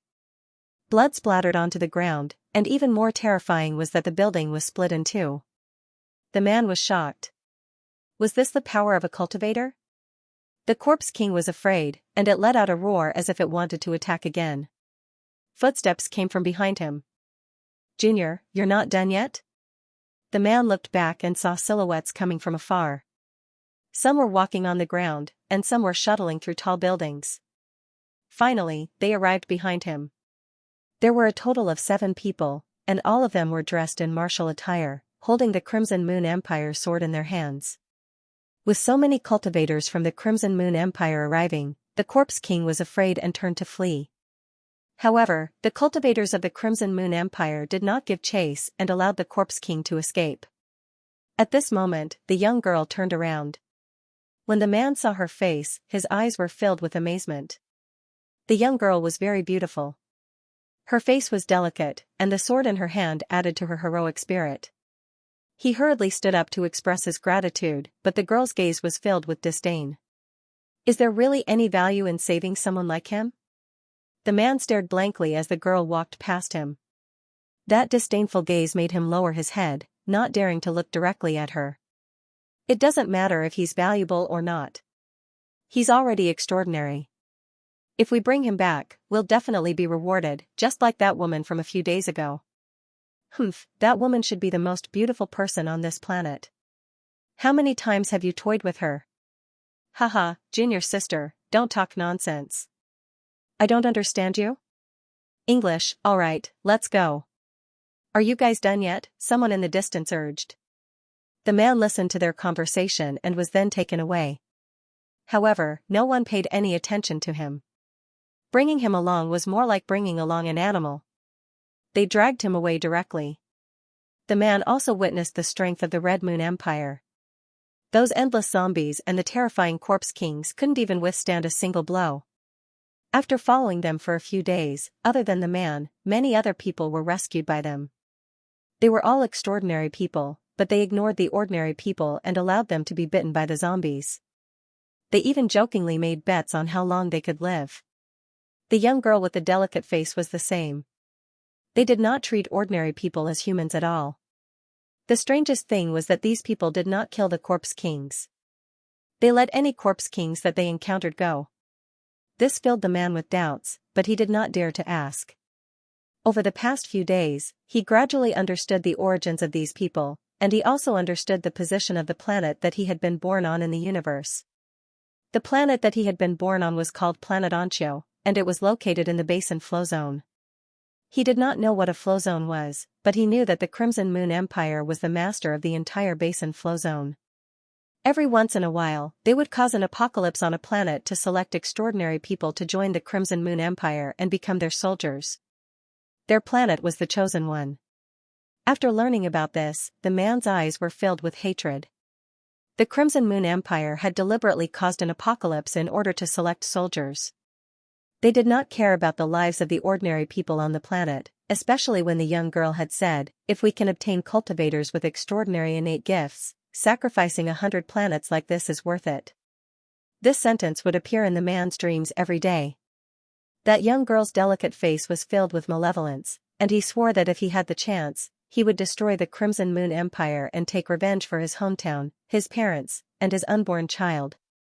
He hid his hatred deep in his heart. On this day, the man followed the cultivators from the Crimson Moon Empire to a huge spacecraft. "We're finally here. Get on the spacecraft." The moment you get on, your fate will change, someone said loudly. Someone asked in a low voice, then, what about our hometown? The cultivators from the Crimson Moon Empire sneered. Hometown? This planet? It's going to be destroyed soon and will never exist. The man and all the others who had been rescued felt their hearts sink. They remained silent and quietly boarded the spacecraft. Not long after, the spacecraft flew into space. The man was arranged to stay in a dormitory for 20 people like an animal. Fortunately, there was a small window that allowed him to see the starry sky. This was the universe's starry sky. His hometown had developed technology and tried all means to find aliens, but what they found was an apocalypse. His hands gradually clenched. Not long after, another person was arranged to enter. It was a woman dressed in rags and curled up in a corner, trembling. Her head was lowered, making it difficult to see her face clearly. Only her eyes were filled with fear and hatred. The man looked over and coincidentally saw the spacecraft shaking, causing the woman's hair to sway. When he saw her appearance, his pupils shrank. She was Yunfei? The woman who was known as the most beautiful woman on Xianxia planet? How had she become like this? Thinking back to the day when he had been rescued and what the cultivators from the Crimson Moon Empire had said, the man clenched his teeth so hard that they were about to shatter. Those bastards. To them, the people from the Crimson Moon Empire were like the heavens, and they were really like animals. A few days later, the spacecraft landed. The man was driven away and saw a huge planet that was entrenched in space like a monster. It was surrounded by space stations, and he saw the majestic crimson moon above his head as well as the luxurious palace in the distance. This was the Crimson Moon Empire. The cultivators from the Crimson Moon Empire flew through the air like gods. The people around the man subconsciously knelt down, and then they all knelt down one by one. In the end, only the man, Yunfei, and another person who had kept his head down all this time remained. In the sky, the cultivators from the Crimson Moon Empire glared at the man. Impudent. Kneel. The man's legs trembled, and his fear defeated his courage. Just as he was about to kneel, a chuckle came from beside him. The Crimson Moon Empire will disappear today. Then, the head of the cultivator who had ordered them to kneel fell to the ground. The man stared blankly as the scarlet blood splattered. Then, an alarm sounded throughout the Crimson Moon Empire. The man did not know what was going on, and he turned around in a daze. He saw another person who had not knelt down either, and a white smoke swirled around his body. That person then said, Great Eastern Alliance's Lu Xianjun has been ordered to eradicate the Crimson Moon Empire. Then, chaos ensued. Great Eastern Alliance's Lu Xianjun has been ordered to eradicate the Crimson Moon Empire. Great Eastern Alliance's Lu Xianjun has been ordered to eradicate the Crimson Moon Empire. Great Eastern Alliance's Lu Xianjun has been ordered to eradicate the Crimson Moon Empire. Boom. The spacecraft that had brought the man and the people from Xianxia planet to the Crimson Moon Empire exploded violently. The explosion then spread until the entire space station was destroyed. The man hurriedly fled, and in the distance, the people from the Crimson Moon Empire who had saved him were also panicking. The man had not expected that these high and mighty cultivators from the Crimson Moon Empire would be panicking as well. No, they were even more panicked than he was. This was especially so for the young girl with delicate features. Her face was deathly pale. Great Eastern Alliance? Why? Why is the Great Eastern Alliance attacking us? We're just a small flow zone that poses no threat at all. Those who surrender will be spared. With a stern shout, the young girl instinctively raised her sword and slashed out, but her attack was easily blocked by a puff of white smoke. The young girl turned around, and the white smoke drifted past her. She stood there in a daze. In the distance, the spacecraft exploded once again, and a shockwave swept past. The young girl's body was swallowed up, leaving nothing behind. The man was aghast. The young girl had destroyed a building with a single slash, but now, she was unable to resist at all. In the sky and on the ground, white smoke drifted up, filling the air with battle. Overhead, the crimson moon suddenly flickered, and a loud voice resounded through the heavens. Why is the Great Eastern Alliance attacking my Crimson Moon Empire? My Crimson Moon Empire has never had any contact with the Great Eastern Alliance. Why? The voice came from the Crimson Moon Empire's imperial palace, and a terrifying soundwave shook the void. The man could not believe his eyes as the space around him began to crack. How could a human do such a thing? Was this not the power of a god? Even if Xianxia planet's technology developed for another 1,000 years, it would still be impossible to tear through space. This was the power of the Crimson Moon Empire. What was even more terrifying was that the words of this god were filled with panic. It was the same panic that he had felt when he had been brought to the Crimson Moon Empire as livestock. Could gods also panic? For the Crimson Moon Empire, today was also their doomsday. In outer space, Luing quietly stood within a spacecraft and looked at the enormous Crimson Moon in the distance. The Crimson Moon Empire's power was rather strange, or rather, their battle techniques were rather strange. With the help of the Crimson Moon, their might was even greater.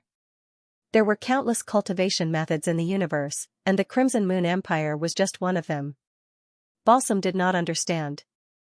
Alliance Master Lu, why are you attacking the Crimson Moon Empire? They're just a small flow zone's power. Just watch quietly.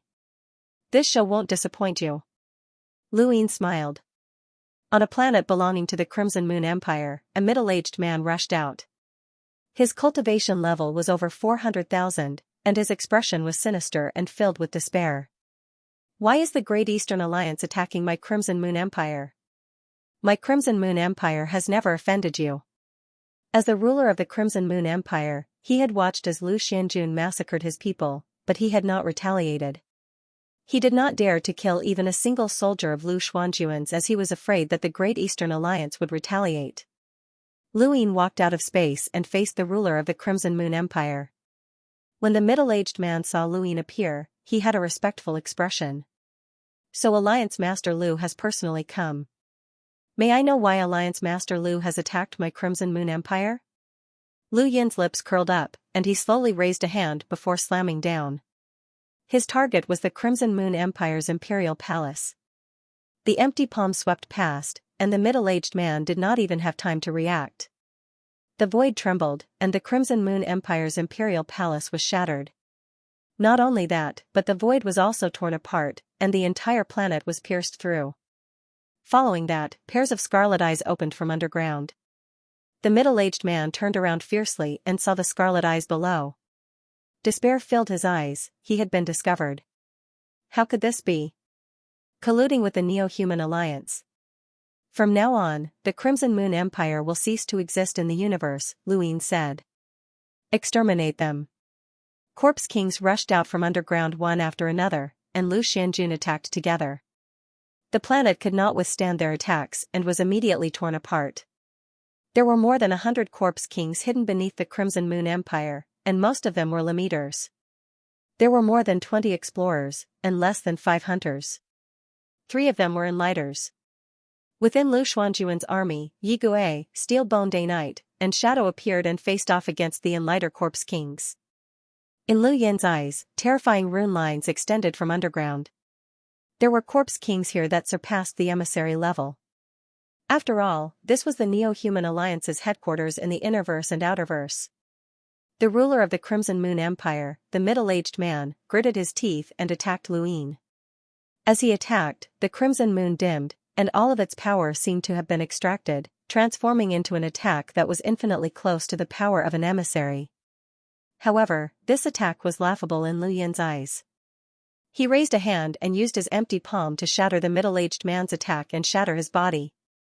The palm force passed through the middle-aged man and continued towards the emissary-level Corpse King underground. At the same time, the surrounding planets were also under attack.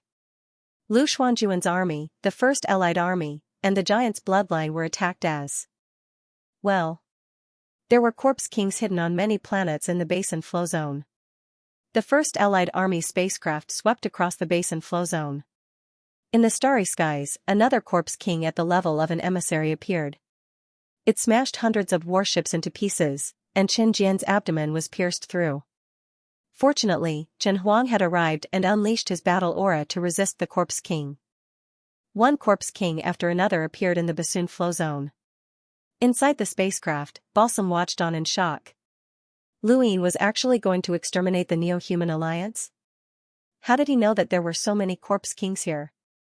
The first Allied army had encircled Basin Flow Zone, and when the Corpse King appeared, the news quickly spread throughout the Innerverse. The Hall of Honor was the first to find out. The Expeditionary Army was immediately mobilized, and the Board of Governors held a meeting. The Neo-Human Alliance was humanity's greatest enemy, not just the human domain, but also the Astral Beast domain. Once they appeared, no matter the reason, no matter when or where, they had to be eliminated. The Pine Flow Zones surrounding flow zones also received orders to seal off the Astral River's tributaries and assist the Great Eastern Alliance in exterminating the Neo-Human Alliance. A war that engulfed the entire Basin Flow Zone had begun. Back in Earth's swamp, Lu Yen had warned Luin that the Neo-Human Alliance's headquarters in the Innerverse and Outerverse should have powerhouses with power levels in the millions. Now that he had seen it, a pair of scarlet eyes opened beneath the Crimson Moon Dynasty. At the same time, the heavens froze as an extremely terrifying aura spread out from the bottom of everyone's hearts. At this moment, some people felt as if a sharp blade was hanging over their necks, as if they were being targeted by their natural enemy. The second Night King and Lu Huang looked at each other and frowned. If they had been at their peak, they would not have been afraid of a powerhouse with a power level in the millions. But now, even if they worked together, they were no match for such a powerhouse, let alone a Corpse King. The Neo-Human Alliance's Corpse Kings had always been terrifying, especially those that had undergone a Corpse King transformation. A black line extended from the ground and split the heavens in two. Everyone looked over in fear, and when they saw the scarlet eyes, a chill rose from the depths of their hearts. Whether it was Lu Xianjun, the giant bloodline, or the cultivators from the Crimson Moon Dynasty, they all felt a chill run down their spines. The man from Ancho planet hid under a rock and lowered his head as he trembled. Just one look was enough to make him feel fear. Was this what a cultivator was like? How could a person cultivate to such a level? The appearance of a Corpse King with a power level in the millions was enough to change the entire situation. This was a common occurrence in the universe, and the strong determined everything. Lu Yin's expression remained the same. Forget a Corpse King with a power level in the millions, he had even faced a half-progenitor Corpse King before. This Corpse King looked like a normal person, and if not for its scarlet eyes, it would be impossible to tell. Facing Luin, the Corpse King raised a hand, but Luin raised a brow. Your enemy is not me. As he spoke, a figure walked out from behind the Corpse King with a solemn expression. The Corpse King suddenly turned around and punched out, shattering the void and striking the astral source universe. The figure's eyes widened. Luin, get away. The star chessboard appeared beneath Lu Yin's feet, and he began to move. The person who had appeared to block the Corpse King was Master Yuan. Lu Yen had already warned him, so how could Luin not be on guard? If a Corpse King with a power level in the millions was facing him, then he would have to ask a powerhouse with a power level in the millions to deal with it. In the past, Master Yuan had attacked many times, but Luin had never been able to see him clearly. Master Yuan's battles had always been in the astral source universe, but this time, Luin could see clearly. Regardless of whether Master Yuan and the Corpse King had entered the astral source universe or were in normal space, Luin could see them clearly. This Corpse King with a power level in the millions had not undergone a Corpse King transformation, but it had a strange innate gift. It could release snowflake-like objects to block Master Yuan's attacks, but they were not as sturdy as Wensanxi's barrier. Master Yuan did not use any unique battle techniques, but he was still able to easily dodge the Corpse King's attacks. The heavens exploded, and phantom images of Master Yuan and the Corpse King appeared in all directions. They gradually spread out from the Crimson Moon Empire's planet and towards the entire Basin Flow Zone. To them, Basin Flow Zone was too small. There was a loud boom as one of the first Allied Army's battleships exploded. Following that, several other battleships exploded one after another. This was all caused by the aftershocks of Master Yuan and the Corpse King's fierce battle. Within the astral source universe, the Corpse King stared at Master Yuan as its fist and palm collided. The snowflake-like objects extended from Master Yuan's arm, but Master Yuan's expression turned solemn. His arm trembled as he broke free from the snowflake-like objects. He struck out with his palm, causing multiple palm images to appear. The snowflake-like objects extended endlessly in front of the Corpse King, and each collision pierced through the astral source universe and into the real universe. The Corpse King's snowflake-like innate gift could cover all directions, but it still could not trap Master Yuan. Even if he was trapped, Master Yuan could still break free, leaving the Corpse King helpless. Snowflakes fell everywhere in Basin Flow Zone. Regardless of whether it was planets, spacecraft, or celestial bodies, anything that came into contact with the snowflakes would shatter. The entire Basin Flow Zone shook. "That's the Hall of Honor's martial enlightenment technique," the second Night King said in a low voice. "That must be Master Yuan." Lu Huang looked up. "The most respected senior from the Hall of Honor? Have you seen him before?" "Yes, of course. He's from the same generation as the first Night King," the second Night King replied. "I've also heard of the Hall of Honor's martial enlightenment technique. It's a technique that requires great willpower to cultivate. Once it's mastered, it allows one to see through an opponent's weaknesses, just like the Seven Quartz Hui family's secret technique. However, I've never heard of anyone successfully cultivating it. This is the first person to do so, and he's extremely difficult to deal with," Lu Huang sighed. Above the Crimson Moon Empire, Lu Yin frowned. It seemed that Master Yuan would not be able to easily restrain the Corpse King. When he thought of this, he glanced at Lu Huang. "Attack." Lu Huang's eyes narrowed. In his current situation, he would be finished if he provoked the Corpse King to attack. Lu Yin took out the Head Inquisitor's decree and shook it. In the Lamita realm, the battle between Master Yuan and the Corpse King had come to a standstill.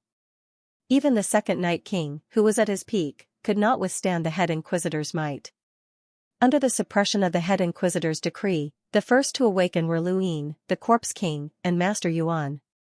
The moment Master Yuan awakened, he immediately took out Progenitor Wushang's hide and pointed it at the Corpse King.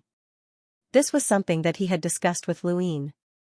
The moment the Corpse King awoke, the first thing it saw was Progenitor Wushang's hide, but it was suppressed again.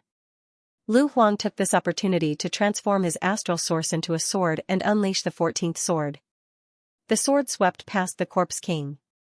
Lu Yin watched closely. However, the Corpse King did not react. Lu Yin's heart sank. Lu Huang's strength had yet to recover, and he could only display a power level of 700,000 at most.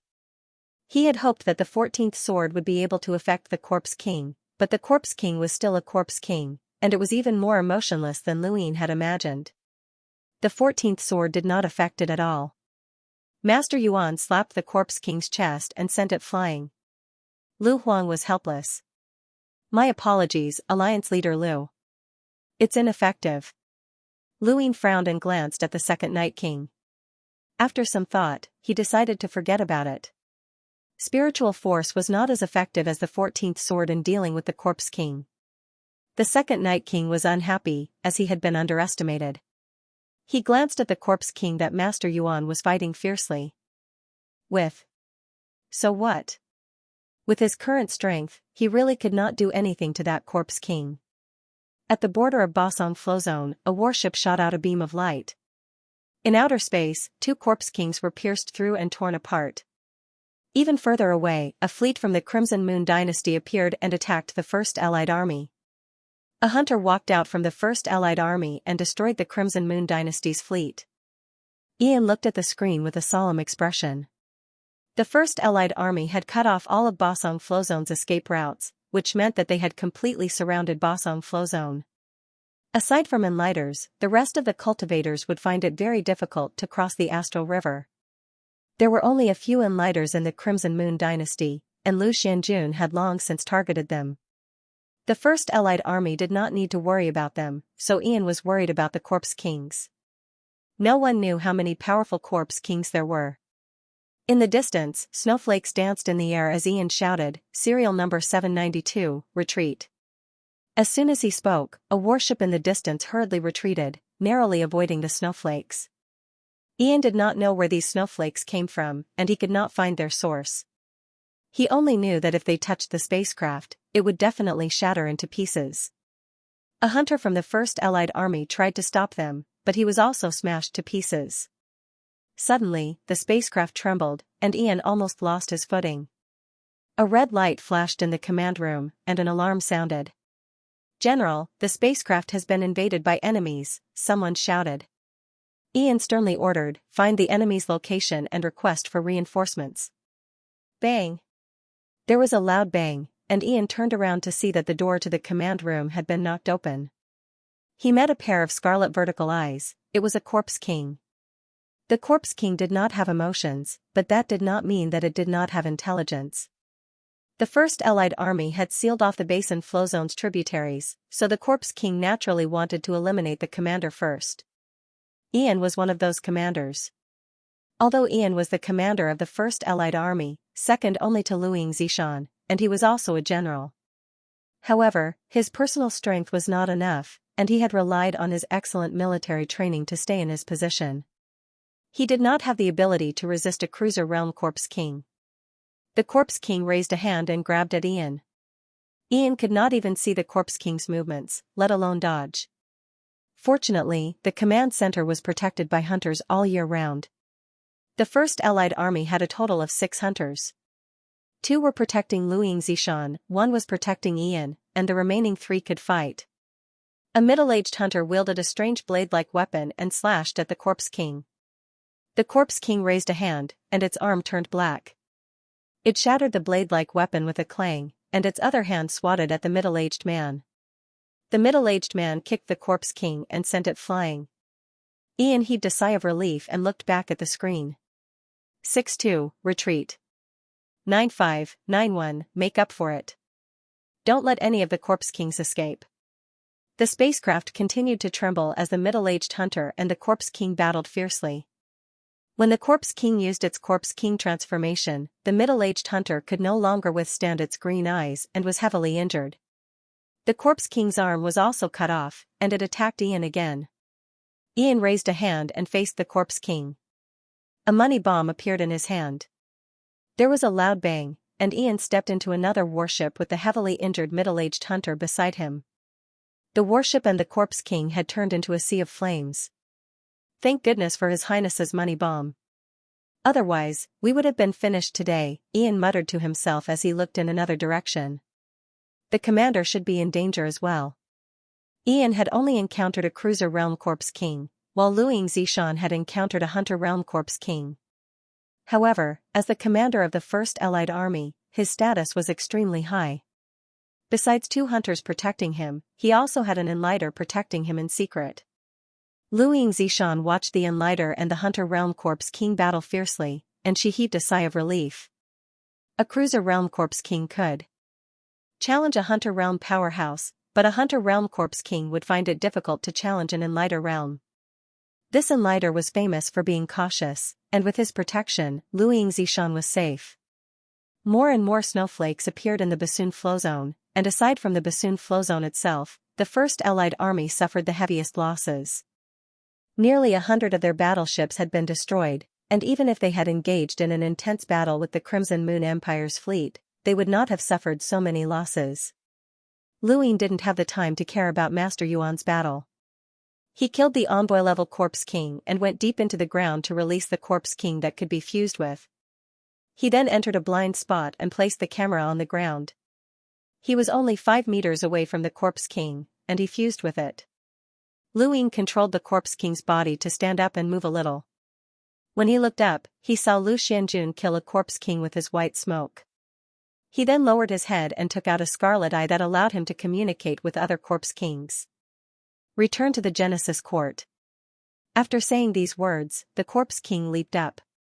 5 meters away from Luin, the Corpse King suddenly regained consciousness. It turned around, only to be greeted by an empty palm. Its body was sent flying, and it was completely dead. Luin walked out, picked up the camera, and disappeared. In the end, Master Yuan wasn't able to kill the Corpse King. The Corpse King, which had a power level of 1,000,000, fled into a tributary of the Astral River and disappeared. I'm ashamed of the Hall of Honor and the Fifth Mainland for not being able to kill the Corpse King, Master Yuan said guiltily as he returned Progenitor Wushang's hide to Luin. Luin replied, Senior, there's no need to blame yourself. It was this junior's fault for not thinking things through. Senior's power level was similar to that Corpse King's, and with the Corpse King's characteristics, it would have been difficult for Senior to kill it even with progenitor Wusheng's hide. This junior should have contacted the Interstellar Tribunal and asked for the head Inquisitor's help. Master Yuan sighed. Who would have thought that there would be such a powerful Corpse King here? This time, Luin had indeed not thought things through. He had thought that with progenitor Wusheng's hide and the head Inquisitor's warrant, Master Yuan would be able to kill the Corpse King that was on the same level as him. In the end, however, the Corpse King had still managed to escape. It wasn't that he didn't want to contact the Interstellar Tribunal, but if the head Inquisitor came, then his plan might not be able to proceed smoothly. It would be the same even if the other experts from the Hall of Honor came. Only one powerhouse could delay the Corpse King and allow Lu Yin's plan to proceed smoothly, and the most suitable person for that task was Master Yuan. However, it did not matter. The Neo-Human Alliance would not be able to hide for long, and Luin would eventually have a way to find them. If there was no other way, he could just roll possession and find some clues. Luin lowered his head and looked down. He had been so focused on his plan that he had not explored the underground. This was the Neo-Human Alliance's headquarters in the Innerverse and Outerverse, and he would not believe that there was nothing important here. The war had only lasted for a short time, and the Neo-Human Alliance might not have had the time to destroy or take everything away. Luin said, Senior, there's no need to blame yourself. There might be clues about the Neo-Human Alliance here. He then leaped down. Master Yuan's eyes lit up, and he followed suit. The Neo-Human Alliance's headquarters in the Innerverse and Outerverse were located beneath the Crimson Moon Empire. Rather than calling it underground, it was more accurate to call it the planet's core. On the surface of the planet was the Crimson Moon Empire, which ruled over the basin flow zone and flourished for a time. However, at the core of the planet, there was a deathly stillness that resembled the Eternal Kingdom. There were walking corpses everywhere, and there were even some very weak Corpse Kings. There were even cities built here. Luin had been to the Eternal Kingdom before, so he was not surprised, but rather disgusted. Master. Yuan frowned. The entire planet should be destroyed. Let's search for clues about the Neo-Human Alliance before we destroy it, Luin said. The planet's core was very large, and Luin released his domain to sweep through every inch of land. Master Yuan also used his astral source to sweep through the area, but in the end, they did not find any clues about the Neo-Human Alliance. It was obvious that they had either been taken away or destroyed. They could only find some resources. Luin did not need the Neo-Human Alliance's resources, as they were not of much value to him. What surprised him was that there was a scarlet vertical eye left behind in the planet's core. Similar to the scarlet vertical eyes that he had obtained from Silver and Wusheng, this thing could be used to contact the Neo-Human Alliance. Luin had not known about this at first, but he had learned about it later. Otherwise, it would have been meaningless for the Redbacks in the Astral Tree domain to have left those eyes behind. He looked at the scarlet vertical eye in his hand and wondered who it could be used to contact. Master Yuan left, as he had an important mission, to guard the border between the Outerverse Sixth Mainland and the Great Eastern Alliance to prevent the Sixth Mainland from suddenly attacking the Great Eastern Alliance. With Master Yuan's strength, it was impossible for him to stop the Sixth Mainland, but he could still send a message to Luin. Above his head, the surface of the planet cracked open. Luin evacuated Lu Xianjun and took away all of the ordinary people from the Crimson Moon Empire. The planet could be considered to be abandoned. Luin also obtained the resources of the Crimson Moon Empire, which were a total of 300 million cubes of star energy. Star essence. With the strength of a small flow zone like the Pine Flow Zone, it was already quite good that it had managed to accumulate 300 million star essence. The next step was to eliminate the remaining evils, whether it was the cultivators from the Crimson Moon Empire or the Corpse Kings. They would either be eliminated or captured, especially the cultivators from the Crimson Moon Empire. There would definitely be people who knew that there were Corpse Kings hidden here, but they had not reported it. This was equivalent to colluding with the Neo-Human Alliance, and such people were even more detestable than the Corpse Kings. The Great Eastern Alliance had eliminated the Pine Flow Zone's Crimson Moon Empire and the Neo-Human Alliance. This news had shaken the Fifth Mainland, and the moment the news had spread, the Hall of Honor had immediately sent an expeditionary force over. However, the war had ended before the expeditionary force had even arrived. The war had ended, and the Great Eastern Alliance was only responsible for cleaning up the Pine Flow Zone. The expeditionary force was responsible for the corpse kings that had escaped from the Pine Flow Zone. Xianxia had initially suggested opening up a few gaps, but he had not actually done so. He had only done so on the surface, and he had purposely spread the news that many corpse kings had escaped so that he could borrow the Hall of Honor's strength. In reality, not many corpse kings had escaped, and the ones that were still hidden within the Pine Flow Zone would be cleaned up by the First Allied Army. Xianxia was currently conversing with Shigu, the commander of the expeditionary force. What? Many corpse kings escaped? Didn't your Great Eastern Alliance encircle the Pine Flow Zone? Why are there still corpse kings escaping? In this vast universe, where do you expect our expeditionary force to find them? Shigu's tone was unpleasant, and he glared at Xianxia.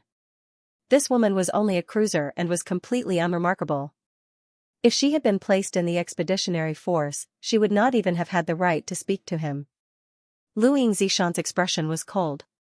The Great Eastern Alliance's First Allied Army has limited military strength, and it is impossible for us to seal off the entire Pine Flow Zone.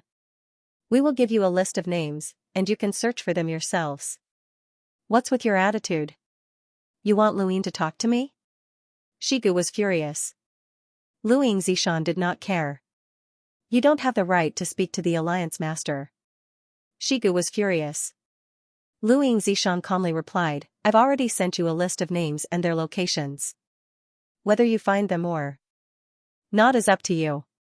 The Alliance Master will directly negotiate with the Board of Directors and the Interstellar Arbitration Office. The Crimson Moon Empire has already been executed for colluding with the Neo-Human Alliance, and I don't know who else is colluding with the Neo-Human Alliance. The most likely ones, Xianxia stared at Shigu, are those who know where the corpse kings are but don't look for them. Shigu's eyes narrowed. Are you threatening me? Xianxia immediately cut the call. The expeditionary force? What was the point of that? The giants were enough to deal with them. The reason why Luin had contacted them was because he wanted to borrow the expeditionary force's name to deal with the Great Eastern Alliance. Luin had asked Xianxia to give Shigu a list of those flow zones, and the locations of the gaps in the Pine Flow Zone were also those flow zones. No corpse kings had escaped from the Pine Flow Zone, but whether or not there were any was up to Luin. If he said that there were, then there were. Wherever he said that the corpse kings had escaped, that was where they had escaped. The North Seal Flow Zone, Ragger Flow Zone, Coil Flow Zone, and other small flow zones had responded to the call of the Sword Sect and the Lingling clan. They had sealed the tributary arcs and isolated the Blazing Mist Flow Zone. Now, the corpse kings had escaped to these small flow zones. Shigu quickly received the list from Xianxia, and he immediately recognized the relationship between these small flow zones and the Great Eastern Alliance. Ever since he had agreed to help Songying eliminate the giants and failed, he had been paying attention to the Great Eastern Alliance's situation. These small flow zones had clearly responded to the call of the Interverse's 8 great flow zones to resist the Blazing Mist Flow Zone's border powers. When he thought of this, Shigu immediately contacted the council. He wanted to use this as evidence to accuse Luin of abusing his position to avenge a personal grudge. He had intentionally released the Corpse King so that he could use the expeditionary army to take revenge on his enemies. However, this proposal was rejected before the council could even make it to the council. For the Hall of Honor, the most important thing right now was to eliminate the Corpse King. This was not just for the Hall of Honor, but also for the entire human race. Eliminating the Corpse King had always been the Hall of Honor's goal, and nothing else was important. Even if Luin had intentionally released the Corpse King, his contribution in destroying the Neo-Human Alliance's Interverse headquarters was still real. No one could afford to offend him at this time. Even the South Wellspring Council's director, Mr. Wright, and the others who were hostile to Luin did not want to cause trouble at this time. This was not looking for trouble, it was looking for trouble. Shigu did not want to become Lu Yin's sword, but he had to follow the list that Luin had given him. Otherwise, even if Luin did not cause trouble for him, the entire Hall of Honor would. Shigu could only sullenly follow the list. As for the smaller flow zones, they could only count themselves unlucky.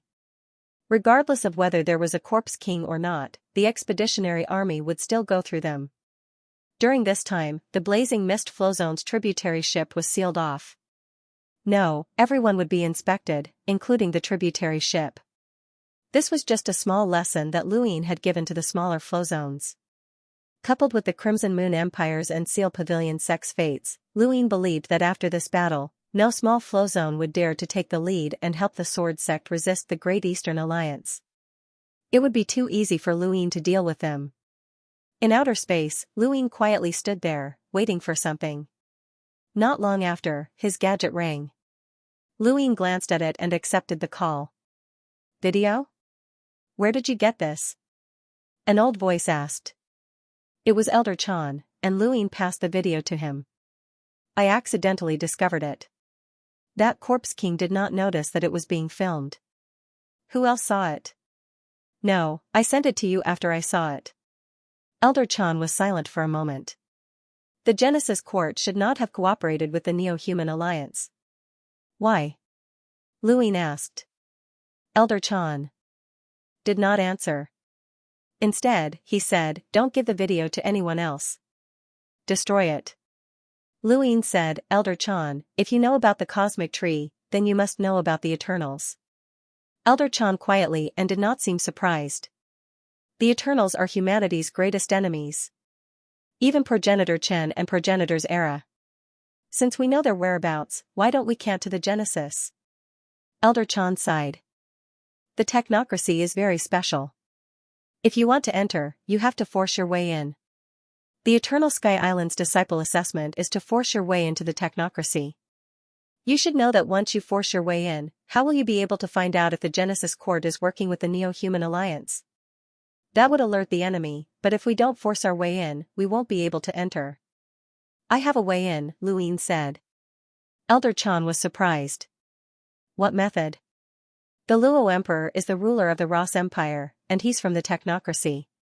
He knows that there's a route between Ironborn City and the Genesis Court that allows one to enter and exit the technocracy. I've already locked him up in Kuan Swamp, and as long as we bring him along, we'll be able to enter the technocracy." "Alright, I'll make the arrangements."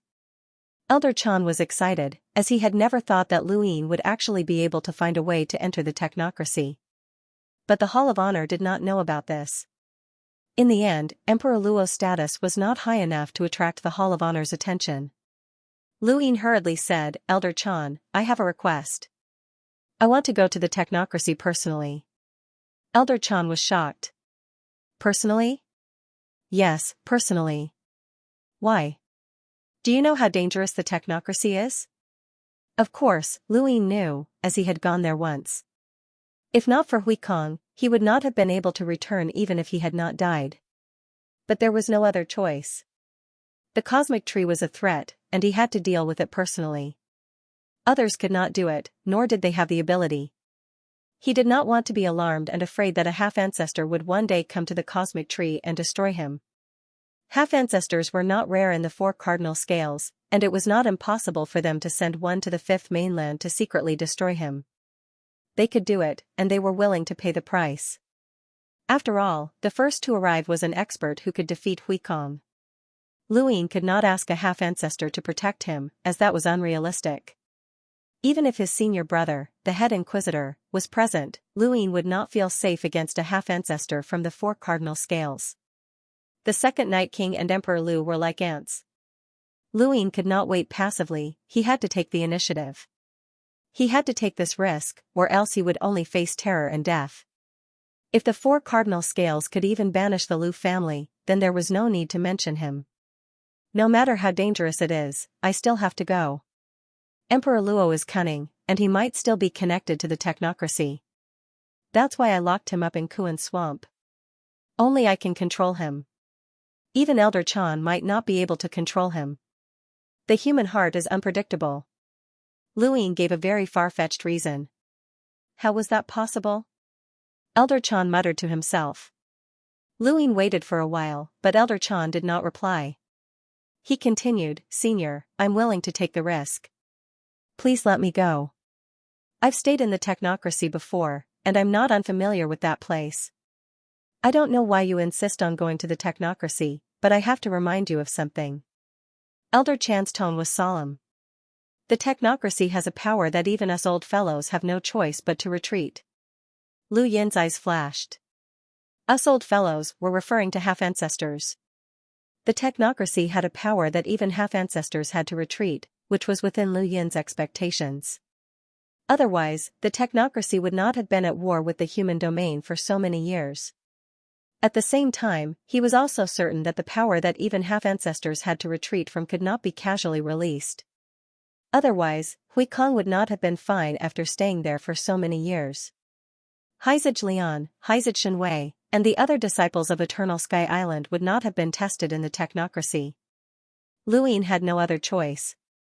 If he had a choice, he would naturally want someone else to take his place in going to the technocracy. However, he might not trust anyone who was qualified to take his place, and those he trusted might not be qualified to go. He was not the kind of person who would scheme against his own people and send those he trusted to their deaths. He could only take this risk on his own.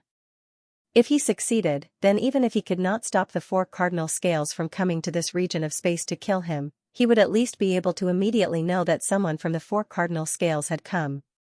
I've decided to go to the technocracy, Lu Yin said with certainty. Elder Chan muttered to himself for a moment. I will allocate some people for you. At the same time, this will be considered a mission for the Hall of Honor. Regardless of whether you succeed or not, the Hall of Honor will remember your contributions. Lu Yin replied, Thank you, Elder Chan. It will take time to allocate people. Think about it again. With your innate gift, your passing of the 3 stages, and your obtaining of the origin item, your chances of becoming a half-ancestor are extremely high. I do not wish for you to die because of this senseless risk. Regardless of whether it is for the 5th mainland, yourself, or your loved ones, it will be a loss. Think about it carefully. Elder Chan ended the call.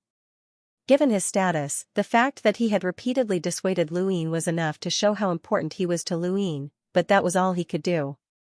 He would not stop Lu Yin from going to the technocracy to investigate, as Lu Yin's attitude showed that even if he did not cooperate with the Hall of Honor, he might still go there himself. If that was the case, then it would be better for the Hall of Honor to transfer some experts to work with him. Although Lu Yin had a high chance of becoming a half-ancestor, and Elder Chan and the others would protect him in the 5th mainland for the sake of the greater good, they would not become his babysitter just for the chance of him becoming a half-ancestor. In the end, it was just a possibility, and they could not see the future. If they could see the future and confirm that Lu Yin would definitely become a half-ancestor, then things would be different. Even Elder Chan would personally protect him, but unfortunately, they could not see it. They themselves had origin items, and they also had the possibility of becoming a half-ancestor. Lu Yin was at most the same as them, just younger. It was not enough for them to put down their dignity and cultivation time to protect him. Cultivation was just like that. Everyone had their own path, and no one would be responsible for others. No matter how great one's innate gift was, no matter how high one's expectations were, there would still be dangers that one would have to experience. Without experiencing these dangers, how could one become a half-ancestor? This was a trial that Lu Yin had to go through. Elder Chan could not stop him, and he would not stop him. Lu Yin put down his gadget and looked to the west. In the end, he would have to make another trip to the technocracy. This time, his target was the Genesis Court. Within the Basin Flow Zone, the Great Eastern Alliance's first allied army had taken over and was frantically searching for corpse kings. Lu Yin returned to his spacecraft, where Balsam praised him. Alliance Master Lu, the Great Eastern Alliance has contributed greatly to the human domain in this battle. The Neo-Human Alliance has suffered heavy losses. Lu Yin laughed. Not really. We just took care of a few corpse kings. The Neo-Human Alliance didn't lose anything at all. They didn't even leave behind a corpse king that had a power level of 1,000,000. Balsam smiled. Any huge object needs to be operated in coordination with various components. This is the most important place for the Neo-Human Alliance to plan for the Innerverse and Outerverse. If I'm not wrong, then this should be their headquarters in the Innerverse and Outerverse. Not only did they lose a few corpse kings, but they also lost countless years of the Neo-Human Alliance's plans for the Innerverse and Outerverse. With this place destroyed, it should be very difficult for the Neo-Human Alliance to obtain new corpse kings from the Innerverse and Outerverse. Luin looked up at the sky, as this was not bad. According to statistics, more than 1,000 corpse kings had been killed in the Basin Flow Zone. This number was insignificant compared to the Eternals on the other side of the Astral Tree domain, but this was the fifth mainland. How many corpse kings could the Neo-Human Alliance possibly have? A stable flow zone that could provide corpse kings was incomparably important to the Neo-Human Alliance. Luin had basically destroyed the Neo-Human Alliance's method of producing corpse kings in the Innerverse and Outerverse. Even if the Neo-Human Alliance had other strongholds, they would not be able to compare to this one. This loss would indeed be great. However, when it came to experts, the Neo-Human Alliance had not lost anything at all, which was what gave Luin a headache. He had not forgotten about the 3,000 major realms within the Glory Realm, nor had he forgotten about that drop of water. One major realm had been destroyed by the life poison. The Neo-Human Alliance had not only acted against the Innerverse and Outerverse, but they had also interfered with the 3,000 major realms. Their method of producing corpse kings was not limited to just the Innerverse and Outerverse. Only by completely destroying them would the Neo-Human Alliance be able to deal a serious blow. Since ancient times, the Neo-Human Alliance has been humanity's greatest enemy. Miss Balsam, do you think that we humans will be able to completely destroy the Neo-Human Alliance one day? Luin suddenly asked. Balsam replied, with Alliance leader Lu's personality, it's impossible for the Neo-Human Alliance to exist in the Innerverse or Outerverse. This question depends on Alliance leader Lu. Wherever you go, there will be no Neo-Human Alliance. Luin looked at her.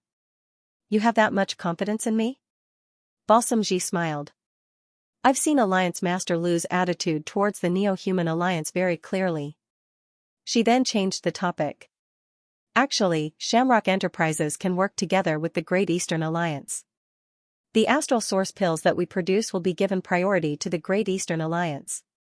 Alliance Master Lu can try using the astral source pills and see their effects. Luin suddenly raised a hand and spread his fingers. Balsam was confused. Luin seriously said, 5,000. Give me 5,000 astral source pills first. Balsam was stunned. 5,000? Alliance leader Lu, you haven't tried them yet. Luin waved his hand. No need, I have money. Give me 5,000 to equip the Lu Xinjun army and the giant bloodline. Right, I'm also planning to form the Heavenly Sin army, so 5,000 might not be enough. Give me 10,000. 10,000 is too much. Alliance leader Lu, this. Balsam wanted Luin to test the astral source pills in person, and Luin fully displayed the attitude of a rich person. He did not care about the quality of the pills as long as they were brought over first. Money was not an issue. Balsam was interrupted multiple times by Luin, but he finally remembered that he should leave the financial matters to Xianxia. Thus, he recommended Balsam to her with only one request, to buy as many astral source pills as possible. Balsam had no intention of discussing business at this time, she had only come to confirm the situation with Lu Yin's astral source pills. Lu Yin's actions left her confused, and at the same time, she was suspicious. Could the disappearance of the astral source pills really be related to Luin? Luin knew that his actions would arouse Balsam's suspicions, but he had no other choice. He had 2 astral source pills, one had been raised into a sapling, and the other had been fed to the tree. He could not produce any more astral source pills, and it would be easier to find out if he faked them. Thus, he might as well make a fool of himself. Although Balsam was suspicious, she could not be completely certain. With his current status and ability, he had no need to fear the mysterious Leaf King. However, it would be best if he could hide in the dark. He was still unsure of the true meaning of the Leaf King and the Celestial Source Pill, and he did not wish for the sapling to be discovered and be in danger. He didn't have time to deal with Leaf King for now. Once he returned from the technocracy, not only would he have to go to Shamrock Enterprises, but he would also have to go to Aurora Enterprises and the Sword Sect. In his mind, his greatest enemy was the Eternals, followed by the scales of the 4 cardinal points. That was the most threatening enemy. Everything else could wait. While Luin was cleaning up the Basin Flow Zone, the board of directors was also holding a meeting. Their only goal was to reward Luin. The Neo-Human Alliance had always been the Hall of Honor's greatest enemy, and it was even stronger than the Astral Beast Domain, the Technocracy, and the Sixth Mainland. This was especially true for Elder Chan and the other demigods who knew about the Eternals, which made them even more determined to kill the Neo-Human Alliance. Luin had destroyed the Neo-Human Alliance's headquarters in the Innerverse and Outerverse, which was a great contribution. Several directors were discussing what kind of reward to give. This wasn't just a reward for what Luin had done, but also to encourage others to do the same. Exterminating corpse kings was very important, and Elder Chan had even specifically mentioned it, which was why the board of directors had been convened. The Great Eastern Alliance that Luin belongs to isn't a subordinate organization of the Hall of Honor. Actually, we shouldn't be the ones to give out rewards. The Neo-Human Alliance is the enemy of the entire human domain, and the Great Eastern Alliance is duty-bound to exterminate them. Giving out rewards that are too great will only make others think that the Hall of Honor is biased. Before the Great Eastern Alliance, there were organizations in both the Outerverse and Innerverse who exterminated corpse kings. When have we ever given out rewards? That's not fair, Nan Yuan said. He represented the Seven Courts Xia family and viewed Luin as an enemy. Elder Chan retorted, how can the corpse kings exterminated by the Outerverse and Innerverse compare to the Great Eastern Alliance? That's the Neo-Human Alliance's headquarters in the Innerverse and Outerverse. The Great Eastern Alliance claims that the Neo-Human Alliance's headquarters in the Innerverse and Outerverse are the headquarters of the Neo-Human Alliance, but that might not be true. Perhaps it's just a stronghold where many corpse kings gather, Mr. Yu said. Sanliang was dissatisfied. Since that's your attitude, then what's the point of holding this board of directors meeting? Could it be that we're discussing whether or not we should give out rewards? Mr. Yu and Nan Yuan exchanged glances, but they could not refute Elder Chan's words. This board of directors meeting had been instructed by Elder Chan to clearly state the rewards. They wanted to discuss what to give out, not whether to give out rewards. Yang Ji suddenly spoke up. Why don't we give out a great realm? No. No. Nan Yuan and Mr. Yu refused at the same time. Great realms could only be found in the Glory Realm, and they were not allowed to appear in the Outerverse or even the Cosmic Sea. If they were given a great realm to the Great Eastern Alliance, it would mean that the Great Eastern Alliance would be able to legitimately bring their armies into the Glory Realm. Wouldn't that be the same as entering the Neoverse? Although Nan Yuan did not believe that the Great Eastern Alliance had the power to threaten the Seven Courts, everyone had seen Lu Yin's ambition. Nobody knew what would happen once Luin entered the Seven Courts. Even if Luin could not threaten them, it would be enough to disgust them. In particular, Lu Yin's background in the Hall of Honor was deep. The closer they got to the Realm Mountain, the more flustered they became. Yang Ji was just making a suggestion. As the master of the Radiance Realm, he naturally believed that a great realm was the most important. Furthermore, he wanted to use this board of directors meeting to get closer to Luin. Elder Chan had taken the initiative to offer Luin a reward, which meant that Lu Yin's background in the Hall of Honor was even deeper than Yang Ji had imagined. There was no harm in trying to establish a good relationship with Luin. They discussed for an entire morning, but they still could not come to a conclusion. Zijing spoke up, which was a rare occurrence. Doesn't he like money? Give him some money. The board members were stunned. Money? Since when had such a vulgar thing appeared in the board of directors, which represented the Human Supreme Council? Still, it seemed feasible. Everyone who understood Luin knew that he loved money, and his obsession with star essence was well known throughout the universe. Even Sanliang was momentarily speechless. He wanted to help the Great Eastern Alliance obtain a great realm, but when it came to money, he did not know how to refute. What if Luin really wanted money?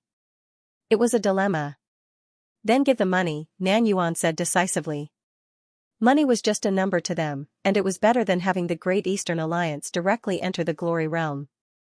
Mr. Yu also agreed. The others found it difficult to object.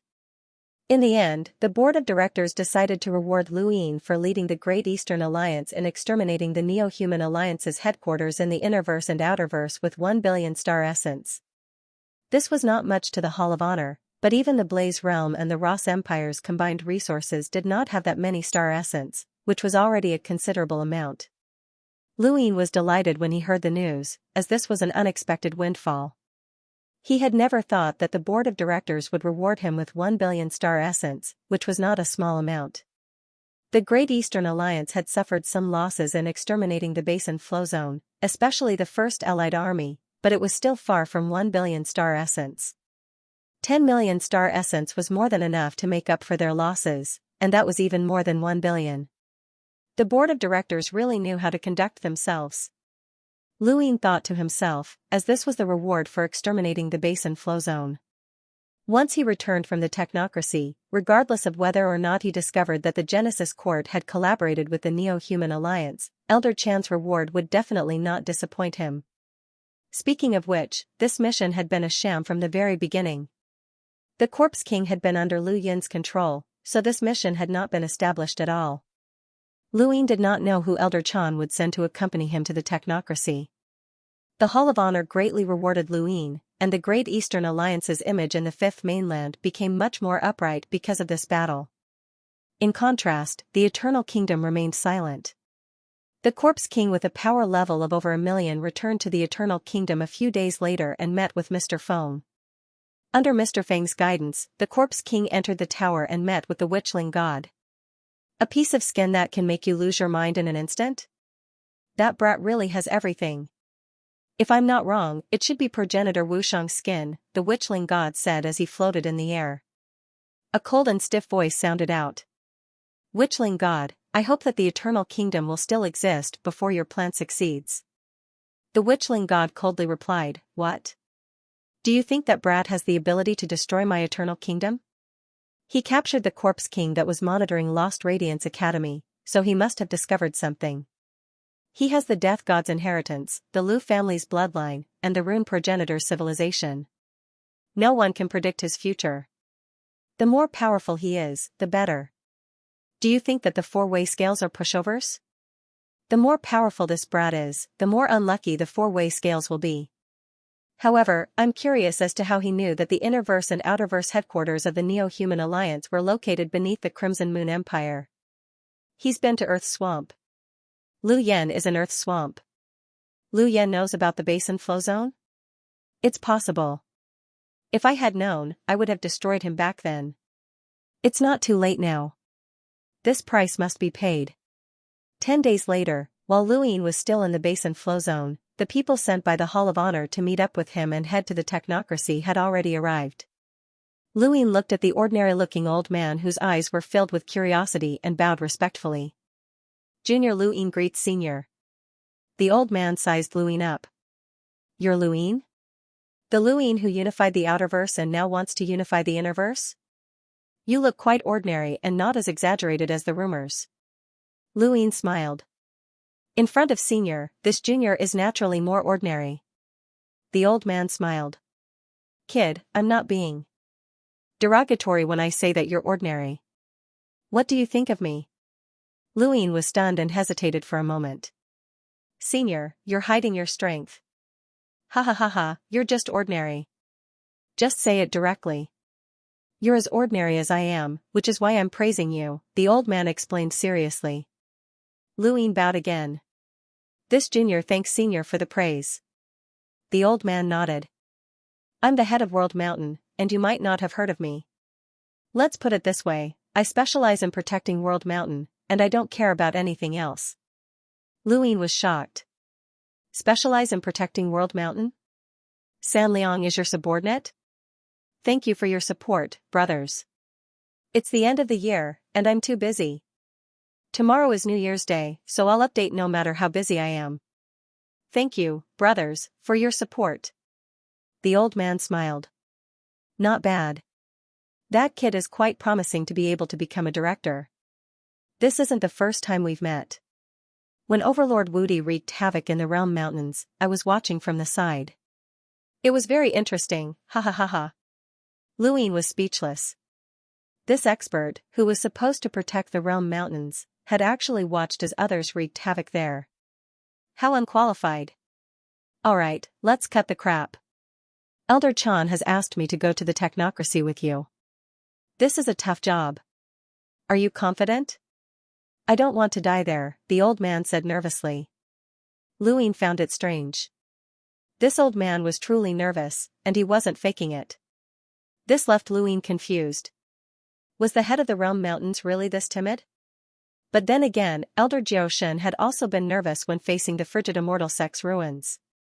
Were these cultivators who grew older and older afraid of death? Was it because they were afraid of death that they had been able to live for so long? Luine said, "Senior, I'd been to the technocracy before, but my cultivation was too low at the time. I only managed to escape by chance, so I don't know much about that place. This time, I'll be led by the Ross Empire's Emperor Luo. He's from the technocracy, and there's a route that leads directly to Eben City and the Genesis Academy. It's relatively safe." The old man relaxed. "That's good. It's good that you have some confidence. I didn't want to come, but I had no choice. Elder Chan has already spoken, and the head inquisitor doesn't have time. He has to oversee the interstellar arbitration, or I would have let him come." Luine felt that it was a pity, as he had obviously hoped that the head inquisitor would come. The scene outside the frigid immortal sex ruins was unforgettable. The head inquisitor had easily judged Mr. Feng and the second Night King. The head inquisitor's strength was unfathomable, especially since he had the qualifications to become Mr. Mu's disciple. Luine guessed that no one in the same realm was a match for the head inquisitor, and he was far more reliable than this old man. Luine even suspected that the head inquisitor might not be able to challenge a half-step ancestor. With the head inquisitor's protection, the trip to the technocracy would be much easier. Both Luine and the elder felt that it was a pity, as they were both afraid of death. The technocracy was too mysterious, and no one knew what they would encounter upon entering. Over the past few days, Luine had specifically contacted Huikong and asked him more about the situation in the technocracy. However, he did not tell Huikong that he was going to the technocracy in case Huikong wanted to tag along. Based on his understanding of Huikong, that was a possibility. Although Huikong was familiar with the technocracy and was very strong, he was still too big of a target. No one knew if the technocracy had any way of identifying Huikong. It would attract too much attention and not be suitable for the implementation of the plan. The experts from the Hall of Honor had already arrived, and Luine did not have much time to consider the matter. He immediately headed to the technocracy. Luine left the second Night King and Emperor Lu behind. Under the protection of the old man in the seat of honor, he accompanied the three expressionless envoys towards Kunz's swamp to bring Emperor Luo out. The three envoys did not have names, as the elder had only said that they were traveling together. Luine did not know the elder's name, so he could only refer to him as senior. Although this elder seemed to be afraid of death, his strength was not for show. After conversing with him, Luine was shocked to discover that this elder was of the same generation as Elder Jiaoshen, and he did not seem to care about Elder Jiaoshen at all. He was probably an expert on the same level as the 6th Mainland Celestial Imprint. This was the foundation of the Hall of Honor. Experts of this level were considered a foundation, whether in the 7 courts or the Sirius sect, and there was more than one such expert in the Hall of Honor. The head inquisitor, the head elder, the unfathomable Luine, and the celestial inscriber. There might even be more experts scattered throughout the 5th mainland. The Hall of Honor was slowly unveiling its mysteries to Luine. At the border between the cosmic sea and the inner verse, not long after Luine left Kunz's swamp, Mu'en left as well. The investigation into the riot in Kunz's swamp was still ongoing, but they could not find anything on the surface. Kunz's swamp was as dusky as ever, and the sourcebox array had been restored. From the outside, Kunz's swamp did not seem any different from before. On this day, a woman walked over from outside Kunz's swamp. She was as beautiful as a flower, and she had a smile on her face. Step by step, she arrived outside the sourcebox array and raised her hand. The next moment, the entire Kunz's swamp surged with deathly energy, and the world turned upside down. Within the castle, the Helm Master suddenly opened his eyes and rushed out. His expression was unprecedentedly solemn as he looked around. Lord Pig opened his eyes and saw the surging deathly energy. He was terrified. "Miasma, what's going on?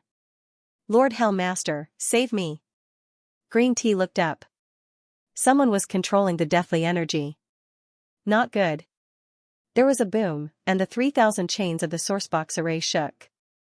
All of the imprisoned prisoners were torn apart, and the deathly energy twisted as if it had a life of its own. The entire Kunz's swamp came to life. The Hell Master looked outside Kunz's swamp and barked, "Who goes there?" He stepped into the astral source universe, and Sengoku appeared on the surface of his body, burning the void. He raised his hand and slapped at the woman outside Kunz's swamp. The woman looked up, and her eyes turned golden. Above her head was a cloud of deathly energy that the Hell Master's palm could not penetrate. "Lu Yen, die," the woman smiled as she spoke in the most horrifying voice possible. Beneath Kunz's swamp, Lu Yan's expression changed. How could this have happened so quickly? When he had told Lu Yen the location of the Neo-Human Alliance's headquarters in the Innerverse and Outerverse, he had already expected this to happen. He had been waiting for this moment for a long time. He had originally wanted to turn himself in to atone for his crimes, but he had implicated his daughter. Now, his daughter had not been able to enjoy a single day of her life because of him. He would rather die than let Xianxia escape this abyss of suffering, but not so quickly. Muin had investigated the Kunz's swamp uprising, and Lu Yen had already reported this possibility. The Interstellar Arbitration Office should have been prepared by then, and Lu Yen would have been able to make another contribution and pave the way for Xianxia. However, he had not expected the Neo-Human Alliance to act so quickly. The 3,000 chains of Kunz's swamp snapped, and the sourcebox array protected Kunz within. Even a powerhouse with a power level in the millions would not be able to break through. This sourcebox array had been specially set up for Kunz. However, the woman had controlled the deathly energy within Kunz's swamp and shattered the sourcebox array from the inside out. The chains shattered, and green tea immediately spat out a mouthful of blood and fainted. The Hell Master was similarly unable to withstand the attack of the deathly energy, and he was sent flying while spitting out blood. No matter how strong he was, he could only withstand a powerhouse with a power level of around 800,000 at most. The woman herself had a power level in the millions, and she could even control the deathly energy within Kunz's swamp. Kunz's swamp? What a joke. This is where my specter race cultivates, but it was stolen by the Hall of Honor and turned into a prison. Humph, the woman said indifferently before stepping into Kunz's swamp. She did not even look at the Hell Master as she directly walked over to Lu Yen. Lu Yen raised his head and met the woman's gaze. Her golden eyes instilled fear from the bottom of one's heart. The entire Kunz's swamp was under her control. Darkness, Arbitration Office, Vice Arbiter, I language, Lu Yen said hoarsely, emphasizing each word. The woman looked at Lu Yen. I'm here on orders from the 7 sky gods to kill you. Lu Yen smiled bitterly. From the moment I brought Xianxia into the Eternal Kingdom, today's fate was already sealed. The woman's lips curled up. It's not just you. Your daughter will die as well. Lu Yan's eyes went wide, and he sent a palm towards the woman. He used the Hall of Honor's secret technique, exile. Deathly energy wrapped around the woman's body, and Lu Yan's secret technique was unable to do anything to her. What can you do with this body of yours? The woman mocked. Lu Yan roared and glared at the woman. Don't hurt Xianxia. This has nothing to do with her. The woman shook her head. Former Arbiter, you should understand the Neo-Human Alliance's style of doing things very well. Your daughter must die. Lu Yan roared madly as 9-lined battle force imprinted itself onto his body. However, due to his previous heavy injuries, it quickly faded away. The woman grabbed him by the neck, and deathly energy wrapped around him before finally invading his body. Betraying the Neo-Human Alliance means death. The woman smiled as she watched Lu Yan die in pain and despair. After killing Lu Yan, the woman looked in green tea's direction and walked over. From the moment she attacked to the moment she killed Lu Yan, the entire process had taken less than half an hour. Kunz's swamp had been unable to resist at all. The woman walked over to green tea and smiled. It's a pity that you're so beautiful. Her gaze then turned bone-chilling as the deathly energy seeped into green tea's body. It was exactly the same as Lu Yan's death. Suddenly, the void around the woman began to fold, forming red walls that wrapped around her. The red walls extended from the center to both sides, forming the shape of 4 wooden rods. One of the rods was parallel to the other, and the entire structure resembled a red palanquin. The woman was trapped within the red palanquin, and the deathly energy around her transformed into a scythe that swept out. The interior of the palanquin cracked open, but it did not completely shatter. The palanquin slowly rose up and began to sway. With every movement, the woman felt an irresistible pressure spread throughout her body. She could not help but spit out a mouthful of blood, and her gaze turned sinister. Zhang Yuan, captain of the undead regiment, when did you, Zhang Yuan, become the Hall of Honor's prison keeper? The deathly energy in Kuan's swamp began to boil once more. It whistled past, forming a tide of deathly energy that submerged the palanquin. The palanquin suddenly shattered, and the void returned to normal. The woman's mouth was covered in blood, and she quickly appeared outside Kuan's swamp. She looked back, but she could not see anyone. She coldly snorted and then disappeared. Kuan's swamp also returned to normal. Whether it was the prison master, the guards, or the prisoners, they had all fainted, and there was not a single sound. That strange red palanquin had also disappeared, as if it had never appeared. A day later, Xianxia's chief brought Lu Yin and 3 other envoys to Kuan's swamp. When he approached, his expression changed. Not good, something's happened. He took a step forward and appeared outside Kuan's swamp. Lu Yin and Xianxia's expressions turned ugly when they saw the deathly energy that was still boiling and the shattered chains. The prison master was still unconscious, and Xianxia's chief pressed down on his body with one hand.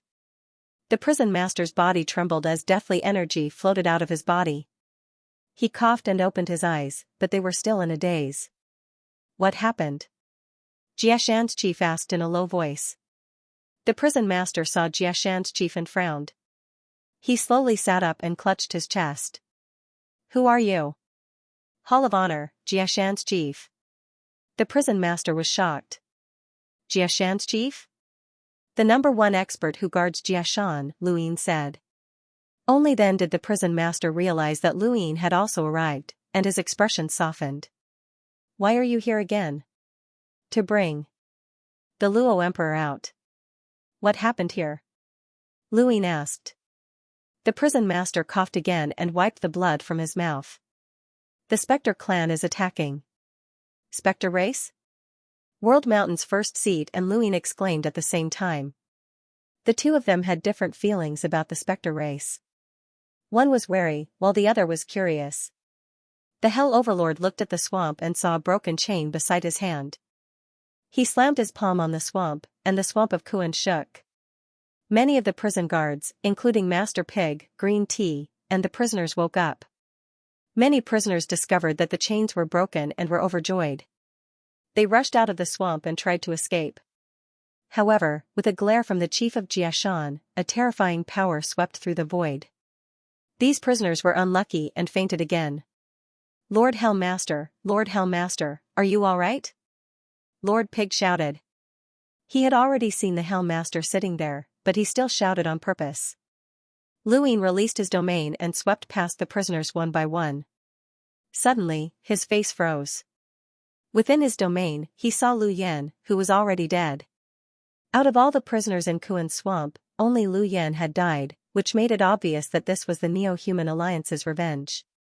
The Neo-Human Alliance's headquarters in the Innerverse and Outerverse had been destroyed, which meant that their losses were not small. However, they had not taken revenge on Lu Yin directly. Instead, they had eliminated Lu Yan. Green Tea also found out about her father's death and wept silently. The Hell Overlord was silent. World Mountain's first seat frowned as he looked around. It's not just the aura of the Spectre race. Is this a burial garden? The Hell Overlord was astonished. A burial garden? Xianxia's chief nodded. There's no mistaking it. It's Burial Garden's aura. It's one of the Dead Man Regiment's commanders, but I don't know which one. Burial Garden was one of the 3 Dark Hands, and it was also the most mysterious dark organization. Lu Yin had only come into contact with them a few times, and he hadn't even heard a single word about them in the astral tree. Burial Garden. Burial Garden. It was like a garden where the dead were buried. The cultivators there were all strange and unfathomable. For example, a burial garden cultivator had once appeared in the cosmic sea. He could transform himself into a blade and was 5 meters tall. His strength was close to that of the 10 arbiters. There was also Quiet Weep, who had an innate gift that allowed him to borrow the power of the dead, including the 13 swords. And the leader of the dead man group mentioned by the first seat of Jiashan was one of the few experts in Burial Garden with a terrifying reputation. There were 4 of them in total. Swona in the netherworld. The dead man carries the litter. My life is inlaid on paper. Mausoleum of the ancestors with straw. Every sentence represented a regiment commander. What is Burial Garden doing here? Are they working together with the Spectre clan and the Neo-Human Alliance? Hell Master asked. The chief of World Mountain shook his head. No, although the Burial Garden is also one of the 3 Dark Hands, it's impossible for them to work together. Their ideals are different, but I don't know why they're here. Luin looked at the Hell Overlord. Has the Burial Garden been to Earth's swamp before? The Hell Overlord shook his head. Never. Senior Chief, how strong is the captain of the Dead Man Regiment? Luin asked curiously. The old man at the head of the table said in a low voice, 1 million combat power. Lu Yin's face twitched, as this was much more powerful than he had expected. Fortunately, no experts from Burial Garden had appeared during the previous riot, or else they would not have been able to take away the second Night King and the others. But why would people from Burial Garden appear in Kuan's swamp? Coincidence? Or had he come with an expert from the Spectre race? The Hell Master did not know why the people from Burial Garden appeared in the Swamp of Earth, and the rest of the people did not know either. The Hell Master had already reported what had happened in Kuan's swamp to the Hall of Honor, and Jiashan's chief had contacted someone with a solemn expression. Luin guessed that it was Elder Chan. Green Tea was the most saddened by Lu Yan's death. She had been willing to stay in Kuan's swamp for Lu Yan's sake. Luin sighed, as Lu Yan's death was related to him as well. However, when Lu Yan had told Luin about the Bassoon Flow Zone, he should have guessed that this would happen. Lu Yan did not care about his own life, and he had only wanted to escape prison because of Green Tea. He had also turned himself in because of Green Tea. He had joined the Neo-Human Alliance for Green Tea, betraying the Hall of Honor, and betraying his own beliefs. Perhaps he had been waiting for this day for a long time. He had sacrificed too much for Green Tea, but he had also become her burden. This fatherly love was too heavy. Since Lu Yan was dead, there was no need for his corpse to remain in Kuan's swamp. After the Hell Master checked and confirmed that Lu Yan was dead, he agreed to Green Tea's request to bring Lu Yan's corpse back to his hometown, where Green Tea had been born. Green Tea did not say whether or not she would return. Perhaps she would, or perhaps she would never return to Kuan's swamp again. Lord Pig was rather reluctant, as he had spent too much time with Green Tea. If she did not return, then there would only be him and the Hell Master in Kuan's swamp, and it would be too lonely.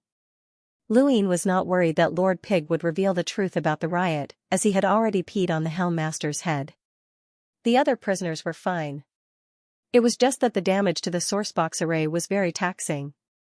President Xianxia of the Innerverse Lockbreaker Society has already rushed over. She will repair the sourcebox array, and it should be fixed soon, the Hell Master said. Kuan Swamp had not experienced such a change in a very long time, and whether or not it was his fault, he would still be blamed. But it did not matter, as no one was willing to suffer in Kuan Swamp. With his strength, he would be promoted anywhere, so it was unlikely that he would be transferred. Alliance Master Lu, are you going to take Luo Huang away? The Hell Master asked, as he finally had the time to converse with Luin. Luin nodded. I'm here to take Luo Huang away to complete a very important mission. But Luo Huang is an emissary, and he might have seen the Spectre clan member who attacked. He's under the Hall of Honor's investigation. The Hell Master was troubled. Among the remaining prisoners in Kuan Swamp, the only one who might have seen the appearance of the person who had attacked Kuan Swamp was an emissary. Ask him about it now. The mission related to Luo Huang is very important, and it cannot be delayed. We've already been delayed in Kuan Swamp for a while, and the chief of Boundary Mountain only appeared because of this mission, Luin said. The Hell Master knew the severity of the situation, and he immediately had Lord Pig bring Luo Huang over. Luin had imprisoned Luo Huang in Kuan Swamp for 2 reasons. First, Luin did not trust him, and second, he was afraid that Lu Qianjue and the others would secretly kill him. However, he had not expected that he would have to bring Luo Huang out again so soon. The Helm Master questioned him, but Luo Huang did not see anything. Just like the Helm Master and the others, he had been struck unconscious by the death energy. Since you didn't see anything, you should leave with Alliance Master Lu, the Helm Master said. Luo Huang was astonished. Leave? So soon? He had thought that it would take at least a few years, as the greatest value of his existence was the route to the technocracy. That route would not be used in the short term, and even if it was, it would take a long time. He had been prepared to be imprisoned for a few decades, or even a few centuries. Kuan Swamp was located at the border between the Cosmic Sea and the Innerverse, to the west of the Innerverse. The technocracy's original border with the Innerverse was too close to the Starfall Sea, which was the border of a horizontal black hole. The fifth mainland, sixth mainland, and even the three progenitors were outside, so it was impossible for Lu Yin and the others to enter the technocracy from there. The other route was to connect to the Outerverse endless weaves, but there were no longer any endless weaves. When the sixth mainland had invaded, endless weaves had been completely annexed by the technocracy. Now, the Outerverse border with the technocracy was the southern weaves, where the sixth mainland's Daosor sect was located. Even the chief of Boundary Mountain had to be cautious when facing the sixth mainland's Daosor sect, as the sixth mainland had too many absolute powerhouses. The chief of Boundary Mountain led Lu Yin, Luo Huang, and the three envoys through the West Astral River and into the Outerverse western weaves before heading towards the southern weaves. Along the way, Luo Huang had drawn out the route to the technocracy. Lu Yin had not taken out the technocracy's star chart that Hui Kong had given him at the start, as he wanted to verify Luo Huang's star chart. Although there were some differences between the two, their approximate locations were similar. This is the route that the technocracy's first city and the Genesis Court have been at war all year round. Both sides control half of the technocracy, and they frequently go to war. However, their strength is similar. I participated in a war before, and I represent First City, Luo Huang explained as he pointed at the star chart. Because of the constant war, this route is different from the rest of the technocracy. As long as we observe carefully, we should be able to avoid surveillance. Are you confident? The chief of Boundary Mountain asked with a solemn expression. Luo Huang shook his head. I was lucky to have escaped in the past, but it could have happened after the war, and many of the surveillance cameras were destroyed. I'm not completely confident if I try again. The chief of Boundary Mountain frowned. Lu Yin asked, why are First City and the Genesis Court at war all year round? Luo Huang shook his head. I don't know the exact reason. It's just like when the Blaze Realm was destroyed and when my Ross Empire went to war with the Sylvan Dragons. Lu Yin's guess was correct. The two sides had divided the technocracy, and both sides wanted to monopolize it. First City has the support of the sixth mainland, so how can the Genesis Court contend with First City? Lu Yin asked. He had been holding this question in his heart for a long time, but of course, he had his own guesses. Luo Huang shook his head. I don't know. The sixth mainland shouldn't have directly sent anyone to interfere, the chief of Boundary Mountain said. Lu Yin looked up. That's unlikely. If I were the sixth mainland, I wouldn't have given up on the technocracy. A unified technocracy is enough to threaten my fifth mainland. If it wasn't just First City that attacked the Outerverse, but also the Genesis Court, then the Outerverse wouldn't have been able to hold on. With the sixth mainland's attitude towards my fifth mainland, they wouldn't have shown any mercy. That's strange. The chief of Boundary Mountain was curious as well. Lu Yin guessed that it had something to do with the Cosmic Tree or the Wang family. First City was backed by the sixth mainland, while the Genesis Court was backed by the Wang family. Wang Yun had represented the technocracy in the Astral Combat Academy's Tournament of the Strongest, while Wang Yi had represented the technocracy in the Sovereign Tournament. They had both passed through the Genesis Court, and Wang Shang had also entered the technocracy through the Genesis Court in order to hunt down Lu Yin. The Genesis Court was backed by the Wang family, which was the main reason why Lu Yin had come to the technocracy. First City was very clear, but the Genesis Court was very murky. However, the fifth mainland was more willing to trust the Genesis Court, as the Genesis Court had never been too hostile towards the human domain. Lu Yin and the others quietly passed through the southern weave, and they all relaxed.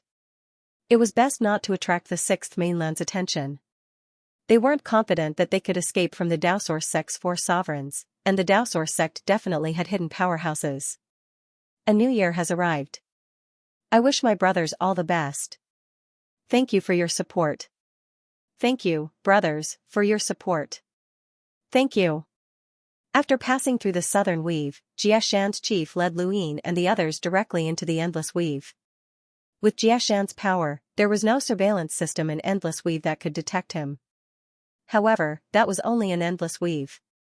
As long as he officially entered the technocracy, no matter how strong he was, he would be detected by the mainframe. The route that Emperor Luo had chosen could be reached directly from endless weave. It was the route between First City and the Sky Creation Court, and it was also the route that was least likely to be discovered.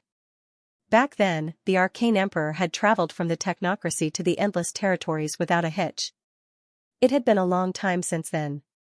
The route of the Starry Sky didn't change, but the battlefield did. Ichigen City was at a disadvantage in the battle against the Genesis Court, and the battlefield had shifted in Ichigen City's direction. The Arcane Emperor did not know about this, and neither did Luyin and the others. Thus, not long after entering the Arcane Emperor's escape route, they had been attacked. The mechanical claws that covered the Starry Sky were all destroyed, and Jiashan's chief had a serious expression. The route is wrong. We've been discovered. The Luo Emperor's eyes flickered with red light. There's nothing wrong with the route, but there's a lot of surveillance going on. This level of surveillance is similar to the normal surveillance in the technocracy. Has the battlefield changed? You better find a safe route immediately.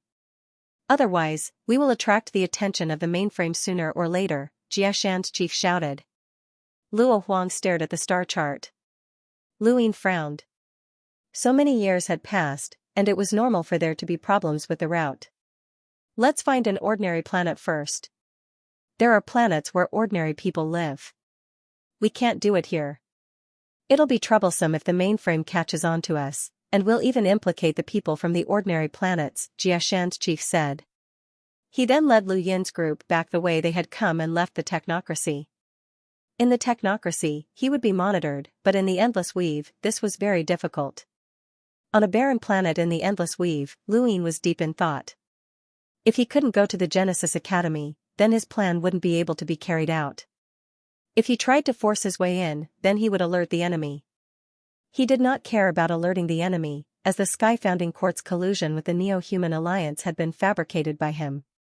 He hoped to alert the enemy and complete his plan, but Jiashan's head would not agree. His mission here was to investigate whether or not the Founding Heaven Court was cooperating with the Neo-Human Alliance. Once he alerted the enemy, there would be no point for him to go. Luyin looked in the direction of the technocracy. It seemed that this plan would not work, and he could only wait for the Second Night King and Lu Huang to recover their strength so that they could take him and force their way into the technocracy. One day later, Jiashan's chief was about to lead Luyin and the others back the way they had come when he suddenly sensed a group of people heading in the direction of the technocracy. The cultivators who had appeared in the occupied endless weaves should have been from the 6th mainland. The first seat of Jia Mountain did not plan to get involved. He only wanted to leave this place. However, Luyin stopped him. Senior, the 6th mainland has collapsed, and all of the cultivators have moved to the Outerverse, which just so happens to border the technocracy. This is not a good thing for my 5th mainland, and I feel that we should understand the situation. World Mountain's chief seat rolled his eyes. This has nothing to do with me. My mission this time was to investigate the Sky Genesis Court. Luyin replied, with senior strength, you should be able to easily control those people. Our mission to investigate the Genesis Academy has already failed. If we can obtain some information from these people, then we'll be able to account for it. World Mountain's chief seat was tempted, and he looked in the direction of the technocracy. It was too early for them to return, and it was obvious that they had just entered the technocracy. If they left now, then it would not be good for them to report to Elder Chan. Furthermore, this was the first time that World Mountain's chief seat had left to carry out a mission in many years, so it would not be good for them to end things so hastily. He looked at the cultivators from the 6th mainland. They were just emissaries, and they had been captured and then silenced. No one would know that they were the culprits, and they could even obtain some information. This was a pretty good idea. Senior, why is the 6th mainland cooperating with the city? My 5th mainland still does not know. If Senior can find some clues from these people, then it will be a great contribution to my 5th mainland, and it will be enough to be recorded in the annals of the Hall of Honor. World Mountain's chief seat sneered. Don't try that, kid. Being recorded in the annals of history has nothing to do with this old man. However, it's fine for me to capture a few people and ask them for some information. He then reached out. There was no change in the calm heavens, and the only difference was that the cultivators from the 6th mainland had disappeared. On a barren planet, more than 10 people fell down, their expressions blank. The leader of the group tore through the astral source universe the moment he fell, attempting to enter, but he was blasted out by World Mountain's chief seat. You're quite fast. The cultivators from the 6th mainland stared at World Mountain's chief seat, Luin, and the others in a daze. One of them suddenly exclaimed, Luin? Luin? The leader of the group, who was an emissary, also stared at Luin as if he had seen a ghost. Luin? What are you doing here? World Mountain's chief seat glanced at Luin. You're quite famous. Luin smiled and walked over to the emissary. Identity, name, and destination. Tell me everything I want to know. The emissary stared at Luin and suddenly attacked. He used his finger as a sword that pierced through the void. Luin did not dodge the attack, as his miniature armor was enough to block it. This person was not very strong and was far from Song Zhou's power level. He had a power level of around 500,000, so Luin could not break through his defenses. Luin placed a hand on the man's shoulder. I'll ask again. Tell me everything I want to know. He then exerted some force with his palm, using overlaying stacks to invade the emissary's body. The man coughed up blood, as his body could not withstand the pressure, and his blood vessels began to rupture. Luin, the 6th mainland and your 5th mainland have long since stopped fighting and coexisted peacefully. Why are you here? And why are you attacking us? The emissary growled through gritted teeth. What nonsense are you spouting? World Mountain's chief seat grew impatient, and he stared 3 inches below the man's left shoulder. How will breaking your astral source cyclone affect you? The emissary was shocked, and his face went pale. Are you trying to start a war between the 6th and 5th mainlands? You're not qualified to start a war, Luin said coldly. The emissary gritted his teeth and glared at Luin. Luin frowned. He was not the one who wanted to break this person's astral source cyclone, so why was the emissary staring at him? It was not good to be famous. I'm a swordsman from the martial immortal realm, Valley Master Yungu, the man said in a low voice. Luin was astonished. You're from the martial immortal realm? That's rare. World Mountain's chief seat asked, what's your purpose in going to the technocracy? The emissary hesitated, and his eyes flickered. At my level of strength, I can easily tell if you're lying or not. If you say one wrong word, your astral source cyclone will be broken, World Mountain's chief seat barked. The emissary struggled for a moment and then sighed. I'm going to discuss with Ibn City to bring their androids to the outerverse. Why? World Mountain's chief seat hurriedly asked, as he had a premonition that he had discovered something important. Ibn City and the human domain had always been enemies, and bringing their androids to the outerverse was obviously not a good thing. With the 6th mainland's current situation, they should not start a war against the 5th mainland. However, if they joined forces with the technocracy and brought the androids to the outerverse for a long time, then the human domain would be at an absolute disadvantage if a war broke out in the future. They would not be able to stop this, as the endless weaves border the southern weaves, and the Hall of Honor could not interfere. The emissary shook his head. I don't know the exact reason. I only know that I've been ordered to discuss this with Ibn City and bring back as many androids as possible. You really don't know the reason? World Mountain's chief seat did not believe him. The emissary's face went pale. I really don't know, and I don't have the right to know. Lu Yin's right hand suddenly tightened. Are you guys discussing how to attack the Great Eastern Alliance? The emissary looked pained as he met Lu Yin's gaze.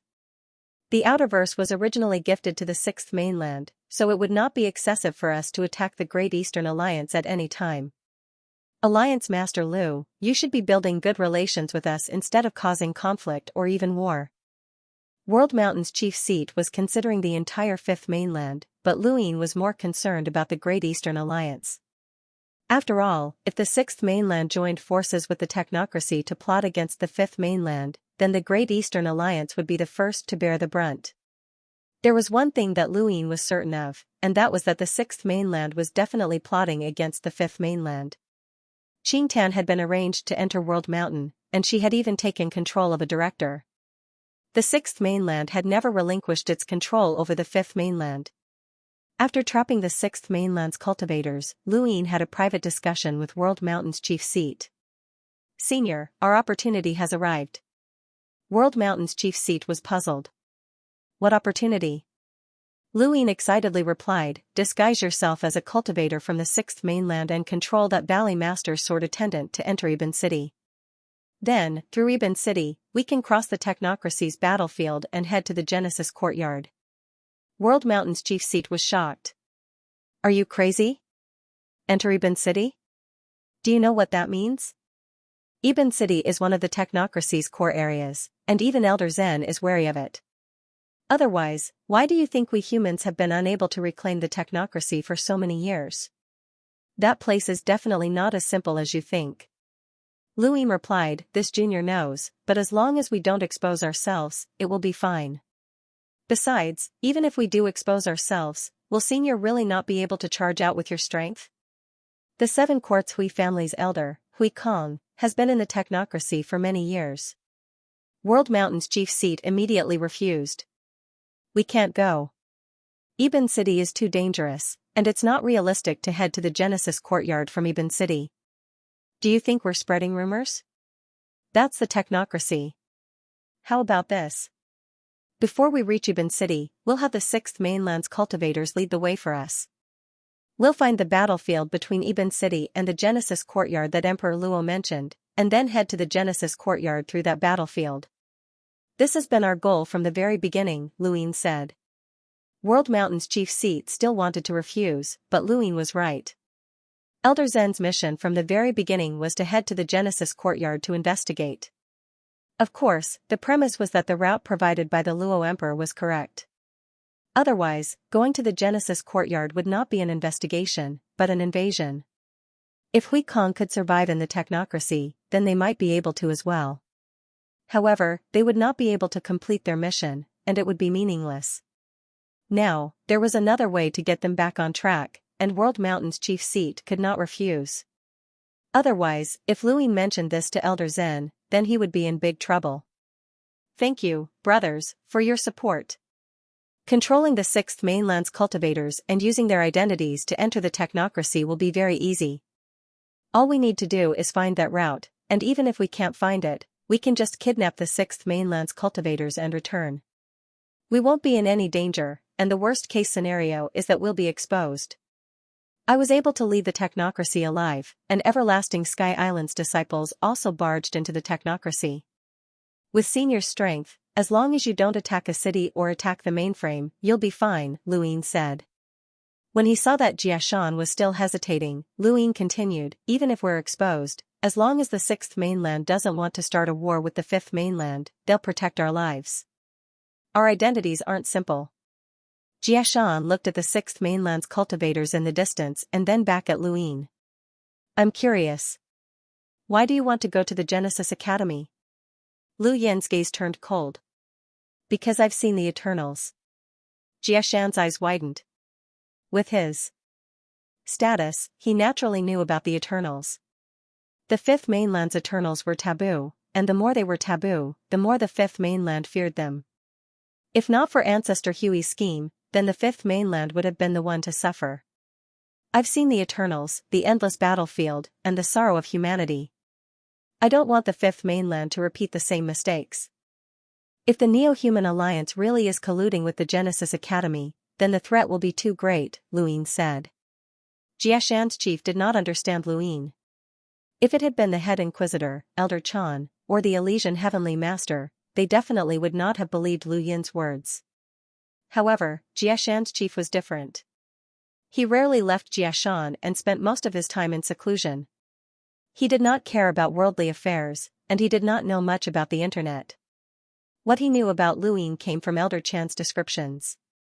Elder Chan had a good impression of Luin, and Xianxia's chief had a good impression of Luin as well. Now, he was looking at an elite youth who was willing to take risks and infiltrate enemy territory for the sake of humanity's future. Even though he did not want to take the risk, Xianxia's chief could not refute Lu Yin's suggestion, so he finally agreed. The most troublesome part was how to control the Sixth Mainland's cultivators. If they did not do well, then they would be sold out in a city. "Senior, is there a way to control those people?" Lu Yin asked. Jiashan's first seat turned around and came to the front of the Valley Master's sword attendant, looking down from above. The Valley Master's swordsman's eyes flickered. "What are you trying to do?" "I have an innate gift called spinning a cocoon and getting caught in my own cocoon. To put it bluntly, I can place astral sources into my opponent's body in the form of a cocoon. If my opponent's cultivation doesn't surpass mine, they will be instantly devoured by the cocoon. Regardless of whether it's their astral sources, their cyclones, their flesh, or even their clothes, they will all be devoured." As he spoke, he casually slapped the shoulder of a cultivator from the Sixth Mainland. The cultivator was confused at first, but then he suddenly screamed as white threads appeared on the surface of his body and wrapped around him. The white threads then turned red and gradually shrunk until they finally solidified into something the size of an ant. Lu Yin's expression changed. What a vicious innate gift. That white cocoon seemed to be able to devour everything, and it seemed to be extremely painful and cruel. Lu Yin had never thought that Jiashan's innate gift would be so vicious. He had used a living person as an example in just a few sentences without any change in expression. This was a true cultivator. They were ruthless, decisive, and ruthless. They believed in the rule of the strong and treated life as grass. At that moment, the way Lu Yin looked at Jiashan's chief changed. He was no longer as casual as before. There was a strong sense of fear in the depths of his eyes. This old man was not easy to talk to. Lu Yin wasn't the only one who was frightened.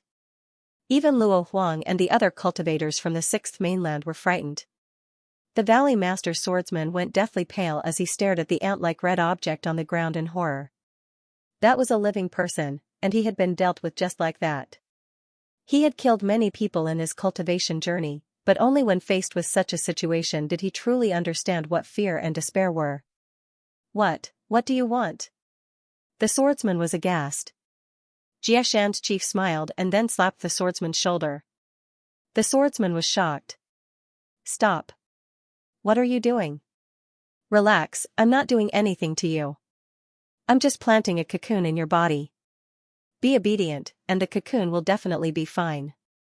If you try anything funny, I'll just think about it and you." Jiashan's chief pointed at the red object on the ground. The swordsman's eyes flickered, and beads of sweat dripped down his forehead. On this barren planet, even with his strength as an emissary, he found it difficult to breathe. "I don't mind telling you that a half-progenitor once tried to forcefully break through my innate gift, but he failed." Jiashan's chief sneered. "That test subject was just like the one on the ground and was completely devoured.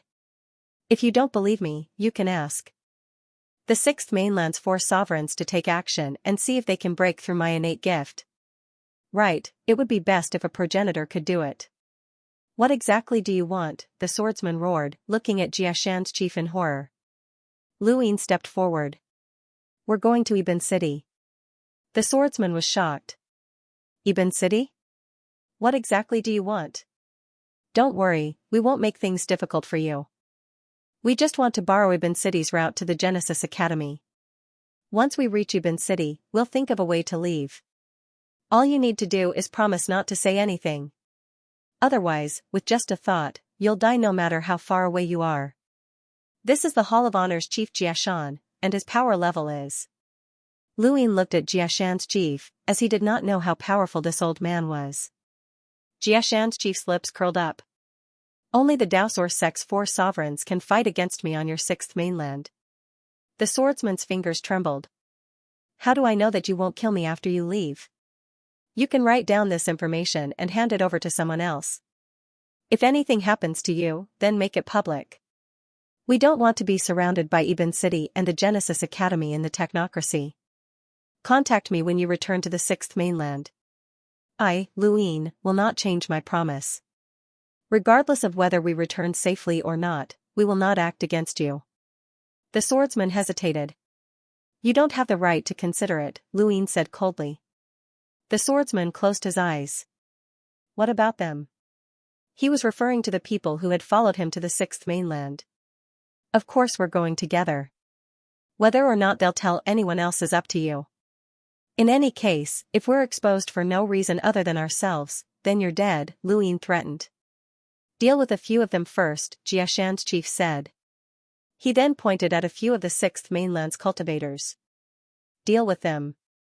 The cultivators who had been pointed at were shocked. No, we won't say anything. We won't say anything. The swordsman clenched his fist and turned around. With a sweep of his hand, the cultivators who had been pointed at were decapitated, and they died on the spot. The rest of the sixth mainland's cultivators trembled and fell to the ground in fear, not daring to watch any longer. Xianxia's chief smiled in satisfaction. That's more like it. Luin looked at Xianxia's chief deeply. The longer one cultivated, the more ruthless their methods would become. If one thought that these old fellows were slow, then they would be truly foolish. The frozen immortal sect's ruins were currently being pursued by the second Night King, and Elder Jioshen had long since made preparations to deal with them. Every single one of them had more tricks up their sleeves than anyone else. Luin raised his guard, as he could not underestimate these old fellows.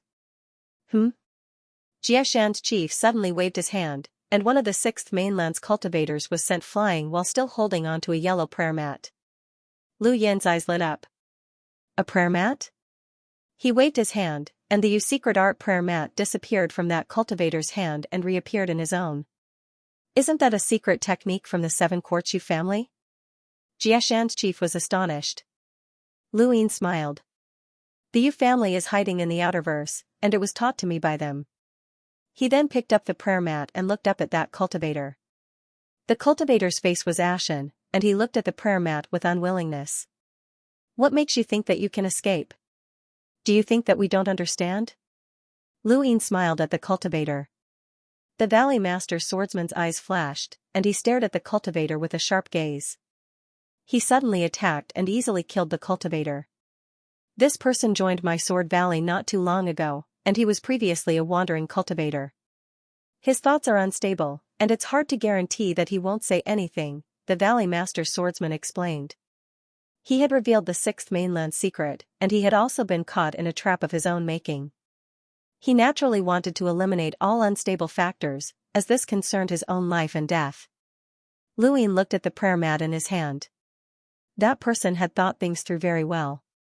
He had sat on the prayer mat and left, heading towards the ruins of the fifth mainland's Daosource sect. If Luin and the others did not understand the prayer mat, then they might not have waited for him in the same spot, and he might have been able to escape. Wandering cultivators competed with the heavens and the earth, but they were even more adept at competing with others. The disciples of large sects had an advantage in resources and battle techniques, while wandering cultivators had an advantage in intelligence and methods. After obtaining another prayer mat, Lu Yin's gaze swept past Luo Huang and then back to Jiashan's chief. He could now ask someone to help him enter the Nine Cauldrons space. The sixth mainland had definitely sent experts to stand guard, and they did not want him to come into contact with the Nine Cauldrons. If he could bring Jiashan's chief in, then he would be able to absorb the cauldron qi again unless the sixth mainland sent 4 great elders. Absorbing the cauldron qi was becoming more and more difficult, and it was very troublesome. Following the Valley Master sword servants, Lu Yin and the others disguised themselves. Jiashan's chief did not need to worry, as the only person in the entire technocracy who could sense his true cultivation was probably the power that Elder Chan was afraid of. However, that power could not possibly keep an eye on them, as even the machines that could monitor the entire technocracy would not be able to sense Jiashan's cultivation. What worried Luin was the envoys who had followed him. You really haven't thought of anything. One wrong step and we'll be in danger. Let me tell you something, if we run into any danger in the technocracy, I'll first protect my own life, Jiashan's chief said. Luin smiled. Senior is here, so everything is up to you.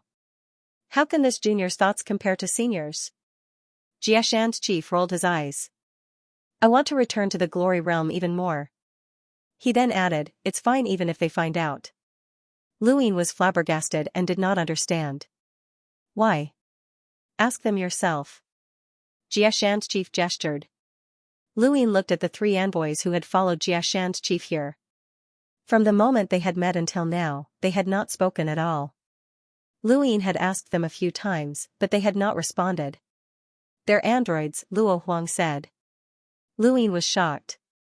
Androids? Happy New Year, brothers. Thank you for your support. Xianxia's mouth curled up when he saw Lu Yin's shocked expression. Our human technology has existed for so many years, and there are always outstanding geniuses. The technocracy can create androids that can reach the level of an emissary, and so can our human domain. However, due to material limitations, we can only create a few. When Luin heard Xianxia's words, the first thing that came to mind was giant technology. Rumors had it that giant technology had been destroyed by the expeditionary army because they had created weapons that could reach the level of an emissary. Those technologies could not be destroyed, so Luin had guessed that the Hall of Honor must have gotten their hands on them. At first, he had thought that the Hall of Honor did not want other powers to develop too quickly and threaten their position. It could also have been a power struggle, but now that he thought about it, there was a deeper reason: materials. The Hall of Honor had long possessed technology that could create emissaries, but due to material limitations, they could not mass-produce them. Giant technology had also developed similar products and needed similar materials, which meant that they were competing with the Hall of Honor. How could the Hall of Honor allow giant technology to exist? They could absorb giant technology's research and improve their own technology while also obtaining materials. Naturally, they would not hesitate to act. It could only be said that giant technology had not developed suitable research results at the right time, and they could not even keep their basic secrets. If Luin was in Elder Chan's shoes, he would have destroyed giant technology as well. Regardless of whether the Hall of Honor was selfish or overbearing, it was still better to give those rare materials to them than to giant technology. Suddenly, a light flashed through Lu Yin's mind, and he froze in place. He had thought of something, but it flashed through his mind and he could not grasp it. What was it? He instantly forgot what he had just been thinking. He only knew that it was very important and seemed to be the key to solving some mysteries. But what was it? Luin frowned and stopped in place to think. The Luo Emperor and the rest looked at him strangely. Xianxia's eyes flashed. An epiphany? No, it did not seem like it. It was more like he had been possessed. Luin stayed in place for a full 2 hours, but that light did not appear again. He even repeated every word that he had thought of, but he still could not come up with anything. Helpless, he sighed. He had forgotten. Something like a light was gone once it was forgotten, so it should be very important. Let's go, Luin said. Not long after, the 6th Mainland's cultivators set off once again. Their numbers remained the same, but some of them were replaced by Lu Yin's group. The cultivators from the 6th Mainland took a different route to Eben City than they had taken before. They were heading towards the Sky Genesis Institute, which was a little more remote. When Luin had first encountered danger in the technocracy, he had woken up on Fatty Huang and Yan Xiaojing's planet. He recalled that it was called Dolan, and he had met Huikong there. He wasn't familiar with the technocracy. The technocracy was filled with machines, and when Ghost Monkey had brought Luin to hide in the technocracy, they had been pierced by metal that had been shot out from the void. Back then, Luin had not been able to see through the technocracy, but now, he could see it clearly. Metallic spikes filled the void, and in the distance, there were even metallic spikes that were connected to planets. Starting from these connected planets, they formed a net that enveloped an entire region. The outer edges of the net continued to connect, forming an even larger net. Once an enemy invaded, the entire encirclement would shrink in an instant. Unless it was an absolute powerhouse, as long as their cultivation did not reach that level, it did not matter how many people they had. Any less would be exterminated. This was the technocracy. But the strange thing was, where did these metals start? Where does it extend from? How was it fixed? He could not see through it. There were many planets in the technocracy that were inhabited by ordinary people, such as Fatty Huang and Yen Xiaojing's planet of Dolan. There were many planets that were similar to Dolan, and to the technocracy, humans were just another type of life form in the universe. They were like astral beasts, and the technocracy did not reject them. After the Valley Master Swordsman brought Luin and the others into the technocracy, they were not stopped or inspected, and they smoothly entered the depths of the technocracy. Along the way, Luo Huang constantly verified the route and tried to find the battlefield between Eben City and the Sky Genesis Institute, but he could not find it. A few days later, Luin saw many planets in the technocracy, as well as many androids and interstellar battleships. These interstellar battleships were not controlled by humans, but rather had their own consciousness. They were like living beings that could communicate with the androids and even have emotions.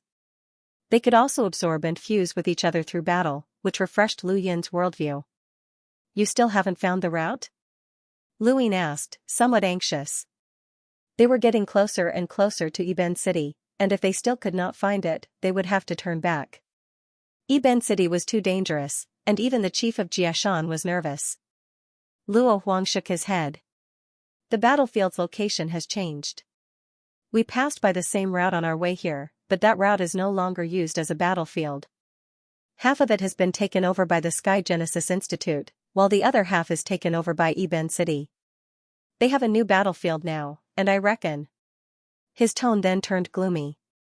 "It's not connected to the human domain, so it might be in the deepest parts of the technocracy." Luin looked into the distance, somewhat unwilling to accept this outcome. The chief of Jiashan was helpless. "Since that's the case, let's turn back and leave the technocracy." There was a loud boom, and in the distance, two mechanical objects the size of planets collided. Countless materials were sent flying in all directions. Those are materials that are very common in the technocracy. When they fight, the winner can absorb the other's materials, Luo Huang explained. Luin had seen many similar things over the past few days. In the technocracy, the ruler was not an android or a creature, but rather the brain. The brain was always in charge, and it could change bodies infinitely. It was the same for these material creatures. As long as they were connected to the brain, they would have a body. Calling it a brain was only human knowledge, and it had other names in the technocracy. Not far from the two material creatures, there was a dense group of strange eight-clawed machines. These were the scavengers that Hui Kong had mentioned, and they specialized in collecting materials. The technocracy had its own operating system. It was said to be lifeless, but it had a consciousness. It was said to be lifeless, but it was also said to be lifeless. These material creatures, including the scavengers and even some androids, did not have any signs of life. Hui Kong was trying to find out why the Hui ancestor had built the technocracy, and Luin wanted to know why the Hui ancestor had created it. "Stop looking and turn back," the chief of Jiashan said. The Valley Master Swordsman had an ugly expression. "We can't turn back." The chief of Jiashan's gaze turned cold. "What did you say?" The swordsman raised his hand, and a message came from his gadget. "Location locked. Please follow the designated route to First City. Thank you for your cooperation. This is a message from First City's Vice City Lord. First City's location has changed, and it's very close to us." The swordsman spoke in a low voice. The chief of Jiashan was apprehensive. "Then we can't go. Our location has been locked, and will be discovered as soon as we leave. First City is too close to us, and the power that Elder Chan is worried about won't care about such a small distance. We're basically right under its nose. Senior is confident in leaving, but it'll be very difficult for us," Luin said. He had not expected First City's location to change, and even the Luo Emperor had not known about it. The Valley Master Swordsman had only found out after arriving nearby. The chief of Jiashan was dissatisfied. "Even I'm not confident that we can leave safely after entering First City. That's only if we're exposed. Right now, we're not," Luin said. If they did not complete this plan, then what awaited them was an unstoppable ambush from the cosmic tree domain. It was better to take the risk and go to First City. Hui Kong had been able to stay in the technocracy for so long, and he had been to the Genesis Courtyard and First City. They could do it as well, and that was under the premise that they had been exposed. Luin did not think that everyone would be stupid enough to be fooled by him, so he defined this trip as an adventure rather than a mission. Cultivation could not be smooth sailing. He had died a few times, and he believed that he had the courage to take risks. Senior, there's no turning back. The longer we think, the more suspicious we'll be, Luin reminded him. The chief of Jiashan was helpless. I have a premonition that you'll get me killed one day. He then stared at the Valley Master swordsman. Lead the way. The universe was vast and boundless, and it was filled with unpredictable scenes. However, Luin had never imagined that he would one day see such a scene in front of him. First City was an incomparably large city that was filled with advanced intelligence. It floated in outer space using airflow, and there was no soil or sky. If one looked up, they would see a brain that emitted light that flickered with light. If one looked down, they would see flowing clouds of gas. If one looked closely, they would be able to vaguely see flowing light. These clouds were made of light, and they supported the entire city. From a distance, it did not look like a city at all. It was just a brain, a human brain. The city's light source came from another brain. The brain was the technocracy's dominant consciousness, and it was a supreme existence in the technocracy. However, this was not what surprised Luin. What surprised him was that this city was filled with a deathly stillness and vitality. Deathly stillness and vitality were complete opposites, but they were vividly reflected in First City. There were cyborgs all over the city, and they were arranged neatly in every corner of the city. There were airflow tubes that transported the brains. Some brains stopped and fused into a cyborg's, allowing them to move and do things. They could even take a spacecraft and leave. Some brains flowed through the airflow tubes in the city, just like how a normal person would sit in a sightseeing car and enjoy the city's scenery. Some cyborgs stopped, and their brains left their bodies and entered the airflow tubes before fusing into other cyborgs. Luo Huang was very familiar with this place, but Luin was not prepared for this. Huikong had told him many things about the technocracy, but he had not mentioned this. Perhaps Huikong did not know how to explain it. Right, Huikong had mentioned a very strange scene.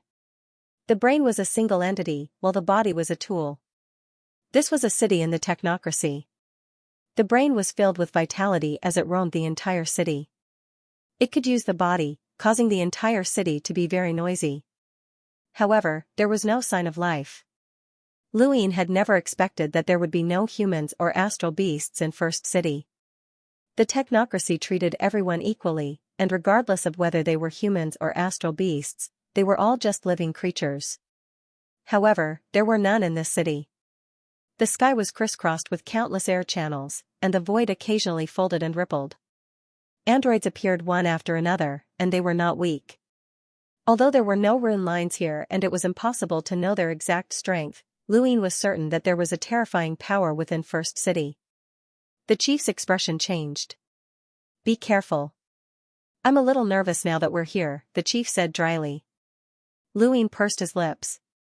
I'm a little nervous as well. Do you think this place can be inhabited? Nonsense, of course not.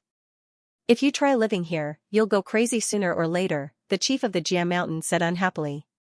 He was in a bad mood after coming to this city.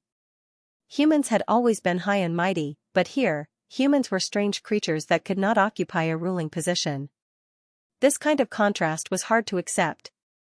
Luin thought of the Eternal Kingdom, where many ordinary people lived, but they were all food for the corpse king. It was also filled with a deathly stillness and vitality, and it felt similar to First City, but with a hint of despair and bloodthirst. To a certain extent, First City in the Eternal Kingdom was not a place where humans were willing to live. Everyone, please follow me. It's been a tiring journey, and the Vice City Lord has arranged a place for everyone to stay. The person leading the way was a beautiful woman who looked no different from a human. Her every frown and smile was filled with allure. However, Luin and the others had just seen a brain enter her body, and then she had moved. This was an android with an outstanding appearance. Her status was not low, and her strength was not bad. She was an enlighter. Thank you, Vice City Lord, the Valley Master swordswoman said courteously. The beautiful woman smiled and led Luin and the others to the center of the city. First City did not have any specific streets. To the brains, the air channels were the streets, and the androids were just tools. There was no need to build streets for the tools as long as they could move, just like human spaceships and cars. Similarly, there were no residences in First City, and there were only strange things that were formed by light rays everywhere. Androids walked out and entered from time to time, and the closer they got to the center of the city, the more complicated the air channels became. It was like a city of brains. Luine and the others were given a house that was formed by the airflow. According to the female android, the airflow could change its shape at will, and everyone could control it as they wished. Luine transformed the airflow into an ordinary stone house, and when he touched it, the texture was the same. This kind of light was truly mystical. At this moment, a screen appeared above their heads, and they looked up to see 14 avatars. A loud voice boomed out, "Welcome, guests from the human world. This city's decennial remodeling competition has reached the semi-finals, and the finals will begin in a month. This time, we are specially broadcasting the competition to welcome our guests from the human world." The entire city was in an uproar. Remodeling competition? Luine walked out in surprise. The Luo Emperor replied, regardless of whether it's Ibn City or the Genesis Academy, they'd both formed their own research teams. There are no clans or sects here, only research teams. The cyborgs or weapons they develop will appear in the competition, and the winner will receive more materials and research resources, as well as a higher status in Ibn City. Lu competition existed everywhere, and the technocracy was no exception. The human domain was filled with internal strife, but the technocracy was more open. This was something only the technocracy could do, as they were all controlled by a single mainframe. The human domain could never do such a thing. Many dominant consciousnesses like to stay inside their own cyborgs. Alliance Master, take a look. There are 14 avatars on the screen, and there are 2 at the top. One of them has been famous for 1,000 years in Ibn City, and he's very powerful. He's called the Transcendent, and he's led a team to participate in more than 10 remodeling competitions, winning the championship twice. The other one is called Little Leo, and he's a genius inventor who rose to prominence recently. He's also leading a team, and this is his first time participating in a remodeling competition. He's already reached the finals, and his prospects are very good. Little Leo? Lu Yin's eyes flashed. Wasn't that the person who had given Banjo the blueprints for the cyborgs? They really were fated to meet. How do you know all this? Luine was puzzled. The Luo Emperor had been away from the technocracy for so many years, so he shouldn't know much. The Luo Emperor took out a personal gadget and handed it to Luine. This was given to me by the cyborgs. Everyone has one, so you can learn more about the technocracy.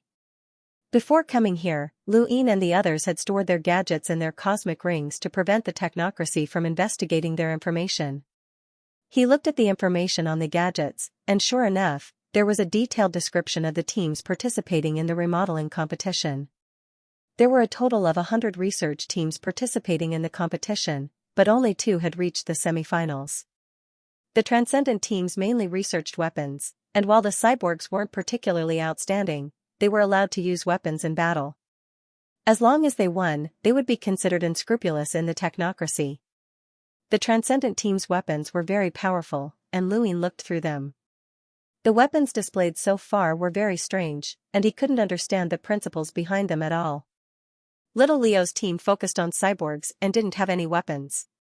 Luine understood that Little Leo's cyborgs were being researched by the Great Yu Empire. As long as the materials were good enough, the cyborgs could be upgraded endlessly. Luine hadn't dared to think about it in the past, but after returning from the cosmic tree, he had thought about it. Little Leo's cyborgs might be able to create emissary-level cyborgs as long as the materials were sufficient. In this remodeling competition, the winning team will be qualified to form an army and participate in the war against the Genesis court, the Luo Emperor said in surprise. Luine hadn't made up his mind yet, but when he heard the Luo Emperor's words, he immediately looked over. Did this mean that as long as he could contact the winning team, he would be able to be taken to the battlefield? Luine hurriedly looked for Jiashan's chief. Jiashan poured a bucket of cold water on him. Stop dreaming. Once those fellows from the 6th mainland are done, hurry up and return. Why would they take you to the battlefield? You don't think that you can use force in this city, do you? What if I can? Luin exchanged glances with Jiashan's chief. Jiashan sneered. If it's possible, I'll accompany you. Luin shouted, it's a deal. Jiashan's chief frowned. He had lost all confidence because Luin had been too confident. Are you sure? Luin shook his head. I'm not sure, but I'll try. It's better than doing nothing. Jiashan nodded. Destroying the Eternals is a good thing, but it depends on the situation. Elder Chan told me that you have a high chance of becoming a progenitor in the future. Once you do, you'll be able to accomplish many things. There's no need to sacrifice yourself here. This junior understands. Thank you for your concern, senior. The next day, the Valley Master Swordsman was summoned by the city's vice-city lord. Only the Valley Master Swordsman was allowed to go, as Luin and the others were only here to accompany him. They weren't qualified to discuss or even listen. Of course, they weren't worried, as the Valley Master Swordsman wouldn't betray them unless he had a death wish. This wasn't the first time that the Valley Master Swordsman had come to this city. He had been here before the 6th mainland and the 5th mainland had clashed, and the Vice-City Lord had looked different each time. This time, it was a modified bear. The Valley Master Swordsman found it strange to be conversing with a bear. He watched as the bear drank a black liquid that tasted like tea. That black liquid was probably some sort of supporting substance that modified a person's body, similar to motor oil. Huh. The bear exhaled in enjoyment, and an unpleasant smell spread out. The Valley Master Swordsman had a respectful expression as he said, Vice-City Lord, I've already explained my purpose for coming here. May I know how the city will respond? The bear crossed its legs and shook them, revealing its sharp claws. This was no ordinary bear, and if the Vice-City Lord had taken a liking to it, then it was definitely stronger than an emissary. As for how strong it was exactly, the Valley Master Swordsman had no idea. My city has always cooperated with the 6th mainland. Before the war, we helped you pass on information to deal with the human domain. After the war, we directly joined the war and invaded the Outerverse. Logically speaking, as long as the 6th mainland asks, my city will not refuse, but this time is an exception. The bear was very serious as he stared at the swordsman. We've been defeated, and the Sky Genesis Court has received assistance from an unknown source. They've produced a group of terrifying androids, and they're very strong. We've been suppressed, and there's nothing we can do. If you want us to support the androids in the human domain's outerverse, we can do that, but we definitely don't have that many. I'm sorry. The swordsman didn't want to discuss anything at all, and he just wanted to hurry back. However, he had come here to negotiate, and it would be too fake if he didn't do anything. Vice-City Lord, you know the 6th mainland's current situation. Even if we can't meet the Firmament Venerate's request, we should at least be able to meet half of it. The bear shook his head. I can't. At most, we can send 1,000,000 androids and 1 emissary. The swordsman shook his head. That's too little. Go back and think about it.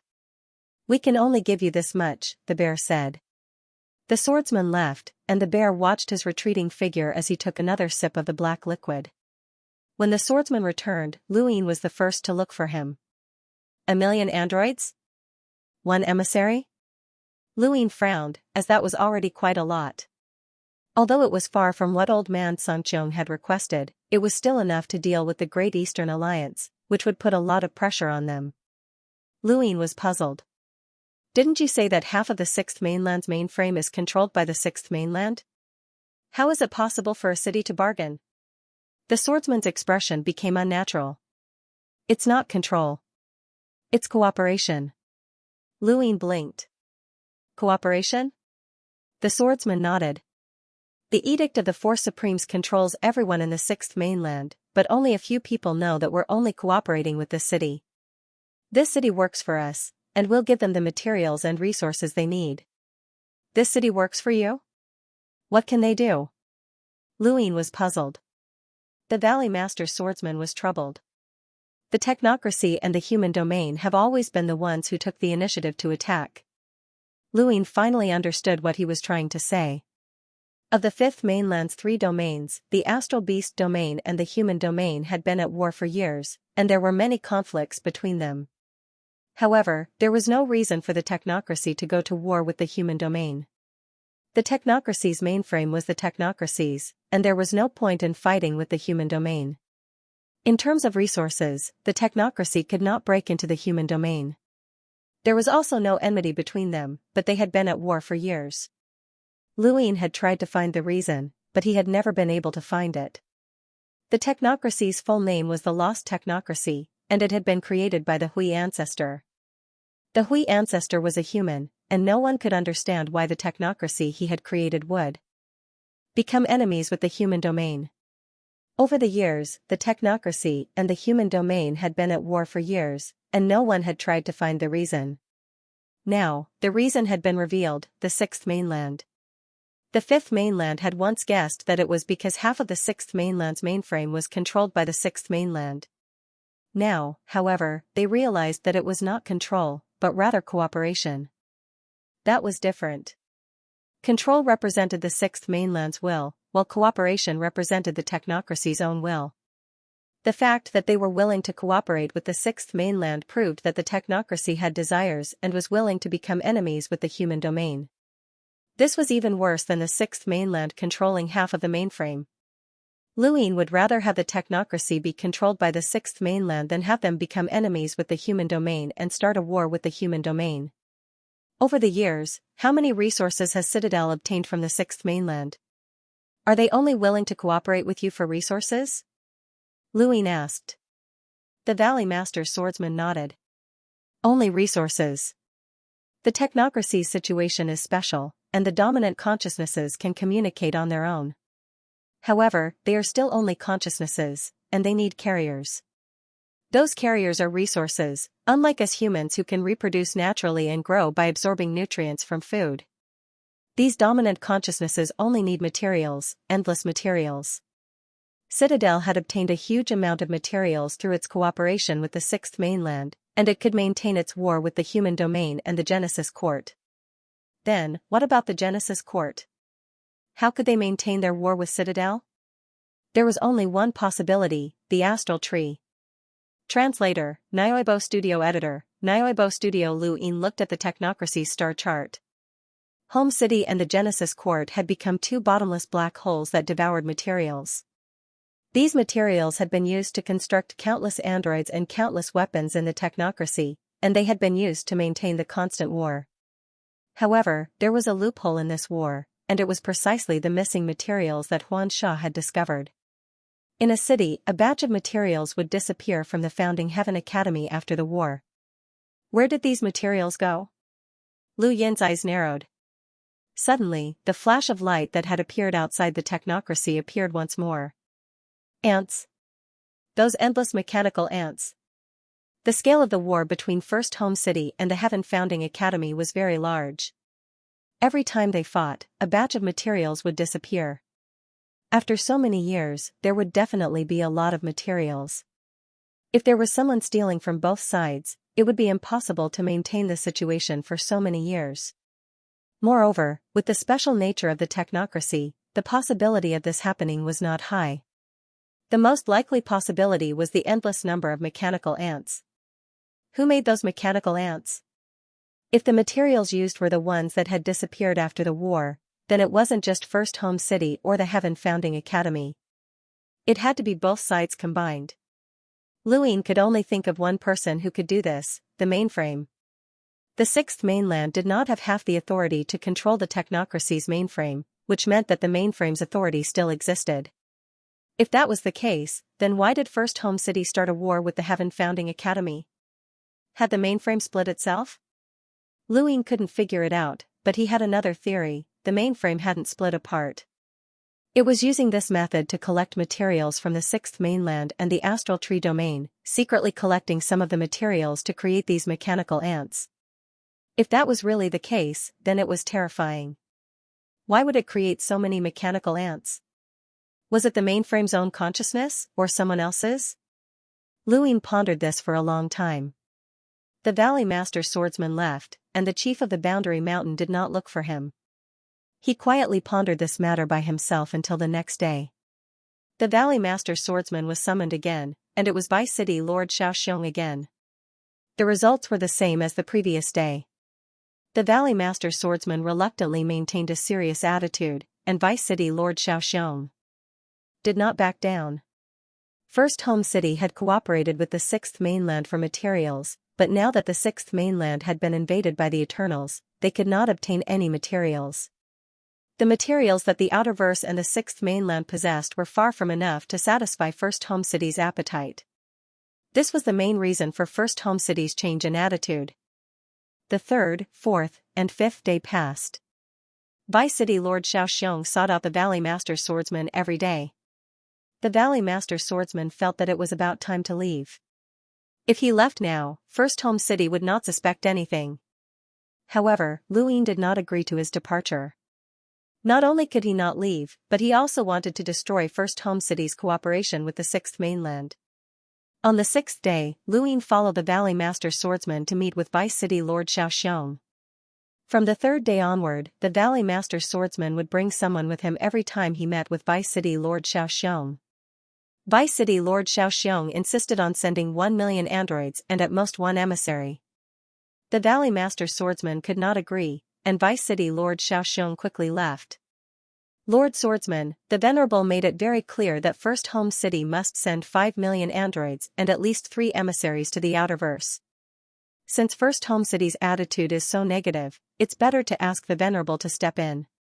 The Venerable said that if First Home City does not know how to appreciate his kindness, then the 4 Venerables will act to destroy it and take control of the mainframe. The Valley Master Swordsman's expression turned ugly, but Luin placed a hand on his shoulder to prevent him from speaking. In the distance, Vice City Lord Xianxia heard everything, and his gaze turned vicious. You actually want to take control of First Home City? The Sixth Mainland has lost its foundation, and it can't provide much materials. If the deal fails, then you're going to use force. Luin released his hand, and the Valley Master Swordsman went pale. Aren't you afraid that First Home City will be afraid of the martial ancestor? That's none of your business, Luin coldly replied. First Home City was filled with air currents and was not suitable for humans to live in. However, there was one thing that was similar to the human world: plants. First Home City's vegetation was lush, and there were even gardens with some living creatures. This was one of the few places in First Home City that was filled with life. As Luin wandered around First Home City, he only saw the tip of the iceberg. Here, the dominant consciousnesses also had their own ways of relaxing. Some of the dominant consciousnesses fused with the androids' bodies and then destroyed themselves. Others ate all sorts of metals, while others enjoyed the scenery. At first, Luin did not know what the androids were doing, but after checking the gadgets given to him by First Home City, he finally understood. Humans had their own ways of relaxing, and these brains had their own ways of relaxing as well, even though Luin felt that it was very strange. He arrived at a garden, and above his head, he could vaguely see the glowing brain through the leaves. Luin saw more than one android, and most of them were sitting there in a daze. He also saw little Leo here. Little Leo had a vexed expression on his face as he stared at the lake, his thoughts unknown.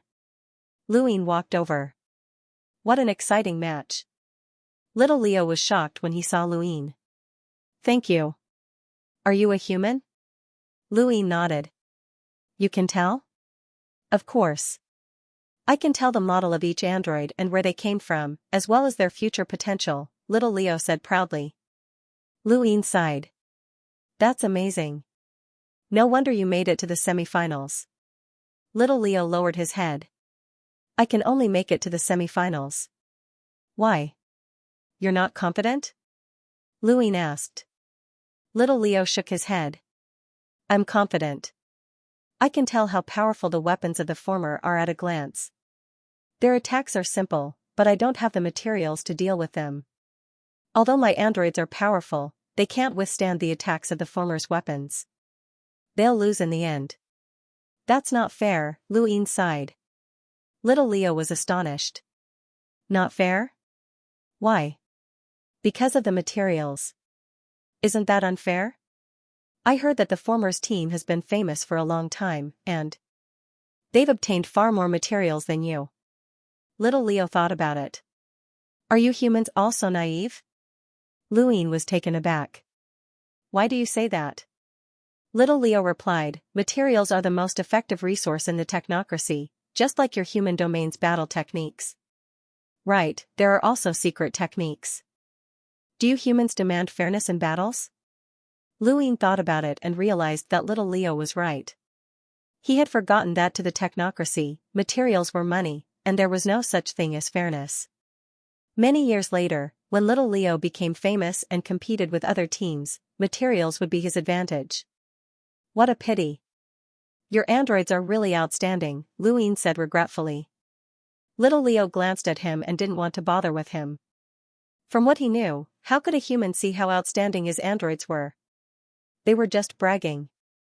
As long as you have the materials, your androids will immediately become much stronger. They're not like other androids, which are difficult to improve once they're successfully made. Plus, Luin began to talk nonstop. He had seen the blueprints that he had obtained from little Leo's chip, and even though he didn't really understand them, he could roughly remember the contents. This was the concept that little Leo had developed himself, and Lu Yin's words overlapped with little Leo's. This surprised little Leo, and he couldn't help but discuss it with Luin. With Lu Yin's pitiful knowledge, how could he possibly answer little Leo's questions? Thus, he spoke less and only listened without speaking. Occasionally, he would interject, using little Leo's ideas. This made little Leo even more surprised. In the words of the human world, little Leo had met a confidant. Little Leo had never thought that he would have such a passionate discussion with a human. The more they talked, the more he realized how smart this human was. His ideas were so similar to his own that they were practically identical. This was a genius just like little Leo. What's your name? Stay here, I'll give you the best resources. We can research the strongest androids together, little Leo said happily. He needed a genius assistant like Luin. Luin smiled, just call me 7. I can't stay here. Why? I can give you everything you can find in the human world. Don't you humans need battle techniques, cultivation methods, and all sorts of cultivation resources? Our city has a lot, I'll help you find a way to get them, little Leo said eagerly. Luin shrugged, sorry, I really can't stay here. Little Leo was disappointed. Luin and little Leo chatted for half a day, with little Leo speaking most of the time while Luin listened. He couldn't get a word in edgewise as the knowledge in his brain was running out. Little Leo seemed to be begging Luin to come up with a new idea, but Luin coughed, I wonder what the battlefield between First City and the Genesis Academy is like. I'd really like to see it. Little Leo was confused, why would you want to see it? Luin looked forward to it, there's a saying among the humans, true men should go to the battlefield. Little Leo was confused, true men? There are fake men? Yes, many of them. What do they look like? We can choose our own androids, and there's no distinction between males and females. You humans are so troublesome, and it's the same for cultivation. It depends on one's innate talent and constitution. I heard that some research teams are trying to figure out where the innate talents of humans come from. Lu Yin's eyes trembled, but he quickly regained his composure. There's a research team that's researching this? Little Leo nodded. The research teams are researching in many different directions. Some are researching the innate talents of humans, some are researching how to make living things immortal, and I heard that some are researching opportunities. The most ridiculous thing is that some are researching how to make molecules infinitely large and create a universe from the smallest molecules. Their minds are in chaos. Consciousness in chaos was a term used by the technocracy to insult people, and it was similar to human lunacy. Research sounded exaggerated, but there were many things that were afraid of research. Who knew what could be discovered? What was the difference between the brain imprisoned in Kuan Swamp and the androids in the technocracy?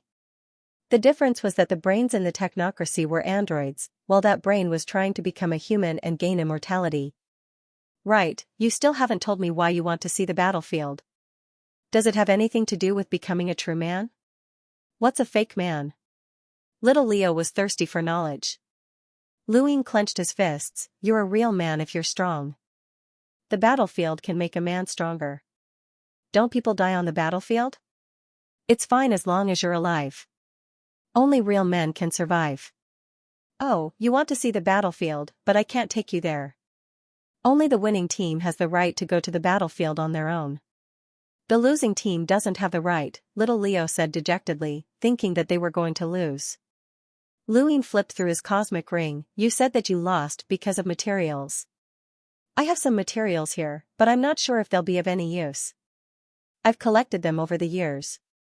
He poured out a pile of materials from his cosmic ring. Many of the materials that Luin had decomposed were now useless. He had obtained quite a few materials from the Great Eastern Alliance, the Blazing Mist Flow Zone, and even the Ross Empire's fort. Whenever he had the time, he would decompose them. Needless to say, he had actually obtained quite a few rare materials. At the very least, there were no introductions to these materials on the Human Domains network. Little Leo looked at the pile of materials in front of him, but he wasn't surprised. To these androids, these materials were the same as human star essence. This amount of materials wasn't even enough to create a few androids.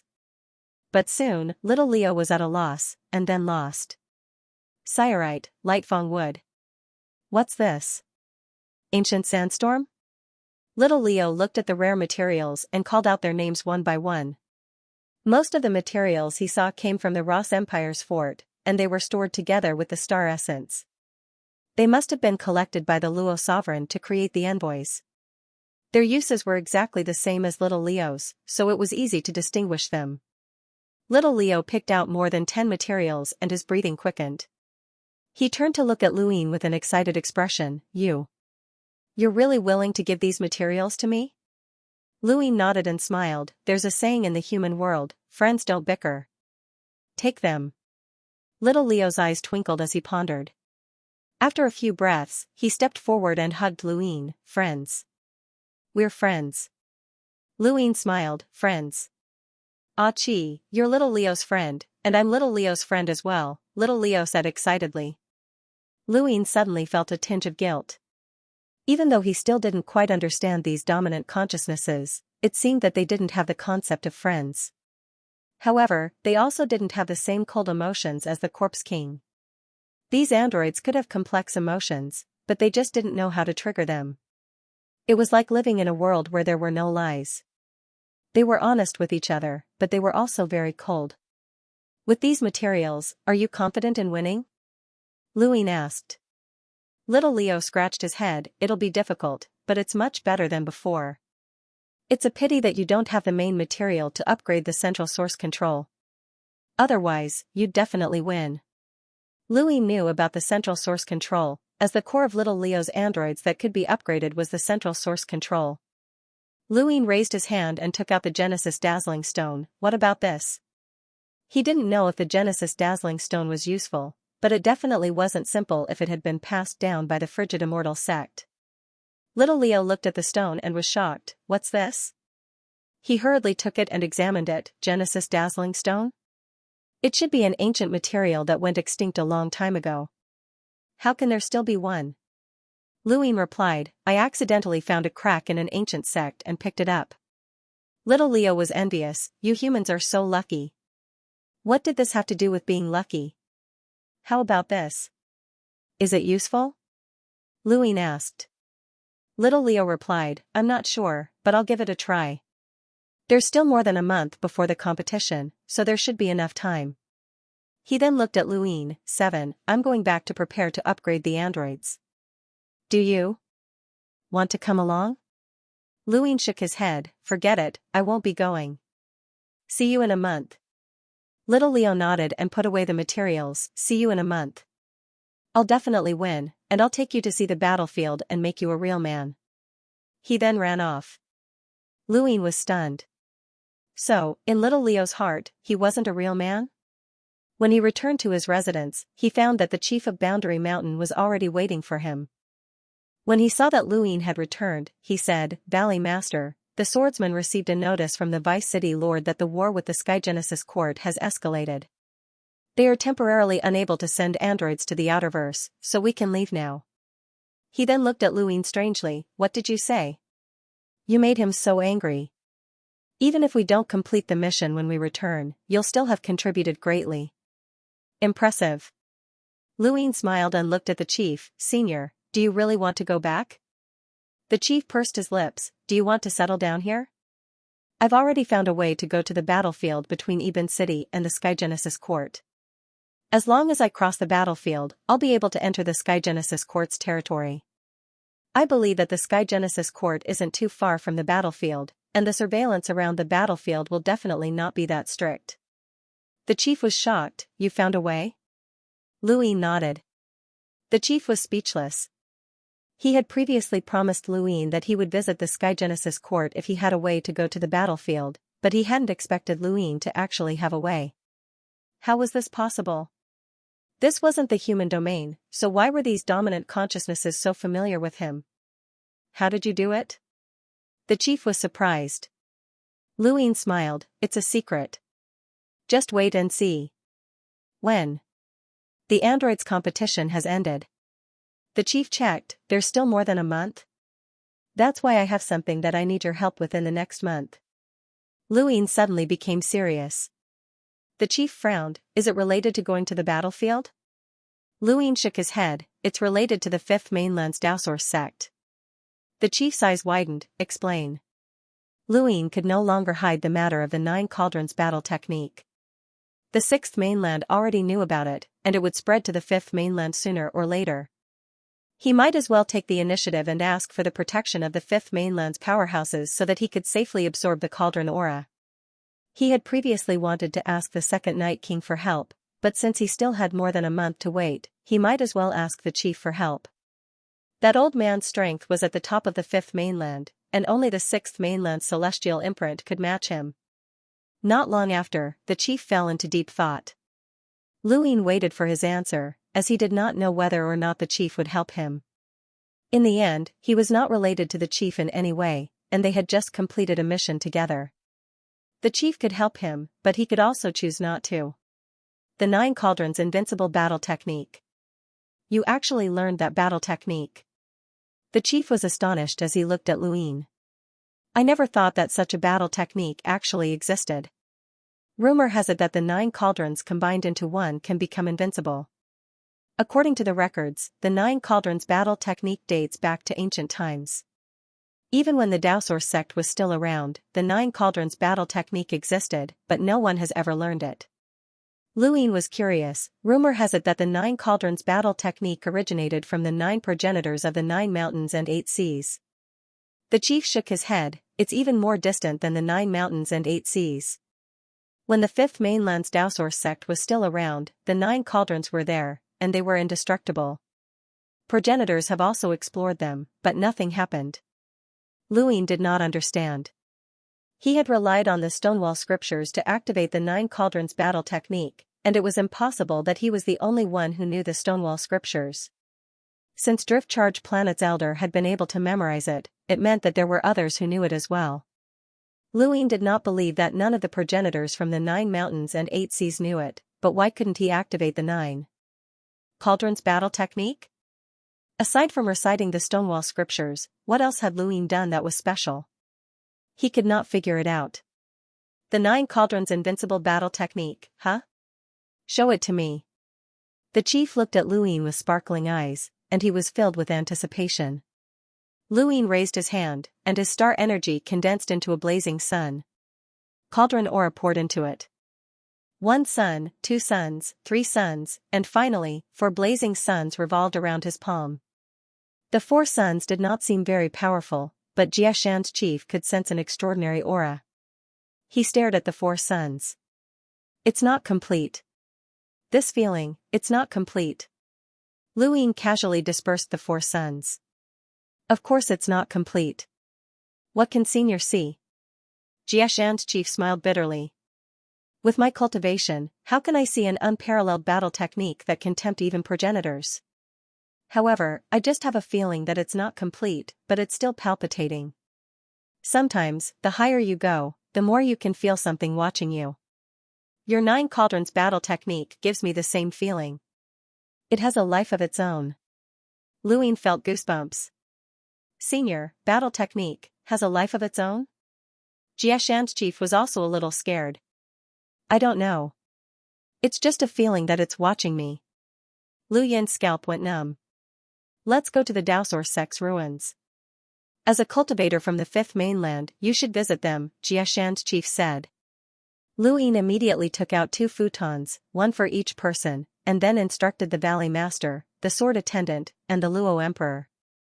He then sat down with Xianxia's chief and disappeared, entering the Fifth Mainland's Daosor Sect ruins. The Daosor Sect's ruins were quite mysterious, and no one knew its exact location. However, the Sixth Mainland, technocracy, and human domain could all be entered. Lu Yin had not tested whether or not he could enter the cosmic tree domain, but he could try it next time. He was not worried about being discovered in the technocracy, as the existence of the futon was a secret to the Fifth Mainland, but not to the Sixth Mainland. The technocracy might know about it. Lu Yin entered the Daosor Sect ruins and appeared in First Divine Gate's Futon Plaza. Xianxia's chief also appeared in First Divine Gate's Futon Plaza. Xianxia's chief looked around, and he felt a sense of novelty.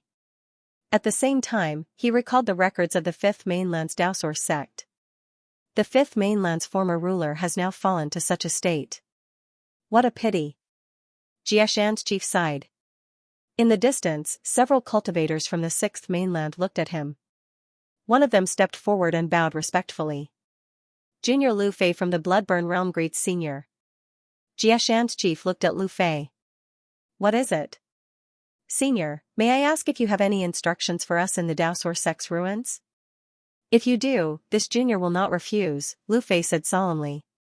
At this moment, the others also stepped forward and bowed.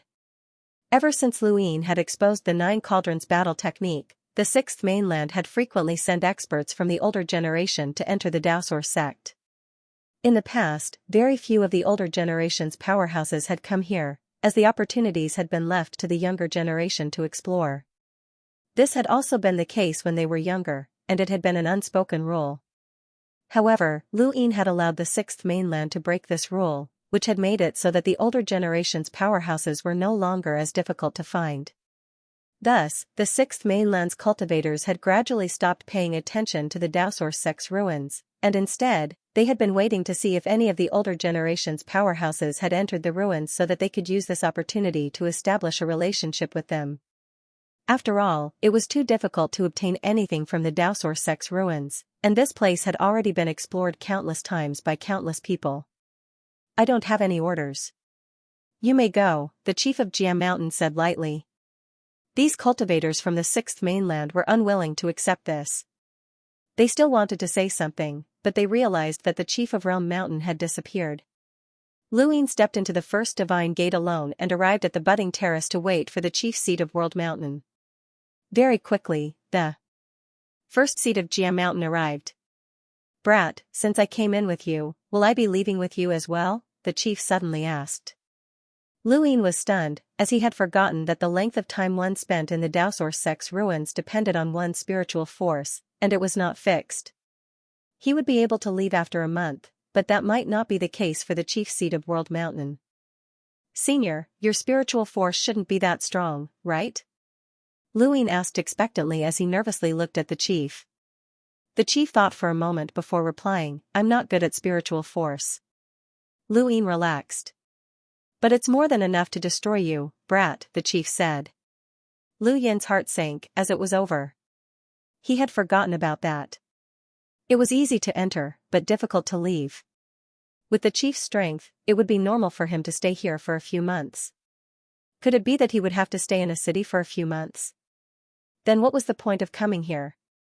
It would have been better if he had not come in at all, as that would have been a waste of time. The Second Night King and Emperor Lu were currently at the Ross Empire's stronghold. If Lu Yin did not return for a long time, who knew what would happen? The Second Night King should be fine, as he was afraid of the sealed cage technique, but Emperor Lu might not be, as those two were different from the flying willow leaves. Lu Yin was helpless, as he had already entered, and he could only take things one step at a time. He still held on to some hope, as he had been able to stay here for about a month when he was still far inferior to the 10 arbiters. After returning from the astral tree domain, his spiritual force had greatly increased, and he could still stay here for that long. Perhaps he could only stay in the Daosor Sect's ruins for a little more than a month? Luin could only console himself like this. For the sake of the 9 cauldrons battle technique, Luin quickly brought the chief over. Along the way, he introduced the budding terrace, Heaven's Pit, Medicine God's Palace, the library, the beginner's enlightenment platform, and other places. Luin warned, "Senior, these are the ruins of the Daosor sect, and even progenitors have been slaughtered here. The reason why the 6th mainland's older powerhouses do not enter is because they want to leave their opportunities to the younger generation, but also because accidents can easily occur here. Senior, it's best if you don't explore carelessly." The chief gritted his teeth. "Why didn't you say that before we came in?" Luin pursed his lips. "I forgot. Brat, you're very cunning. It's no wonder that you were able to unify the Outerverse," the chief said hatefully, but he did not argue with Luin.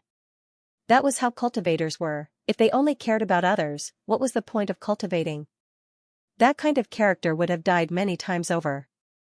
The 9 cauldron space would not always be guarded by the same person. Since Luin had obtained the opportunity, the various great powers of the 6th mainland had become envious, and they all wanted to occupy the 9 cauldron space and explore it. Thus, they would change the guards every once in a while, and they would also pay particular attention to who was allowed to enter and who was not. Previously, it had been the Aerosect's brute force, who had allowed the Aerosect and the secret progenitor realm's cultivators to enter. It was very difficult for cultivators from the progenitor of Martial Realm and the progenitor of Blood Realm to enter. This time, the person guarding the 9 cauldron space was an ancestor from the Black Blood Realm's Eyeless clan, who was also a cosmic imprinter. Brute force had been defeated by Luin, which had caused Luin to shatter another cauldron. This incident had been a warning to the 6th mainland, which was why, from that moment on, the person guarding the 9 cauldron space was at least a cosmic imprinter. This was the highest standard that the 6th mainland could bring out, and it was impossible for a cosmic imprinter to personally guard it. Not all cosmic imprinters cared about the 9 cauldrons battle techniques, and Guru Qinghua was not one of them. The fact that a cosmic imprinter was allowed to guard the 9 cauldron space was enough to show how much importance the 6th mainland placed on Luin. Unfortunately, they still did not place enough importance on him. Within the 9 cauldron space, Ancestor Eyeless faced Xianxia's chief with a dazed expression and a halo of light revolving behind him. This halo of light was Ancestor Eyeless' innate gift, and it could transfer everything within the halo to a place where one's gaze could reach. Luin and the others had suffered a loss during the Astral River border war. With Ancestor Eyeless power, the halo should have been invincible, but he was facing Xianxia's chief. This person was from the same generation as Elder Chan, and he was a terrifying expert who could rival the 6th mainland's cosmic imprinters. He was an unfathomable expert who had claimed that even the 6th mainland's four reverends could not deal with him. He had shattered the halo of light with a single step and then knocked Ancestor Eyeless unconscious. Ancestor Eyeless did not even have time to imprint. Aside from Ancestor Eyeless, there were more than 10 other cultivators within the 9 cauldron space. They were all youths, and they had all fainted in an instant. This old man is not bad. If we hadn't caught him off guard, it would have taken some effort to knock him out, Xianxia's chief said in astonishment as he looked at Ancestor Eyeless, who had fainted on the ground. Luin replied, "He's a powerhouse with a power level of 1,000,000, and he's on the same level as Master Yuan." "They're on the same level." Xianxia's chief looked up at the 6 cauldrons in the distance. "Didn't you say there were 9 cauldrons? Why are there only 6? 3 were shattered," Luin replied. Xianxia's chief was puzzled. "Shattered? How did they shatter?" Luin told him the truth, and Xianxia's chief looked Luin up and down. "Kid, you didn't shatter them on purpose, did you? So that others won't be able to learn them." "Senior, if this junior had the ability to do so, then I wouldn't have asked for your help," Luin said helplessly. Xianxia's chief thought about it and agreed. When the 5th mainland's Daosor sect had still existed, the 9 cauldrons had already been very famous, and it was not something that Luin alone could shatter. 3 were shattered, and the fragments should have been taken away by the 6th mainland, Luin said. He then leapt towards the 4th cauldron and entered it. "This junior is going to cultivate, so please help me guard this place." Xianxia's chief acknowledged his request and walked towards the 5th cauldron. He looked at it for a while before entering it, as he also wanted to see if he could learn anything from it. The Nine Cauldrons space was not a place that ordinary cultivators could enter. Those who were qualified to enter had already done so, and the rest had no intention of going. Lu Yin absorbed the cauldron's aura, and soon, more than half a month had passed. There was a rumble as the fourth cauldron fell and shattered. Xianxia's chief stared at the shattered fourth cauldron in shock. He had personally witnessed the shattering of the 9 cauldrons, which had been passed down since ancient times. Although the cauldrons were small, they had caused a great shock. The shattering of the fourth cauldron startled Ancestor Eyeless awake. Ancestor Eyeless stood up with an aghast expression. The cauldron shattered, Lu, he had only said one word when he was knocked unconscious by Xianxia's chief. How troublesome. You didn't control your strength enough. Be more careful next time. Lu Yin looked at the shattered fourth cauldron and then turned around to look behind him. There were still 5 cauldrons left. His figure flashed, and he appeared within the 5th cauldron. Time was not up yet, so he continued. Xianxia's chief did not speak to Lu Yin. Instead, he lowered his head and picked up a fragment of the cauldron. He squeezed it hard, causing it to shatter even more. He was shocked. How could it be so brittle? Over the past half a month, he had tried to shatter the 5th cauldron, but he had not been able to do so. However, now that the cauldron had shattered, it was actually very brittle. Could it be that after shattering, some substance had disappeared? He looked at the 5th cauldron thoughtfully. This brat should be absorbing that substance. It wasn't just Xianxia's chief, even the 6th mainland had thought of this possibility. However, they could not absorb it, as the substance that prevented them from destroying the cauldron was too attractive. Soon, a few more days passed, and a youth stepped into the 9 cauldron space with an arrogant expression. He was a newly promoted realmling, and all realmlings were allowed to enter the 9 cauldron space in search of opportunities. This was the first time he had stepped into the 9 cauldron space after becoming a realmling, and he was filled with anticipation and excitement. He was also filled with a desire to learn the 9 cauldrons battle techniques. After entering, he fainted before he could even see anything clearly. Thank you for your support, brothers. A day later, another person came in and stepped on his back to take an extra step before fainting again. When Lu Yin's time was up, he looked at Xianxia's chief. Senior, I'll head back first. It's time. Xianxia's chief stood up. I can't stay here any longer. Alright, I'll go somewhere else. He then stared at Lu Yin. Don't leave First City. Wait for me. Lu Yin replied, without Senior, how will I get to the Genesis Court? I'll find a way to stall for time. He then disappeared from the 9 cauldrons. Since Lu Yin left, Xianxia's chief could not stay any longer and quickly left as well. The 4th cauldron's shattering would definitely shake the 6th mainland. Even the cosmic imprinter could not stop Lu Yin. Would he have to ask the celestial imprinter for help next time? Lu Yin appeared in First City, put away his futon, and walked out. The Valley Master Swordsman was anxious, and when he saw Lu Yin appear, he hurriedly said, the Vice City Lord has been looking for you several times. Come with me, or First City will become suspicious. Why is the Vice City Lord looking for me? Lu Yin asked. Right, has the competition for androids started? It's already started. Don't worry about that for now. Come with me to see the Vice City Lord. Not long after, Lu Yin followed the Valley Master Swordsman to meet with Vice City Lord Little Bear. The last time they had met, Vice City Lord Little Bear had not paid much attention to Lu Yin, but this time, he had specifically come to see Lu Yin. Vice City Lord, this is Achi, the Valley Master Swordsman said politely. Lu Yin bowed. Achi greets Vice City Lord. His disguise was that of Xianxia's chief, so it was difficult to see through him. Vice City Lord Little Bear looked at Lu Yin. Who do you represent? Lu Yin's eyes flashed. Dowsor Sex Protector, Madam Red. Vice City Lord Little Bear asked, why do you want to go to the battlefield? The battlefield between First City and the Genesis Court. Lu Yin had already guessed the Vice City Lord's purpose for looking for him, and he naturally answered, the reason why First City can't send more androids to help us is because of the war with the Genesis Court. I want to go to the battlefield and try to stop it. Of war. Vice City Lord Little Bear sneered. You? Luin replied, I know that this idea is a little whimsical, but in order to complete this mission, I have to risk my life. Even if I can't stop it, I can at least delay it. Vice City Lord Little Bear snorted coldly and stopped looking at Luin. Instead, he stared at the Valley Master Sword Attendant. Manage your people well, and don't do anything unnecessary.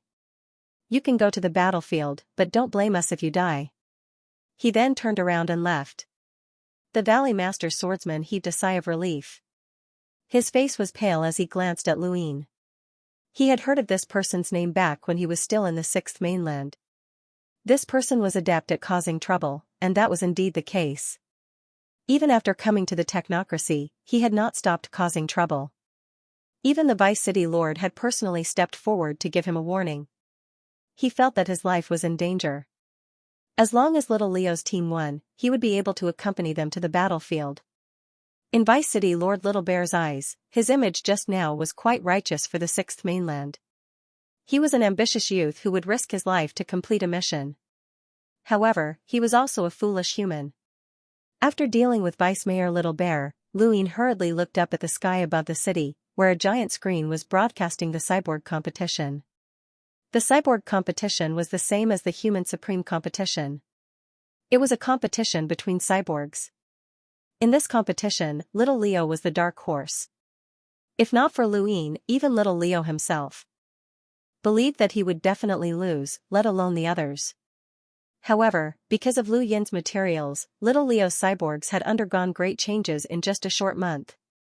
Lu Yin's gaze was filled with admiration as he watched the two cyborgs battle on the screen. Little Leo's cyborgs were completely suppressing the cyborgs of the former team. Even though the former team's cyborgs' weapons were very strange, Little Leo's cyborgs' weapons were not bad either. Luin saw many strange weapons, such as a beam of light that formed a giant beast. Under the cyborg's control, it attacked as if it had a life of its own. It was similar to the Beast Tamer's Flowzone's battle style. Luin did not understand most of the weapons, as this was one of the weaknesses of the human domain and the technocracy. He could not understand the uses of the technocracy's weapons. On the other hand, the human domain's battle techniques would be recorded by the technocracy as long as he saw them once. The cyborg competition was very lively, and the rewards were very generous. It had a huge impact in First City, but Luin was not interested in such a competition. The strongest cyborg under Little Leo's command was only an Enlighter, which was already quite good. How long would it take for a human to cultivate to the Enlighter realm? There were many research teams in the technocracy, but how many of them were able to develop Enlighter cyborgs? Most of them came from the teams represented by the city lords of First City. They were the forces that controlled the city, and they were also the main force behind the war against the human domain. At this point, the only thing that could pique Lu Yin's interest was the war between First City and the Genesis Court. Have you seen First City's city lord? Luin asked the Valley Master Swordsman. The Valley Master Swordsman shook his head. I haven't. The first time I came here, it was the Firmament Venerable who led me. The Firmament Venerable has seen him, but I haven't. Luin looked up. It would be great if he could clearly see the rune lines of First City. Luin did not know how great of an impact the destruction of the Fourth Cauldron in the Daosaur sect's ruins had had on the Sixth Mainland. Even the Cosmic Imprinter, Ancestor Eyeless, had been defeated. The Sixth Mainland's Daosaur sect had finally decided to expel the Great Eastern Alliance and completely control the Outerverse in exchange for Lu Yin's Nine Cauldrons battle technique. If Luin was unwilling to hand over the Nine Cauldrons battle technique, then the Sixth Mainland would expel the Great Eastern Alliance. However, if Luin was willing to hand over the Nine Cauldrons battle technique, then the Sixth Mainland would be able to retain the Great Eastern Alliance's territory. This was equivalent to exchanging the Outerverse territory for the battle technique. This was a trade. They did not expect Luin to agree, and they were now waiting for the technocracy to send their cyborgs over to oppress the human domain. Aside from the threat of the Sixth Mainland, the various great powers of the Innerverse were also keeping an eye on the Great Eastern Alliance. The Great Eastern Alliance's current situation was similar to what Madame Red had analyzed. The only difference was that the Great Eastern Alliance was not as weak as it had been before. The Sixth Mainland and the various great powers of the Innerverse did not know how much power Luin had under his control. The Sixth Mainland also did not know that Luin was destroying their cooperation with First City. As expected, little Leo won the cyborgs competition. After his victory, the first thing he did was to find Luin. "Achi, I won. Haha, I won. You provided the materials, Achi, thank you." Luin looked at little Leo's excited face on his screen and happily replied, "Congratulations, friend. Achi, didn't you want to go take a look at the battlefield? I've already asked the Vice City Lord for permission, and he's agreed to allow me to form an army on my own," little Leo said. He did not care about the battlefield, and he was more concerned about the support that First City had given him. After his victory, the Vice City Lord had given him a huge amount of materials, enough to create an army of cyborgs. There were not many of them, only 100 at most. Furthermore, given the rarity of the materials, the cyborgs he created could only reach the explorer realm, but that was enough. Little Leo had been forced to see the battlefield, and First City did not expect him to make any contributions. Lu Yin's eyes lit up. "When do we leave?" "Wait a little longer. I want to create 100 cyborgs, or else we won't be able to form an army," little Leo said. Luin nodded, as he did not know when the Boundary Mountains chief would return. "Take your time. I'll wait for you." "Alright, I'll let you know when I'm done." "Achi, thank you," little Leo said before ending the call. Behind Luin, the Luo Emperor's eyes flashed red. The battle between First City and the Genesis Court is very fierce, and the cyborgs will be destroyed. If we want to go, we need to find the Genesis Court's location in advance. Otherwise, we'll be easily monitored if we enter its territory. Luin knew this, and his original plan was to use the route that the Luo Emperor had used to escape and reach the closest location to the Genesis Court. Then, the Boundary Mountains chief would take them through the Astral Source universe to search for traces of the Neo-Human Alliance. If they found a large number of Corpse Kings within the Genesis Court's territory, it would mean that the Neo-Human Alliance was cooperating with the Genesis Court. This plan was not perfect, but it was the most appropriate one for the Genesis Court. However, no one knew that Luin had no intention of actually going to the Genesis Court. As long as he could reach the battlefield between First City and the Genesis Court, his plan would be completed. As for whether or not he could infiltrate the Genesis Court and investigate the Corpse Kings, none of that mattered. What he needed to do now was wait for the Boundary Mountains chief to return and for little Leo to finish creating the cyborgs. It wouldn't be a short time, and Luin pondered for a moment before deciding to roll his die. 6 pips. There was nothing more accurate and faster than merging into someone else's body to obtain information. Luin set up a sourcebox array around him and raised his hand to summon his die. He tapped it, and it slowly stopped at 2 pips. That was meaningless, so he continued. The second time, he rolled 3 pips. Luin waved his hand and disappeared. The third time, the die stopped at 6 pips. Lu Yin's eyes lit up. He had placed his cosmic ring to the side in advance, leaving only a small amount of star essence behind. This was all for the sake of merging into the technocracy. In a mysterious space, there were many balls of light. Some were dim, while others were radiant. Luin saw a ball of light that was too hot for him to merge with, so he found a nearby one that wasn't too hot to merge with. When he opened his eyes, everything that he saw made him feel like he was in a dream. The starry sky was still the same starry sky, but there were countless rays of light that extended into the distance. Within those rays of light were giant mechanical claws. There were giant mechanical claws at regular intervals, and there were even giant mechanical claws further away. This was the technocracy, and Luin had merged with an android with a power level of 600,000. In the eyes of a normal person, the technocracy was no different from the human domain, but there was an additional type of surveillance.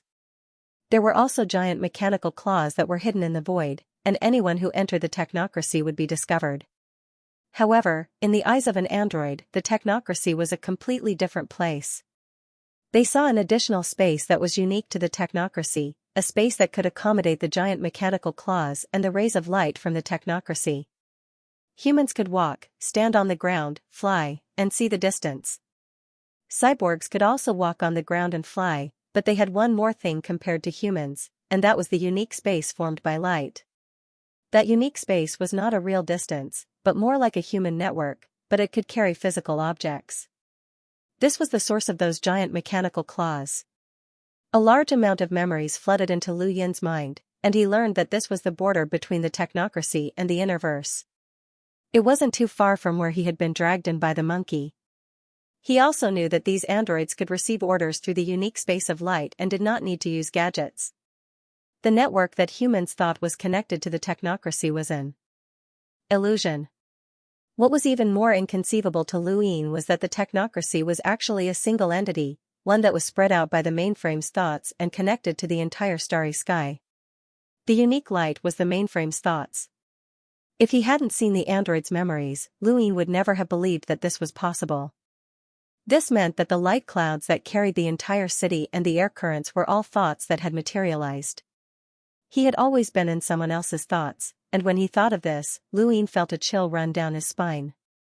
This was a terrifying guess, as the entire technocracy was controlled by the mainframe's thoughts. If he hadn't fused with this ancestor-level android, then ordinary androids would never have known. Androids could not betray him, as Luo Huang was a half-android. He was a human and not a pure android that had been controlled by the mainframe's consciousness. Thus, he could escape and wanted to escape, but he did not know the truth about the technocracy. Lu Yin continued to read through the memories and saw an enormous knowledge base. Through the memories, he also saw the war with the Genesis Academy and the war with the human domain. Suddenly, Lu Yin returned to that mystical space. He looked around and realized that he had withdrawn from the fusion. He had used up all his star essence. The advantage of having less star essence was that he could shorten the distance he needed to fuse with the mainframe, but the disadvantage was that the fusion time was too short. Lu Yin opened his eyes and looked at his feet. He was in the mainframe's thoughts, so did that mean that everything about him had been discovered by the mainframe? If the mainframe could control the entire technocracy, then why was there still a war between the city and the Genesis court? Lu Yin felt more and more that something was wrong with the technocracy. What was the Hui ancestors' true goal in creating it? He wanted to know more than Hui Kong. Lu Yin was encouraged by the fact that an ancestor-level android knew so much information and continued to roll his die. In this regard, it was still useless. Let's wait for 10 days. After 10 days, we can continue to roll the dice. 10 days wasn't a long time for a cultivator, and Lu Yin had seen many introductions to the city through his gadget. These introductions were the humans' impressions of the technocracy. But how could the humans possibly know that the entire technocracy was actually a brain? That the technocracy had been fighting against the humans for so many years and trading with the sixth mainland. 10 days passed by quickly, and Lu Yin couldn't wait to roll his die. Once, twice, thrice. It wasn't until the fourth time that he rolled 6 pips. The moment he entered that mysterious space, he had a premonition that he wanted to roll 6 pips. It would get harder and harder. He had experienced this before. The longer the interval, the easier it was for him to roll 3 pips and 6 pips. There were many balls of light in the mysterious space, and he directly entered one of the brighter ones. He opened his eyes and saw a large hand descend upon him, followed by darkness. Lu Yin returned to the mysterious space once more and returned to his body. His entire body was dripping with sweat, and the black and white mist in his chest was surging faster. He had just died. He had died in an instant. Lu Yin's pupils dilated.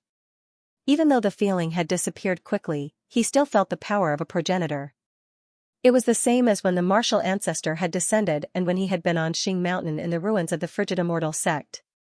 The moment he had merged with his body, he had sensed a corpse king. If he had guessed correctly, he had merged with an ancestor-level corpse king, but that corpse king had been instantly killed by a progenitor. Where was this? The most likely place was the Starfall Sea, outside the horizontal black hole. Lu Yin exhaled. He had died without even seeing his surroundings. This was the first time he had experienced something like this, and he had been killed by a progenitor. His impression of the sixth mainland's 3 progenitors had always been that the martial ancestor had been heavily injured by the symbol ancestor's remnant power, and the mystery ancestor had also been heavily injured after destroying the eternal kingdom. Were progenitors so easily injured? The injuries of these two progenitors had left him with a rather low impression of the Sixth Mainland's three progenitors. They were far from the level of progenitor Chen or the symbol ancestor, and they were also not comparable to the progenitor who had blocked the ruler's realm in the astral tree. However, that slap had awakened him. Progenitors were progenitors. No matter how strong the Sixth Mainland's three progenitors were, they had all cultivated step by step. They had broken through 3 stages and broken through to the progenitor realm, so they must have once been outstanding talents among their peers. But any powerhouse who could cultivate to the progenitor realm was unrivaled among their peers, and they were not people who could be underestimated. Lu Ying smiled bitterly, as he had actually been slapped to death by a progenitor. That corpse king was also unlucky. Why had it rushed forward? It was a dignified envoy, but it had died without even causing a splash. Lu Ying continued to roll his die. He watched as the die slowly came to a stop. With each roll, a piece of barbecued meat fell out. Lu Ying pursed his lips and unhappily turned the meat to ash. He still had to wait for 10 more days. He did not know if the chief of the Boundary Mountain had come out yet, but he hoped that he would not be too far off from little Leo's creation of the androids.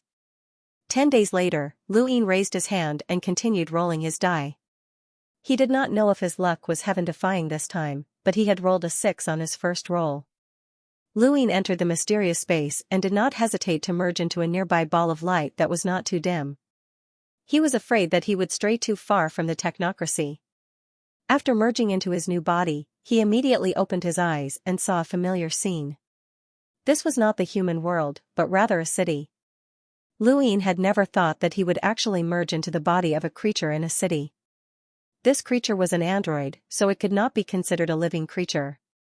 He looked down at the airflow pipes and the city that was being held up by the light. Lu Yin's eyes darted around. If anyone in the technocracy saw this scene, they would definitely be shocked. This android did not have a dominant consciousness and was merely an android. It was a tool that could be used at any time. Within a city, the city lord had absolute authority and influence over half of the technocracy. With the city lord as the leader, countless androids were created. Some androids were placed within the city for the use of the dominant consciousnesses, while others became combat units. The android that Lu Ying had merged with was a top-notch combat unit that had the destructive power of an astral envoy. 6 enhance on the die allowed Lu Ying to merge with a creature or similar life form. This was something that he knew from when he had merged with Tian Ho. He could even merge with a black hole and mechanical ants, so there was no need to even mention the androids. He had once thought that he would merge with a consciousness, but he had gradually learned that it was not just a consciousness, but also a carrier. As long as there was a carrier, he could merge with anything. This android did not have a dominant consciousness and was merely a tool. However, as long as the brain could take over this tool, it could be merged with. Lu Ying felt that it was a pity that this android did not have a dominant consciousness, which meant that it did not have any memories. What a waste. He turned around to take a look. This place was located very high up in the city, but he did not know the exact location. They had only reached a certain area in the center of the city, as this city was simply too large. Aside from the androids that he had merged with, there were 3 other androids that should all be at the emissary level. For there to be 4 emissary level androids here, this place was definitely not ordinary. Lu Ying moved his body and walked out to take a look around. It would be best if he could find something useful, but as soon as he moved, alarms rang out all around him. Strands of metal wrapped around him from all directions. Lu Ying knew that he had been discovered, but he had no choice. He walked to the door and punched out. There was a huge sound as the power of an emissary tore through the void and shattered the entire space. The alarms rang out even more intensely, and Lu Ying took the opportunity to avoid the metal. The androids that Lu Ying had merged with were located within a cloud of light at an extremely high altitude. As Lu Ying attacked, he tore through the void, causing the cloud of light to become chaotic and sparks to fly. Not too far away from him, there was an airflow channel where a row of brains, no, a row of dominant consciousnesses stopped. Threads of light flickered, indicating that the dominant consciousnesses were thinking and communicating. To them, this scene was like a human standing up after seeing a corpse. It was like seeing a ghost. Lu Ying frowned, as his star essence wouldn't be able to last much longer. He thought about it and raised his arms high before slamming them down. A giant bear's face appeared in front of him, and it raised its arms as well. It was Vice Governor Xianxia. Lu Yin's attack had not only failed to injure Vice City Lord Little Bear, but it had also injured Lu Yin himself. The cloud of light beneath his feet split apart, and the androids fell to the ground. Vice City Lord Little Bear was bewildered. What's going on? Who's stationed here? Are they rebelling? Suddenly, his expression froze, as if he had received some sort of information. However, in less than a second, his face was filled with rage and his eyes were filled with intense disbelief. The androids had actually escaped his control? How was this possible? In the technocracy, there was no such thing as an android's escaping one's control. Could it be that the humans had faked these androids? No, how could there be such a thing here? Vice City Lord Little Bear looked down. Half of the androids that Lu Yin had merged with had been shattered, and he sucked in a cold breath. He looked up and met Vice City Lord Little Bear's gaze, and they could see the shock in each other's eyes. Lu Yin was shocked by Vice City Lord Little Bear's power level. He had not even counterattacked and had only blocked for a moment, but this androids that were at the level of an emissary had been shattered. Their strength was unfathomable. When Vice City Lord Little Bear saw the android's gaze, his heart sank. Sure enough, he had consciously merged with the androids. Who are you? He barked and charged forward. Lu Yin controlled the broken body of the androids and viciously attacked below. The next moment, Vice City Lord Little Bear appeared and pressed his paw against the androids' back, immobilizing them. Coincidentally, Lu Yin's time was up, so he returned to the mysterious space and merged back into his own body. The moment he opened his eyes, he suddenly stood up and looked outside. He wanted to find the location of that place, but even the emissary's actions had not reached this place. Ibn City was too big. After causing such a huge commotion, Ibn City would definitely investigate, and with the technocracy's methods, they might be discovered in the next second. Jiashan's chief had not returned yet, which was not good. Lu Yin walked out and saw Jiashan's chief with his back facing him. Senior. Lu Yin was delighted. Jiashan's chief gestured with a solemn expression. Lu Yin followed his gaze and saw countless cyborgs and mechanical claws surrounding them. They had been surrounded. The Valley Master swordsman paled. Had they been discovered? Vice City Lord Little Bear walked out of Astral Source Universe and looked at the Valley Master swordsman. Bring your people out. The Valley Master swordsman subconsciously glanced at Lu Yin.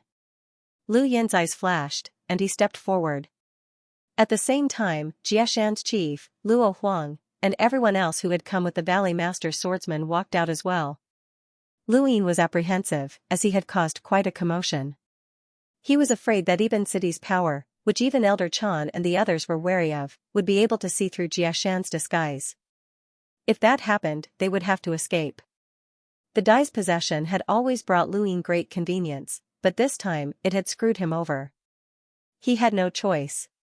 Vice City Lord Little Bear's gaze swept past the Valley Master swordsman, Lu Yin, Jiashan's chief, and everyone else.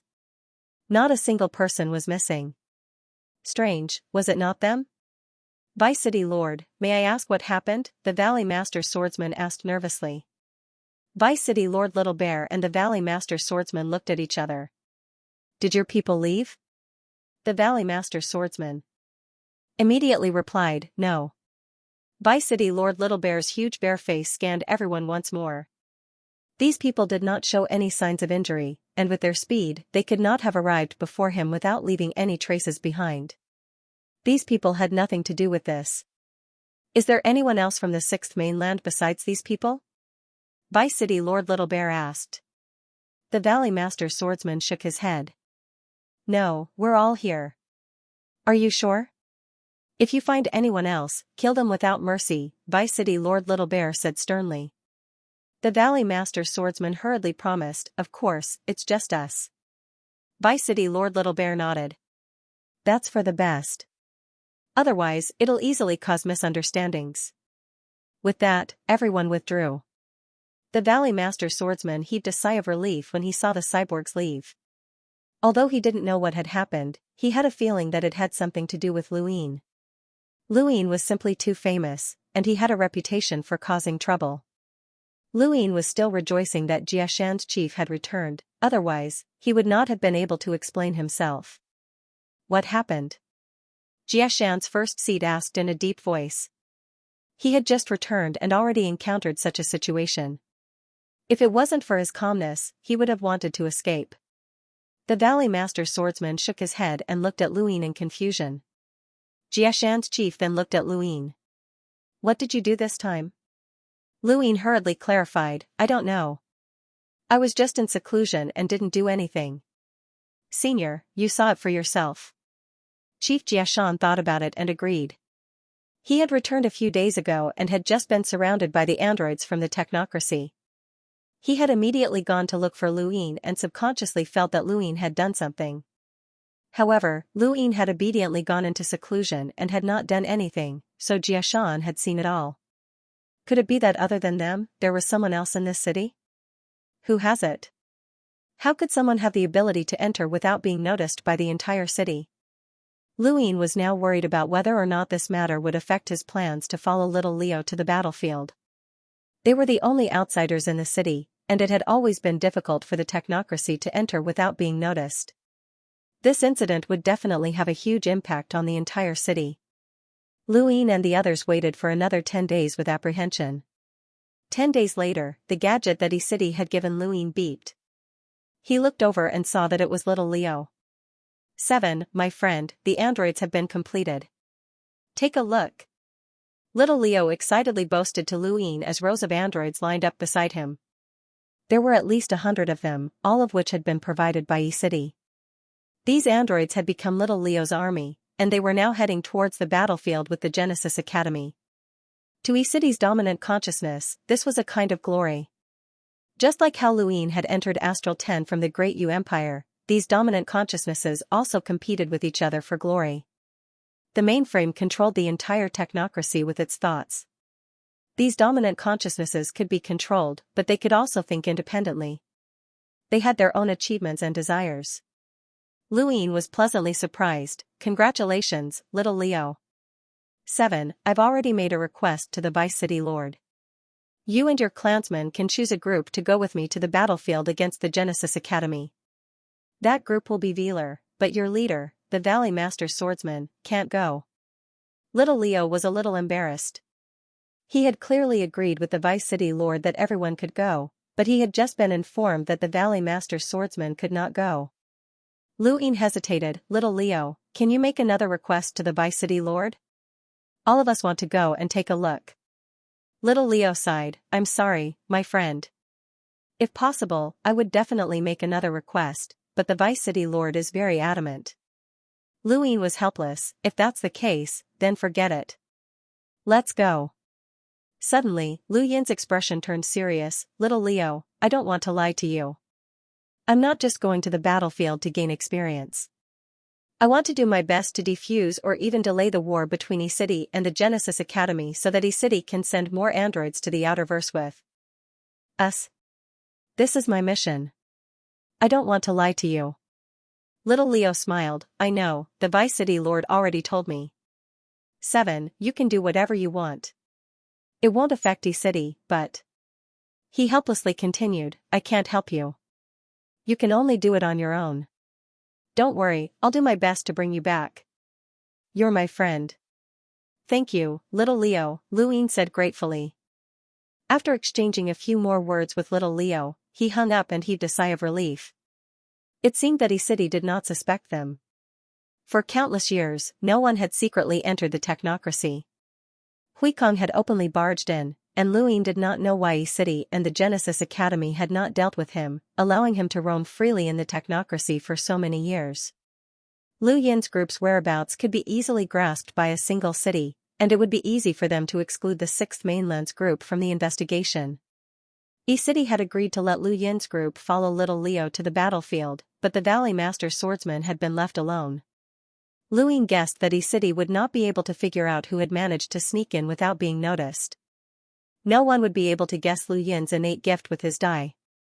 Regardless of what City thought, Luin could finally embark on his journey to Ver.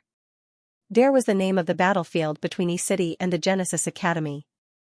No matter how the battlefield changed, this name would never change. No one knew what Ver meant, especially humans. Many people had researched it after learning its name, hoping to find out the reason for the countless years of war between E-City and the Genesis Academy, but to no avail. However, Luin had managed to guess that Ver was a gap in thought. The entire technocracy was controlled by the Prime's thoughts. Regions were thoughts, and when thoughts split, that was Ver. This was his understanding. Those who did not know the truth of the technocracy would never be able to guess it. Luin did not know if he had guessed correctly, but even if he did, he could not figure out why a Prime's thoughts would split.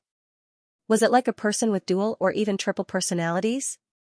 The next day, Luin received a notification telling him to gather at the designated coordinates within 4 hours. The location was E-City's third fleet. Luin did not know much about E-City's fleets, but it seemed like this third fleet was the fleet that was about to head to Ver and fight against the Genesis Academy. After entering the technocracy from the Endless Weave, Luin, Xianxia, and the others finally had to part ways with the Valley Master Swordsman.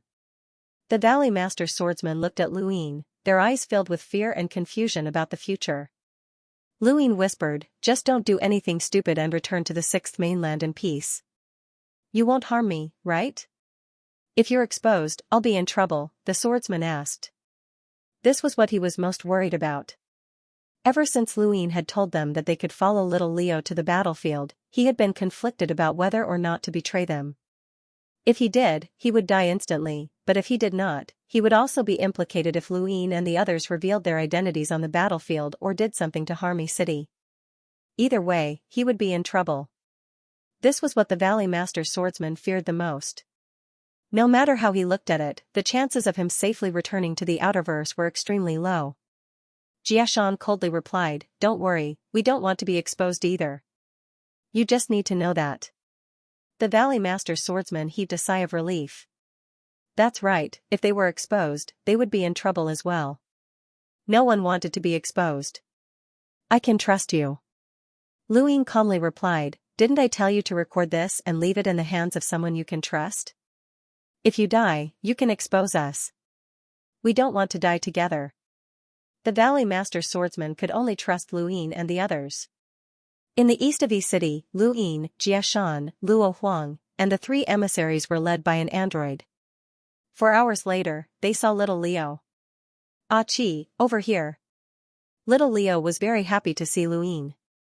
Luin smiled and went over to greet him. Little Leo looked at Luin apologetically and said, "I'm sorry, friend. I can't convince the Vice City Lord to let all of you go to Ver." Luin smiled. "There's no need for all of us to go. Just the few of us will be enough." Little Leo looked at Luin and then at Xianxia and the others. "Just the few of you? You can bring more people." The Vice City Lord only said that the Valley Master Swordsmen were not allowed to go. "Everyone else can go. There's no need. If we can't do it, then having a few more people will just be sending us to our deaths," Luin said. E-City would never have dreamed that an accident would cause Luin to be separated from the Sixth Mainland's cultivators. Furthermore, they had been separated under the Vice City Lord's control. Luin had originally been thinking about how to shake off the Sixth Mainland's people in Ver. After meeting up with little Leo, they weren't far from the Third Fleet. An hour later, Luin saw First City's Third Fleet. At this moment, it wasn't just him, even the World Mountain's chief, an ancient powerhouse, was stunned. There were at least 1 million spaceships in total, and there were about 100,000 warships. The rest of the transport ships were filled with androids. This was the Third Fleet. It was no wonder why the technocracy could contend with the human domain. Luin had never understood this before. Cultivation was common in the human domain, and any weave in the Outerverse had countless cultivators. Although there weren't many who could explore space, the Outerverse had a sizable number of cultivators. This didn't even include the Innerverse, Cosmic Sea, Neoverse, or the 3,000 major realms. The Hall of Honor mobilized all of humanity's cultivators, and their numbers were incomparably large. How could the technocracy even have the upper hand? Now, Luin knew that the technocracy also had a large number of androids. Aside from androids and spaceships, they also had all sorts of mechanical weapons. It wasn't just in space that could be seen, but also in space that was so secretive that it was almost tangible. And this was just the Third Fleet. First City was worthy of being one of the two strongest powers in the technocracy, and it could even contend with the human domain. At the center of the Third Fleet was a spherical object that looked like a planet. However, it wasn't actually a planet, but rather a crystallized material that Luin couldn't understand. It was like a crystal that reflected light and was very beautiful. Luin had thought that it was some sort of weapon, but after little Leo's introduction, he realized that it was actually the Third Fleet's commander, Zhong. The technocracy's main consciousness was the ruler, and it could merge with any object that could withstand it. That sphere was actually some sort of object that Zhong's main consciousness had entered. The Third Fleet's Captain Zhong is quite powerful. You can't tell from the outside, but once you're on the battlefield, you'll know. His body is a gravitational celestial body that's been compressed to the extreme, and a casual attack can reach a power level of 1,000,000, little Leo explained softly. He had been assigned to a warship, so Luin and the others were naturally with him. Luin was astonished. A power level of 1,000,000? Little Leo nodded. That's right. The strongest beings in the universe aren't you humans, nor are they as cyborgs, half-cyborgs, or astral beasts. It's the celestial bodies, the despairing celestial bodies. Some celestial bodies can easily shatter everything we know. You should know about astral storms and the horizontal black hole that blocks humans from entering the Starfall Sea. Heavy captains use celestial bodies that are suppressed by materials. They can release attacks from celestial bodies by changing the density of the materials. Their destructive power can reach 1,000,000. They're one of the most powerful captains in our city. They're second only to the City Lord. What about the Vice City Lord? Luin asked curiously. Little Leo shook his head. I don't know. The Vice City Lord has always stayed in the city and never left. He's never been on the battlefield, so I don't know his exact strength. Little Leo didn't know, but Luin did. The emissary-level android that he had fused with had been destroyed by the Vice City Lord's defense. The Vice City Lord's power definitely exceeded 1,000,000. The higher one's status, the more powerful one would be in contact with. Not too long ago, Master Yuan had been the most powerful person Luin had ever met. His knowledge had been constantly refreshed until he had fused with a corpse king and been killed by a progenitor. Then there was his experience on Xing Mountain in the ruins of the Frigid Immortal sect. Now, the strongest power that Luin had ever experienced was a progenitor. The Third Fleet started moving and headed towards Vizar. It was a spectacular sight, and many of the cyborgs in the city watched. The main consciousnesses were located in the airflow tubes, and they emitted rays of light to communicate with each other. They watched as the Third Fleet departed, just like how humans watched an army depart. Somewhere in the city, Vice City Lord Little Bear stood respectfully. If you can't find anything, then don't investigate, a deep voice said. Vice City Lord Little Bear was unwilling to give up. City Lord, the technocracy has never missed anyone who tried to sneak in. Those people were either discovered, killed, or expelled. We must find out who managed to sneak in this time, or it will be a dereliction of duty on my part. Perhaps it's a human innate gift, the deep voice said. It was filled with dignity and grandeur, but its attitude was very casual. Vice City Lord Little Bear was helpless. City Lord, let me continue investigating. I'll definitely find out. It's definitely related to the Sixth Mainland. The Sixth Mainland? It's no longer there. Don't worry about it. Investigate if you want. Then, what about the Sixth Mainland? Don't worry about it. Without the Sixth Mainland, they're just a bunch of pitiful homeless worms. Yes, City Lord. Vice City Lord Little Bear then respectfully left.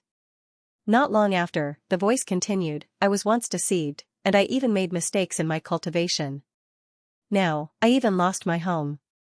I have to bear the consequences of my own mistakes, and I still have to pay the price. The voice then disappeared. Even Vice City Lord Little Bear couldn't tell where this voice had come from. The owner of the voice was the City Lord of First Base City, Halcyon. The technocracy was comparable to the outerverse of the human domain. If First Bay City occupied half of the technocracy's territory, then it would be equivalent to more than 30 weaves. First Bay City was located near Vizar, so it was very close to Vizar. However, because the entire Third Fleet was moving, it wasn't as fast as moving alone. It would take a few days. There were many cyborgs in the Third Fleet. These cyborgs were the same as Luo Huang's. They were modified from the bodies of humans or other creatures. Most importantly, they didn't have a dominant consciousness, and their consciousness remained in the original body. Logically speaking, the cyborgs should be at the forefront of a war of attrition against the Genesis Court. However, this was not the case. Regardless of whether it was the war against the humans or the Genesis Court, cyborgs rarely appeared. Most of them existed within the technocracy, and they rarely appeared on the battlefield. This was something that Luin found rather strange. Within the Great Eastern Alliance's army, the Heavenly Sin army that he was about to form was made up of former enemies. Wherever there was danger, the Heavenly Sin army would go.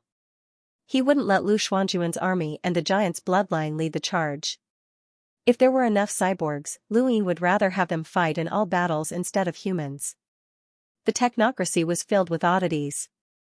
Filled with curiosity, Luin brought Luo Huang and followed little Leo around the Third Fleet. The Third Fleet has no less than 10 research teams. Some of these teams are responsible for maintaining the spacecraft's operations, some repair the cyborgs, and some search for the enemy's weaknesses in battle. The technocracy's wars are different from those of the human domain. There are no regional tactics, and it's a battle of technology and creativity, little Leo explained. As they spoke, they arrived at a spacecraft that housed a research team. This research team was called the Nuclear Team, and their main research direction was the last one that little Leo had mentioned, which was to search for the enemy's weaknesses in battle. They were currently researching the battlefield at the front, as well as the battle footage that the Fourth Fleet had sent back. They were also researching the Genesis Court's new cyborgs and weapons. Luin and the others didn't disturb them. Little Leo wasn't familiar with these teams, so he simply passed by and stepped through the connecting points between the spacecraft to move on to the next one. One by one, Luin visited several teams. Some of them were friendly, greeting them and inviting them to take a look, while others refused to meet them. Aside from these research teams, Luin and the others had also accidentally stumbled upon the armory. They were actually allowed to enter and even touch some of the weapons. Luin saw a material that was similar to that of the heavy captain's body. He picked it up and exerted some force, but the material didn't budge at all. There's a spacecraft where the cyborgs are. Those cyborgs aren't worth looking at, and they're narrow-minded. No one likes them, little Leo said in disgust. Luin nodded, as he wasn't interested in the cyborgs. Over the past 2 days, the Third Fleet had been very casual. If it had been the Great Eastern Alliance's allied forces, they wouldn't have been allowed to tour the armory and even touch the weapons. Just as they were about to head back, Luin paused and turned to look in the direction of the cyborg spacecraft. He saw a pair of eyes staring back at him with shock and disbelief. Luin frowned, as someone was staring at them. Did this person recognize them? That was impossible, as they hadn't been exposed in a single city. The next moment, a woman walked out of the cyborg spacecraft. Her face was half cyborg and half human. The human part was very beautiful, but the cyborg part was somewhat sinister, especially her pupils. One of them was a normal person's eyes, while the other was green. The woman stepped across the astral source universe and tore through the void to appear in space outside the spacecraft in front of Lu Yin's group. She then opened the hatch and instantly appeared less than a meter away from them. Luin and the Luo Huang did not move, and little Leo scolded, "What are you trying to do?" The woman looked past Luin and stared at the Luo Huang. "You still dare to come back?" Lu Yin's eyes twitched as he recalled the image that the Luo Huang had shown him. It had been a woman who had attacked him. Could it be her? "I didn't want to come back. I was just following orders," the Luo Huang said stiffly. The woman stared at the Luo Huang, not caring about Luin at all. "Hand it over, and I'll let bygones be bygones." The Luo Huang stood there quietly and did not move. The woman raised half of her cyborg body and suddenly reached out to grab the Luo Huang. The Luo Huang raised his hand as well, and the beam from his palm made the woman feel threatened. She subconsciously dodged. The Luo Huang did not attack, as his hand was being held down by Luin. Luin looked at the woman. He's now mine. The woman frowned and stared at the Luo Huang. An envoy's power level. You definitely have the power level of an envoy. The Luo Huang lowered his hand and quietly stood behind Luin. The woman looked at Luin. Who are you? Before Luin could reply, little Leo angrily shouted, Who are you? How dare you treat my friends like that? They're my little Leo's friends. The woman was shocked. The Sixth Mainland? That's right. He's already pledged his allegiance to the Sixth Mainland and is in charge of protecting us. He came to this city to discuss things with the Vice City Lord. What do you want? Luin asked slowly, his tone not very pleasant. End of chapter 1721. Don't forget to subscribe, like, and share the video to support the channel.